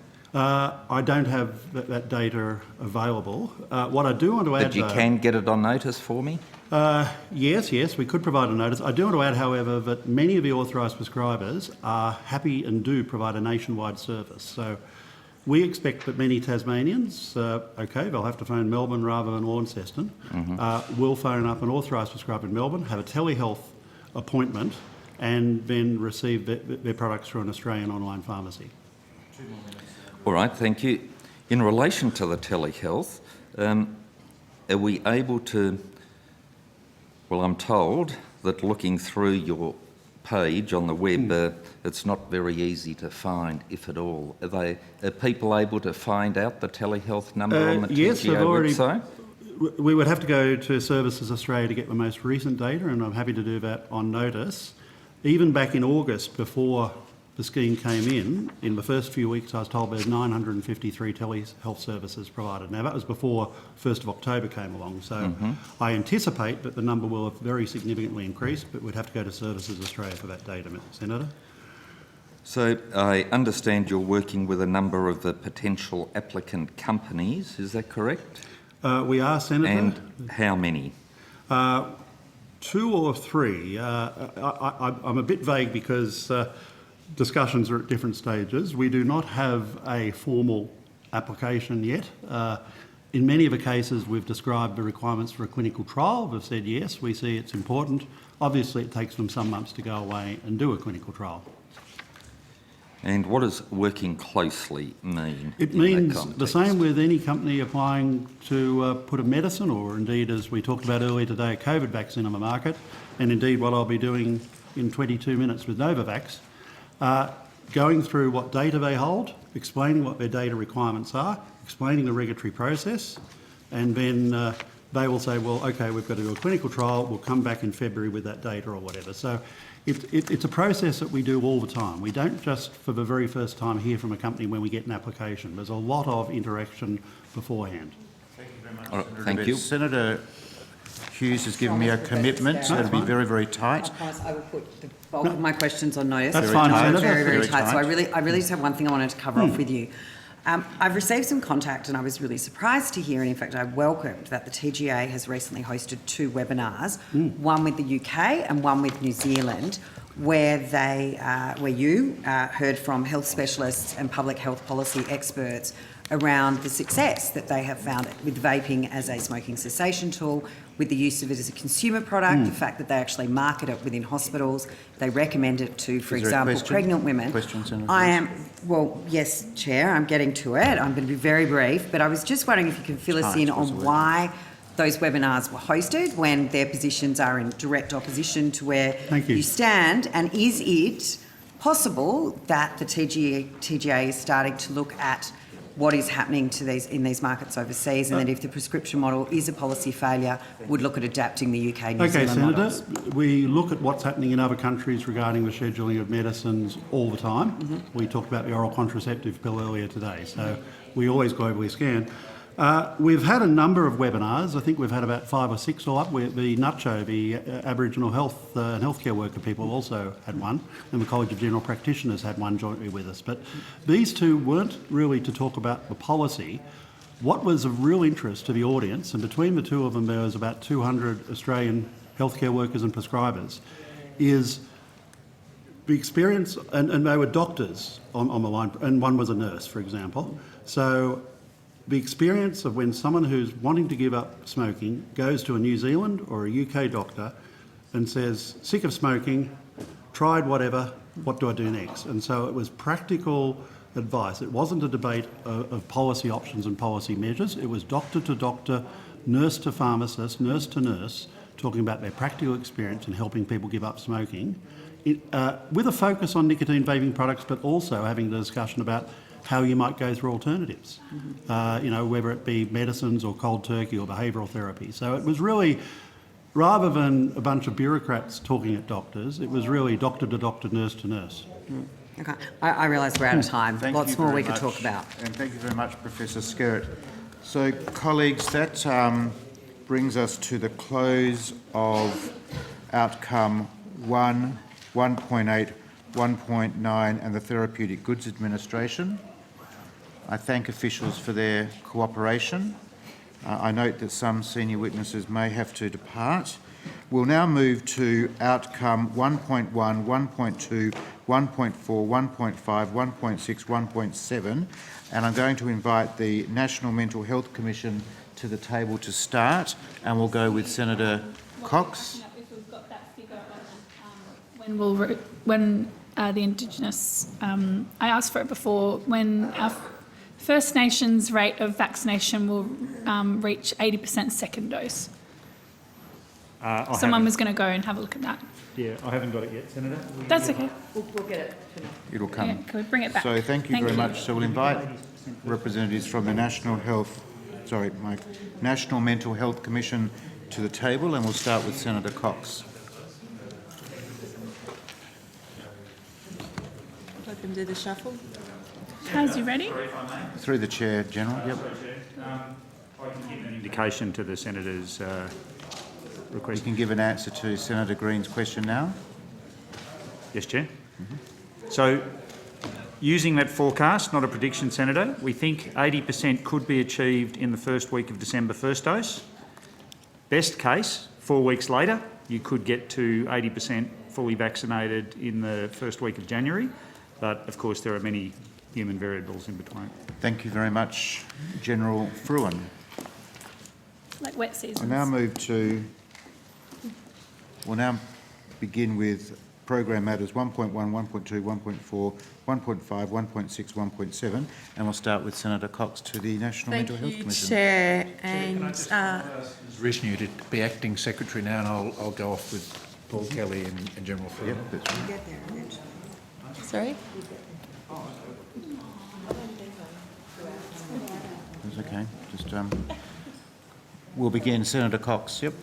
You can Thank begin. you. I think they're still... No. You can begin asking the questions to the witness, thank unless they're you. to the Minister. My question is in relation to the National Mental Health and Suicide Prevention Agreement. Can you please provide the latest breakdown of funding for social and emotional wellbeing for First Nation communities in relation to this agreement in WA? So, Christine Morgan, CEO of the National Mental Health Commission. In relation to the specific details around the negotiation of the National Mental Health and Suicide Prevention Agreement, I would have to defer to my colleagues in the department. Whilst the Commission has provided in the past general advice about components that could and should be considered for reform, the actual negotiation of that agreement is with the senior officials in the department. Okay. Tanya Rishnu, Deputy Secretary, Primary and Community Care. Thanks, Senator. So in relation to the National Agreement on Mental Health and Suicide Prevention, it's currently under negotiation with states and territories. We are well progressed, but we are working in earnest to the National Cabinet timeline. In terms of specific social and emotional wellbeing measures, I would mention that obviously for First Nations Australians, social and emotional wellbeing sits with the National Indigenous Australians Agency as a program. But there are obviously a number of measures in the context of the national agreement, but also in the context of the $2.3 billion investment announced in the budget that go to issues of particularly suicide prevention and working with Aboriginal and Torres Strait Islander people on those matters. So happy to kind of go through where we're at with some of those elements if you're interested. Yes, please. And I might get my colleague Mr Rodham to go through the specifics. Yes, Mark Rodham, First Assistant Secretary, Mental Health Division, Department of Health. So in the budget there was, in terms of there was a number of initiatives particularly focused on suicide prevention. So the establishment of regional suicide prevention networks and a commissioning officer for each jurisdiction, that's $23.8 million over 4 years. $27.3 million over 4 years for the phased implementation evaluation of culturally sensitive co-designed suicide aftercare services, and $16.6 million to establish a culturally appropriate 24/7 crisis line to be delivered in partnership between Lifeline and Gayadjui, the Aboriginal and Torres Strait Islander peak body for mental health. So there are other measures in the budget as well. They're the three larger ones. In terms of the suicide prevention networks and aftercare services, we're planning on rolling those out in a staged approach, one through each PHN, but we're working with NACCHO, the National Aboriginal Community Controlled Health Organisation, and Gayadjui in rolling out those initiatives in a phased approach over that 4-year period. So can I just confirm that amount for the 21-22 budget is the $79 million? $79 million across all Aboriginal and Torres Strait Islander mental health measures in this budget. Can you confirm how much of that is new funding? I believe it's all new. Yes. Sorry? I believe it's all new. All new funding. I'll correct that on notice if I have that wrong. But Okay, great. And is this commitment going to be matched by the West Australian government? Do you know? we've been having discussions, of course, with the Western Australian government around a bilateral agreement on mental health and suicide prevention. Look, it's very clear. I think in their recent budget, they had a number of initiatives to support First Australians, and we're keen to coordinate these initiatives with the investments they have in their budgets, but we haven't got to the level of detail, and I couldn't speak with any great authority on their measures. So I'm gathering it will be after the... We're in the process of negotiation, Senator, so obviously, and we couldn't comment on behalf of the Western Australian Government what they will bring to the table. We're in the process of negotiating that bilateral. And is the suicide prevention going to be co-designed with First Nations communities? And can you give me some examples of that? Yes, absolutely. So we'll be co-designing that with Nacho and Gaia Dewey. We will be working with, I think there's 8 sites in the first year for these initiatives where we think they have the most chance of success, and then eventually they'll be rolled out to the 31 primary health networks over that period. So, but a co-design process along the way. So what process are you following? Is that workshops? Is it? Can you elaborate on? Well, there will be that. So yes, at the national level, that's how we'll do it. Then there'll be workshops, local implementation design at the local level at those sites that are selected. Okay, great. I have some other questions that my predecessor, Senator Stewart, asked at the last estimates, but I'm happy to submit them because they're on notice in writing because they're more data focused. Just so I know that we've got some time constraints, so thank you very much for that. Thank you. Thank you, Senator Cox. Senator Grogan, and welcome to your first Senate Community Affairs estimates. Thank you very much. Just wanted to talk a little bit about the National Mental Health Plan and really just see where that plan is up to. So thank you. Again, and I sound like I'm deferring things here, but the implementation of the National Mental Health and Suicide Prevention Plan, which was effectively the budget measures announced by the Commonwealth Budget in May, is the oversight of that is sitting with the department. There are 1 or 2 initiatives that sit with the Commission around lived experience in the establishment of the National Suicide Prevention Office, but the balance of the plan is sitting with my colleagues in the department. Well, I wonder if before we go there, with the development and particularly the commitment last December to have a national agreement, have you been engaged in that? I know it's a sort of a federal territory scenario, but just wondering if you've had any engagement in that process. No direct engagement. The role of the Commission is to provide, amongst other things, is to provide advice to governments. We have advised during the course of the formation of the mental health reform agenda as to what we believe are the gaps and the priorities, and that that has been fed through over the last 18 months, 2 years, but we have not been involved in the negotiation of the national agreement. Okay, so we assumed you probably might have been given the advisory role, but thank you. So one of the primary reasons for that, to put on record, is the role of the Commission is to monitor and report. So the appropriate role for the Commission is to provide advice as to what may need to be improvements in the system, to allow government to do what it needs to do in terms of forming agreements and like, and then the Commission would appropriately look at what has come out of that and make a comment on it. So really not appropriate to be involved in the negotiation. Indeed, but advising them while they're negotiating potentially. And Senator, if I could add to that, obviously we have a very close working relationship with the National Mental Health Commission. As part of the PC review and the report, obviously the role of the National Mental Health Commission is one of the subjects of the negotiations around a national agreement as well. So once again, much more appropriate to be negotiated. At the moment, we have a health senior officials working group with all of the states and territories on it. Ultimately, that will report to secretaries and ministers and through to treasurers and national cabinet. But obviously, Ms Morgan is advising us as we need on particular areas. Cool. So are we still on track for the end of November? We are working in earnest.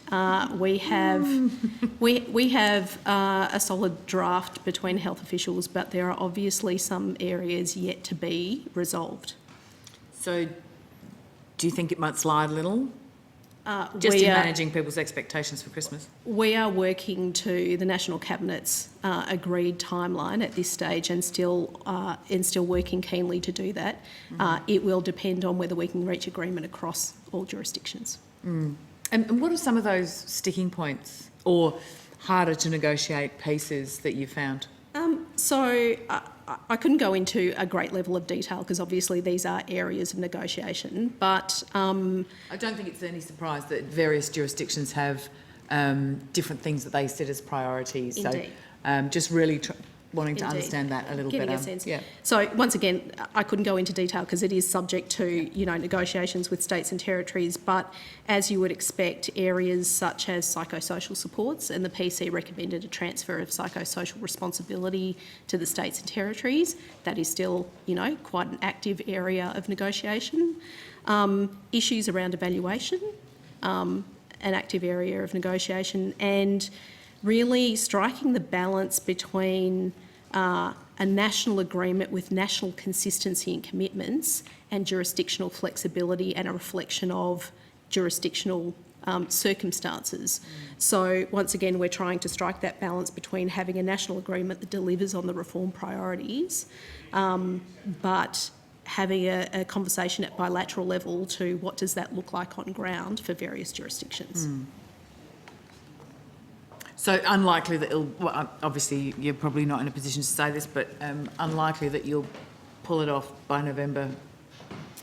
Look, Senator, as I say, we are all very conscious of the timeline that National Cabinet has set us all, and I can say all jurisdictions have been engaging very actively. So given the any funding that might be attached to that, I assume that would need to wait until everything's finalised, or do you have any sort of early float kind of projects that you're looking at? So in terms of the overarching plan that was announced at the budget, the $2.3 billion, there are a range of measures that are Commonwealth only, and we are progressing with those, at haste. There is around $770 million that's tied up in negotiations on the national agreement and bilaterals. 770, did you say? That's right. And we are working bilaterally to look at where we can get agreement at a bilateral level to fast track particular projects there with jurisdictions who are ready. Yeah. Cool. Because things are looking pretty rough out there with we're working. The way the situation is developing with COVID, and we're seeing such an increase in people struggling with their mental health and increase in suicides and such like, that the timing is actually quite critical. And I believe, I think it might have been Ian Hickey who referred to it as the shadow pandemic. So, Senator, we're working very closely with a whole range of services, and this package was new funding. The $2.3 billion actually is a level of new funding. We have obviously worked very closely throughout the pandemic and had a number of measures that were introduced throughout the last 2 years as the situation has evolved to bolster things like phone lines, so the coronavirus mental health line through Beyond Blue, for example, funding to Kids Helpline, funding to Lifeline. We have increased digital services. We've increased better access and mental health telehealth services in particular. So I wouldn't want you to think that there hasn't been investment already in response to the pandemic. We recently introduced pop-up mental health clinics with New South Wales, so 10 Head to Health clinics, which provide free services. So there's a range of supports we are trying to put in with COVID while we are negotiating a national agreement. I did actually have some questions about the Head to Health. Now that you've brought it up, I might go there. There were 8. How many, have they all started operation? So the adult health centres, the Adelaide Mental Health Centre for adults has started operation, and the others are on track to start. And Mr. Rodham, by the end of the year. By the end of this year, the remaining 7 with. Okay, so at this point in time, 1 of the 8 is open. So that and fully operational. Yes, in Adelaide. And that would be the one in Adelaide. That's right, but. Can I also just draw your attention, Senator, to the difference? So they're the adult mental health centres that are a permanent fixture. The Head to Help centres that we established in Victoria, so we established 15 last September, and 10 in New South Wales, are a direct pop-up adult mental health centre to actually provide treatment options for people experiencing crisis during COVID. So they are separate to the 8 adult mental health centres. And that was the 15 just in Victoria? 15 in Victoria and 10 recently in New South Wales. And one in the ACT. And one in the ACT. Okay. And so with the other 7, Mr. Rodman, you were saying you believe they'll be open in December? Yeah, a number by the end of this year, the remainder early next year. I can be more specific. That would be lovely if you could be more specific.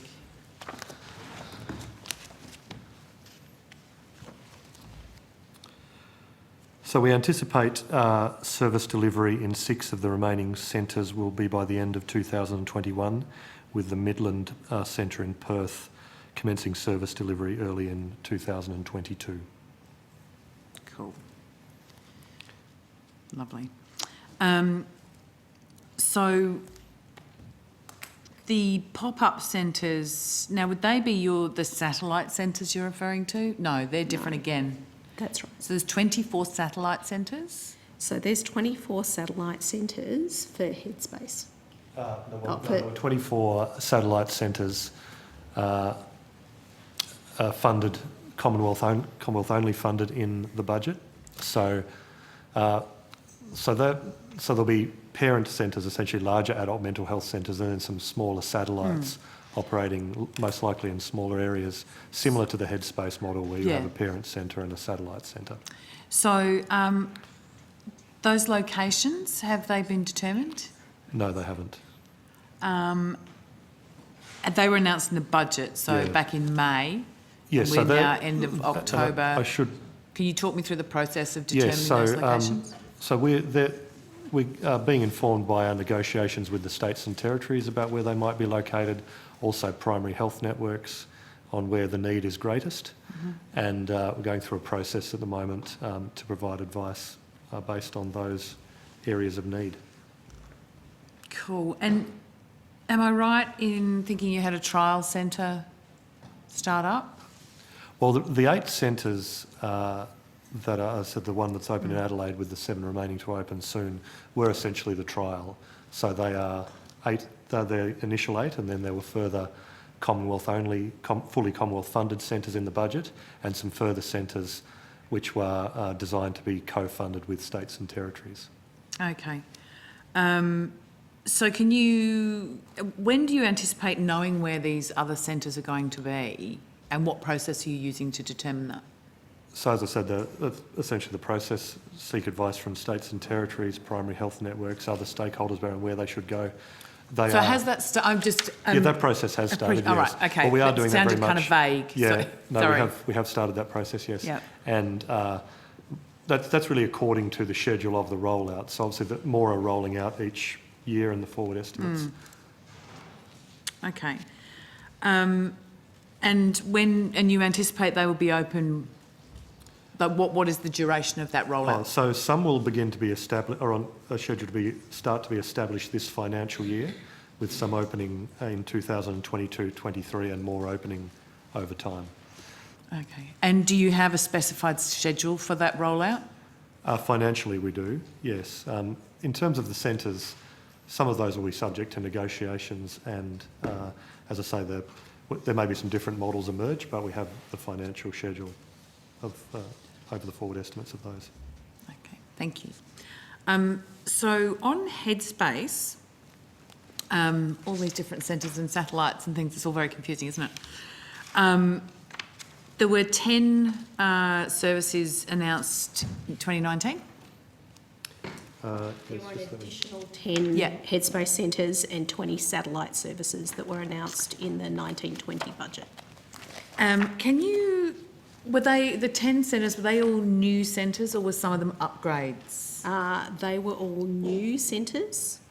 Okay. All new services, some were centres, some were satellites, as Rishnu said. And can you tell me can you provide us with a list of where they are located, assuming they are all now open? So of the 2019-20 budget commitment, in the ACT, South Canberra is operational and open. In New South Wales, Kempsey has experienced some delays and is scheduled to be open in February 2022. Armidale opened on the 19th of May 2020. Bateman's Bay opened on the 14th of January 2021. Cessnock opened on the 7th of July 2020. Cowra is scheduled to open in February 2022, and Katoomba opened on the 18th of August 2020. In Queensland, Strathpine opened on the 30th of November 2020. Upper Coomera opened on the 13th of July 2020. Serena opened on the 26th of July 2021. Whitsundays is scheduled to open in December 2021. Emerald is also scheduled to open in December 2021. Maryborough opened on the 11th of November 2020. Roma opened on the 4th of May 2021. In South Australia, Marion opened on the 27th of January 2021, and Port Lincoln opened on the 1st of July 2020. In Tasmania, Devonport opened on the 3rd of November 2020, and Burnie opened on the 18th of January 2021. Echuca now to Victoria. Echuca is scheduled to open in March 2022. Monash opened on the 21st of April 2021. Lilydale opened on the 15th of February 2021. Ocean Grove opened on the 16th of August 2021. Pakenham opened on the 1st of July 2020. Rosebud opened on the 11th of February 2020. Sale opened on the 14th of July 2020. And Whittlesea opened on the 10th of August 2021. And finally, from this round, WA, Cannington is scheduled to be open next month, November 2021. Kununurra in March 2022. Busselton opened on the 9th of November 2020. Esperance opened on the 8th of September 2020. And Northam opened on the 4th of August 2020. And then there were the election commitment ones after that. I can go through those for you if you like. I was actually asking about just the 10 services. Oh, the 10. Sorry, maybe my I read pen's you the run wrong away list, with sorry. itself, and I've gone, okay, I'm just going to read Sorry. the transcript. I can do those really We can quickly. provide that on notice, or we can provide that to the Secretary. That would be lovely. I would just say we are on track to have 153 Headspace services operational by July 2022. Yeah, excellent. Senator Grogan, I'm now going to go to Senator Griff, but we can come back to further questions that you may Okay, have. I only have literally teeny-weeny question left. How many? One. You'll excuse me if I've heard Just one. that before. Yeah. Oh, one question? One question and a tiny sentence to deliver it. Headspace in Wyong, can you give me an update on how that is rolling? It was a 2019 pre-election commitment. That one is scheduled to open in December 2021, so by the end of this year. Very soon. Yeah. Okay, thank you. And of the remaining, I won't go through them, but the rest are scheduled to be open that aren't open, scheduled to be open by February 2022. Thank you very much. No problem. Senator Griff. Yes, thank you, Chair. I'd like to first focus on a few issues regarding medication monitoring risks from unmonitored combinations of medications and the MHR capability. Now, earlier this year, the ABC ran a story regarding the death of a young man, Isaac Rees, who took a combination of powerful medications that he was prescribed and he took according to doctor's orders. Now, Mr. Rees was prescribed 11 different medications in the space of 1 month from his treating GP, a hospital psychiatrist, and an emergency doctor. He died in August 2019 after taking his medications as prescribed. Now, it seems neither his GP, his treating psychiatrist, nor hospital doctors had any idea what else he may have been prescribed when they issued the prescription. There were no warnings from any dispensing pharmacists, and according to the story, no clear warnings on his medications about the dangers of mixing particular classes of drugs. Now, I know that the National Script Monitoring System is being developed, but I want to know, firstly, what systems are in place now to prevent such catastrophic errors at both the prescribing and dispensing end? So, Senator, if I understand correctly, and apologies, your sound isn't great, but you're asking about measures to prevent over-prescribing and medication management? Well, it's not just over-prescribing necessarily. It's the fact that you can have different medical professionals that are unaware of what has actually been prescribed by others. So that is probably less of a question for mental health. So Ms Shakespeare will hopefully be able to answer that. Senator, I didn't catch all of your question, but I understand that you're asking about measures that we may have in place to prevent medication misadventures, where we've got confusion between treating doctors about medicines that have been prescribed to the same patient that may be contraindicated. Yes, that's correct. And actually the status of the national script monitoring system that you're developing. Certainly. So the real-time prescription monitoring system is something that we can update you on. We also have a range of quality use of medicines programs, and the My Health Record, which I think you mentioned earlier, also provides access to patient records and allows those to be shared between different treating clinicians. But I might ask my colleague, Mr McCabe, to talk a little bit about where real-time prescription monitoring is up to. Thank you, Mr Shakespeare. Daniel McCabe, First Assistant Secretary, Benefits Integrity and Digital Health. Senator, I think as I've given evidence previously, we are in the process of working with states and territories to roll out the national real-time prescription monitoring system. Currently, the system is fully operational in Victoria, South Australia and Queensland. The remaining jurisdictions have integrated and are sharing data, but they are still yet to fully deploy their regulatory solutions for prescribers in those relevant jurisdictions. We anticipate that the full rollout will be completed in the February to June timeframe next year. There's been delays, I think, in the rollout, primarily to do with responding to the pandemic. Okay. So 3 states so far, and the others you think... I mean, this has taken quite some time, hasn't it? Because I think this was first flagged in 2017.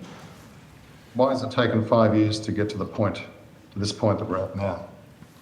So, Senator, I think whilst I think there was broad support and effort across jurisdictions for connecting to the National Data Exchange to support better medication management, there had to be significant investment, change and adoption in each jurisdiction for them to update their regulatory frameworks, then roll out changes to all prescribers and all pharmacies that dispense medications. And so that work has been ongoing. I know some jurisdictions had to get specific budget measures agreed in more recent times, which is why there's been some delays.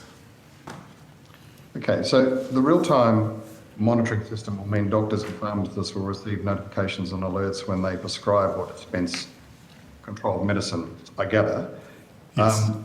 Would it also alert a GP or pharmacist that a patient has already been prescribed a controlled medication by another provider? Yes, that is the intention, Senator. So effectively, a GP or other doctor that's prescribing a medication will get a warning which they then can dig into into My Health Record or other systems to find out why or what medication has been previously prescribed. So they are alerted if the medication's been, if there's a duplicate prescribing event that's happened recently by another doctor. Is it still up to their discretion to decide what they do or whether they act on it or not? Ultimately it is, Senator, but I think they have to, I think under relevant jurisdictional requirements, they have to document why they might prescribe a medication when they've been warned that it's been recently prescribed by another doctor. So it depends on the regulations in each jurisdiction, Senator. Okay. So what controlled medicines will actually trigger a notification? Is it just opioids and benzos at this stage? Yeah, so it's all Schedule 8 medications and Schedule 4D medications, Senator. There are slight variations for the 4Ds in different jurisdictions. Okay. So will this system prevent situations such as I mentioned before with Mr Rees, where not all of his meds would be listed as controlled, but a combination could still prove lethal? So this system will deal with the schedules that I've just talked about. Prescribers do have access to other broader sources of information about medications that are being prescribed to their patients through the likes of My Health Record, which captures all recent dispenses for medications for patients as well. Right. And I think it would also be part of standard good clinical practice to take a full patient history before prescribing a new medication that could have interactions with other medicines that are dangerous to the patient. So that would be part of the normal requirements of medical practice. Okay. Now, I have a number of questions that I will put on notice, but I just have a few that were darting around. I think, Chair, you said we could work between 1.1 and 1.7, so I'm just going to move to 1.4. And I have in recent times, particularly in South Australia, we've had a number of people that have contacted us regarding waiting times to see a specialist, even when they are also covered by private health. Now, one person I spoke to has had a 9-month wait to see a neurologist, and another had to wait 6 months to see a gynaecologist. Now, there was also a rather upsetting story on ABC on Monday about 2 South Australian families who are struggling to secure appointments with paediatric neurologists to determine why their children have suddenly started having seizures. Now, obviously, delays in diagnosis isn't something that one would like. How can, from the department point of view, can you explain the factors that contribute to long wait times and whether these factors are different across the state and territory jurisdictions? I think they will be different across state and territory jurisdictions. The factors that contribute to waiting times will be the availability of medical specialists in a particular specialty. We know that we have some medical specialties that are generally in oversupply, others that are generally in undersupply, so it varies across specialties. But there are also geographic factors involved. I think there's also interactions between the public hospital system and whether or not patients elect to be treated as public patients or as private patients in terms of seeing a specialist. Waiting times will be different if a patient needs to use the public health system compared to the private health system. So those will be the sorts of factors. We'd need to look into the particular cases that you mentioned. I'm sorry, I'm not familiar with the South Australian families you mentioned. Now, Shakespeare, as you mentioned, I mean, my understanding is the availability of training places is determined by the number of accredited hospital training positions, which in turn is determined by the medical colleges who are responsible for accrediting these. Now, does this mean in effect that the colleges are effectively deciding caps? So again, I think there's a more complex interplay of factors here. So all of our medical specialties train as registrars basically on the job. So whether that's GPs, surgeons, so there will need to be a training place within a health facility for them, as you say, that's been accredited by the relevant specialty college. So the availability of accreditation for a particular workplace environment is just one factor there. It's also, I suppose, the availability of supervisors, and people will need to obtain a range of different areas of practice in order to qualify as a fellow of a medical specialty. So there'll need to be usually a range of settings and facilities that people will need to train in under the supervision of a qualified practitioner. So I don't think it's as simple as saying that the colleges only permit a certain number of people to train at a time. There also needs to be the workplace training environment available and supervisors available. And of course, enough registrars wanting to train in a particular medical specialty. So this obviously, I imagine this would concern the department. I mean, and you mentioned oversupply and undersupply. Is this something that you work with the colleges and work with the respective public hospitals to find a way to balance this? Is this something that you work on? Well, yes. Over the last couple of years, the department has been leading work on the National Medical Workforce Strategy, which has involved a lot of work with medical specialty colleges, the Australian Medical Council, which approves courses of training that lead to qualification as a doctor and as a specialist, working with the states and territories who deliver a lot of the training, particularly of non-GP medical specialists, and also at the earlier stages, junior doctor training and intern training in hospitals. So we've been working with all of those groups of people to develop the National Medical Workforce Strategy, which is now working its way through clearance by all health ministers in the country, and that will set out, I think, clear directions for us to reform training programs to make sure we're producing the medical workforce that the Australian community needs. And what timing do you see for this, for it getting to the point where it needs to get to? So there are a lot of different strategies that I think are, shorter term and then a lot of longer term as well. We're hoping to have implementation plans settled fairly quickly for things that we can achieve in the first 2 to 5 years in terms of reform of medical specialty training in some aspects. And we've also started looking at how we can reform Commonwealth funded training programs to try and deliver some of those objectives. So at the moment we are looking at an approach to market for funding to make specialist training more flexible in regional areas so that we can have more remote supervision and looking at how colleges can change their training programs and approaches to facilitate those sorts of approaches. Okay, thank you. I'll just have, given I have a couple of minutes left, just very briefly, 1.5. Last year during the Senate inquiry on fetal alcohol spectrum disorder, I asked when the National FASD Action Plan would be formally reviewed, as the action plan states it should be reviewed after 3 years. Now, the department advised that the review is expected to be completed in December 2021.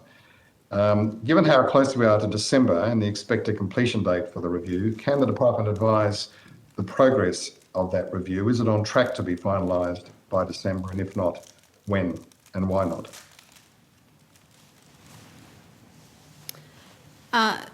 So, Senator, I might just have to take that one on notice because the relevant officials aren't in the room. Okay. Also, if, another question in relation to that, can we expect that report to be made public?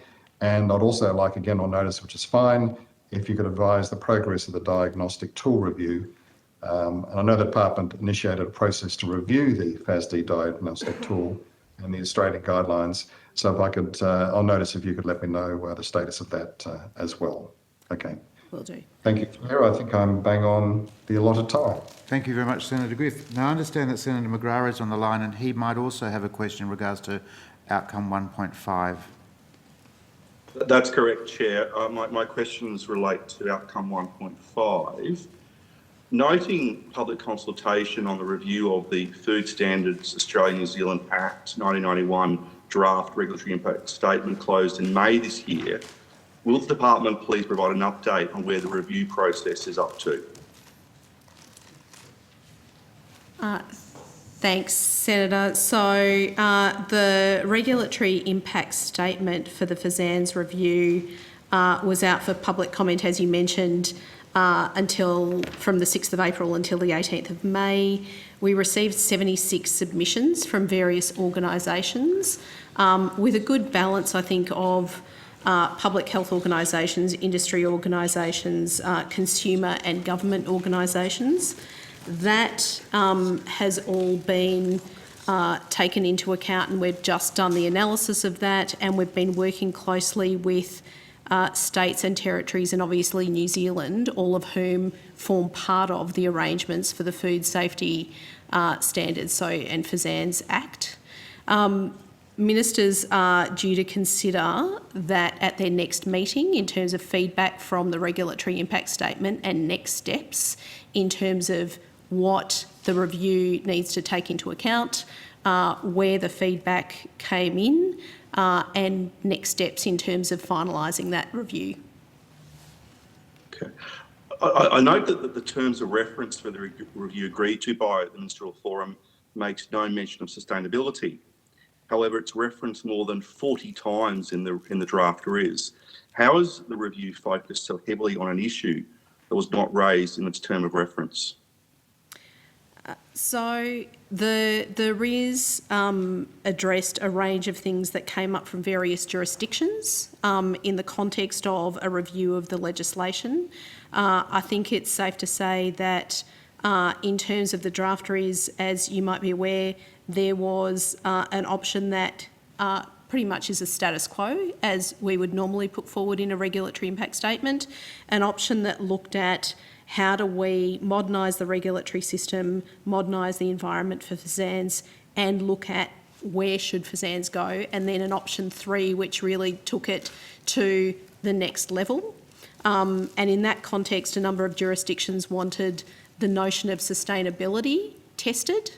So that gives you a broad understanding. Obviously, Senator, there is, 9 Australian jurisdictions and New Zealand involved in determining what should or shouldn't be tested. Well, I suppose, I think clause 4B in the terms of reference gave the example of emerging issues, and that mentioned food fraud and food crime. Now, both of those were mentioned less than 10 times each in the draft RIS. So how's it an issue which appears to have no relevance to the scope of the review is mentioned more than the examples given in the actual terms of reference? And what feedback did you get about overreach? So, Senator, obviously, as I said, the RIS canvasses a whole range of different options that are put forward by various jurisdictions. I think it's fair to say that submissions back on the draft RIS very clearly said, overall, the regulatory system needs to be fit for purpose and modern, that the role of FSANZ needs to be clear and the objectives need to be clear, and that food safety is its number one objective.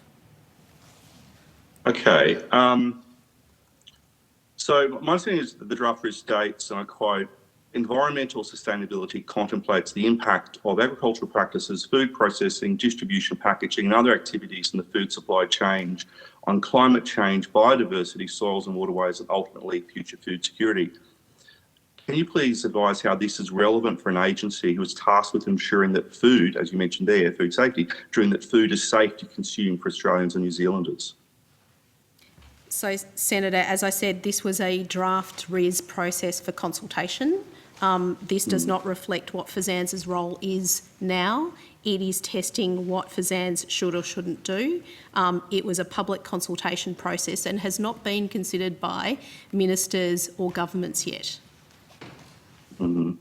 Okay. I mean, surely it's not the role of a food regulator to police cultural and sustainability concerns? So it currently isn't in FSANZ's role. It's not currently the food regulator's role, but as I explained, there's a number of jurisdictions that have very strong views on this issue, not the least of which is New Zealand, but as I said, it's a draft RIS for consultation. Can the department advise all the costs incurred to date and all budgeted expenditure relating to the FANZ Act review? Would you have that to hand? So certainly, Senator, my advice is that so far in undertaking the FSANZ Act review, $387,167 has been expended in preparing the draft RIS, undertaking workshops, undertaking consultation. Can the department please advise the size of the contract awarded to, is it the Nous Group, to undertake consultation and develop the draft RIS? So the Nous Group was selected through a tender process. We set aside $500,000 for that contract to cover all of the costs of preparing the RIS, doing the public consultation and preparing all the documentation. Okay, so as part of the Nous Group's development of the draft RIS, did the department review and approve the heavy focus on sustainability and cultural considerations included within the document? So as the draft RIS was prepared, It goes through a jurisdictional standing committee. So there's a Food Regulators Standing Committee, which includes all of the jurisdictions and New Zealand, and that actually reviewed the draft RIS. It went out for public consultation and tested. So the department was one of the agencies looking at the draft RIS. But the department did approve it.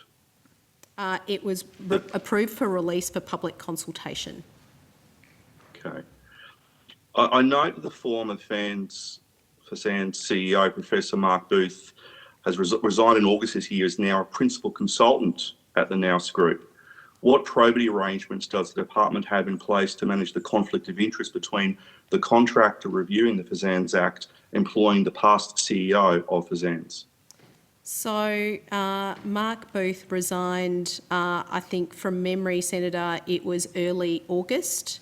There was no involvement, he was the CEO. There was no involvement with Nous beyond, what you would expect in part of the CEO of FSANZ, but the department managed the contract with Nous. There are the usual standards of conflict of interest that need to be declared as part of that process, but Mr Booth has only joined Nous since August, and we are very clear with Nous that he is not to work on the contract, and this is very much a conflict of interest issue that's been known and declared. So I guess confirm so that there is I won't say a declaration, but a ruling that Professor Booth is not to work on, with the Nous Group, to work on the FSANZ review. That's right. We work with different consultants within the Nous Group, and that contract has been in place for a long time. As I said, Mr Booth has only just joined Nous Group in August. How much influence does the contractor, the Nous Group, have in putting forward proposals to increase the scope of FSANZ to include non-food safety related issues such as sustainability and cultural considerations?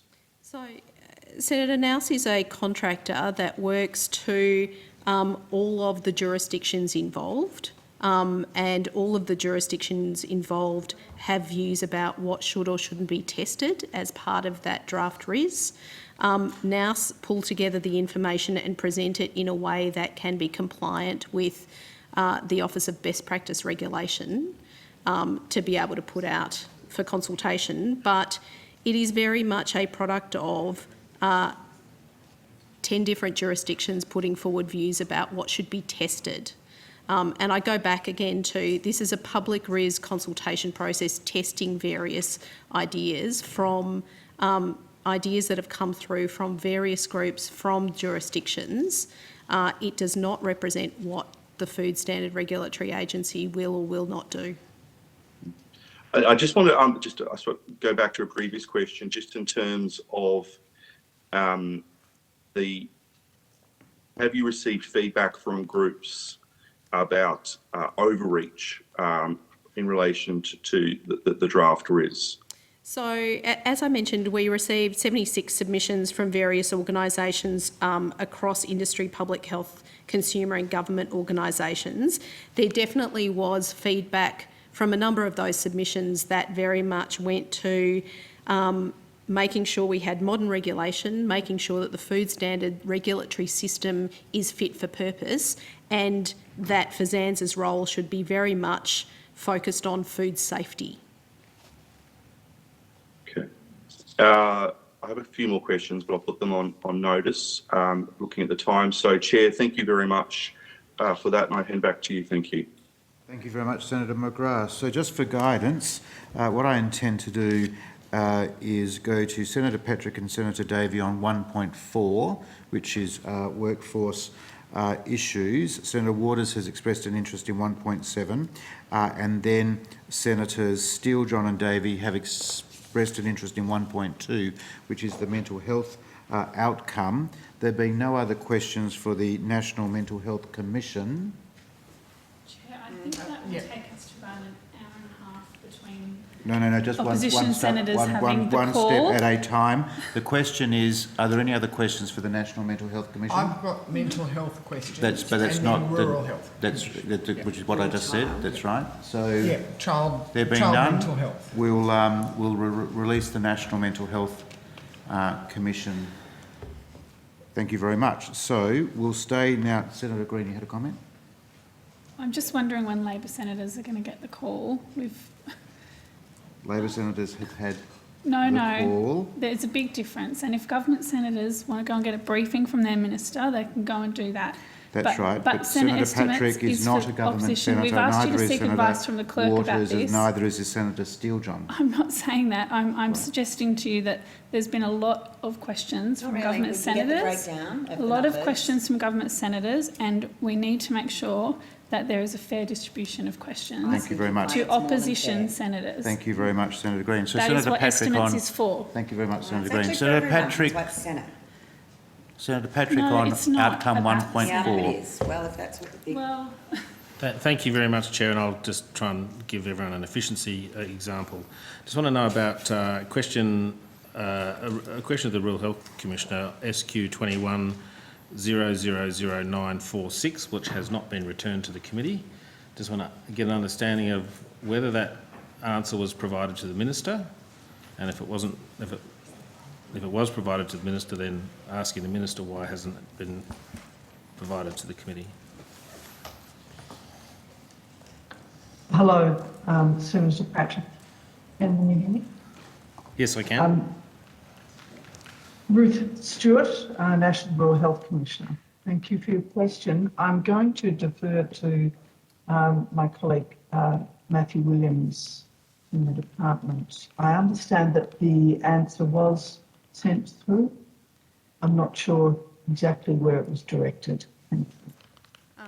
And Senators, I should just point out that Mr Williams is online as he is based in Tasmania. We like Tasmanians, so that's good.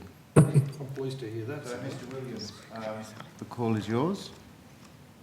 Matthew Williams, First Assistant Secretary, Health Workforce Division within the Department of Health.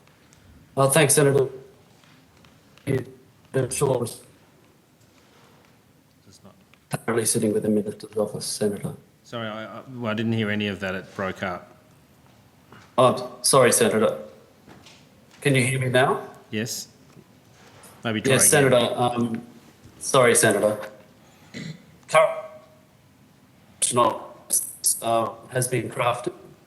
It hoped it would be with the Senator. It is currently with the Minister's office. Okay. So I got out of that, it's with the Minister's office. Can I ask the Minister why that answer hasn't been provided to the committee? I've just sent a message to the Minister's office to actually ask that question, to find out who's signing it off and where it is. So Thank you. Could Could I ask, please, that that question be made available to the committee sometime in the next couple of days, on the basis we have a hearing next week into rural health. So I'd be grateful if you could give me your assurance that that would come. I know people are watching us, Senator. I suspect they have the message. Thank you very much. And I'll follow it up for you. Thank you very much. I'm grateful. Thank you, Chair. Thank you very much. Now, Senator O'Neill has questions as well, but we'll go to Senator Davey and then Senator O'Neill in 1.4. And notwithstanding, I'm on the list.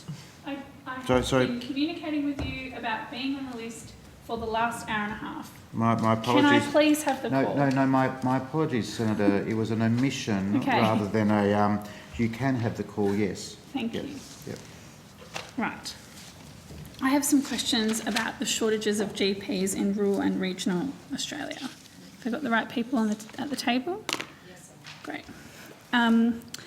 Just firstly, if I can go to a question on notice that was provided. I'm just going to pull it up so I've got the right number.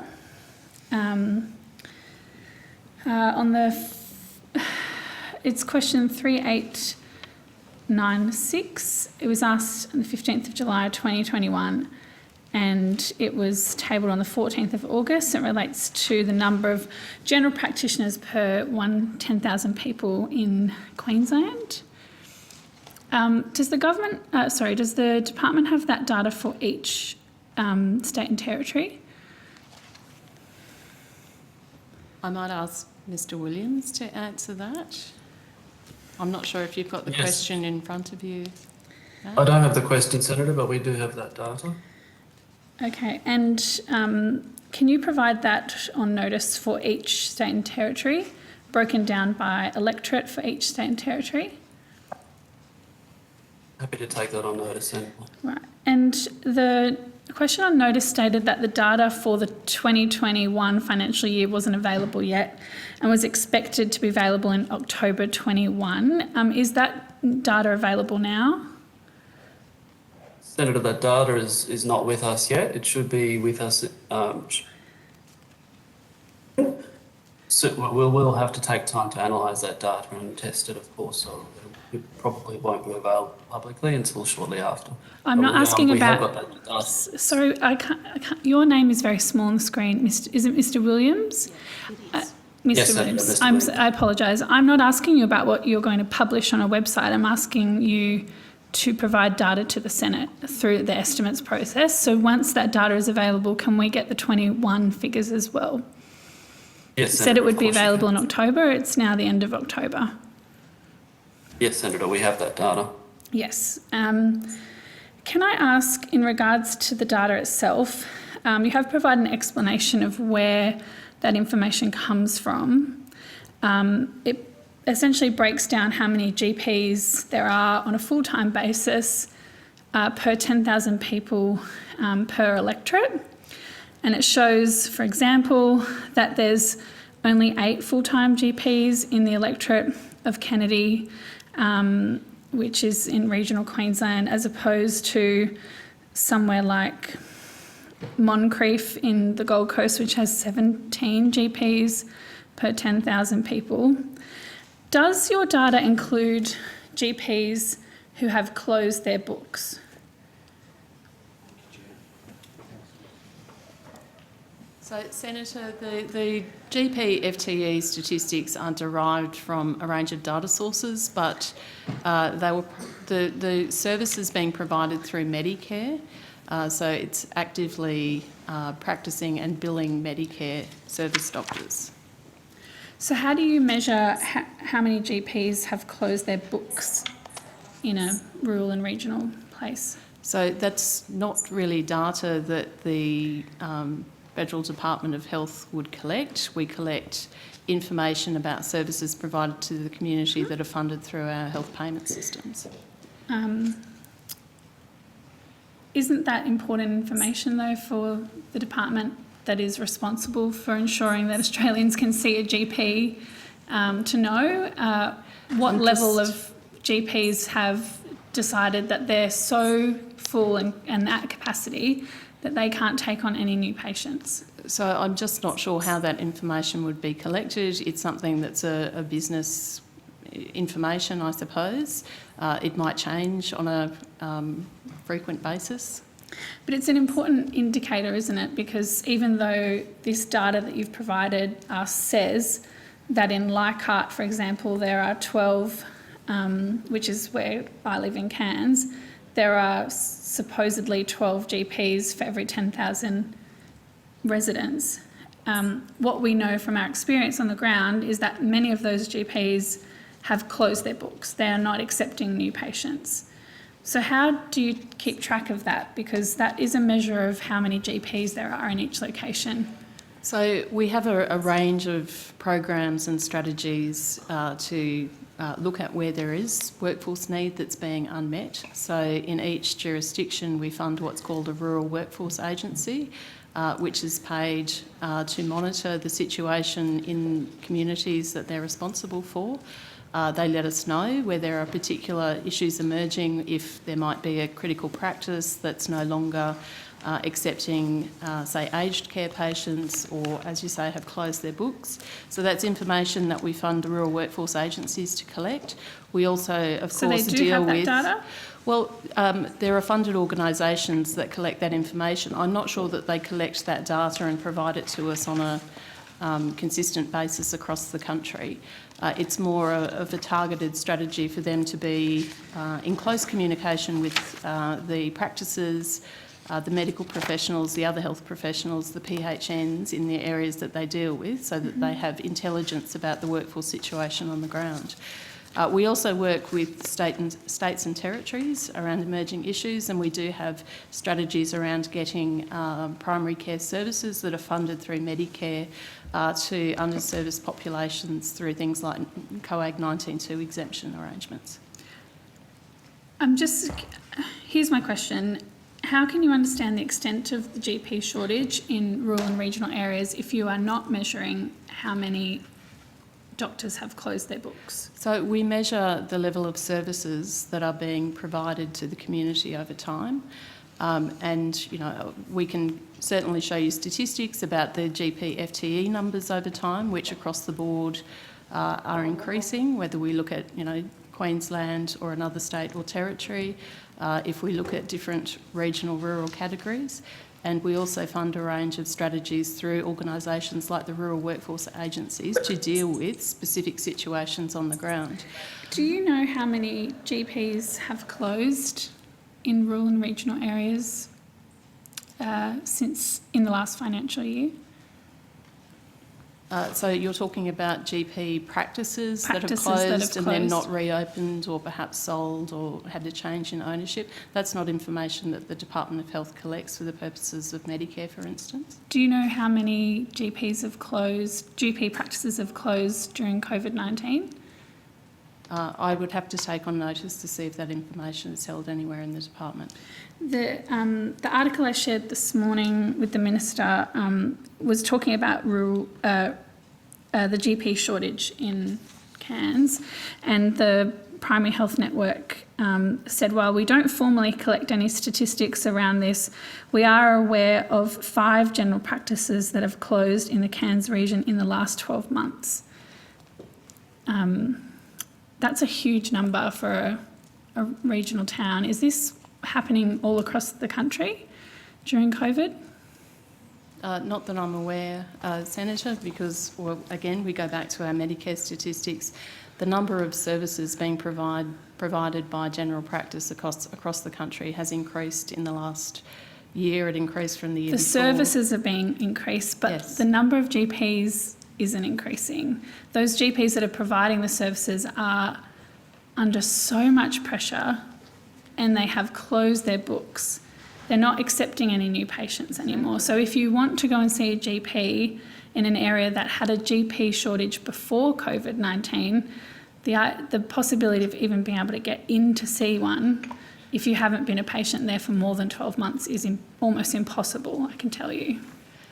So we know that there are certainly challenges in getting services to people in rural communities, and that they've been exacerbated during the pandemic, but we've also put other strategies in place to try and get people more ready access to services, including things like telehealth for non-referred attendances under Medicare. Yeah.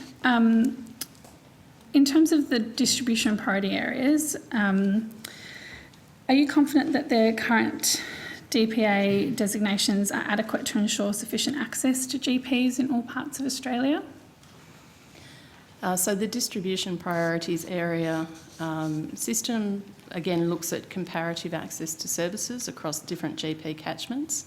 So what it means is if an area is not a DPA, it's getting higher access to Medicare services than other communities.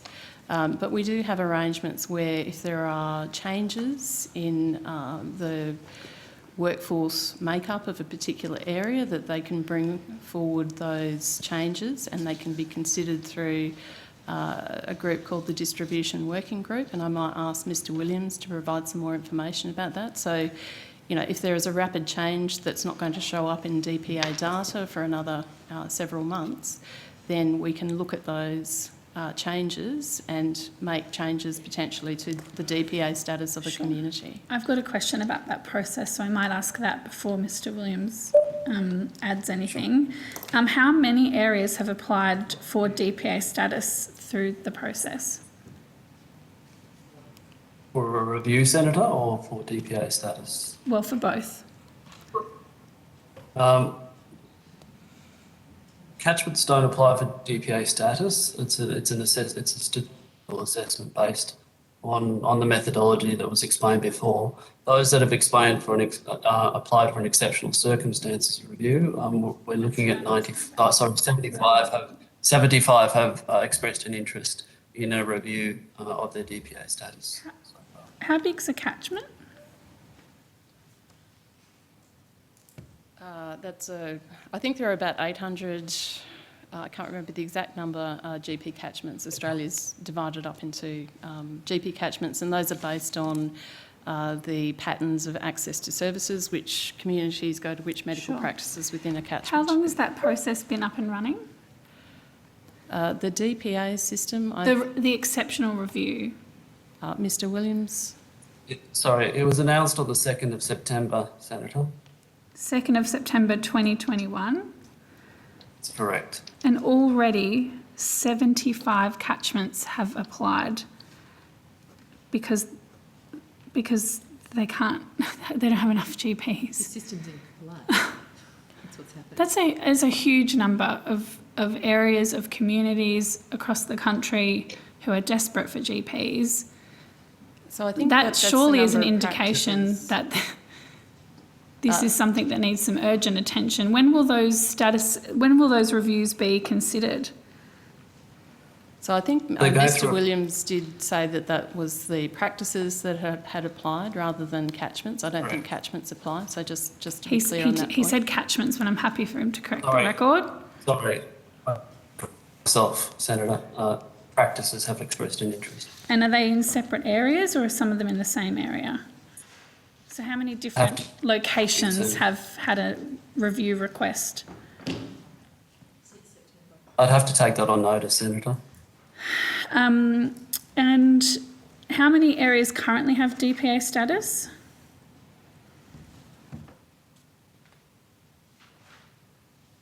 It's a question for you, I think, Mr. Just Williams. bear with me, I'll find that for you.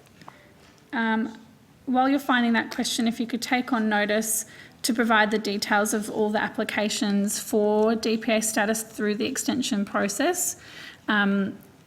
If that needs to be de-identified in some reasonable way, then I think the committee would agree to that, but we would like to know where those applications, the 75 applications, have come from, if we can get that on notice as well. Senator Green. Hello. Green, may I ask Hello, you? Dr. Stewart, how are you? Nice to see Hi, you again. Good, thanks. Yes. Look, I just wanted to point out that district priority areas, this is a mechanism that the government uses to redirect medical workforce to rural and remote areas. And where we have concerns about DPA status, it's usually at the interface between areas that have and do not have DPA status. All rural, remote and very remote communities have automatic DPA status, but there are some areas that are less remote, but so the areas... My colleagues here who live in outer metropolitan areas will tell you that this is not just confined to rural and regional areas in the last 12 months particularly. That's for sure. Yeah. Yeah. No, so I do understand that.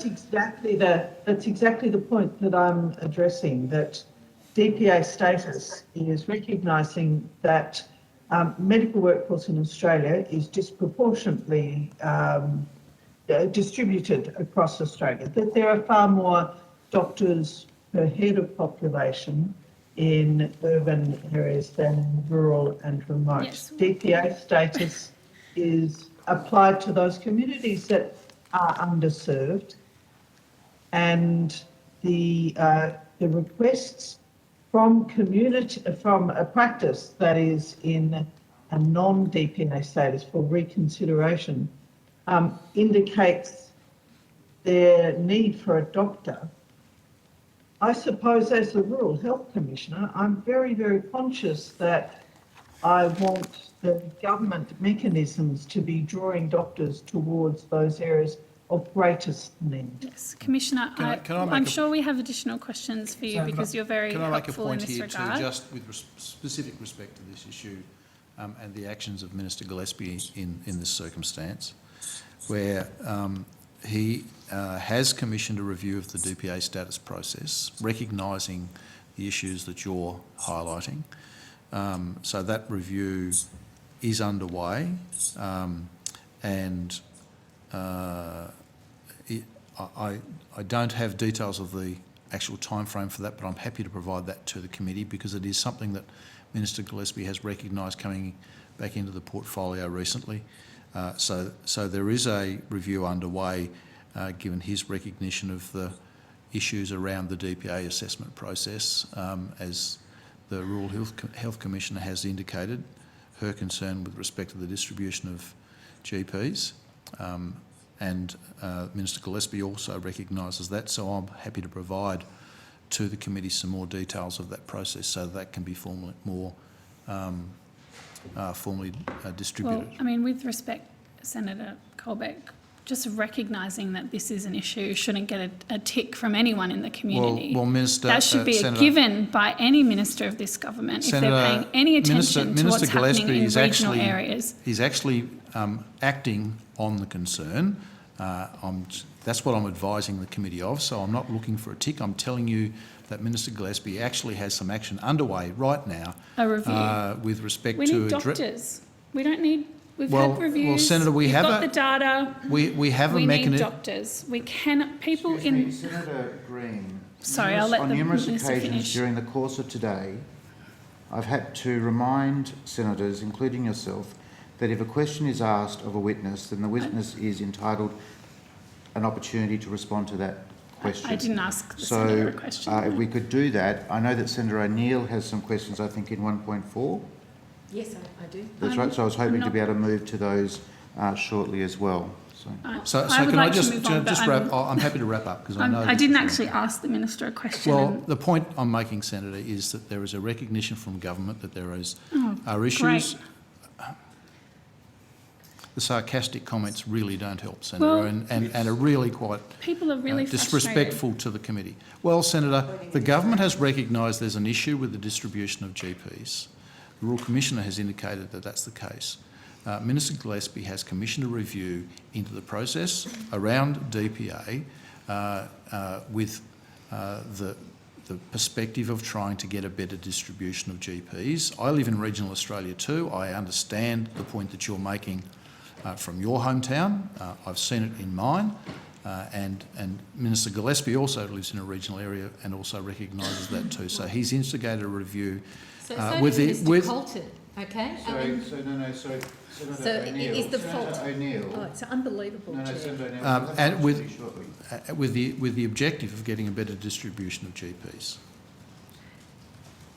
I just have a couple more questions. Senator. Did you Senator, have that can I- figure, Mr. Williams? I don't, sorry, Senator. I'll need to take Well, that I'll- on notice. well, but if you don't mind, If I have a might, question, I'll come to you. Just on the data, so we can understand this issue or what the government does or doesn't understand on this issue, because recognition is one thing, but appreciating the crisis that people are in when it comes to getting in to see a GP in rural and regional areas is a different thing than just recognising that you need to do a review. Does the government collect any specific data on how long it takes people to see a GP, what the wait time is from when they call up to make an appointment to when they actually get to have that appointment? So I'm not sure whether or not we collect information through the primary health networks and their data collections about GP practices there. That would be the place where I would need to look. So are you committing to take that on notice, Ms Shakespeare? I'm happy to take on notice to see whether our primary health networks, which are another series of funded organisations that work with general practices and collect information and provide information back to practices in their catchments, would have any information about waiting times. I'm sure my other colleagues have questions on very similar issues. I guess the last thing I want to understand is if you're not understanding how long it's taking people to wait, in Emerald it's 12 weeks to get a GP appointment. If you don't understand how many GPs have closed and you don't know how many GPs are not accepting new patients, how can you understand the extent of the problem? Do you accept, Minister, that this is a crisis that needs to be fixed urgently, particularly with COVID-19 on our doorstep? Senator, I don't accept the characterisation that you put on it. It is an issue. A crisis? No, I don't accept that it's a crisis. You don't think it's a crisis? It is an issue that needs to be addressed, and the government is moving to address it. After 3 terms and nearly 9 years in government, you're just figuring out this is a problem.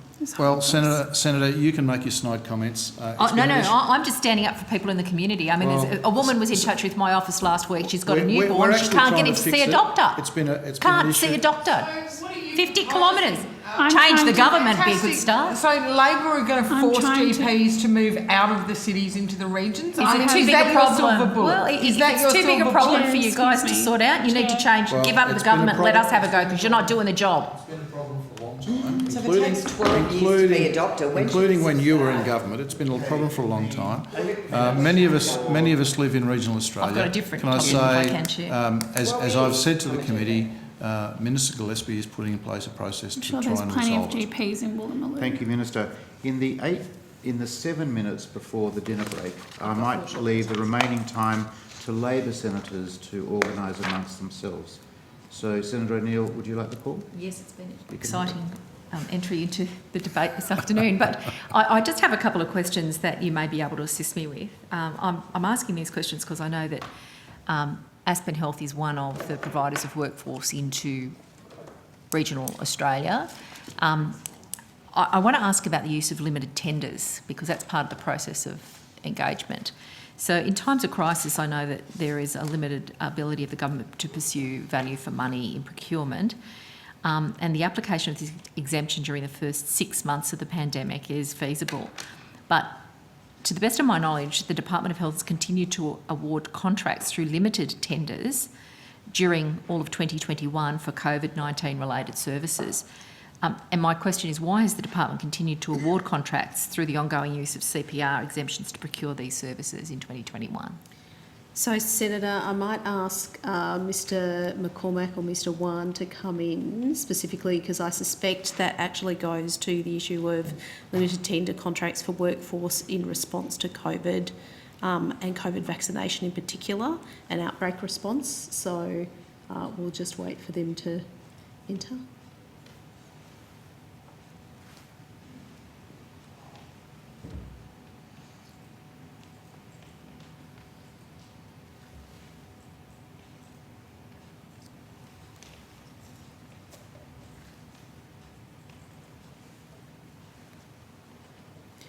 Senator, they may be in a spillover room, so we'll try and get them up here in time if there's any other questions you have. But as I said, I suspect if it's in relation to, you mentioned Aspen, there's a number of limited tenders that we put out as the department in response to COVID to get vaccination workforce in, outbreak response workforce in very quickly. And I did note that in the first 6 months you can understand that there's a rapid response, but it's been the case through all of 2021. And I guess my question goes to the quality of the spend, and you might be able to answer this question, Ms Rishnu. How's the department ensured that value for money has been achieved through these limited tender processes? Because it is a less competitive process, isn't that the case? So a limited tender is usually provided when you have particular expertise, for example, or you have a panel arrangement, for example. So I don't have the details on these specifically. I would note that in 2021 we have had a major vaccination program with InReach in residential aged care facilities and disability facilities. So once again, having available workforce, having expertise, and vaccination, having qualifications that allow you to vaccinate and comply with state and territory requirements for vaccination all would be a factor of looking at who is able to provide those services and then how we procure them. But as I said, I don't have the detail on the specifics. Hopefully Mr Wan can answer. So Mr Wan? Yeah. Chief Operating Thank you. Officer. We were under the understanding that you were going to put this on question on notice, written question on notice. So head of the Financial Management Division has actually left for the day. But could you repeat your question? Yeah, and if you want to Yeah. provide additional information on notice, that'd be great. Yeah. But I'll just ask these series of questions, and Yeah. anything you can provide today would be very welcome. So my question was, why has the department continued to award contracts through the ongoing use of CPR exemptions to procure the services through the course of 2021 rather than, reverting to a more open tender process?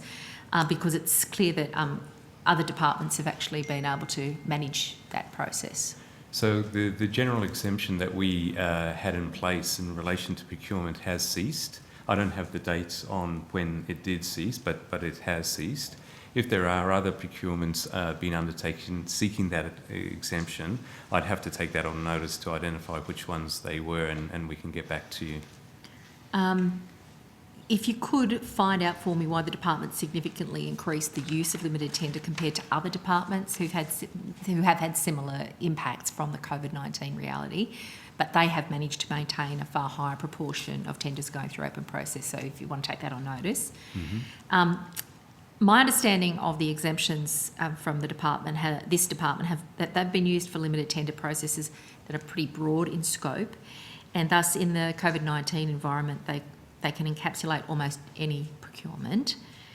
How can the public be assured that these exemptions are being applied to limited tender processes appropriately? In terms of seeking to apply that exemption, absolutely all the relevant rules around seeking the exemption or identifying that exemption were made.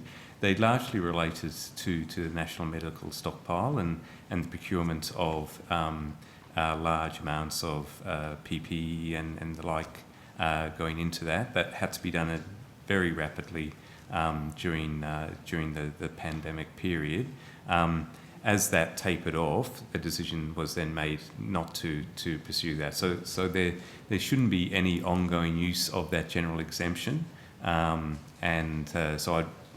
But I will follow up to see whether it's still being applied. But in the context of the pandemic, it absolutely was necessary in that context, given the speed and the constraints around supply and limited supply and the need to grab those provisions of relevant material that needed to enter into the National Medical Stockpile. We've also had a couple of ANAO audits of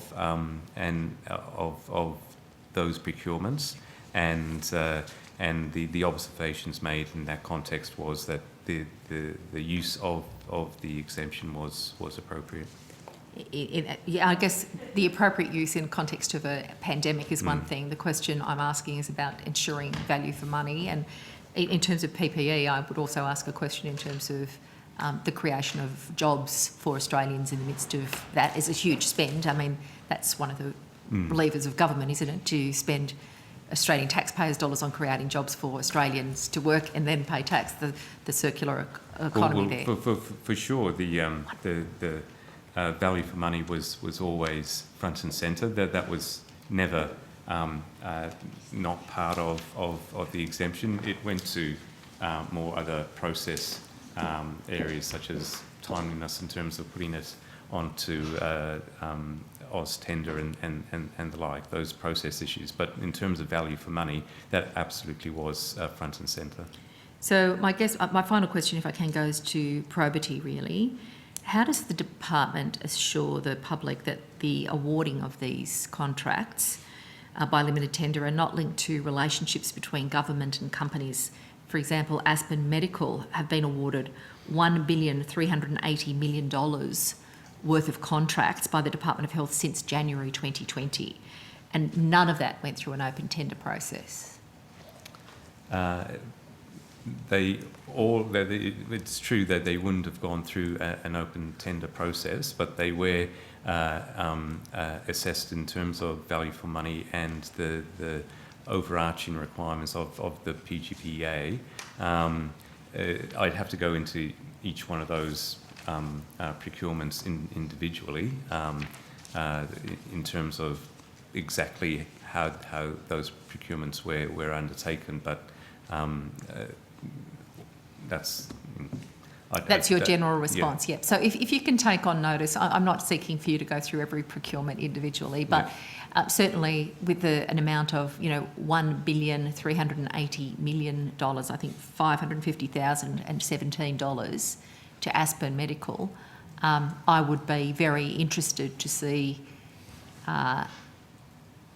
the processes that ensured probity that were in place and the detail of assessments of value for money and what other competitive tension was embedded in the selection process. Thank you, Senator. Thank you. Thank you, Senator O'Neill. It being just after 6:30, we'll suspend for an hour and return at 7:30. And we have questions from Senators Steele, John Waters and Davey in regards to outcomes 1.2, 1.4, 1.5, 1.6 and 1.7. Thank you. Chair, sorry, can I, just before we finish for the dinner break, can I just check AIHW that was here for outcome 1.1 and officers in attendance for 1.1, could we dismiss them to go home? Senator Steele, John, has advised me that he does have questions for the Australian Institute of Health and Welfare. Which is part of your question. Yes. But 1.1, we are... 1.1 we have dealt with, correct? And the National Rural Health Commissioner will still be required. Will still be required. Thank you. At 7:30, I'll let you know whether the National Rural Health Commissioner is required. It may well be that the senator that has called him has actually dispensed with his question, so I'll just double check that for you. Actually, we might double check that for you during the break so that can be relayed to the Commissioner. That'd be fantastic because she's obviously waiting online up north. Mm-hmm. Yep. Thank you, Chair. Okay. Hello, how are you? Come and say hello.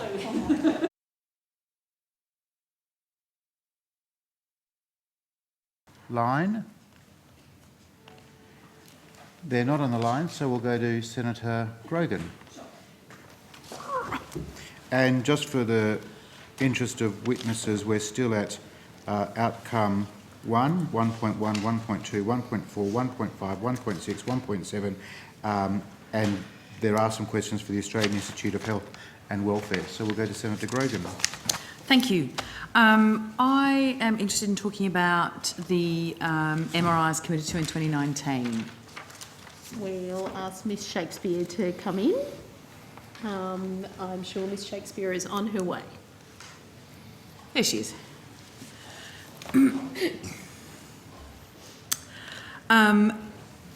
Now, there was 375 million allocated to 53 MRIs. Is that correct? Senator, can you just repeat? Sure, sorry. MRIs, in 2019 there was 375 million put forward to fund 53 new licences. That's correct. How many have come online since then? I will get some other officers to go through the detail, but my understanding is all except one at Lithgow. Sorry? All of them except one at Lithgow, and we have a plan there. Okay, and which was that one? I feel like you gave the location, sorry. Sorry, I forgot to take my mask off. Yes, Lithgow. Ah, right, yes. So, do you have can you give us a bit of a sense of what that rollout looked like from 2019 through to Lithgow? I'll ask my colleague, Ms Lucchese, who's been involved with the detail of the deeds and the operational requirements for the new licensed students. Yeah, so I suppose in the to assist with some brevity, really wanting to know sort of when those funding decisions were made, whether they were batched. There were 53 allocated. Were they all just gone, yep, there they are, there's the 53? So, were the decision done all at once or in stages? So I think the first tranche was funded through the 2018-19 MyEFO, Mid-Year Economic Fiscal Outlook Update. And then there was a second lot funded through the 2019-20 budget. So they were in two, that was where the funding was provided in two lots. Okay. And so the decision about where they would go, there was an open tender, I believe? Yes. And my understanding is quite a lot of applications came in. Do you have that number? It was approaching 500. 493 applications. 493. And how was that funding decision made to whittle those 493 down to 53? So the department undertook an assessment of all of the applications. I can take you through how that assessment process worked. That would be great, yeah. Okay. So And the criteria, yeah. Yes, I can take you through the criteria. We had a set of mandatory criteria, and we also had weighted criteria, which were really structured around patient access to MRIs. We looked at MRI per head of population in primary health network areas, but I'll just take you through the detailed criteria.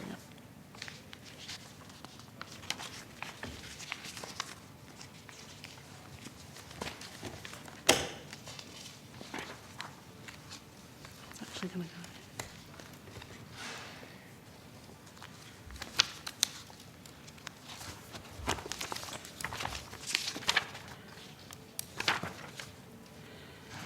Okay, so the mandatory criteria first.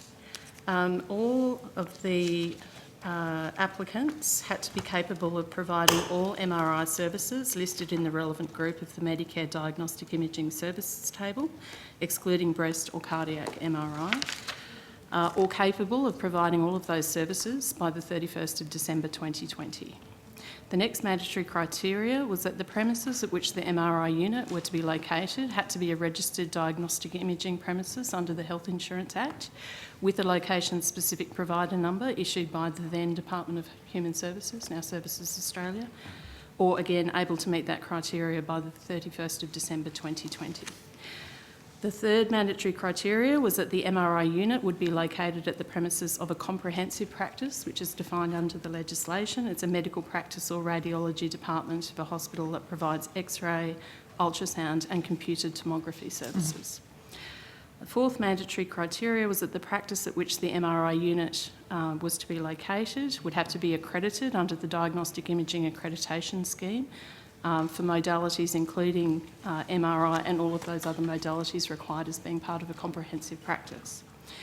The fifth mandatory criteria was that the applicant agree to comply with all relevant legislation, including provision and supervision of services by appropriately qualified providers, and have arrangements in place to ensure compliance with all of those requirements.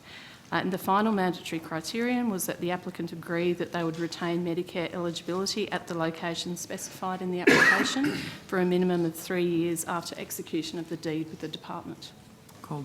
And of the 493, how many reached that mandatory criteria? We think that all of them met that criteria and progressed through to the weighted criteria. Right. We did advertise these in advance, so I think people preparing applications, if they didn't meet them, would have been aware and of my that. understanding is there were a number of years before that where no additional licences were granted. So I think there was probably there was a lot of interest, shall we say. I'd have to go back and check. I think that there were licences in smaller numbers in previous years. So those were the mandatory criteria. Those that were assessed and met those were then ranked against the substantive criteria.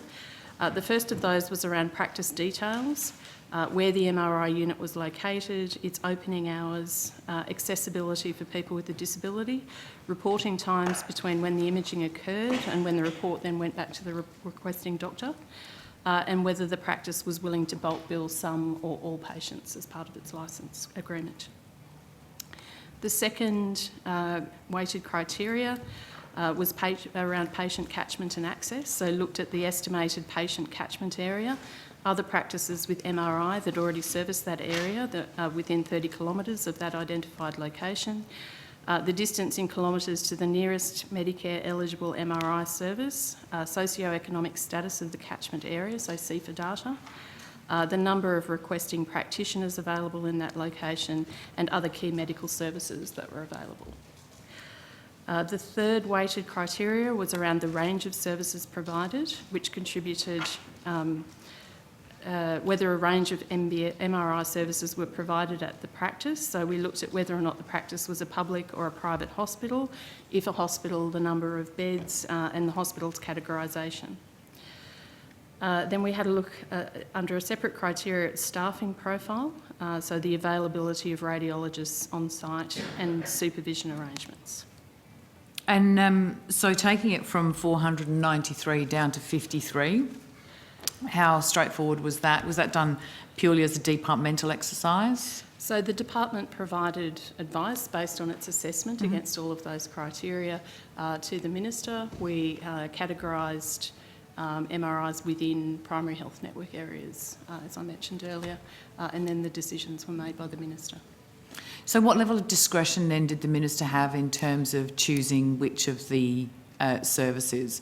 So, I mean, I've seen some of these assessment criteria where the department will just number them 1 through to we didn't do 100 and you linear... draw a line at 53 and go, those are the 53 that are going to get funded?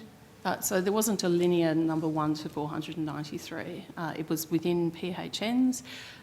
So first of all, there were no licences awarded or granted through this process where the mandatory criteria were not met. And the weighting, so some within a primary health network area were weighted higher than others based on those weighted criteria that I went through earlier. So my recollection of the process, and it's a few years ago now, but you know, I think we've answered a lot of questions about this before, so I remember it quite well. The Minister did not approve any locations that were lower ranked by the department, except in 2 specific locations, where the Minister decided that other locations would better geographically distribute the MRI licences. So do you recall which were the 2 that were not supported and which were the 2 that were replaced? Yep, I can give you that detail. So Renee Casey, Assistant Secretary, Diagnostic Imaging and Pathology Branch. Sorry, I didn't give my name with the first answer. So there were 2 successful applicants that were lower than unsuccessful in their particular categories. Was Berry in Country SA PHN and Lilydale in Eastern Melbourne PHN. Sorry, can you give me the name of the first one again? I can. Berry. Oh, yeah. In Country SA PHN. That's a bad fail. It is a bad fail not hearing that one, given that it's from my home state. Yes. So those 2 were granted, and which 2 were then not? I think we'd have to take that on notice. I don't think we have the detail of all of the licence applications from those 2 PHNs here with us. So that 2 out of those 53 were then at the discretion of the Minister and were adjusted for whatever reason that you're going to come back to us with. I suppose, so one of the Davenport Regional Imaging was announced, and the Penrith High Street Medical Imaging. There's a concern here that when those were announced, rather than inviting the sitting member, the sitting federal member, the relevant minister took the candidate who was running for that seat. Is that, in my experience, having worked with the health department, but many years ago, that was not something that was done. It was something that was somewhat frowned upon. Do you have any commentary about that pathway to those announcements and the relevant invitees? As a resident senator in Devonport,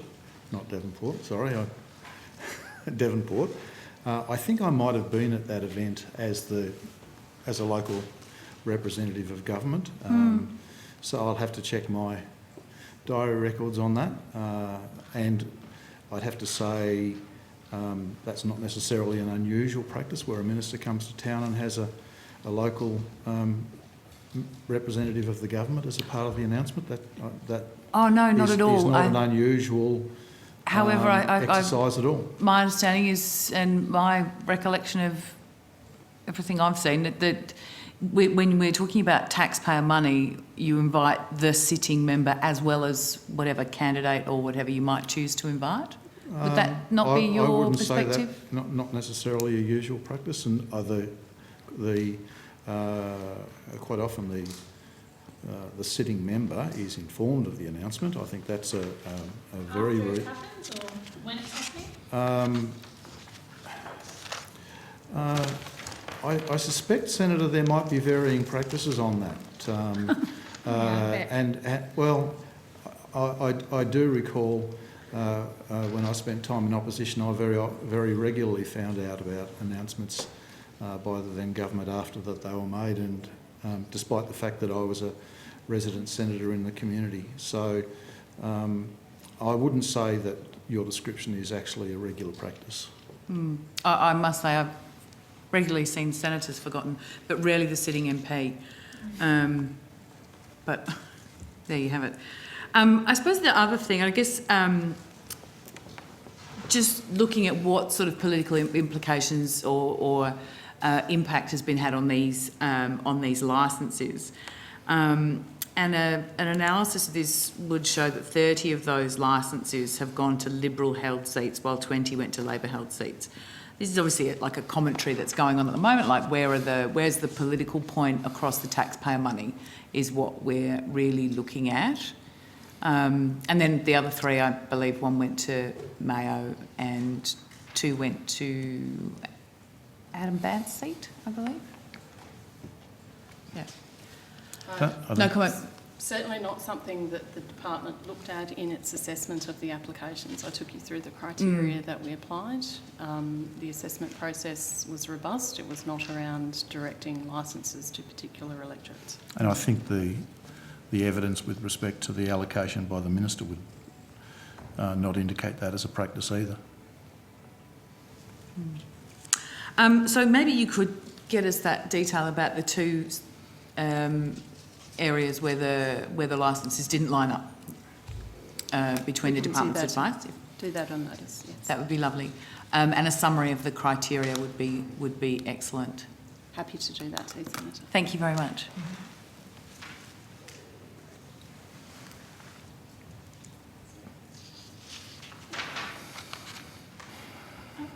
A set of questions which I'm not sure falls into program 1, so I can just, if you want to pass the call on and I can check later. If Senator Grogan has finished, you still have 5 minutes. No, sorry, Can you I- have finished. You have to do something. Can I not be I was so- going to go. MRIs?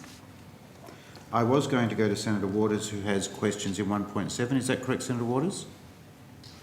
Yes, that's right, Chair. Yeah, Senator Waters, yeah. Thanks very much. Thanks everyone for your time here today. Can I start off with some questions about midwifery?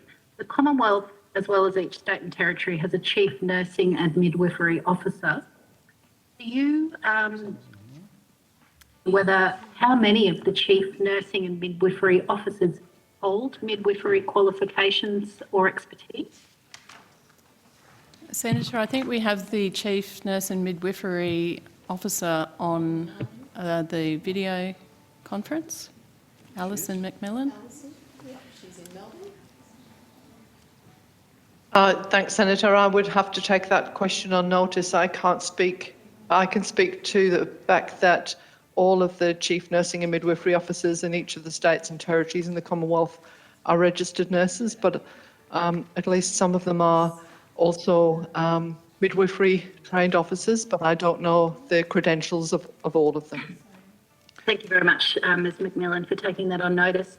And you yourself, do you have midwifery qualifications or expertise?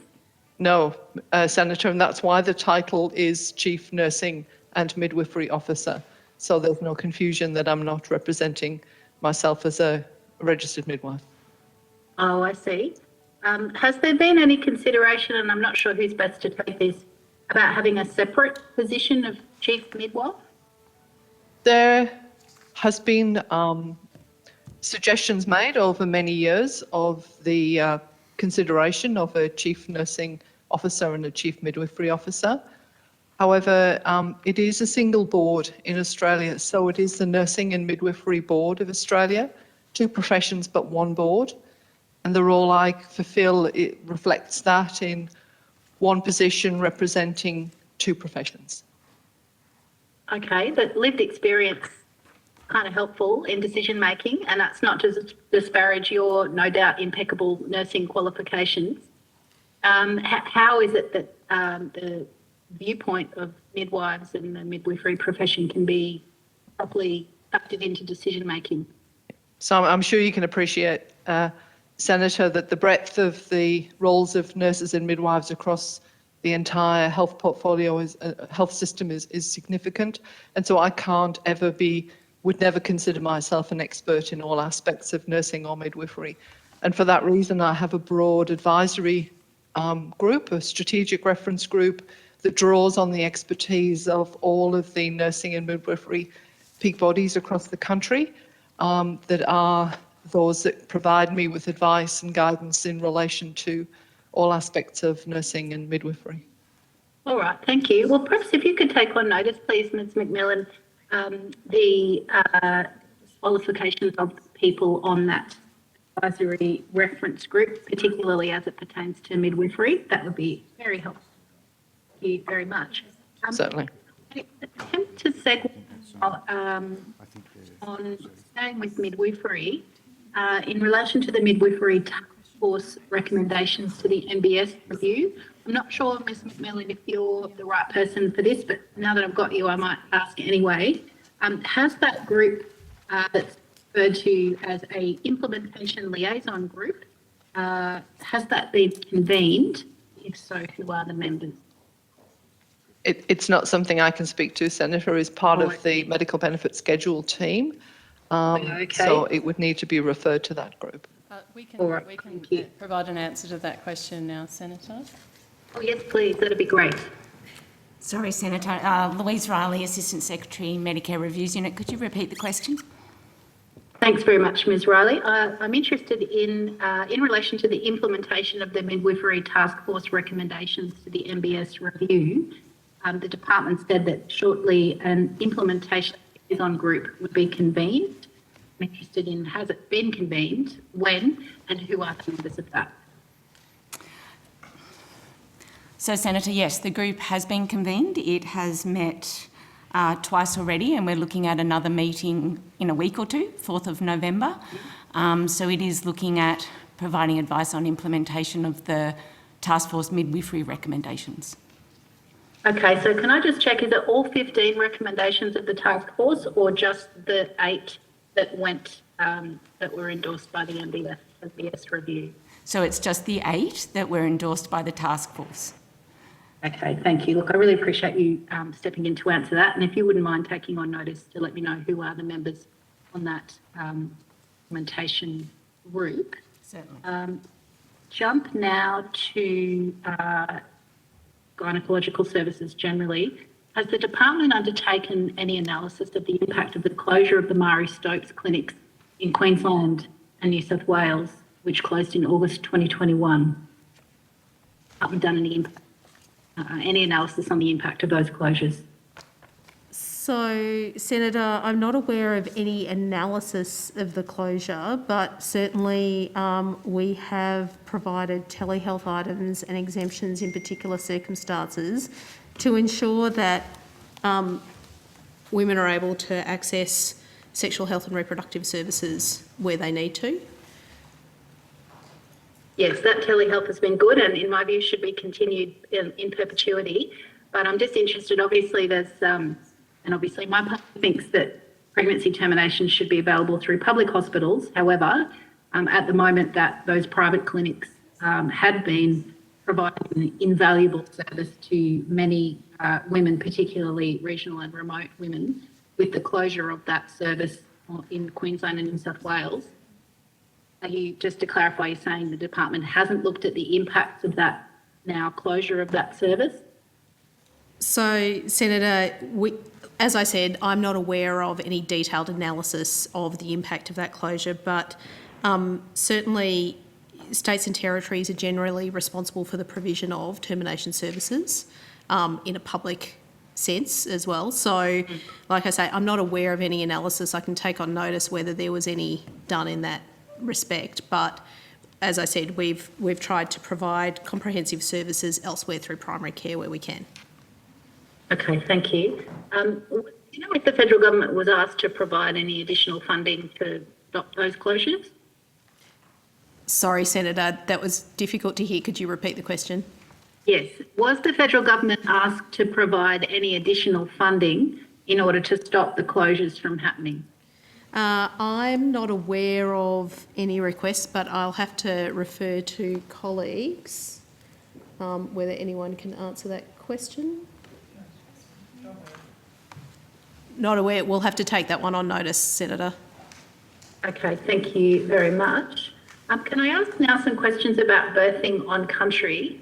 There's a huge disparity for First Nations women in the ability to access birthing services, and the ABC report of a couple of months ago pointed out that in some states and territories, particularly the Northern Territory, that women are being forced to travel sometimes up to 500 kilometres to give birth in a hospital, and they have to leave their other kids at home, and it's obviously very disruptive and culturally inappropriate. What work, if any, is your department or the government generally doing in relation to support birthing on country? So, Senator, I'll try and answer that kind of in broad detail, but I note that the officials who specifically work on birthing on country are appearing on Friday at the cross-portfolio estimates on Indigenous health. And Ms McMillan may want to jump in because I certainly know that we've been doing a lot of work with her around that. So we've been working closely, particularly with the Aboriginal community-controlled health sector and the primary care sector. The government provided $98 million of specific funding through the Indigenous Australians Health Program, the National Health and Medical Research Council and the MRFF around research that goes to support principles around birthing on country. So we've provided just over $3 million to IUI, which is the Aboriginal Community Controlled Health Service in Brisbane, to support their program to a second site in North Brisbane and Moreton Bay. And we've also been working closely, obviously, with the Australian Nurse and Family Partnership Program that supports Aboriginal and Torres Strait Islander women through birthing on country and the first 2 years of a child's life, so $74 million there. And as I said, there's some research money also provided through the NHMRC and the Medical Research Future Fund to look at how do we make sure that the health and wellbeing of Aboriginal and Torres Strait Islander women and their babies can best be promoted and preserved with birthing on country. And Alison, was there anything else that you wanted to add? We've certainly been looking at it in the context of the professional indemnity scheme as well for midwives. That's correct, Senator. So certainly we've been working with a number of different groups to look at the issue of insurance. And we made, I will have to provide the details on notice, but we have been successful in making some changes that frees up access to the professional indemnity insurance in order to facilitate the important work of birthing on country. It's only a part of the story, but we look to continue to work to identify further opportunities to do this, and certainly working with Katsanam, an important partner in this program. Thank you, and I'll look forward to that further detail on notice around the PII changes for midwives in the broader context as well as in the birthing on country context. Thank you for that. Just a last line of questioning from me, which is technically for the Institute of Health and Wellbeing. I think they're still in the room. So the Australian Institute of Health and Welfare, I'll ask Mr. Heffron, to join us. They're not far. Thank you. Appreciate that.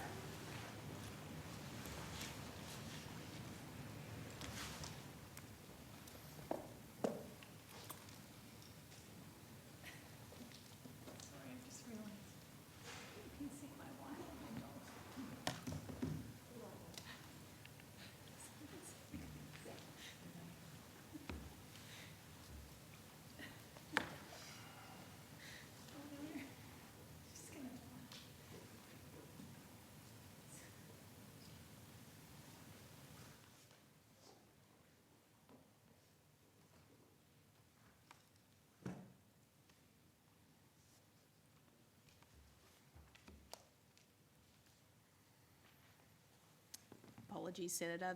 The officials have just gone to... Well, what we might do... Senator, while you're doing that, just I have some update on the MRI decision, just so that that's clarified.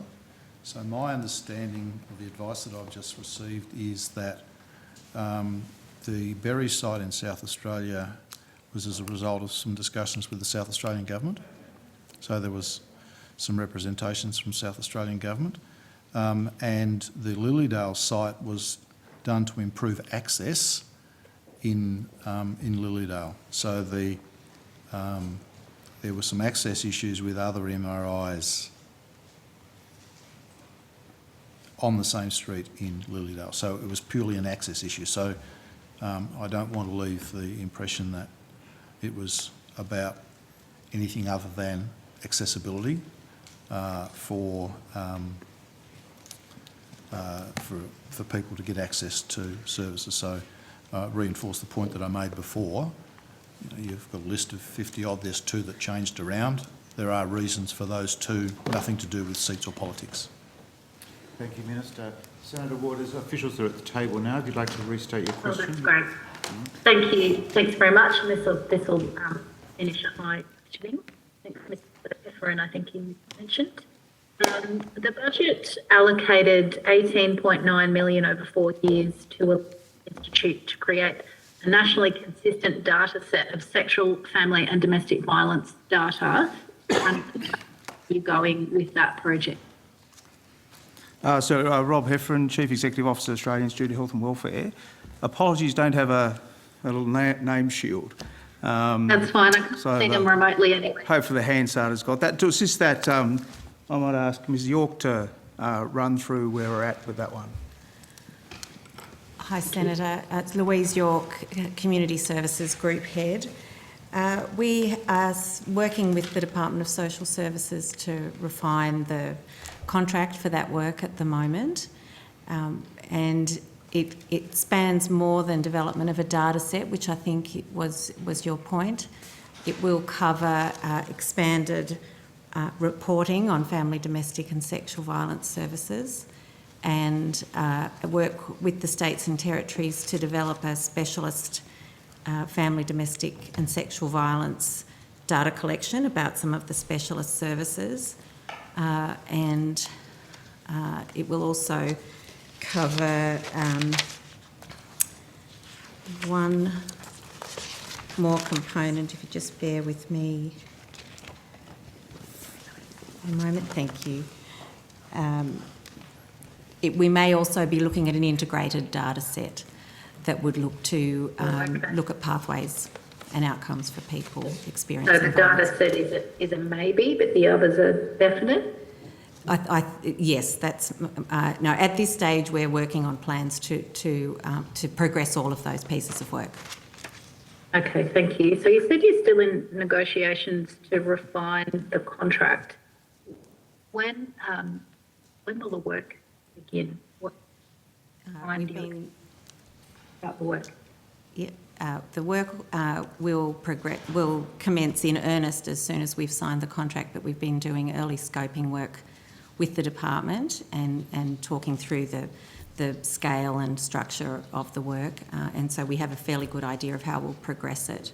So we should be able to get started shortly. And sorry, First Senator, quarter next year, or can I just this year? qualify when Ms York refers to the department, it's obviously the Department of Social Services. That's correct. Thank you. Ms York, are you expecting to begin, say, first quarter next year or before the end of this year? We expect to commence in November. Okay, good. Okay, the ABS advised that their paper entitled Measuring Violence in Australia has been submitted to the DSS. I'm interested in whether the Institute has been provided with a copy and whether or not the work that will be done on the data set will be informed by that ABS report. Any other interlinkages that you could go through for me? I'm not familiar with the measuring violence work you refer to from the ABS, but we will be working with the ABS on the integrated data asset. Okay, and Mr. Heffron, is that in your bailiwick to be across that ABS report and whether or not the Institute has been given a copy? If Ms York hasn't seen a copy, then I don't think we've got a copy, but we can follow up with the ABS to make sure we have one. As I say, the ABS is provided, you said, to the Department of Social Services. So yes. I think yes. So in that context, when we work with the Department of Social Services to work through these issues, I'm sure that will come up. But in any event, we'll reach out to the colleagues at the ABS to make sure we can get a copy of that material as well. Okay. All right, great. I guess I'll come back in future estimates and ask about all the things that will get done once the contract's finalised. Thanks very much. And thank you, Chair. No further questions from me. Thank you very much, Senator Waters. I'll go to Senator Roberts, who's got a concise question of the Deputy Secretary, and I'm just inquiring with Senator Steele-John whether or not he has questions of the Australian Institute of Health and Welfare. So, Senator Roberts. Thank you, Chair, and thank you for attending, Under Secretary. You may not be able to answer this question because the people in the room have left, but I personally visited the Australian Government Department of Health TGA site to look at the TGA Vaccine Weekly Safety Report, 30th of September, and I'll quote from it. So far, the TGA has found 9 reports of death that were linked to immunisation from 564 reports received and reviewed. The overwhelming majority of deaths reported to the TGA following vaccination occurred in people aged 65 years and older. So doctors reported 564 deaths due to the vaccine in their opinion. You've reviewed them. What I'd like to know is what is involved in reviewing each reported death, how many staff are working on this, effectively doing desk autopsies. On average, how many hours does it take to adjudicate? Once a doctor reports a death believed to be due to the vaccine, can you tell me about the process that the TGA uses to investigate and to then confirm or deny the report? Is a coroner's autopsy performed? Is the decision an individual's decision in the end or a team? Is the patient's history considered? Is blood work done? Is tissue sampling done? What is the cost of this process and who pays? And do you think this thin level of reviewing justifies the level of confidence in your conclusions that vaccines have not caused 564 deaths as reported? So, Senator, obviously we'll have to take that on notice. Yeah. That's a question best referred to Professor Skerritt and his team, but I would just refute the notion of a thin investigation, given that the TGA is a world-renowned regulatory agency. Professor Skerritt went through in quite some detail the way that they determine any adverse events from vaccination. Well, not today, he didn't. So we'll take that on notice, but I would not suggest that it is a thin investigation in any sense of the word. I'd like to make sure that it's not. We'll take that on notice. So because there were 564 reports received from doctors. Thank you, Chair. Thank you very much, Senator Roberts. Senator Steele-John, if you're on the line, we might keep the Institute of Health and Welfare with us. You can ask your questions and then we can dismiss them, and we'll go then to Senator Green. Thanks so much, Chair. I really do appreciate it. On the Health and Welfare Institute, Yep. So they're at the table, Chair, are they? Just clarity? Yes, they are. Mr Heffron and Ms York. Okay, thank you. All right, so I want to ask you a couple of questions about a report that you've done into defence and veteran suicide figures. The information that you provided in the report, I think, found that, you look at the scope, sorry, it's been a long day. The scope of the study that you commissioned, I think, covered everyone that had served at least one day between January the 1st, 1985, and who had died by suicide between that period and the 1st of January 2001. And I just wanted to, because you pursued a different parameter around this report and came up with some new figures. I think you were able to capture, I believe, an additional 149,000 veterans in the survey. And and that resulted in a higher, well, I would argue, a clearer reading of actually how many members had suicided. So I wanted to ask you to explain why you've changed the parameters of the cohort captured in this study compared to previous research that you have done. Thanks, Anna. I might hand to Ms Gates, who's worked closely on that, led the work in the Institute on that issue. Thanks, Mr Heffernan. Louise Gates, Group Head of Primary Maternal Veterans Group. Senator, thanks for your question. So originally when we started doing the work on veteran suicide, we had information about those who had served 1 day since 2001 due to the information available from the Department of Defence. We wanted to expand that cohort to be more representative, and we were able to get more information from the Department of Defence to enable us to identify those who had served at least 1 day since 1985. Excellent. And so it was basically to get a broader range of individuals. And I believe, if I've understood the findings and the structure correctly, that your report breaks down occupational demographics of personnel captured in the data, i.e. by service and rank. And I want, is that correct? Just to make yes, sure that's that correct. Yes. Did you manage to gather additional data, say in relation to demographic information, including information like demographic and background information, but also information related to deaths by suicide for those who deployed to a conflict compared to those that were not deployed to a conflict zone? So that particular information about whether people had been deployed to a conflict zone or not a conflict zone is not something that we have at this stage, although it is something that we're investigating getting into the future. Okay, so you're investigating getting it into the future. Do you have a timeline when you'll make a decision as to whether you will attain that information? Yeah, so it's part of our investigation for our 2022 report, which will be released in about 1 year. All right, so a year from now, there'll be a report released with that information. If that information is available for the cohort, yep. Or if the information is available the cohort. Are you able to provide any further granularity in relation to rank, i.e. beyond just commissioned and non-commissioned officers? Yeah, so that's the only information that we have at the moment, but there's a few things that included that we are exploring getting more detail around, so whether we can break down the rank further.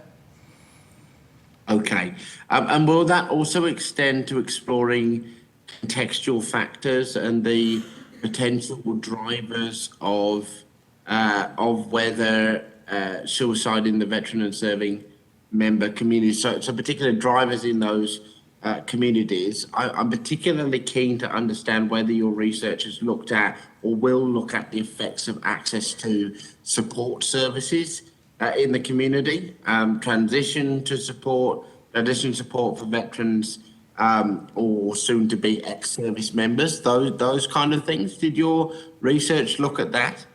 So the report that you're referring to hasn't looked at that, but we did do some work for the independent review for the National Commissioner into Defence and Veteran Suicide Prevention.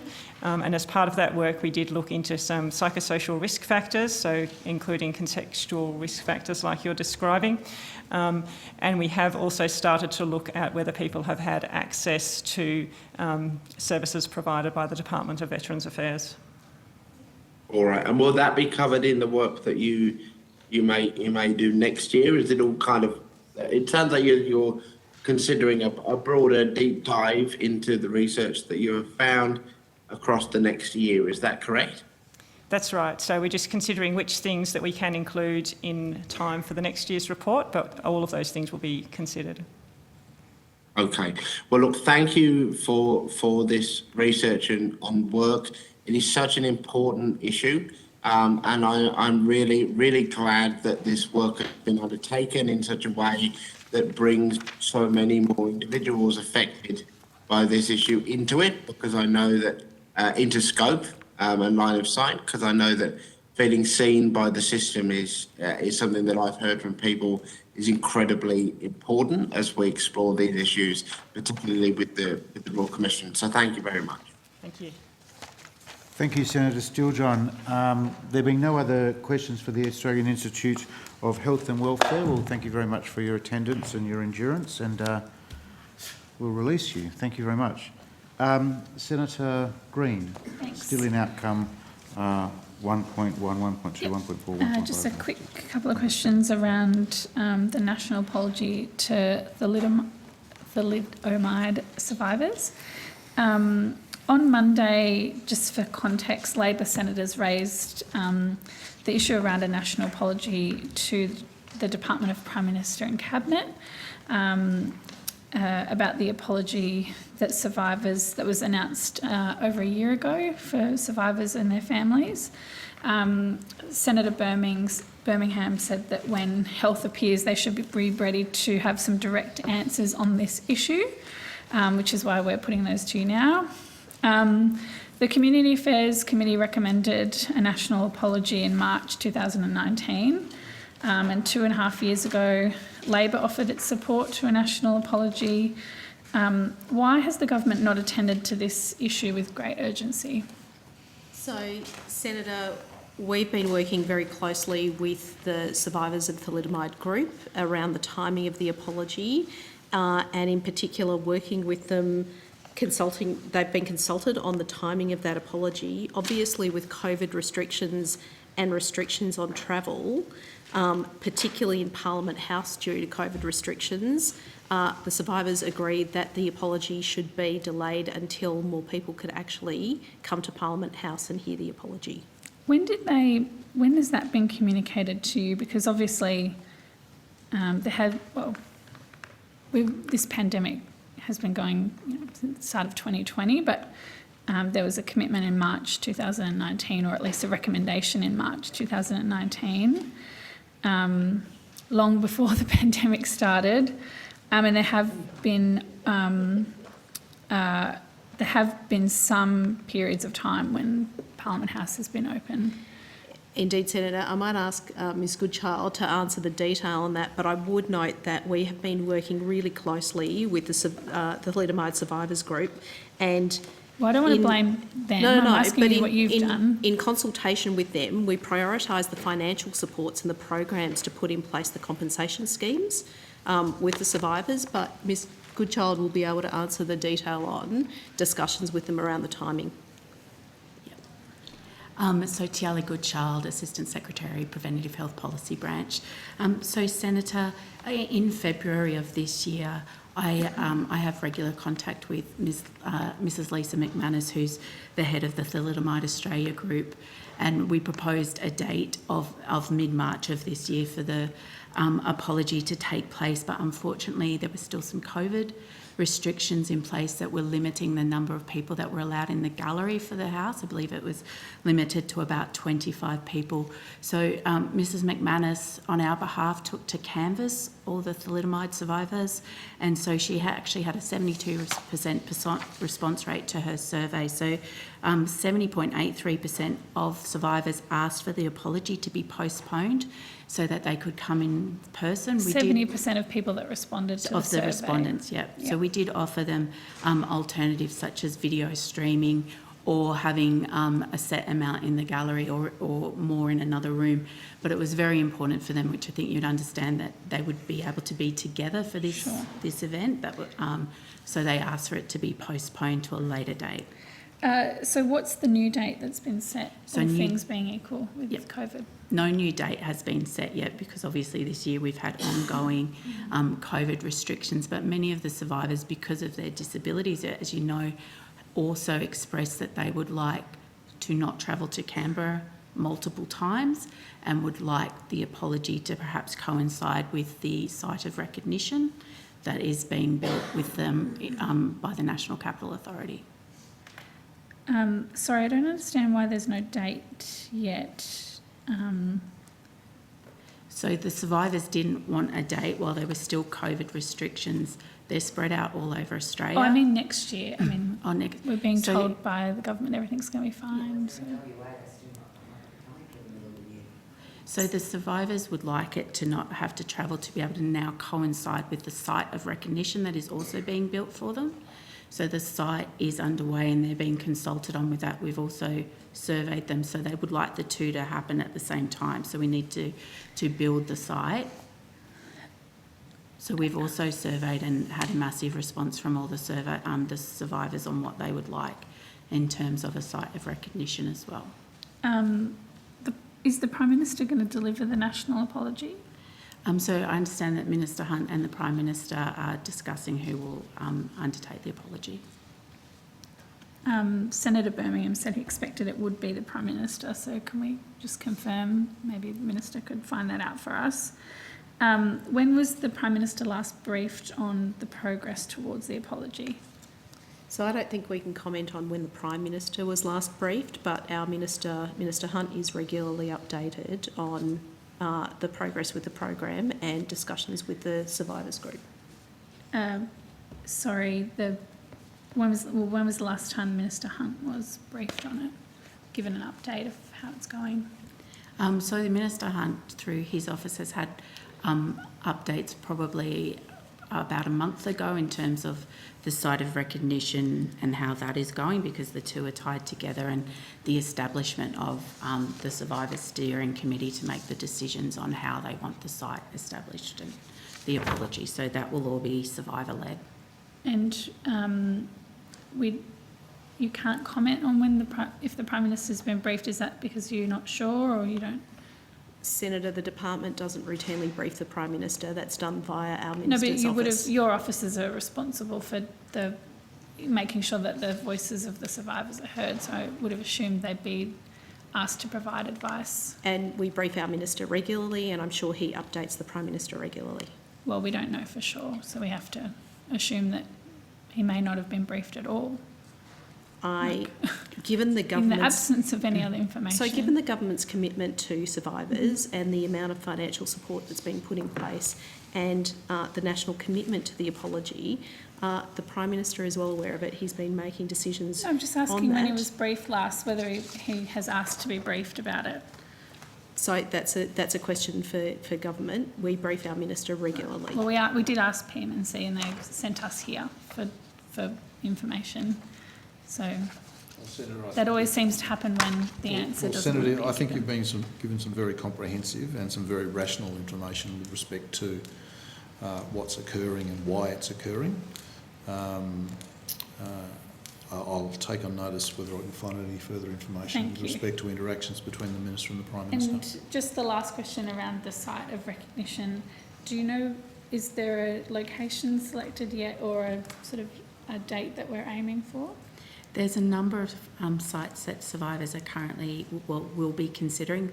So my first meeting with the steering committee for that is actually on Monday, the 1st of November. Okay. And the National Capital Authority, so based on their survey results, is 5 locations have been picked that match what they would like. Mm-hmm. And then the survivors will make a decision on the best site and the artists and whatnot that will build the memorial that they're looking for.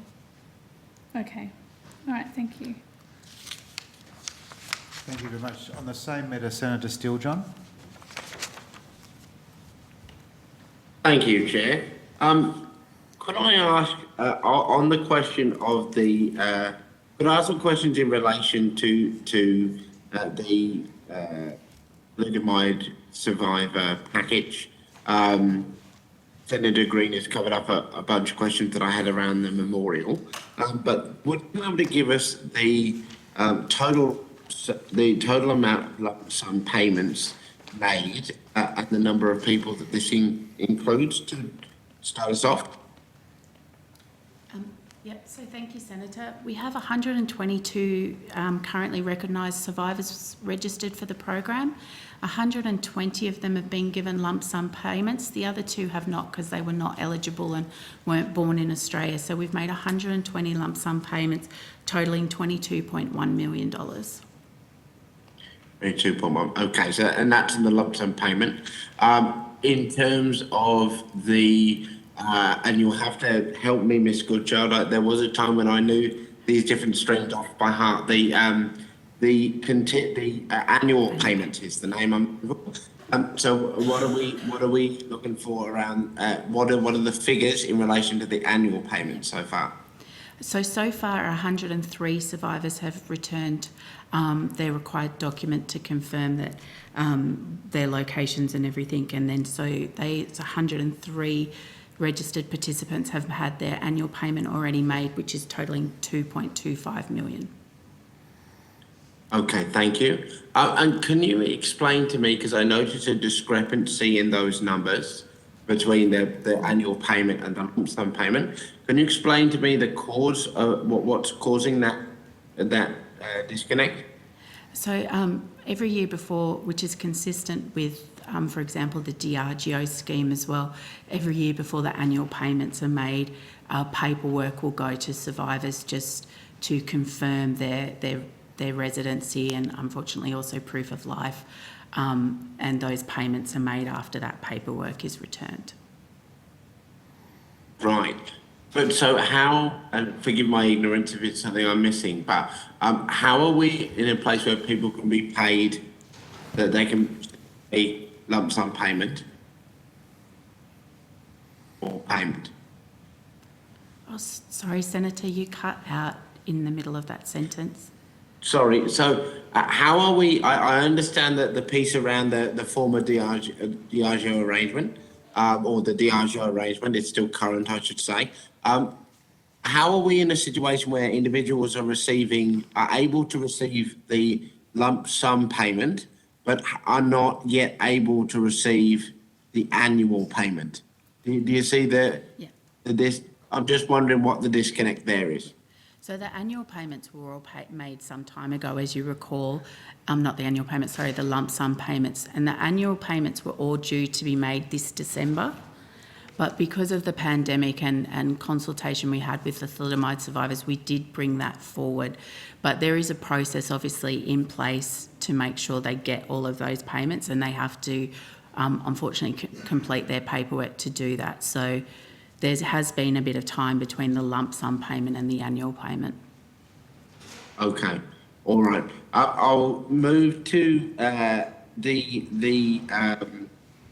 whether any survivor has so far accessed the Extraordinary Assistance Fund. Are you able to tell me that? Yes, Senator. So we have had a number of survivors access the Extraordinary Assistance Fund to date. So we've had 9 survivors access that since it came into place in March 2021. And what is the total amount that has been accessed from the fund so far? For the Extraordinary Assistance Fund, it's $47,268.39. And could you give me the same answer to sorry? The Healthcare Assistance Fund? Tell me whether, could you also tell me whether any survivors have accessed the Healthcare Assistance Fund? That's correct. So 21 survivors have accessed the Healthcare Assistance Fund to the tune of $45,644.97. Okay. And have any applications been made to either of those funds which have been rejected? And if so, how many? So we've had one claim rejected to date, which was for the Extraordinary Assistance Fund, and it was for vehicle modifications which were done on a car in July 2018, which is before the program's conception. So we backdated, as you recall, to 1 July 2020, but not quite that far. Yep. Okay. All right. And could you just finally tell me whether you've made any progress? You previously updated the committee on the process for creating a process, I should say, for survivors that were not previously recognised, if they came forward to identify themselves as survivors. Do we now have a process for that? We do, Senator, have a process in place now. It mirrors the process that was used as part of the 2010 Diageo ex gratia scheme and the Victorian Supreme Court one in 2014. So the department has engaged Gordon Legal to do that for us. We currently have 34 self-identified unrecognised survivors who are being assessed at this time on their likelihood of being a thalidomide survivor. So predominantly that looks at this point, date of birth, evidence of maternal ingestation if available, and the injuries, and if their likelihood is that they're a thalidomide survivor, that they then move forward to have clinical and medical assessments. Okay, and in the interest of time, are you able to provide on notice that a bit more detail as to that process? Certainly. So that I can review it. Excellent. And can you just, sorry, I know I said it was my last question, but my final question is, did mention that there were two survivors who, I think you described them as while seen by the program are not eligible for the program, the 2 out of the 122. And I just wanted to get a bit more clarity on what you mean by that. They're eligible for the program. They weren't eligible for the lump sum, Senator, because they weren't Australian born, and the lump sum is in recognition of obviously the Australian thalidomide survivors and for thalidomide being ingested here in this country. So they're eligible for, are they eligible for the other elements of the program? They are, Senator. So? Okay, all right. Okay, thank you for that, Ms. Goodchild. I appreciate your time. Thank you. Thank you very much, Senator Steele. John. There being no other questions in outcome 1, we will thank officials and move to outcome number 2, and beginning with Senators Grogan or Green. Oh, sorry, Chair. I maybe didn't indicate effective. I actually did have questions, mental health questions in outcome PDS? 1. Oh, you had some further questions in outcome 1? Yeah, yes, I did. Not for thalidomide, but yes, they're in outcome 1. Okay, Sorry. you have 7 minutes remaining. Yep. Okay, all right. So these questions are in relation to First Nations mental health. And I'm just wondering particularly about the National Mental Health Suicide Prevention Agreement. And particularly, or first of all, who would it be best to direct those questions to? Senator, it's Tanya Rishnew, Deputy Secretary of Primary and Community Care, and Mr Rodham from the Mental Health Division is here, and we're happy to answer your questions. Okay. All right. Well, look, in the interest of time, I'll put a bunch of these on notice. Can I just take you to pillars 1 to 3 and pillar 5 of the mental health budget, and the way that you talked about being for all Australians, including presumably Aboriginal and Torres Strait Islander peoples and those from culturally and linguistically diverse backgrounds. How is the government embedding culturally trauma-informed care models into activities for all Australians under the plan in every part of the mental health system? It's obviously something that there's a big desire to make sure that these services are culturally safe and trauma-informed. So, yes, that's the question. So, Senator, sorry, I think we caught most of that question between you breaking up, but if I were to paraphrase, it's how is the government embedding culturally appropriate care across all parts of the mental health reform? Is that a fair summary? Yeah, culturally safe and trauma-informed was the language that I used, particularly for Aboriginal, Torres Strait Islander peoples and for people from CALS backgrounds. So I might get Mr Rodham to provide the detail in terms of the funding that is specific for Aboriginal and Torres Strait Islander mental health and suicide prevention, and how we're working closely with communities and people with lived experience around that. But more broadly, as you know, the government's made a commitment to the Closing the Gap agreement, and we are looking at how do we embed lived experience and Aboriginal and Torres Strait Islander voices, but also other voices in the design of a mental health system that responds to needs across the community. I'll go to Mr Rodham for the detail on the specifics. Yeah, thank you, Senator. So there was $79 million in the budget for Aboriginal and Torres Strait Islander mental health measures, the largest ones being aftercare services, regional suicide prevention networks, and an Aboriginal and Torres Strait Islander specific crisis line.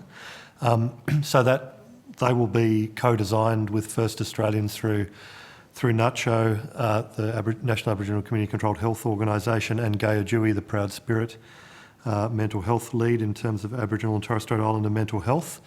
In terms of culturally and linguistically diverse Australians, and you mentioned particularly trauma-informed, there was $10.9 million in extra funding for the program for the assistance of survivors of torture and trauma, and also extra support announced since the budget for those resettling in Australia from Afghanistan in more recent times under that measure, and also to support Mental Health Australia's Embrace framework, which is to improve the cultural competence of the broader health workforce.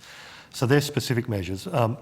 More broader than that, in areas like the Head to Health adult mental health centres or the Head to Health children's centres and Headspace, the models really are designed to ensure they are culturally appropriate, culturally safe for all, and trauma informed, as you say, to ensure that people can get the right services they need for them.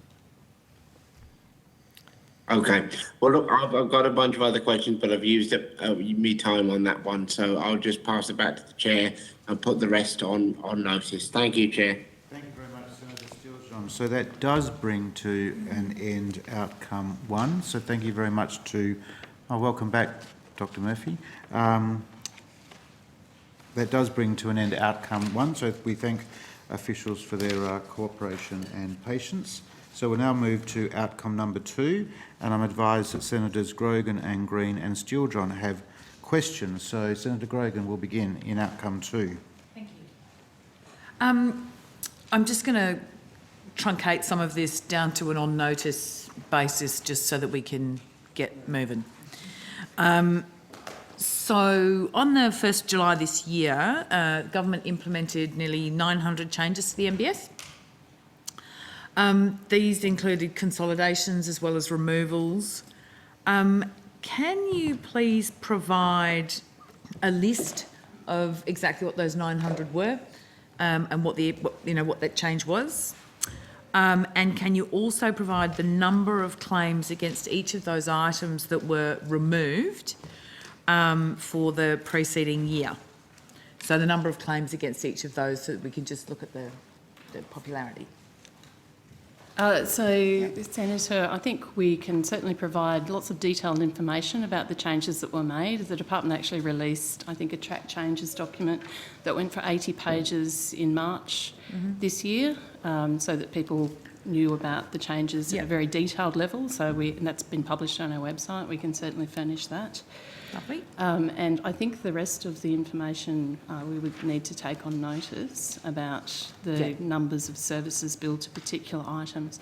I should point out, though, that the implementation of the results of the orthopaedic review by the MBS task force didn't just delete a lot of items. There were a lot of new items created. So we can run through the numbers at a high level of what was created. I think that was part of my question, is what has transferred, what has been removed. But we can just take those on notice. We don't need to absorb time going through them now. If we could just take those on notice. Happy to do so. Can I, while I've got you, Senator, I also need to correct something I told you earlier about MRI licence application assessment. So I think we told you when we were discussing this that all 493 applications passed the mandatory criteria. That's right. In fact, we've been reminded by our officers who are more across the detail that 10 did not meet the mandatory criteria and were excluded. So 483 met those mandatory criteria. It did seem rather spectacular that they all got there.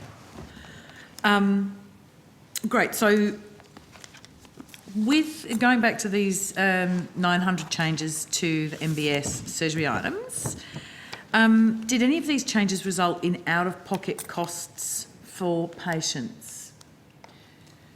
So the information would still be something we'd be analysing. So the changes came into effect from the 1st of July. We do collect information about out-of-pocket costs that are charged by doctors associated with Medicare items.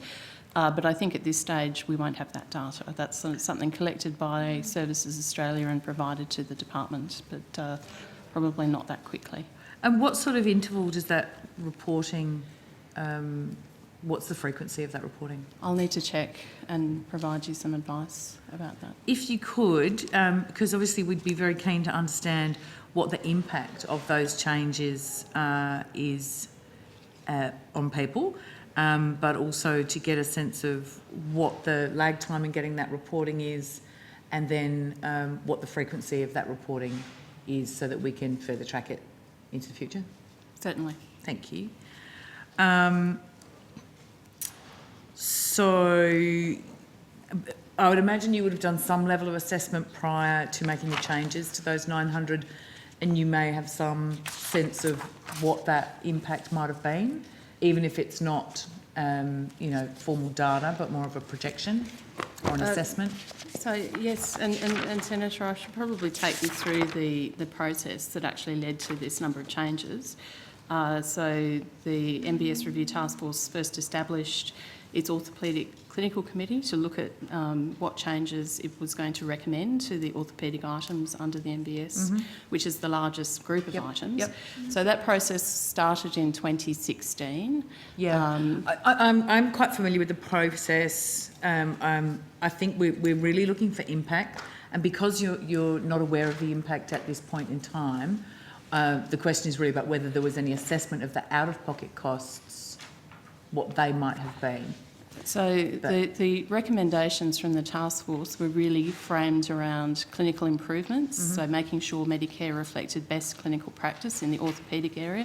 There were many specialist orthopaedic surgeons involved that developed their recommendations for changes to their Medicare items over a period of years. So that report was developed from 2016 to 2019.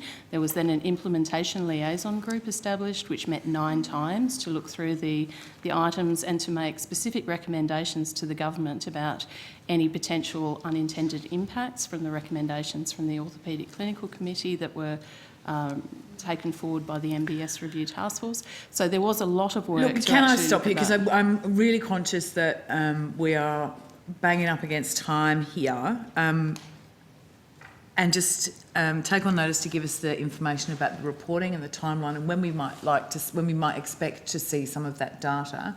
I am familiar with large health changes and the fact that you can do every prediction in the world and you still don't necessarily see all of the things that may happen afterwards. So we're really keen to see what the actual out-of-pocket cost is for people on the ground following this change of 900 items. And yes, we do understand fully that it's been a very lengthy and detailed process to get to the changes. And we've also now established arrangements with the orthopods to ensure that we're tracking any changes and unintended consequences. So it's an area where we are doing a lot of work. Yeah, we would just like to be able to see that data and see what those situations are looking like.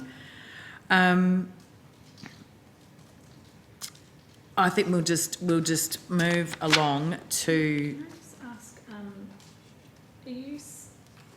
it's a very long process and you can give us more details, but was there any consideration of out-of-pocket costs in the process? Was that would obviously have been built in?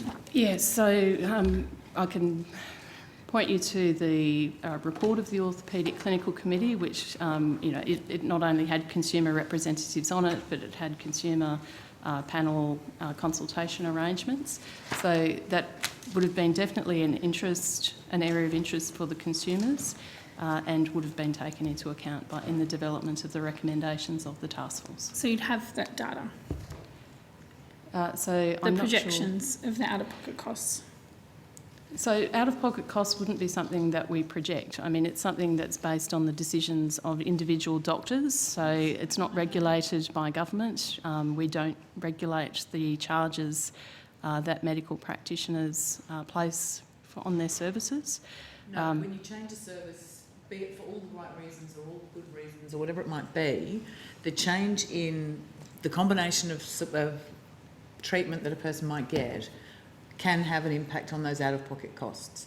And I know it's not a straightforward thing to model, but it is something that I know that the department does model in some areas, and it's whether that piece of work... We collect data on out-of-pocket costs that are charged. So I'm not sure that we could model the decisions of that many individual doctors who are able to change their billing practices for each individual patient that they treat. No, indeed, but you will have... I'm pretty confident that the department will have done some form of assessment as to what that might look like, what the bandwidth of that might look like. Because totally understand that there's a myriad of decisions that get made, but there is also the assessment, because I highly doubt that the department is going to make recommendations to the Minister for such a monumental decision to change so many things without having looked at what that bandwidth of impact on the consumer and patients actually is. Yes, so as I said, that was taken into account through the development of the recommendations as well. We just have one more question on PBS changes. Is that? Yep. Right, people? Perfect. Streamlined. Just on changes to PBS from the 1st of October, a number of changes were made. And, you know, we've had some reports from patients about medicines costing significantly more now at pharmacies due to the changes. I'll just take you to one of those medicines that has been raised with us. I can never pronounce this. Sertraline, Zoloft, basically.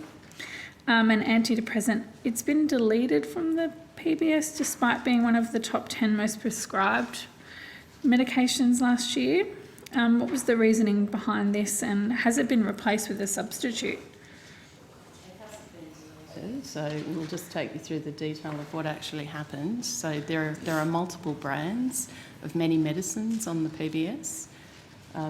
Ms. Platona can probably provide details about which brands. Adriana Platona, Technology Assessment and Access Division. As Ms. Shakespeare said, sertraline remains subsidised on the PBS. There were some changes to particular brands.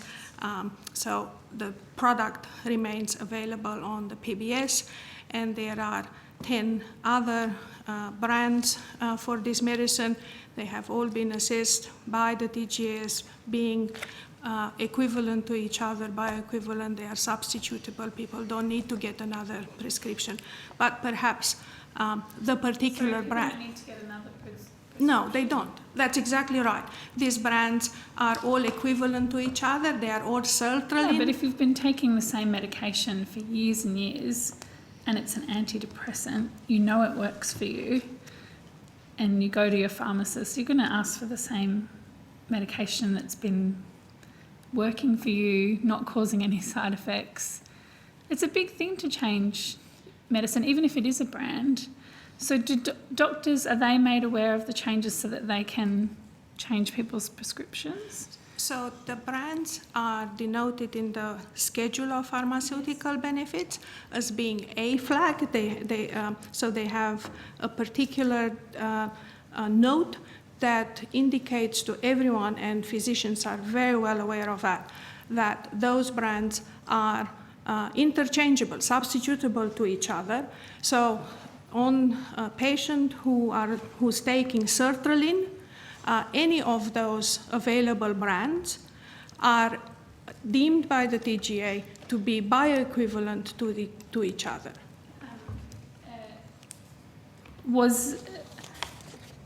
So Zoloft is the brand, is that what we're saying? And that was taken off? Zoloft was the very first brand of sertraline. Right. And other brands have been put on? There are many other brands. On the 1st of October, were other brands put on, or just? So generics. There were many. There have been historically. This is an old product. It's an established product. But I'm just asking about what happened on the 1st of October. Right. If I could have a minute to find my place in the folder, please forgive me. And perhaps, Ms Shakespeare, you can explain to me, you said doctors are fully aware, but I mean, how do they become aware? So we have an XML file that updates every month all of the PBS listing changes that goes out through medical software. So that will be the way that most doctors see that there are, if they go to use their prescribing software to prescribe a particular brand, their software will alert them to the fact that that particular brand is no longer available. But would that also be, sorry to What if you just when you go to the pharmacy and they say, would you mind if it's the generic as opposed to the brand name? That's how a flag works. So the patient can be asked and decide at the pharmacy, unless the doctor ticks the do not substitute box, yes, I would like the generic brand because it may have a lower co-payment for the patient. So I have one question. Thank you. The brand Zoloft remains on the PBS.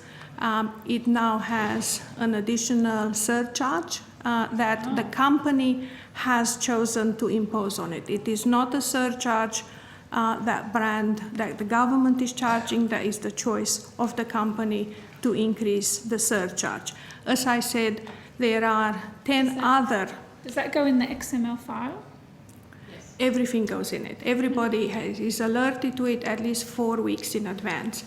There are 10 other generics in addition to Zoloft, and they don't have a brand premium on them like Zoloft has. But and what I've said is that that doesn't work for everyone because you're comfortable with the medication that's, making sure that you can get through. Like, it's an important thing that people rely on. I know, but that some people wouldn't understand that or see that, and so it's important that they're explained that from their doctors, which is, I guess, the question about how the doctors get the information. And the pharmacy, Senator, because the discussion about the dispensing and what's written on the pack of the tablet also happens under the clinical judgment of the pharmacist. Okay. And if you can take on notice, because it'll be easier this way, can you let me know which other items were taken off PBS this year on the 1st of October on notice? What were those medications for? So not just the brands, because I wouldn't necessarily know exactly what they're for, but what ailment, and then whether they were actually replaced with a substitute, whether there's a generic available. That would be helpful to understand. Thank you. And just going back to the MBS changes quickly, I think the conversation around out-of-pocket costs, obviously from a data point of view, we'll need to wait till the data's available, so we'll come and have an opportunity to interrogate that when we see it. But can you, are you able to provide an assurance that out-of-pocket costs didn't increase for consumers? So the department, the government encourages all doctors to consider the patient's ability to pay when deciding what to charge the patient.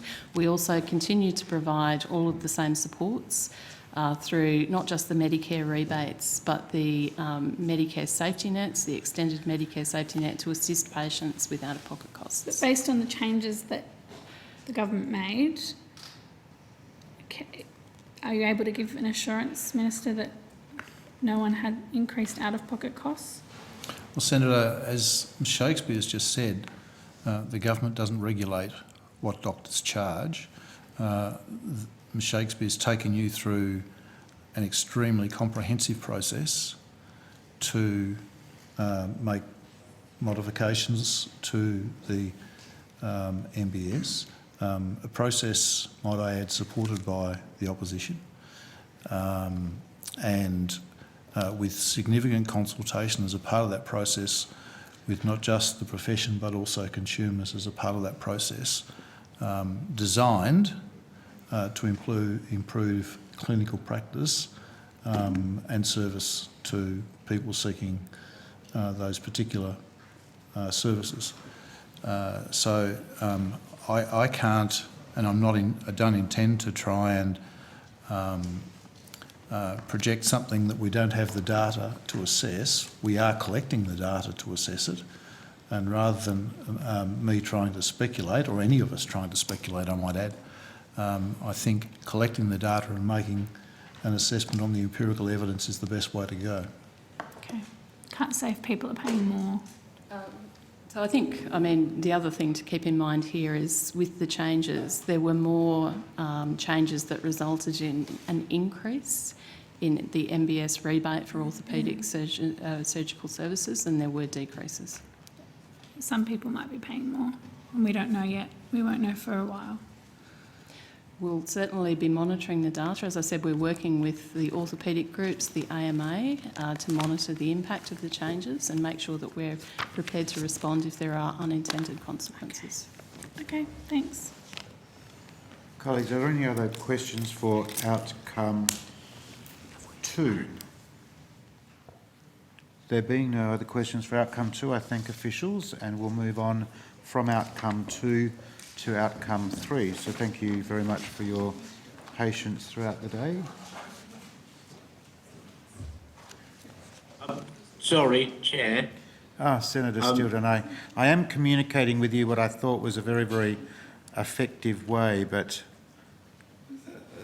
I do apologise. I had to... yes, I had to go to the bathroom. I apologise, Chair. Is it possible for me to ask my questions now in outcome 2?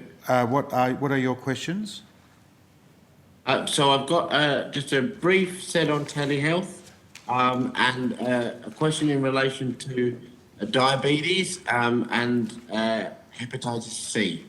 So that'll go to the medical benefits at 2.1 and telehealth is just straight up 2. I think they are predominantly Ms Shakespeare, am I correct? Thank you very much. You want my professional answer and not my personal answer in regards to whether you can ask your questions, Senator Stilton. Stilton. Whichever one means yes, Chair, that's the answer I'll take. Thank you. We have put a number of questions on notice to try to get to aged care, just so Senator Steele-John is aware of what we're eating into. That's what we're trying to get to, just so you know. I'm sure you have questions yourself. Yep, absolutely. I will be very brief. Thank you very much, Senator Steele-John. Okay. So commencing on the 13th of March 2020 and extending into December of December 2021, we have, of course, the telehealth program, which has been greatly welcomed by the community. I'm wondering whether the Minister can provide an update on where the government's plans are in relation to making telehealth a permanent part of the MBS. Senator, we've been working with key stakeholder groups, so nursing groups, GP groups, specialist groups, all of the different providers that have been providing telehealth services about what ongoing arrangements under Medicare should look like. That's going to be informing government decisions about what happens after the current temporary COVID telehealth items are due to expire on the 31st of December. That's still subject to government decision. All right, and this is maybe for the Minister. Minister, obviously, with an end date of the 31st of December, telehealth is a critical avenue for folks, so is telemental health. Will we have a decision from government on the future of this as part of the MPS before the 31st of December? Senator, there are still some decisions of government to go in the time frame, in the lead up to that, but we will have to advise the community of the availability of those services in advance of that date, so yes. Okay. Thank you. That's it for telehealth. Now, just a few questions. So the fifth National Hepatitis C strategy states that the proportion of people living with Hep C who are diagnosed will increase 90% by the end of 2022. Is the federal government still committed to the target? Sorry, and I should restate that question. So it states that the proportion of people, the proportion of people who are diagnosed, I believe, is the right framing of the question, will increase to 90% by the end of 2022. Is that still a target that the government is committed to? Senator Tanya Richney, Deputy Secretary of Primary and Community Care, the government is still committed to that. We're working hard to increase the number of people who are diagnosed and treated early. So yes. Thank you. Just to clarify, people who have it, who are living with it, but are diagnosed. Yes. Not that we want to. Yes, that's right, Senator. How many people are currently estimated to be living with undiagnosed hepatitis C in the community? So, Senator, I may need to take the exact numbers on notice, but just today, the Kirby Burnett Institute released its 2021 report on Australia's progress towards hepatitis C elimination. I haven't had a chance to have a look at those numbers most recently, given that we were in estimates today, but I'll take that on notice and get back to you. Can you also let me know how many Australians the government believes will need to be tested and then treated each year to meet that target? Yes, I don't, apologies, I don't have those numbers in front of me, but we have been doing a big drive to test up to 50,000 people. So let me take that on notice as well, Senator. Could you, if it's possible, because I would imagine that number, if the government is still committed to the overall target, that number I would expect to be reasonably readily available. Would you be able to see if you can get somebody to give you that number and bring it back to us before we rise? Is that possible? I'll attempt to, Senator, but the officials have left for the day, so I'd have to get people up. You're free to take it on notice. Thank you, Senator. All right, free to take it on notice. Okay, and then finally, in relation to the MBS scheme more broadly, I've got some other questions on that strategy, but I shall put them on notice. Currently, I understand that there are no MBS items listed to enable adults to access subsidised assessments for autism spectrum disorder as well as attention deficit hyperactivity disorders. Is that correct? Senator, I didn't catch all of your question, but I think you were asking, are there MBS items specifically to diagnose those conditions in adults? So, yes, that was the... I don't think we have specific items for adults. I think there are some specific items for paediatric patients, but there would certainly be MBS items available for doctors to assess patients. So we have general items available for specialists who consult with their patients. I'm not sure if any of that diagnostic work is done by GPs, but there's certainly time-based general practitioner consults available as well. So there would be MBS items that would fund services provided by doctors in the diagnosis of those conditions. But not for adults? No, those general services would be payable if that was what the doctor was doing, diagnosing that in an adult patient. Yes, there are those general, but there isn't any. There are no specific items to enable an adult to access a subsidised diagnosis in relation to either of those So, conditions. Senator, I think what Ms Shakespeare is saying is that most of these adult diagnoses would be made by a consultant physician, a consultant neurologist, a consultant psychiatrist who have very generous MBS rates for their initial consultation, and for a complex consultation, I think they would be pretty well funded. So I think the paediatric one was a specific item because that's where most of these diagnoses are made, and it provides a data capture too. But I don't think there's an MBS barrier to a consultant physician or neurologist or psychiatrist undertaking a comprehensive assessment of an adult with autism spectrum disorder. Well, I don't have time to unpack that, other to say that would not be the experience that's put to me. I come across many adults who were not diagnosed effectively in their childhood, and for whom the cost barrier of getting a diagnosis is prohibitive, and who would be very appreciative of support from the Medicare system to obtain that diagnosis. But just in the interest of time, would you be able to just confirm for me whether there is any plans to review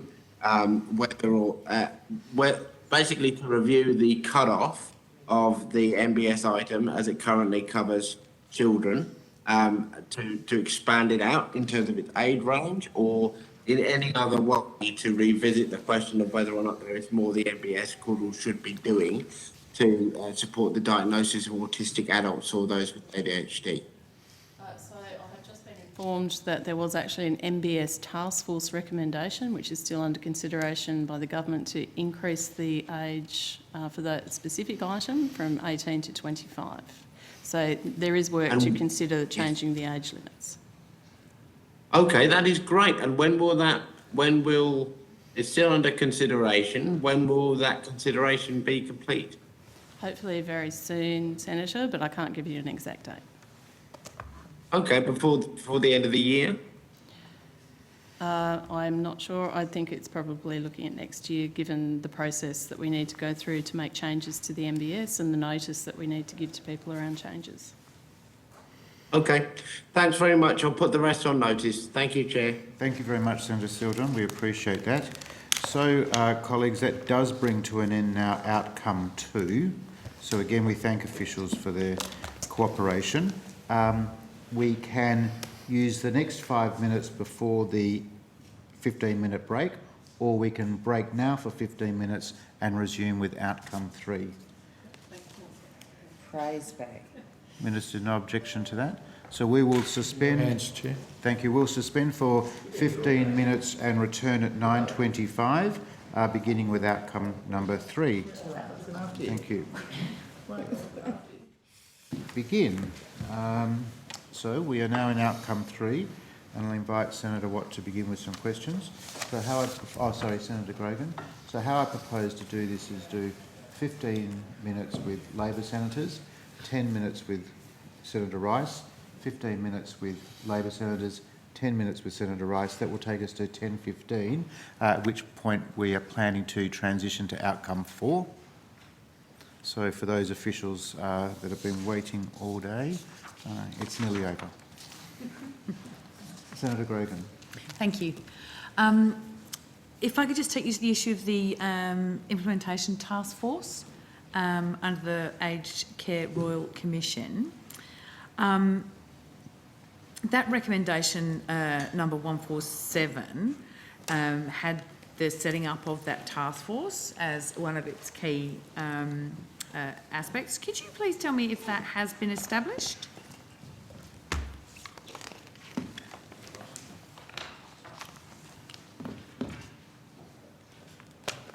Maybe not. Yes, Senator Michael Lai, Deputy Secretary, Ageing and Aged Care Group. I was just looking for the recommendation. It's a cross-department Deputy Secretary Steering Committee which has been established. It was established prior to the government's response to the Royal Commission, and that continues to meet. So that's your cross-department steering committee. What about the implementation task force from recommendation 147? Well, Senator, that's the primary. Is that your interpretation of it?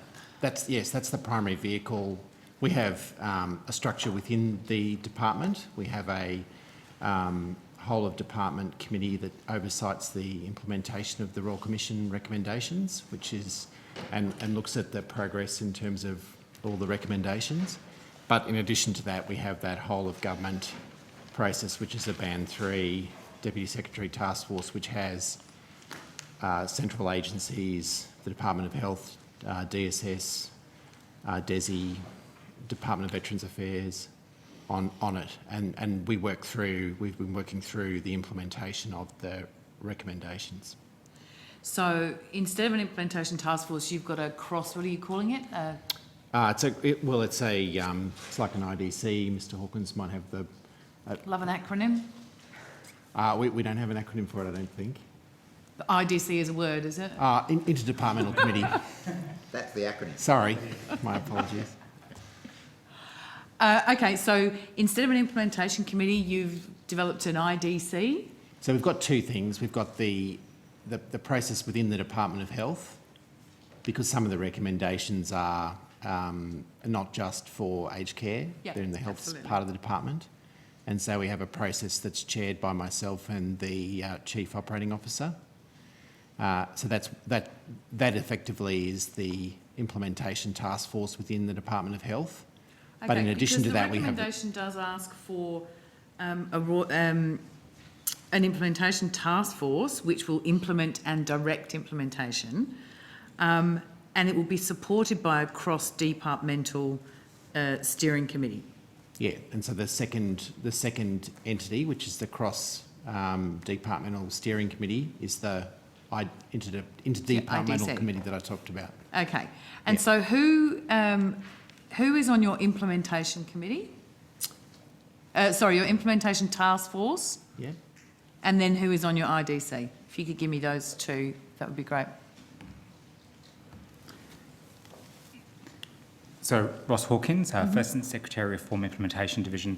As Mr Lye said, the cross-government committee, the interdepartmental committee, is chaired by PMNC, has representatives from, obviously, PMNC, Treasury, Finance, obviously Health, Department of Veterans Affairs are there, DSS are there. So basically, everybody that has some involvement with implementing recommendations from the Royal Commission are involved as part of that cross-departmental group. And what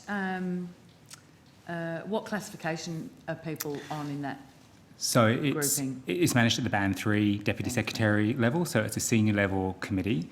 That committee has met routinely on a monthly basis. Since when? I'd have to take on notice the exact date, but I think for recollection, I think the first meeting, it's met since July, but then I think previously it existed in terms of advising on budget measures. It started meeting last year. Yeah. Okay, great.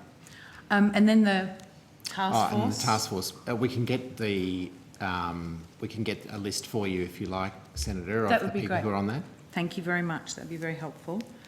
And so, in terms of the implementation committee, who chairs that? The internal one. Yeah.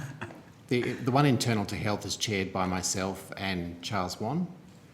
And the overarching? And the cross-department one is chaired by Alison Frame from Prime Minister and Cabinet and myself, co-chaired. Okay. And can you tell, so obviously there's a couple of different things going on. Obviously that's useful in terms of coordinating things. Do you have a firm defined sort of reporting structure within that and timeframes? Yes, Senator. Would you be able to provide that to us on notice as well? So I'm sure that we can provide you with the implementation planning document that we use for that, particularly for the Health Committee. Yeah. And the architecture, so we can see the architecture. Sure. We provide you certainly a view of those two groups, what it is they're doing in terms of outcome, frequency of how often they meet. That would be excellent. Thank you.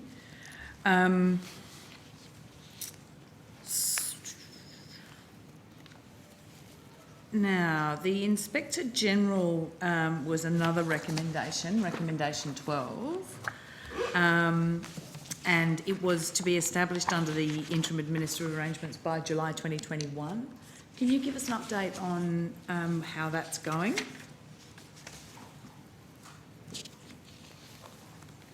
Sorry, Senator, can you point out where you think it should be implemented by July 2021? I think that might have been a recommendation within the Royal Commission. It was page 938 of the final report. Yeah, so that was the recommendation that was made by the Royal Commission. Government accepted that recommendation within its response. Let me just pull out the details. There was an announcement as part of the budget process early this year in terms of the Inspector General and the government agreeing that recommendation, but the exact formation of it is still a matter that we're currently looking at of how that would work. We've looked at different models in terms of what taxation have done and in the water space as well, there's an Inspector General. So we're currently putting together advice for government on how and what that might look like in terms of the formation of the Inspector General. Okay, well, maybe I could ask Senator Colbeck then, given that the government agreed to this recommendation, could you maybe take us through why we don't have an Inspector General yet, given that the report had it down for being under some interim administrative arrangement by July 2021? Well, as Mr Hawkins has just said, we've accepted the recommendation, but within a structure. We said that we'd, and I basically reaffirm the answer that Mr Hawkins has just done. We're investigating the appropriate mechanism to do that, and there have been some discussions and advice that's come to us, but the process for that hasn't yet been finalised. We're awaiting some further advice based on the work that we're doing. It's been quite a lengthy period of time. I think the report is quite detailed and quite specific. The Aged Care Royal Commission has been moving for some considerable time now. It does seem to be quite a delay here. I mean, one of the critical things that this position was to do was to report to the Parliament every 6 months. And from a transparency and a scrutiny perspective, I would say that it's quite a critical recommendation. Well, I Senator, think, as we all know, government... over the last couple of years, there's been a huge amount of trust lost through the issues we've seen in aged care, and this is one of those key measures to actually build that scrutiny back into the system. That's correct, Senator. There's a number of measures to do that and to provide information back to, most importantly, consumers of the aged care system and their families. Those are detailed in the government's response. The response to the Royal Commission is a significant one. It's not one that's all going to happen overnight. In fact, the government, in its response, which we tabled on budget night with our budget announcement with respect to significant funding, $17.7 billion in response to the Royal Commission, indicated that process would be conducted over 5 years. It is a huge reform. We are effectively redesigning the way that the aged care system works in this country. We do actually report on the operation of the Aged Care Act on an annual basis. That report is due to be tabled very soon, if it hasn't already been tabled. So there are processes... I think there is a difference, though, between a sort of departmental report and a Inspector General type of role reporting, and that reporting every 6 months, I think, is a very critical point of scrutiny, and I think it's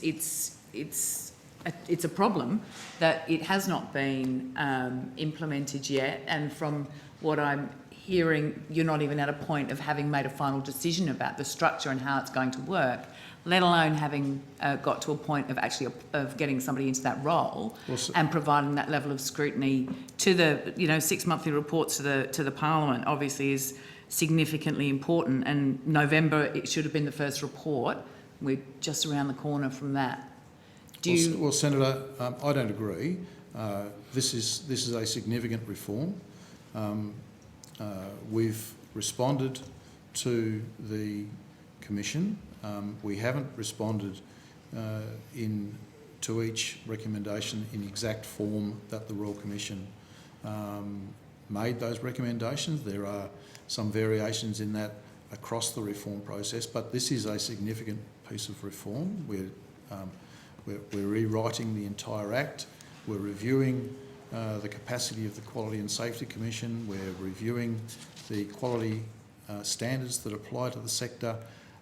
We're developing a star rating system and a whole range of things, and the information that comes through those processes will be important in It will indeed, Senator Colbeck, and I thank you for the detail, but I wonder if, given that we are... Well, you characterise it the way you like. I'm saying to you... As you will, yeah. That we are working our way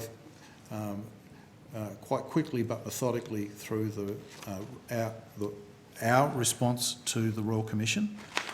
So when do you anticipate having this position in place? When do you anticipate having your structure developed and some progress on this? As I said to you, particular Senator, I'm position? waiting for final advice with respect to the way that we see this. Or do you have a target? Like, are you thinking 6 months, working. 12 months, 3 No, months, I don't. December? Until I see the advice, Senator, and am able to make a decision based on that advice, I'm not going to set a timeframe for it. Senator, the recommendation, part 4 of the recommendation envisages an administrative arrangement prior to the rewriting of the Act. The rewriting of the Act is underway, and obviously... I believe that date was 2023? That's correct. Yeah. And so the administrative arrangement, that's the part we're working through, the interim arrangement.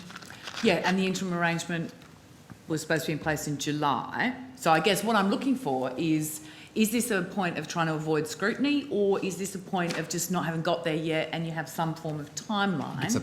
Senator, from our point of view, it's a point of making sure we get that structure right. Even though it'll be an interim structure, we want to make sure that the function works well. And as Mr Hawkins said, we've looked at complementary or existing administrative arrangements because in the there are a Commonwealth bunch to to make sure choose we from. get that right.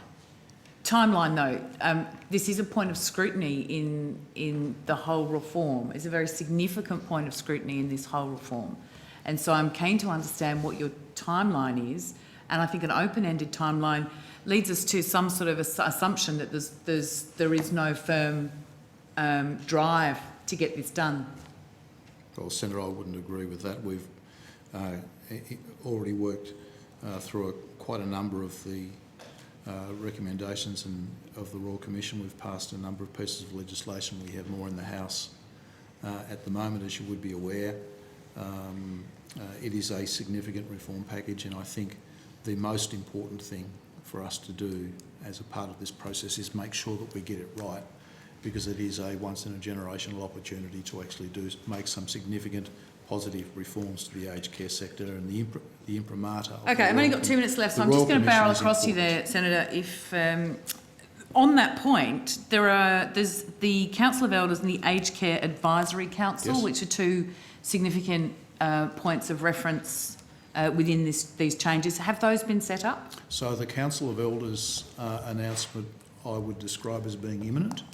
The process for the appointment of the Council of Elders has been advertised, and we've received a number of applications from both consumer groups and from a public call, and those applications are currently being assessed. Okay, and the council of the advisory council announcement I am expecting to happen very soon. Imminent or very soon? Imminent. Okay. And the Advisory Council, how close is that? Well, that won't be that far away, I wouldn't have thought. It will have to, though, go through the process of decisions of government. It's a significant committee and we'll have to go through the cabinet process. Cool. Again, so these are 2 are, elements that were to be established by the 1st of July, and you say the Elders is an imminent scenario, but the Advisory Council is still in the developing. No, actually, I said the other way round, actually. So the Advisory Council announcement is imminent, and the Council of Elders process, the advertising for membership and the call to Consumer Peaks has closed. We are assessing the applications at the moment. Okay. We might just have a quick check on the hand side there so that there's no misleading Well, Senator, element in terms of I've I don't want to accuse you of anything, but I'm quite confident of where each of those two processes is at, and I.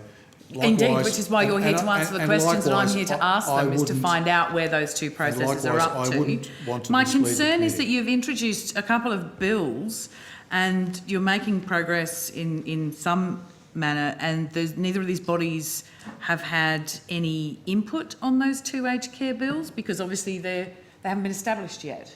Has there been an alternative form of consultation, given that the commitment here is about having the voice of those older people for whom the reforms are all about, built into any changes into the system and built into the process?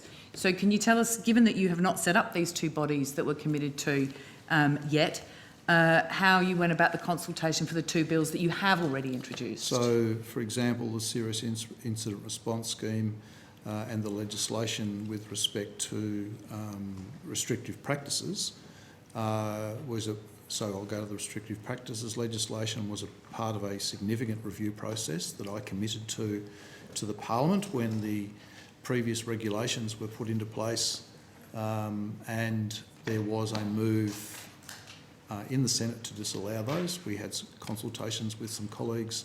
I'm really interested in the consultation with older people rather than the Parliament. I'm going to the process, Senator. I committed to a review of the restraint regulations.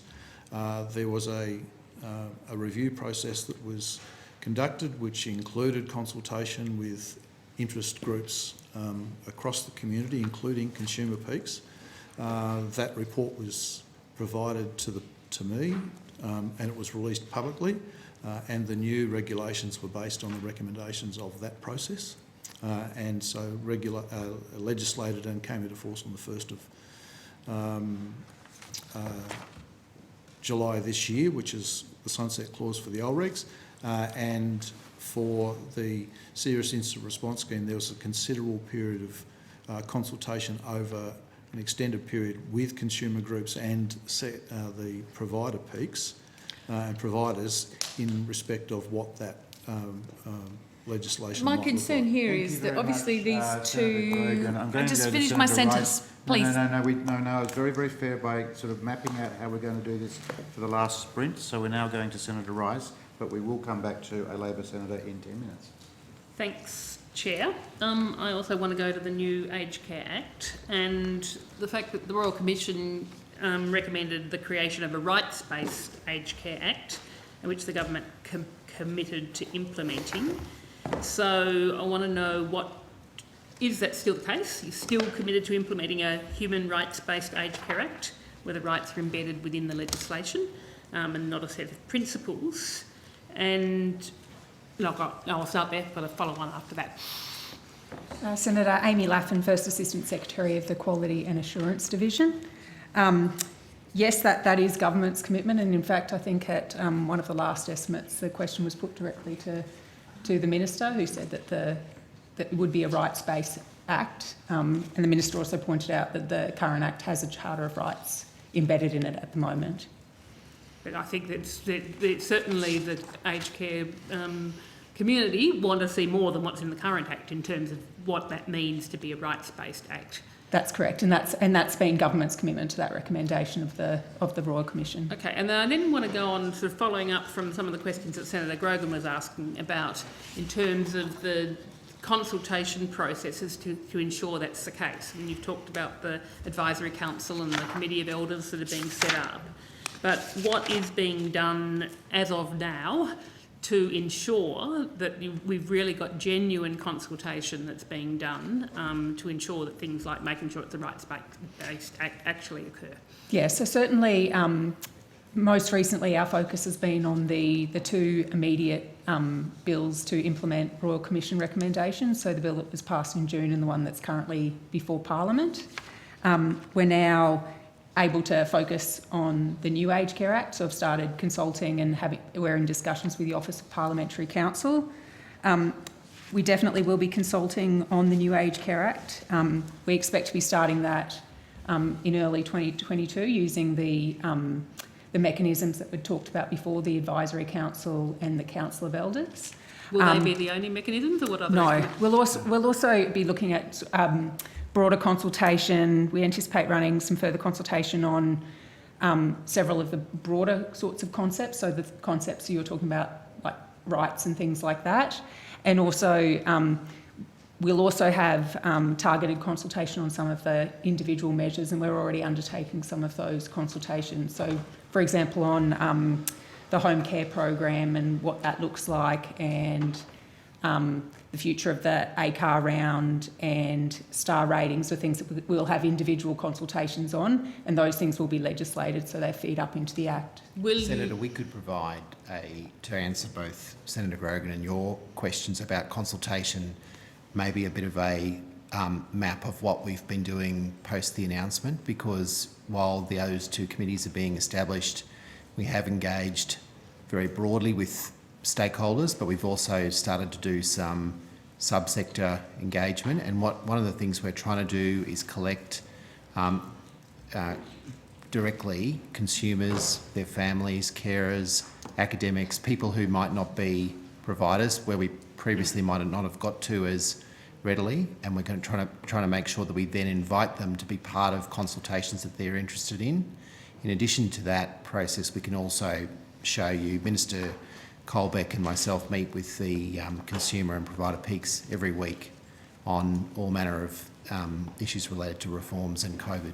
Well, I suppose in terms of that, the meta question in terms of that consultation process is to, are you actually going to consult on the consultation process before it's signed off, actually get input from the peaks and from the sector as to what the best practice consultation is? We have been talking to groups and asking that question.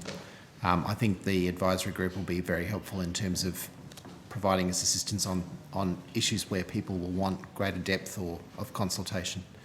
Okay. Sorry, just to supplement Mr. Ly's advice.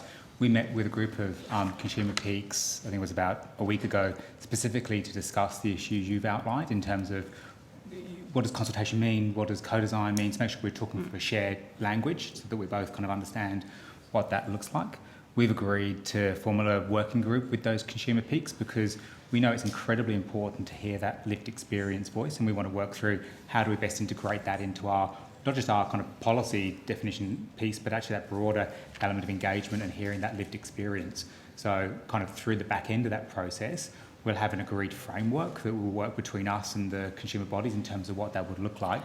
And that'll give us a kind of sense of, kind of from both organisations' perspective, what that needs to look like. Okay, I'm going to jump through quite a few issues because I know that I haven't got a lot of time. So I want to go to home care places now, and in relation to the announcement of the additional 80,000 home care places. Did the department do any modelling on whether the 80,000 additional places for home care in the budget would fully meet demand? Good evening, Senator. Nick Hartland, First Assistant Secretary, Home and Residential Division. The 80,000 places was calculated to cover the number of people who are expected to be on the National Priority System as at July this year. Okay, so in terms of it, as of July this year? Yep, so at the time in May, our estimate was that in July we'd have around 80,000 people on the home care package, and the provision that the government made was enough to provide each of those people with a package. Okay. And is that number expected to grow, presumably? Well, people come on and off the queue all the time, yes. That's yes, right. Yeah. So what does the department then estimate the maximum home care waiting time to be compared to the 30 days that the Royal Commission recommended? The government hasn't targeted a wait time in the measure that it agreed to. Okay. So the point, Senator, of the 80,000 packages was to, over the period of the next 2 years, continue the reduction in the waiting list on the National Priority System. Over the year before last, I think we reduced it by something of the order of 25% I think the reduction last year is again similar. The data on that will be released relatively soon, but the 80,000 was designed to reduce that waiting list down over the period while we work towards the design of the new care at home system, which we are looking to implement at July 2023. But it sounds like if the 80,000 actually meet the number that are on the waiting list as of July this year, and that number, overall the number of people requiring home care is increasing, presumably, with our ageing population, but that's my presumption, tell me if I'm wrong, well, that in fact that over the 2 years that those 80,000 places will be rolled out, that you in fact it won't be meeting the full demand. There will still be unmet demand in 2 years' time. The assessment in our calculation was designed to meet that demand. So the assessment... There hasn't been a specific target announced, but we're confident in what we see that there'll be very short waiting times by the time we get to the rollout. And so not only have we reduced the waiting list, we've reduced the waiting time over the period of significant investment that we've made in recent years. Okay, so basically... So waiting times are coming down and the waiting list is coming down. The aim is at the end of the rollout of those 80,000 places that you have absolutely then met the demand. And then we roll into the new care at home system that we're currently working through the design phases of. Okay. Moving on to the shadow assessments now, using the new Australian National Aged Care Classification. So what's the current, which I understand commenced in April, what's the current status of those assessments? We've done around 79,000, we've done 79,733 assessments as of 22nd October. The assessments are proceeding. We're confident that we'll get them all done in around April, May. So how many are remaining then? That'd be around just over 100,000. 100,000, so you're sort of halfway done. So what's the steps from here? What are you going to be doing with results of those shadow assessments? Yes, well, I think there's a number of phases. So firstly, when we've completed them, obviously we'll need to inform residential aged care providers what the assessment means for them. We would be anticipating doing that in the first or second quarter of next year. After the shadow assessments have been completed, there'll probably be a process where we have to do some reassessments, because the first assessments will have been done quite some time ago, April this year. But of course, the major step is that in October, when the new national funding, funding systems turned on, then those assessments will drive the funding for residential aged care providers. Right, so you're going to be sharing them with providers. Will you be sharing them with the individuals who are assessed as well? No, we wouldn't normally share the assessments with an individual, but because this is about a funding relationship with the providers. But there are a number of other reforms that are about increasing the transparency of care that's provided in residential settings for individuals. But the funding in residential care doesn't attach to an individual like it does in home care. So it's not a specific dollar amount that a person is informed about and gets discretion over. It's how much... Can I just ask one last question on that? And just... So what analysis have you done comparing these shadow assessments, these new shadow assessments, compared with the old method of assessment? We're monitoring the results as they come, but we haven't got enough assessments in the system yet to be confident that we can give a picture of how that looks for the system or the sub-segments. But I think the question has been asked to us providers, and it's a good question. We will need, when we're confident that we've got a big enough sample of assessments, to give providers and the community a picture of what the funding outcomes are compared for different segments compared to... So when do you expect to have that assessment? I'd expect that to be the first quarter of next year. Okay, thank you. Thank you very much, Senator Rice. Senator Watt. Thanks, Chair. Obviously, we haven't got a lot of time left, so I might just rip through a few questions about workforce modelling. I think everyone acknowledges it's one of the major challenges facing the sector. The government has announced 80,000 new home care packages by 2023 at a cost of $6.49 billion. That's almost a 50% increase in the number of home care packages being delivered at the end of 2020. What modelling has the department done on the number of staff needed to facilitate this increase?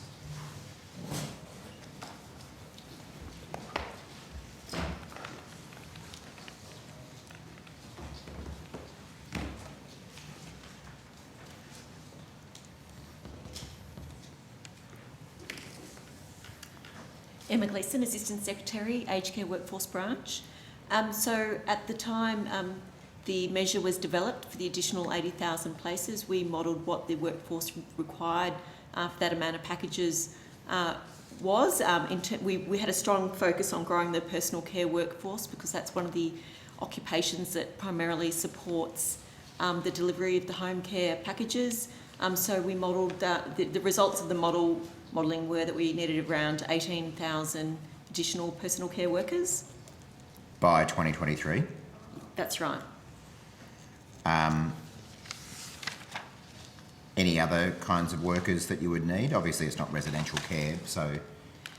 You need other occupations, including domestic assistants, gardeners, those sorts of occupations, but they tend to be more available in terms of supporting the delivery of the packages.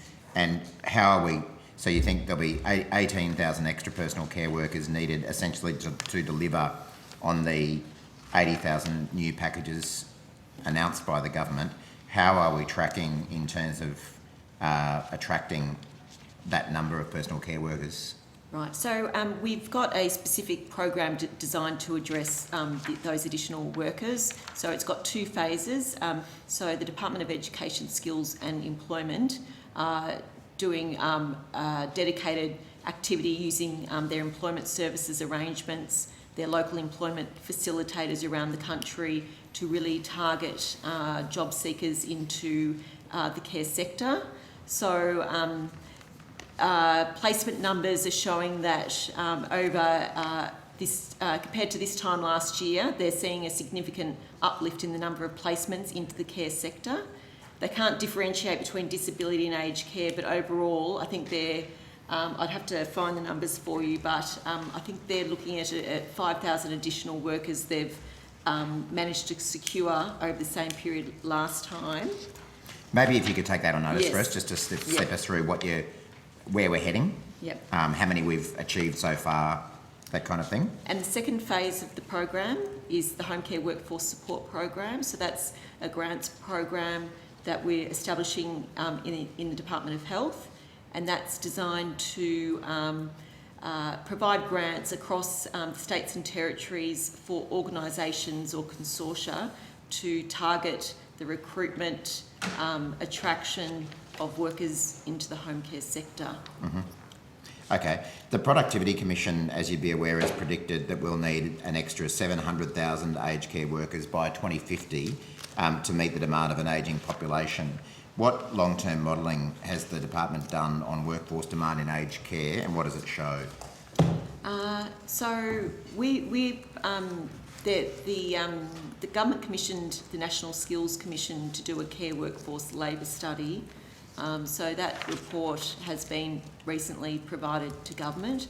So that is looking at the projections in terms of the care workforce labour supply and demand out to 2050. So that will be a key piece in terms of understanding what the supply gap is. So we have done our own modelling, which sort of I think it's all sort of fairly similar to what the Productivity Commission's observed. We've looked to that as the reference point in terms of developing our budget measures. Right, and how many additional workers will the aged care sector need in the next 4 years to keep up with demand? I don't have those numbers, I'm sorry. Right. Could you take that on notice for us, please? And again, if you can let us know how we're tracking. Senator, the challenge is that kind of longer burn one. Yeah. So we can give you the kind of, what we could give you is what we think in the near term and what we're doing off the back of the reforms. Yep. And then maybe that longer term story, part of which will come from the Skills Commission report. Right, but is the point that the demand or the need will go up significantly as the years roll on? Correct. Right. I take it that the issues around international borders must be having an impact on workforce as well. We all know that there's a high proportion of overseas trained workers or overseas sourced workers in the aged care sector. Is that making it difficult to reach the workforce numbers that you need even in the short term? There is some pressure, Senator. I think that at a very high level, the supply and demand is kind of roughly equal, but there's no doubt there is some tension there where I would say providers traditionally rely on an overseas trained workforce, and that's been denied to them, and that we've got a large number of people, particularly nurses, who might have been seconded into the vaccine and tracking and tracing COVID response. And so there is some tightness in the market. So would you say that those factors are placing additional stress on the difficulties in finding the aged care workforce that we need? I think one of the issues that's raised with us by providers is they have tended to some extent, in terms of the personal care workforce, relied on working holiday makers and other sort of temporary visa holders. So that is a bit of a pressure which will improve when the borders open. But also we're looking at how we can utilise the Pacific Labour Scheme and other migration arrangements to support the flow of workers from overseas. We might have to dig into that in a bit more detail at a spillover, just given time. Senator, a few weeks ago with respect to some specific arrangements into the Yep. Northern Territory, you Yep, might be aware I saw of. that, yep. And so there are a number of those things being considered at the moment. The government's also committed $91.8 million over 4 years to grow the personal care workforce by 18,000, what we were just talking about. How did you choose that number of workers? So that was based on the modelling around the 80,000 packages. Right. That goes to the question you were asking a moment. Yeah, so what is there sort of a ratio, almost the number of staff required for each package? Or? Yeah, I mean there's a detailed methodology around it that would build in those assumptions. Could you table that I could methodology tell for you us? what the features are that we look at in terms of Maybe, again, just on notice, if you can explain that as well as possible and with any data that you're able to share. And you're confident that the 18,000 will be enough to meet demand over the next 4 years? That was over the 2 years. So Over 2 obviously years. we'll be monitoring arrangements closely. Okay. Can I say the home care market has grown by about that proportion year on year over the last 3 or 4 years. So it's not an out of the order scale of growth. What how long have I got, Chair? We're at 9:45, probably 2 minutes, 3 minutes. Okay. Yep. We could have a long discussion about wages in the sector, and that'll have to wait to another day. But from the department's point of view, do you concede that the relatively low wages that aged care workers receive is a barrier to attracting the workforce that's going to be required into the future? I mean, anyone you speak to in the sector acknowledges that. Senator, I think we'd put it the other way around. We'd say that obviously wages would be a means of attracting new workers to the sector. Wage remuneration. So that means in practical terms that increasing wages is going to be essential to get the workforce that's needed for the demand we face. Well, we've got a number of strategies. I mean, I would say to you that we talked about the sector's reliance on overseas trained workers or overseas workers. We know we've got a lot of people who finish a vet degree or a higher degree than that, a bachelor's degree, who don't get placed and we are working with the sector to match those people. And I think there's probably been an over-reliance on overseas trained workers. And so that's not about wages. That's about actually a culture within the sector which we've got to address. But I mean, you speak to aged care workers either directly or through their unions on a regular basis. You must acknowledge that the feedback you get is that increasing wages for the aged care workforce is a critical part of encouraging people to work in the sector and therefore meeting the demands that we have.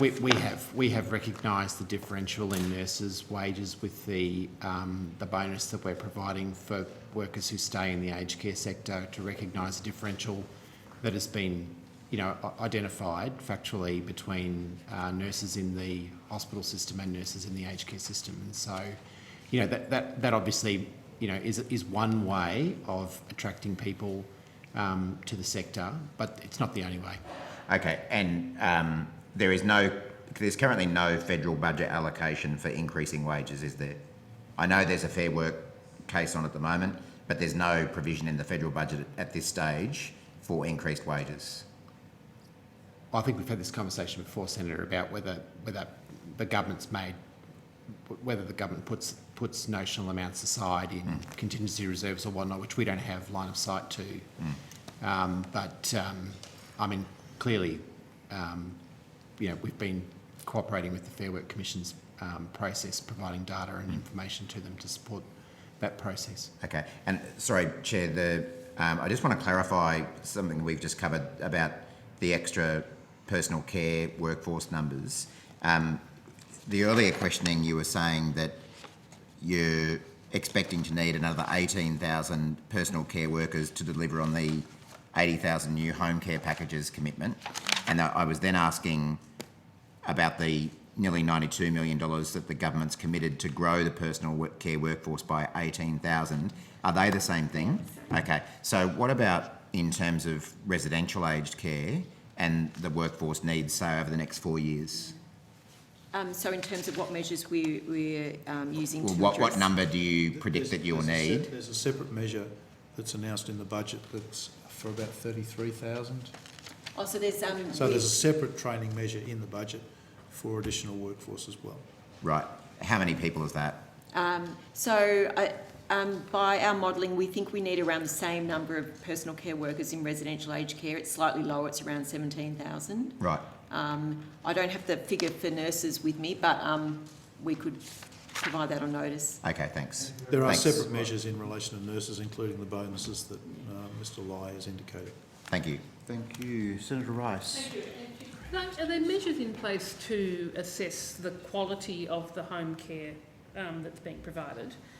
And particularly going to the issue of wages and conditions, continuity of care, because, my mother's 89, she's got a home care package that, has got home care workers that, because as soon as they can find a job that pays better, that's got better job security, they're out of there because it's appalling conditions, appalling wages.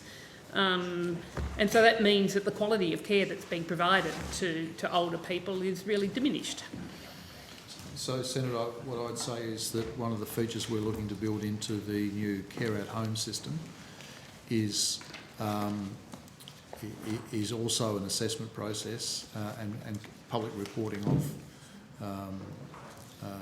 those things, and including oversight. And there's some additional measures that we're currently working on. For example, the serious incident response scheme that I mentioned earlier, that is operational in residential care, will also become operational within home care. So there are a number of oversight measures that will be built into the process of as part of the design of the new system. We've provided some additional capacity to the department and to the Quality Commission with respect to costs, because that's something that we're concerned about, to ensure that consumers, people receiving care, are getting value for money for their packages. And again, we're looking at that as a part of the feature of the design of the new system as well.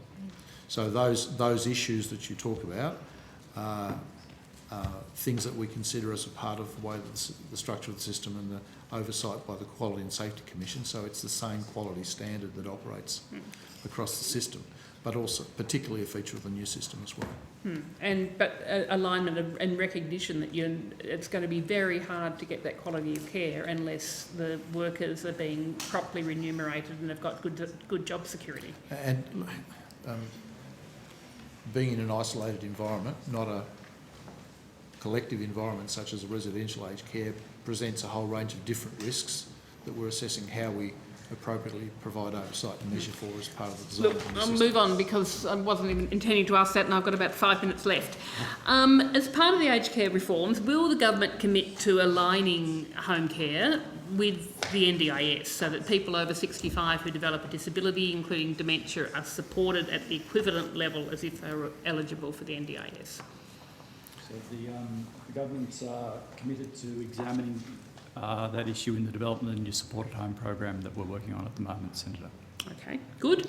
And similarly, ensuring a similar process for home care recipients receiving aids, similarly to the NDIS.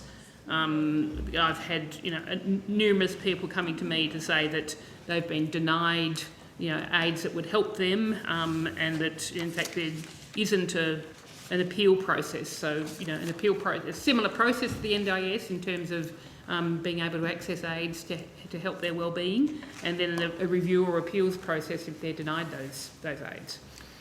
Well, whether the legislative form is exactly the same as the NDIS, it's a bit early for us to say. So, but there's certainly in the development of the new supported home program a great deal of interest in broadening access to aids, which is a known issue in CHSP and home care packages. Okay. Moving on to your working with state governments and the impact of COVID, how is the federal government working with state governments to ensure there's appropriate visitor access for people living in residential care as restrictions are changing? That's a very good question, Senator, and an important one. So you would be aware that recently the National Cabinet agreed on a paper published by the AHPPC with respect to reviewing their processes around visitation. It's been a long-standing issue. The government's view is that as the community opens up, the opportunity for residents in residential aged care to participate in that process should flow as well.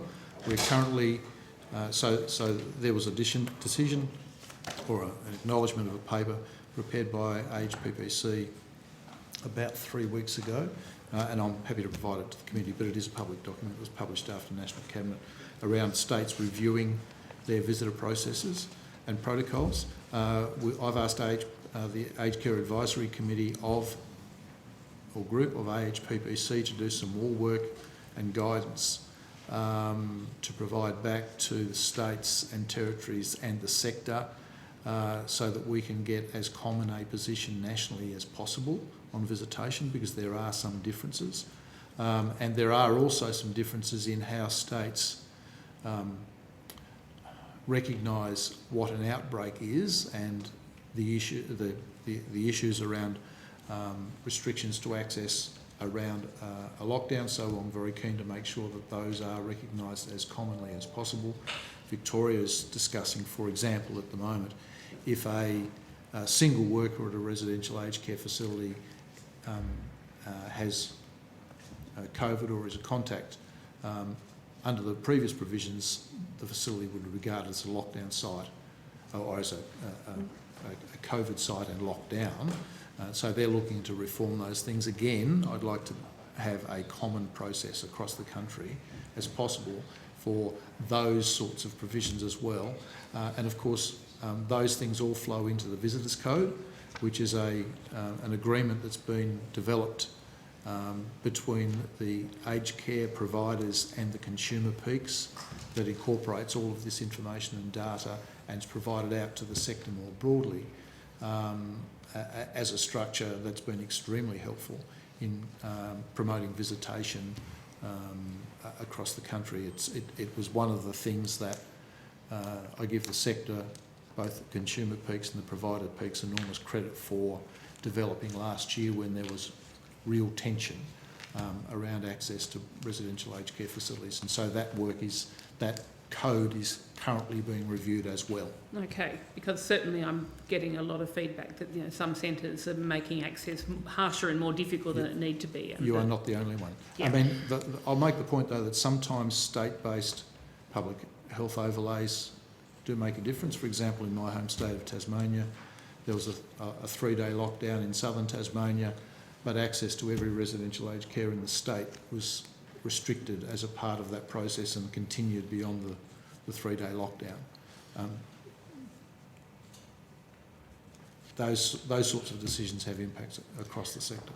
Okay, could I just put a couple of questions on notice? One, I'm going to ask about provision for regional officers and whether what's in the budget was what was recommended by the Royal Commission and how the department developed the model for the role of the regional officers. What will they do and how they will evaluate the regional officers? And also wanting to know what the Aged Care Quality and Safety Commission is doing with the extra money to improve its performance, given it's got lots of extra money. And it was severely criticised by the Royal Commission and its capabilities. To take the last question first, I think you saw some of the results of that in the media over the weekend, where they've been very active in the sector in conducting assessments appropriately. Okay, well, perhaps it'd take more than... also and note I'll take the other question on notice. Take that on notice. There are also 3 as far as I understand, there's still 3 outstanding questions on notice that Senator Siewert had put in from last estimates that we haven't got responses to. So if we could follow up on those, please. I will. Vaccination in aged care centres, more about COVID and policy coordination. Thank you. Thank you very much, Senator Rice. So that concludes outcome number 3 for this evening. And now we'll move to outcome number 4. I welcome Senator Farrell and we'll invite officials to come to the table. Thank you to officials in outcome 3. Now, just for the attention of senators and others, there are a number of witnesses participating remotely this evening, so just approach it with a little bit of care so we can make sure that people get an opportunity to speak and speak clearly.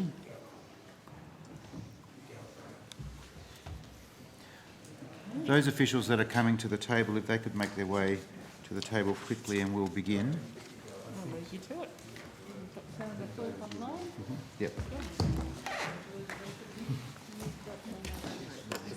Great. Excellent. Well, thanks very much. I'm advised we have questions from Senators O'Farrell, Green and Thorpe. So I'll start with Senator Farrell. Thank you, Chair, and welcome to everyone at this very late hour, as always. As Mr Dalton and Mr Condie will be stepping down from their roles at the end of the year, I'd like to thank them both for their efforts and wish both of them the best in your future endeavours. Now, I have some questions for Sport Australia. Since the Community Sport Infrastructure Grant Program concluded, have you in any way kept track of those projects that Sport Australia recommended for funding, but which the Minister at the time rejected? Senator, it's Rob Dalton, CEO. Thank you for those kind words. I may refer that question to my Chief Operating Officer, Luke McCann. Chief Operating Officer of the Australian Sports Commission, Luke McCann. No, we're not tracking the status of those projects, Senator. So, if you have no visibility of the status of those projects, for example, have you investigated whether they're being funded from other sources? No, Senator. Minister, has your office kept track of whether any of those projects have since been funded? Not specifically, Senator, but I am aware that some have been funded from other sources. I couldn't specifically tell you which ones, and it's anecdotal, but we haven't been specifically tracking those projects, no. So you've got a bit of anecdotal information there. Well, occasionally I hear a message that something's been funded from another source, but it's not because of anything other than I get advice from somebody. Well, they're obviously very good projects to start with, so otherwise Sports Australia wouldn't have recommended them. So Well, it's Senator, not that surprising. there were a lot of very good projects that applied for the program. It was a very good program. It funded a lot of projects, and I can say to you that each one of those that I've had the good fortune to visit are very, very grateful for the funds, and they're doing great things for their community. You've heard anecdotally. Can you think of any off the top of your head? Look, it's only a few, Senator, and I probably can't think of any off the top of my head. If you had a little bit of time, do you think you could come up with some of the ones? Senator, I think that I have a bit more to do with my time than looking back over a program where decisions were made. Well, Senator, I'll leave you to focus on that. Okay. Look, I'm just asking there's if a lot you can, in, there's if a you lot can in think front of of them. me. I know it's a late There's night. a lot in front of me. Late at night. No, I know you've got plenty of other problems, but if you could give some thought to perhaps some of the ones. Preparing for the Olympics is necessarily a problem, and the Paralympics is necessarily a problem. I'm looking forward to those things rather than looking back. I'm not sure how the Paralympics got... The Olympics and the Paralympics in 32 we're preparing for. I'm looking at those things ahead. No, that's a long time away, Minister. Well, Senator, there was legislation introduced into the Queensland Parliament Mr. McCann, today. I noticed you were nodding a little bit there when I was asking that question. Have you got some knowledge of some of these projects that have been funded by other sources? Look, I was just agreeing with the Senator. There's anecdotal. Which Senator? Oh, that Senator. Okay. You mean the Minister? Yes. Yeah.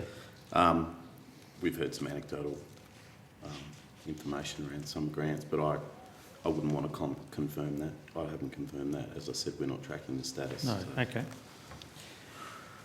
All right. The Beechworth Lawn Tennis Club was one of those highly rated applicants that missed out, and they've taken some legal action, as you know, and in response to Quan 298 from the last estimates stated that Sport Australia's legal costs in relation to that matter was $145,000 and $145,085 as of the 24th of June 21.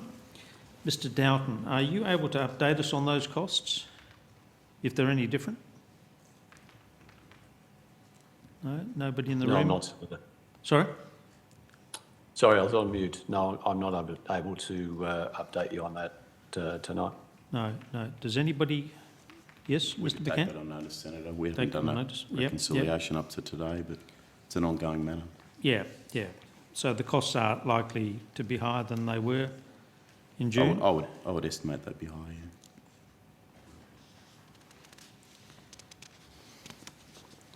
yeah. Even with that figure back in June, the costs are already significantly more than the annual funding provided by Sport Australia for at least 18 different sporting organisations. Would that be fair to say, Mr. Dalton? I don't have that information available, Senator, but we can take that on notice.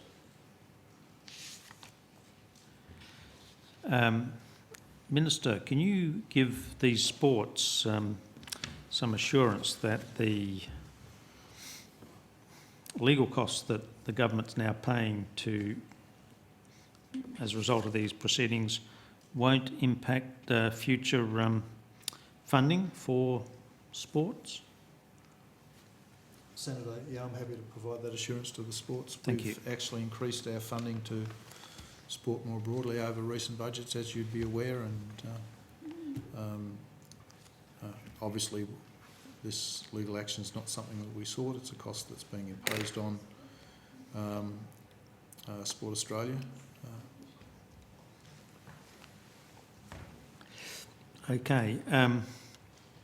Now, the committee into the sports rorts scandal reported on the 18th of March this year, and by resolution of the Senate, the government responses to the Senate committee reports are due within 3 months of that report. It's now been more than 7 months since the report was tabled. Why hasn't the government responded? Well, Senator, the government is preparing a response and we'll table that response once it's finalised. All right, well, last Thursday, Senator Rice and myself successfully moved a motion requiring that the government's response be tabled by no later than 3:30 p.m. on the 22nd of November. Senator Ruston gave an answer similar to you. The government will provide a response once it's finalised. Minister, will you commit to tabling the government's response as requested by the Senate by the 3:30 p.m. on the 22nd of November? As Senator Ruston indicated in the chamber, we'll table the report once it's finalised, but I have to say to you, Senator, as someone who respects the Senate, I'm cognisant of the resolution of the Senate. I'm pleased to hear that.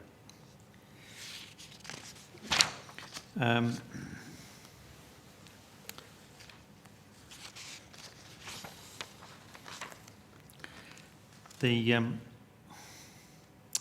government's rejected recommendation 3 of the report, which mirrored the proposal in the government's national sports plan.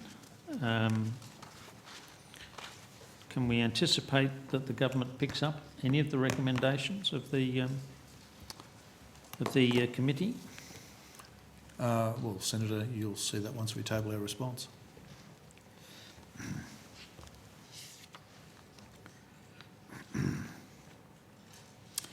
Recommendation 2 is that the government fund the projects that were recommended by Sport Australia but dismissed in the final ministerial funding decisions.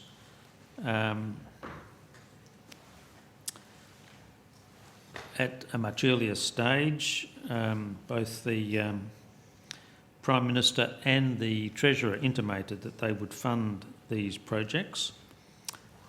Will that now happen? Well, Senator, you'll find out once government retables its response. Have you approached either the Prime Minister or the Treasurer seeking funding for these projects? Well, Senator, I'm not going to discuss with the committee considerations that I might have with my colleagues with respect to the appropriation of funds. Why not? Well, they are matters for consideration within ERC, and I don't intend to canvass them here. But you've got a Senate recommendation that you should pay it. Well, we have an opposition-led Senate report that recommends majority it. Report. Majority report. Well, Senator, you have an opposition-led committee report that makes that recommendation. Backed by the majority of the Senate. Based on Minister. Well, Senator. Yes, excellent work by Senator Green. Senator, over a long period of time. Matters of appropriation, as you I think would well understand, are matters for government. Look, I understand you don't. Not opposition members writing a Senate committee report. You don't have to tell us, but there is a lot of interest still by these sports clubs that should have got the money but didn't. And here's your opportunity to tell us whether or not you're Senator, batting for them. I've answered your question, Senator. Okay, all right.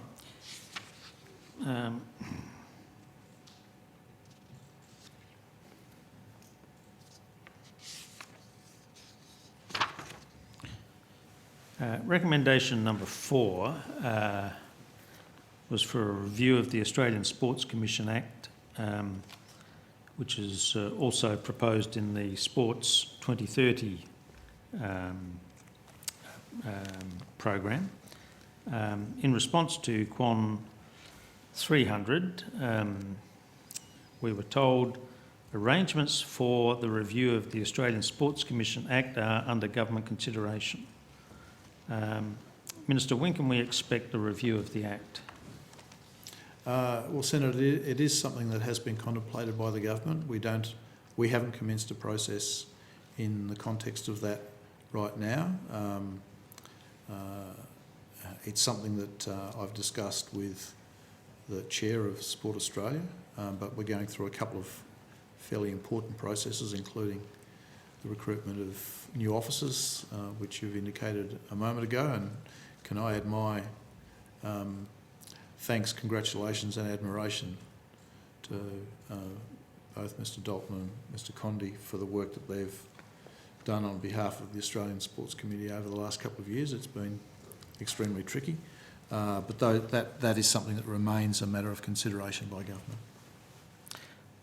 So the answer is no. You haven't started. We haven't started, no. Yeah. The Sports 2030 proposed a review more than 3 years ago. Sports Rorts Inquiry report recommended the review 7 months ago. Are the other goals outlined in the Sport 2030 as far off the pace as the review of the Act is?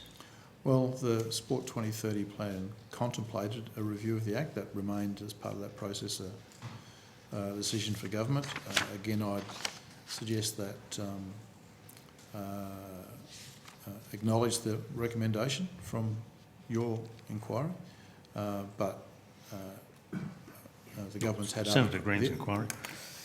Senator Green's inquiry. I think there's a few that are happy to take ownership. Senator Chisholm did a terrific job too. Senator Rice, another great contributor. Fervent lodger of questions, Senator, but we have had other priorities of late, and we've been focused on those. All right. Now, I want to talk about the strategic planning towards 2032. And Minister, can you tell us whether there's a strategic plan being developed to ensure Australia maximises the benefits of the run of major international sporting events we will host or hope to host, including the 2030 Brisbane Olympics? 2032 Brisbane Olympics. Sorry, 2032, yep. And Paralympics, don't forget the Paralympians. No. So, Senator, you would be aware that legislation was introduced into the Queensland Parliament today. And so we've had very active discussions with the Queensland Government over recent weeks in relation to that particular piece of legislation. There's been significant discussions backwards and forwards through both officials and through myself with Minister Hinchcliffe in Queensland. So that process is continuing. I'm leading a piece of work to develop an intergovernmental agreement with the Queensland Government to provide a range of parameters around the 50-50 relationship between the Australian Government and Queensland. That will be supported by the development of a structure to deliver the infrastructure that will support the Games, which will be led by my colleague Minister Fletcher with the assistance of Mr O'Brien as the Prime Minister's envoy from Queensland. So there is a range of pieces of work that are being done right now to set the parameters and the structures and frameworks to support the delivery of the Games in 32. Excuse me, Senator Farrell, just some direction. The time in outcome 4 will be split 2/3 between Labor and 1/3 with Senator Thorpe. Would you like to have your 2/3 uninterrupted, or would you like to defer to Senator Thorpe and then come back to your line of questioning? What would you like to do? I would prefer... Uninterrupted, so when you've exhausted questions, if there's time, I can... So, well, no, I want to make sure Senator Green gets her questions, because she's been sitting here for a very long period of time. Senator Thorpe, you mean? No, Senator Green. Oh, Senator Green. Been here all day. Well, that is a decision for the two of you. Yes, no, so can you tell me... 10:45 is when I would go to Senator Thorpe. Sorry, 10:45 is when I would go to Senator Thorpe. For 15 minutes? Correct. All right, so I've got a further 10 minutes. How long do you think your questions are, Senator Green? Only 10 minutes. Well, then we better go to Senator Green. Okay, Senator Green. No, you... You sure? Yep, sure. Oh, okay. I'll try to get through them quickly. If there's more time, I'm sure we can hand back. I didn't quite follow that conversation. Sorry, it's quite late at night. Anyway, I've just got some questions for Sport Integrity Australia, and I know that we've got Mr. Sharp here. It says that you're on video conference here, but is there Ms. Emma Johnson as well here? That's correct. You want to come to the table as well, so I can stop having to look at a whole table of boys.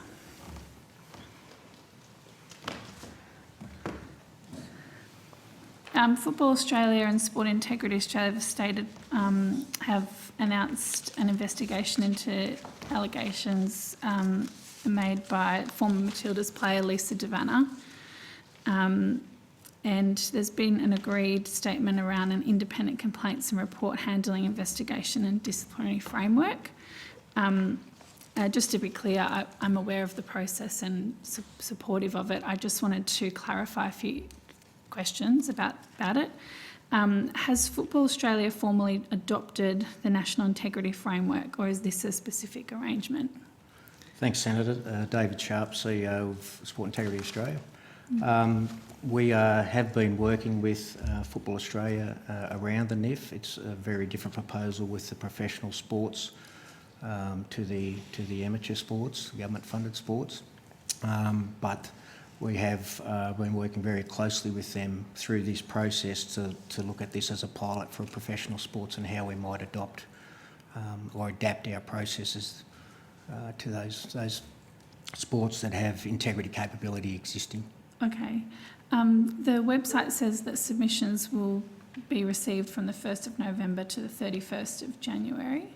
Correct, yes. Is that timeframe for submission the way all independent complaints processes will operate through investigations? No, Senator. The National Integrity Framework that's been rolled out across sports now will be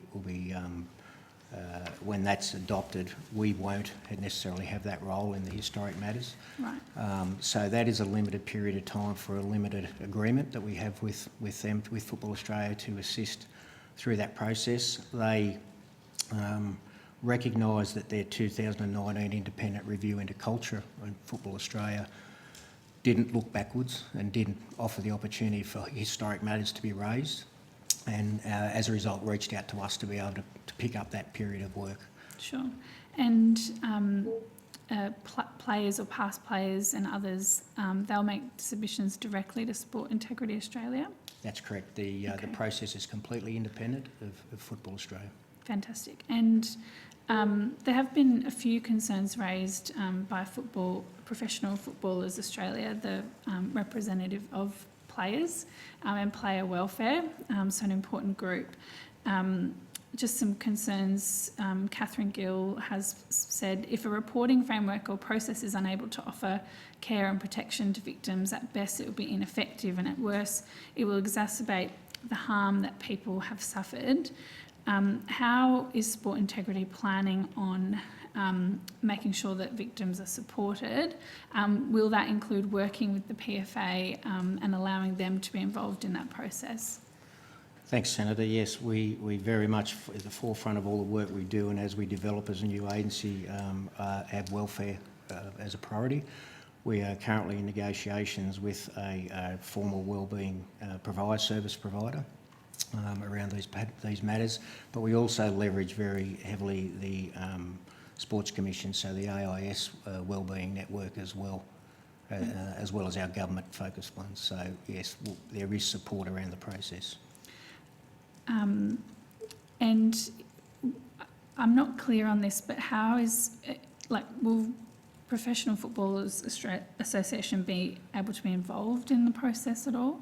Not in the actual process agreement itself, but it's certainly as far as making submissions or working with us on outcomes and player welfare, definitely. Okay. There's been, in recent times, we've heard about issues in gymnastics. I think I raised it at the last estimates. Swimming, which has been in the media. Are you looking into all of those issues and whether there's issues in other sports at the moment? Yes, Senator. We've, since we commenced operations on the 1st of July 2020, we saw the evolution of the Athlete A documentary in gymnastics in the US, and as a result that was our first step into in our first stage of development into looking at independence and complaint handling. Yeah. We've worked with gymnastics from the start. We've now, since that time, been funded to deliver a pilot program for 2 years on independent complaints handling, which is independent of the sports. We've had over 600 matters come to us already, and we're working across multiple sports around these types of issues. Okay. Just in response to a question on notice from Senator Farrell, I believe, the question that it outlined where things are at as of the 28th of June in terms of the national sporting organisations adopting the National Integrity Framework. Could you provide a brief update on that work, and happy for you to provide further information on notice if that's helpful? I think I can give you those answers, Senator. The National Integrity Framework, when we launched this, we said it would take 12 months. There's a lot of varying degrees of capability across all the sports. Some have well advanced policies and procedures, others have none. So we're working with every one of the sports, national sporting organisations. To date, 6 sports have adopted and 2 have already implemented it. 6? 6. There's like 100 national sporting organisations. 97, yeah. So, but as I say, it's very complicated throughout the sport. Some have issues with their constitution that needs to be changed. Policies need to be changed and adopted. So we're working to do that with all sports in the course of the 12 months. We've got 40 that are well advanced. 17 are about to adopt, and then there's a small number that aren't going to engage at this point or are considering their options. Okay. So overall, our engagement has been very positive, and the majority of sports are very receptive and realise that this is a capability that's needed, and the independence in particular. Are you prepared when there's allegations in the media in any environment, or even when there's stories about violence or sexual harassment? It tends to have the effect of encouraging more people to speak out. Are you prepared for that if there's more sports that need these types of investigations? We are, Senator, at this stage. As I said, the funding we were given for 2 years to run this pilot process. We have taken on a number of different sports, and one in particular, we've had 80 matters come to us that we're working through. At varying levels of the process. So at this stage, yes, we're capable. I've got 2 more questions, so there might hopefully be some time for other senators. One question, just back to the Football Australia independent investigation. The allegations themselves are not of this nature, but some of the response that we've seen online has been quite homophobic in the characterisation of those allegations. Have you got something in place around the independent investigation, whether it's cultural sensitivity training or some diversity training, to make sure that people know how to deal with that language?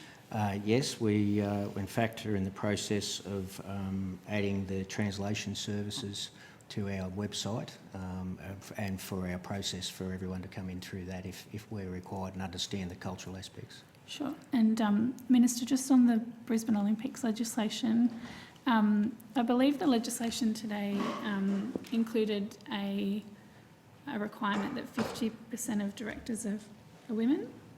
Who put that idea forward? That's been part of the conversations we've been having all the way through the process. I believe there is a specific requirement in Queensland's regulatory frameworks for that, but it has been a part of the conversation that we've been having with Queensland as well. Sure. So it hasn't been a point of contest that it occur. The way that it's been expressed has been discussed, obviously, but it hasn't been a point of contest. It's been something that we've been keen to ensure all the way through the process. It wasn't in the original draft, though, of the legislation, so it's happened over time. There was a process where we had some discussions with Queensland specifically with respect to the structure.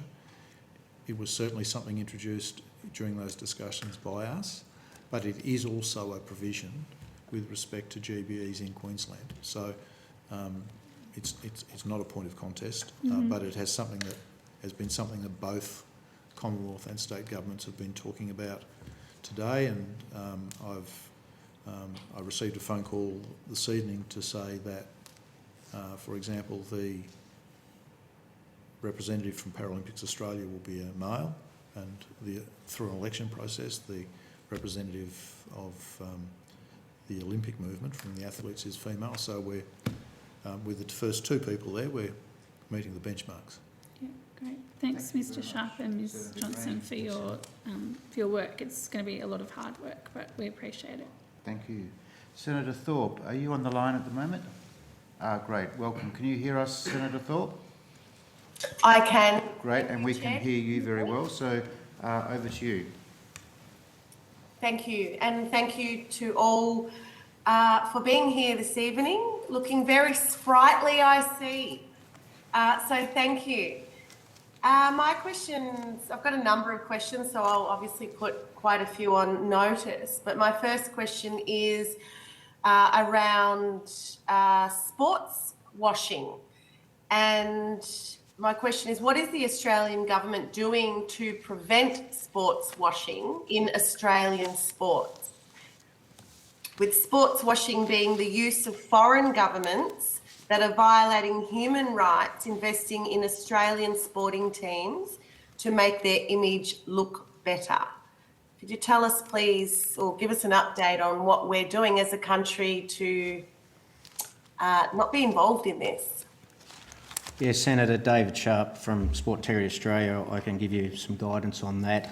We're very much aware of sports washing, as well as foreign investment in sport in Australia and the risk that poses to integrity. We, as an organisation, obviously have a very strong platform with law enforcement and intelligence, and they are seconded into our agency. And we, in partnership with the Australian Criminal Intelligence Commission, are undertaking a body of work to look at foreign investment in sport in the country and identify any risks that may occur from that. So from an integrity point of view, it's certainly an issue. From a sports point of view, it's investment in sport, so it's a fine balance to understand what the threats are and be very clear on them. And that's what our body of work with the Australian Criminal Intelligence Commission will address. Thank you.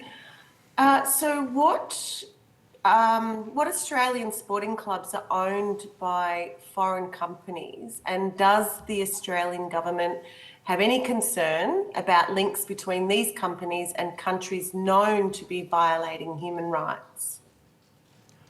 I'll answer the first half of that question, Senator. Part of the assessment that is being conducted with the Australian Criminal Intelligence Commission is to look at all foreign investment into sport. That's sponsorship as well as ownership. You probably would have seen an ABC report around 6 of the A-League soccer clubs that have foreign investment, and very much that is front and centre of some of the inquiries. But there are many, many other sports that have foreign investment. I'll probably leave it at that from the integrity side. Are you able to provide a list of those Australian sporting clubs that are owned by foreign companies? Senator, I could provide a list on notice of ones that are publicly known, but it's going to be a much deeper body of work to get a greater understanding of the landscape and the exact ownership rights throughout Australia of all sports. So it's going to take some time, but I can provide you what we're aware of at this point, if you like. That'd be great, thank you. And just to follow on from that, do you think that the Australian government should be, or is the Australian government considering some kind of an inquiry in this? Like, we need to do a bit more. We need to support what you're doing and the intelligence department. Do you think that there should be an inquiry? Senator, I think that's obviously a matter for the minister, but I think what's key to that is understanding the landscape and us providing the government that advice, which is still a work in progress and will take some time. But we need to provide that accurate advice I would imagine, for the government to make any decisions around that. Yeah, that's Thank you. That's right, Senator. Look, like you, I think we would all be concerned with respect to ensuring that investment in sport is from appropriate sources, from a whole range of perspectives, whether that be directly in relation to the integrity of sport itself or with respect to other elements such as those that you're raising, including human rights. Obviously, as a government, we're really keen to ensure that people's human rights are upheld. You would have seen some statements from me of late in respect of that matter in relation to one particular sport, and I've had a number of conversations, particularly with the Foreign Minister over recent times in respect of those matters. So I'm not sure I'd say we're at the point of requiring an inquiry, but the information gathered by SIA certainly will be of assistance to us all. Thank you, Minister. On another matter, and coming from community sports, in fact, it was, it's what helped me get to where I am today, was the old footy netball in Lakes Entrance with Darren Chester. So is the government aware of the Australian Sports Foundation's impact of COVID-19 on community sport report? Yes, Senator, I've not only received a copy of the report, but have had some conversations with Sports Foundation in respect of that work. In fact, we have with us the CEO of the Australian Sports Foundation. Good evening, Senator. Patrick Walker, CEO of the Australian Sports Foundation. Yes, thank you. The report that was commissioned found that there was an estimated 9,000 clubs around Australia that are at risk of going under. 9,000.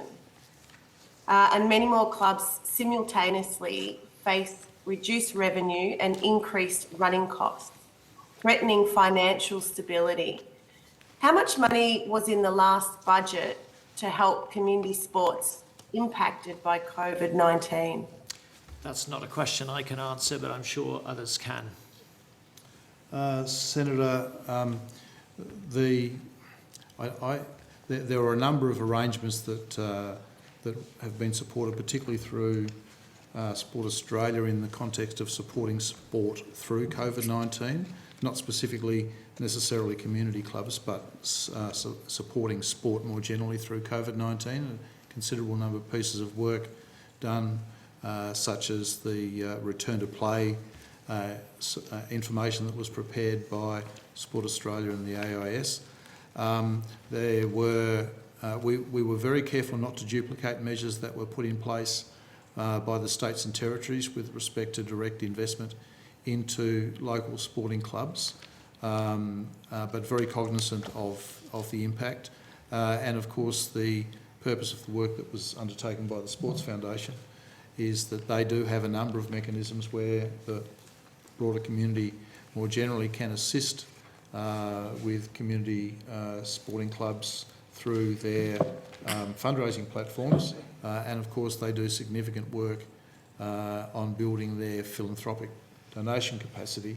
And that was one of the foundations of the report being done in the first place, so that they could use the tools that the government has actually supported the Sports Foundation to build. In fact, we put just under $5 million into the Sports Foundation in the budget to support them in growing their philanthropic funding, which again can go towards supporting community sport.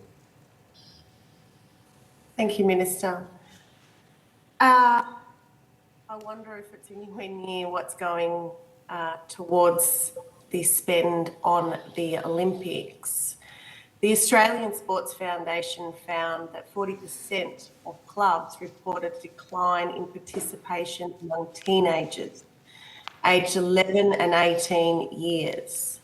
Young Australians form the lifeblood of community sport. We know that. It saves the system a lot of money in a lot of other areas when our young people have access to community sport.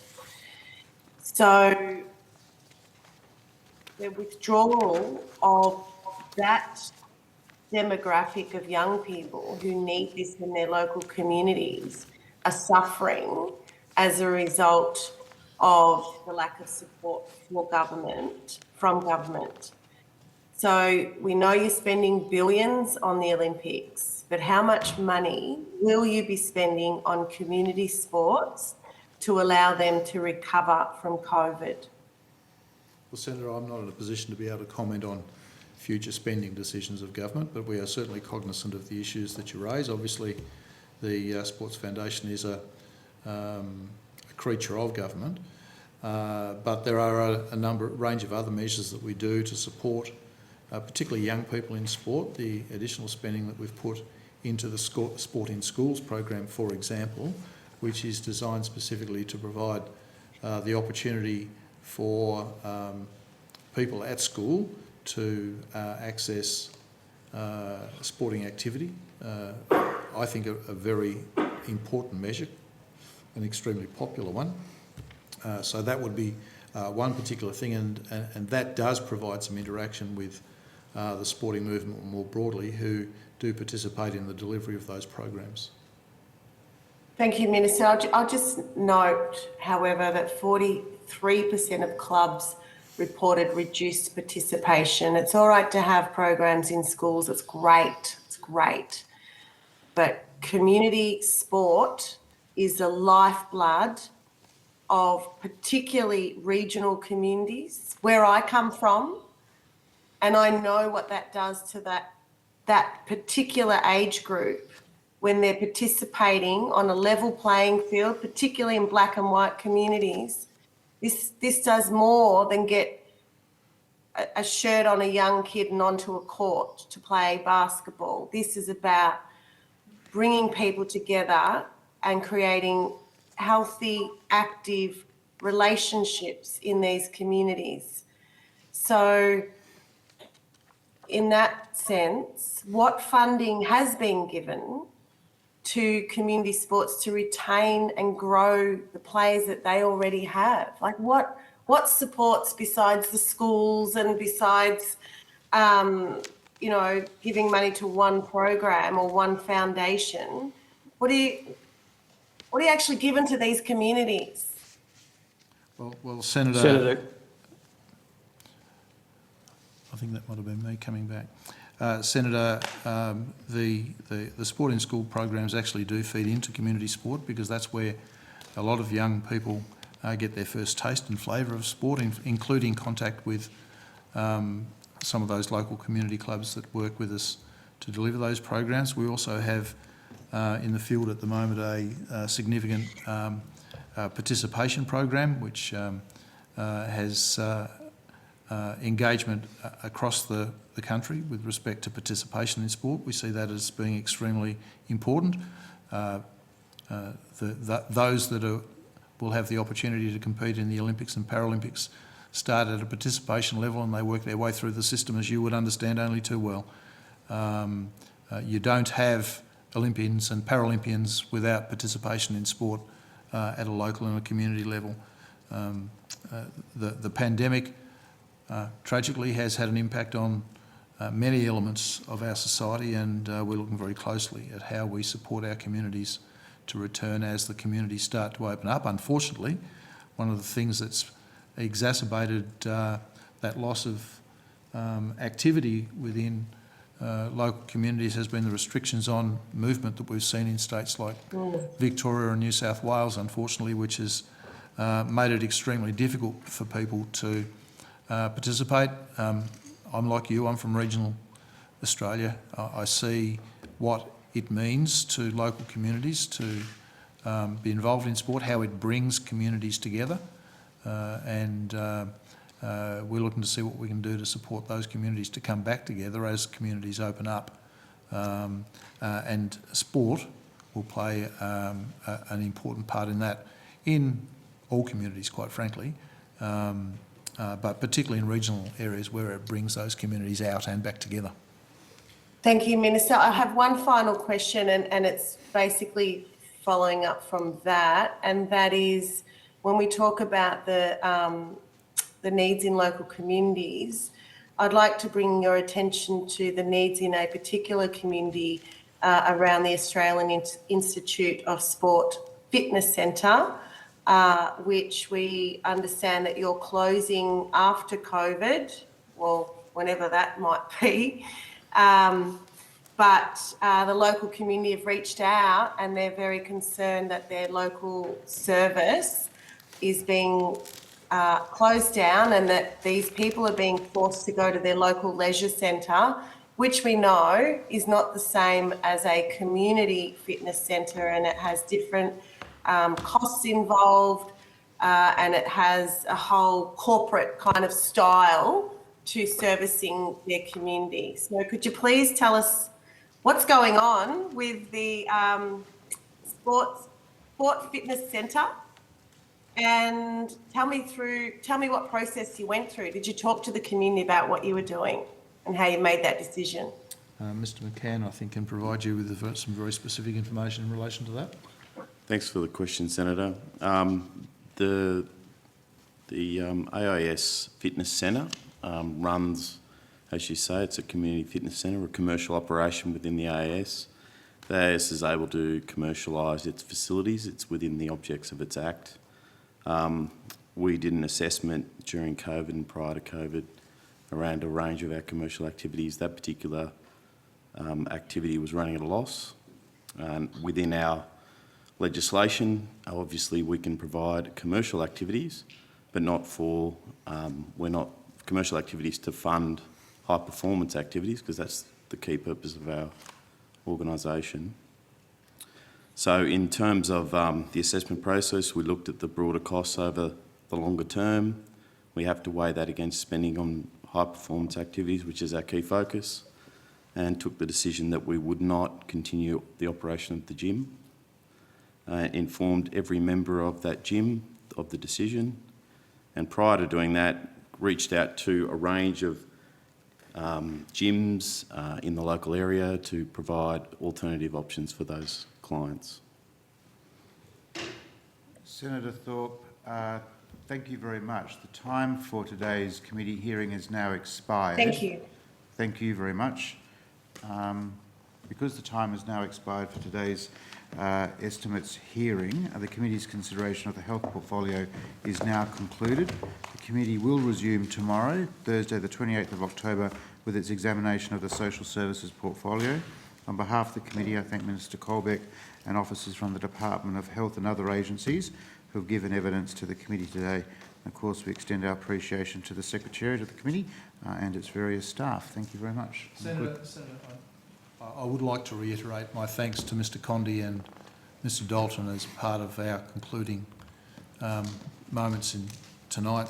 Both have made a significant contribution to Sport Australia and to the AIS. Our results at the Olympics, I think, bear that out. It was a fantastic result from the Olympics and the Paralympics, and I'd like to extend my thanks publicly and congratulations to them for the work that they've done on behalf of sport generally, but also elite sport here in Australia. It's been a significant piece of work, and I'd like to publicly put my thanks on the record. Thank you very much, Minister. I declare the hearing adjourned. Thank you very much.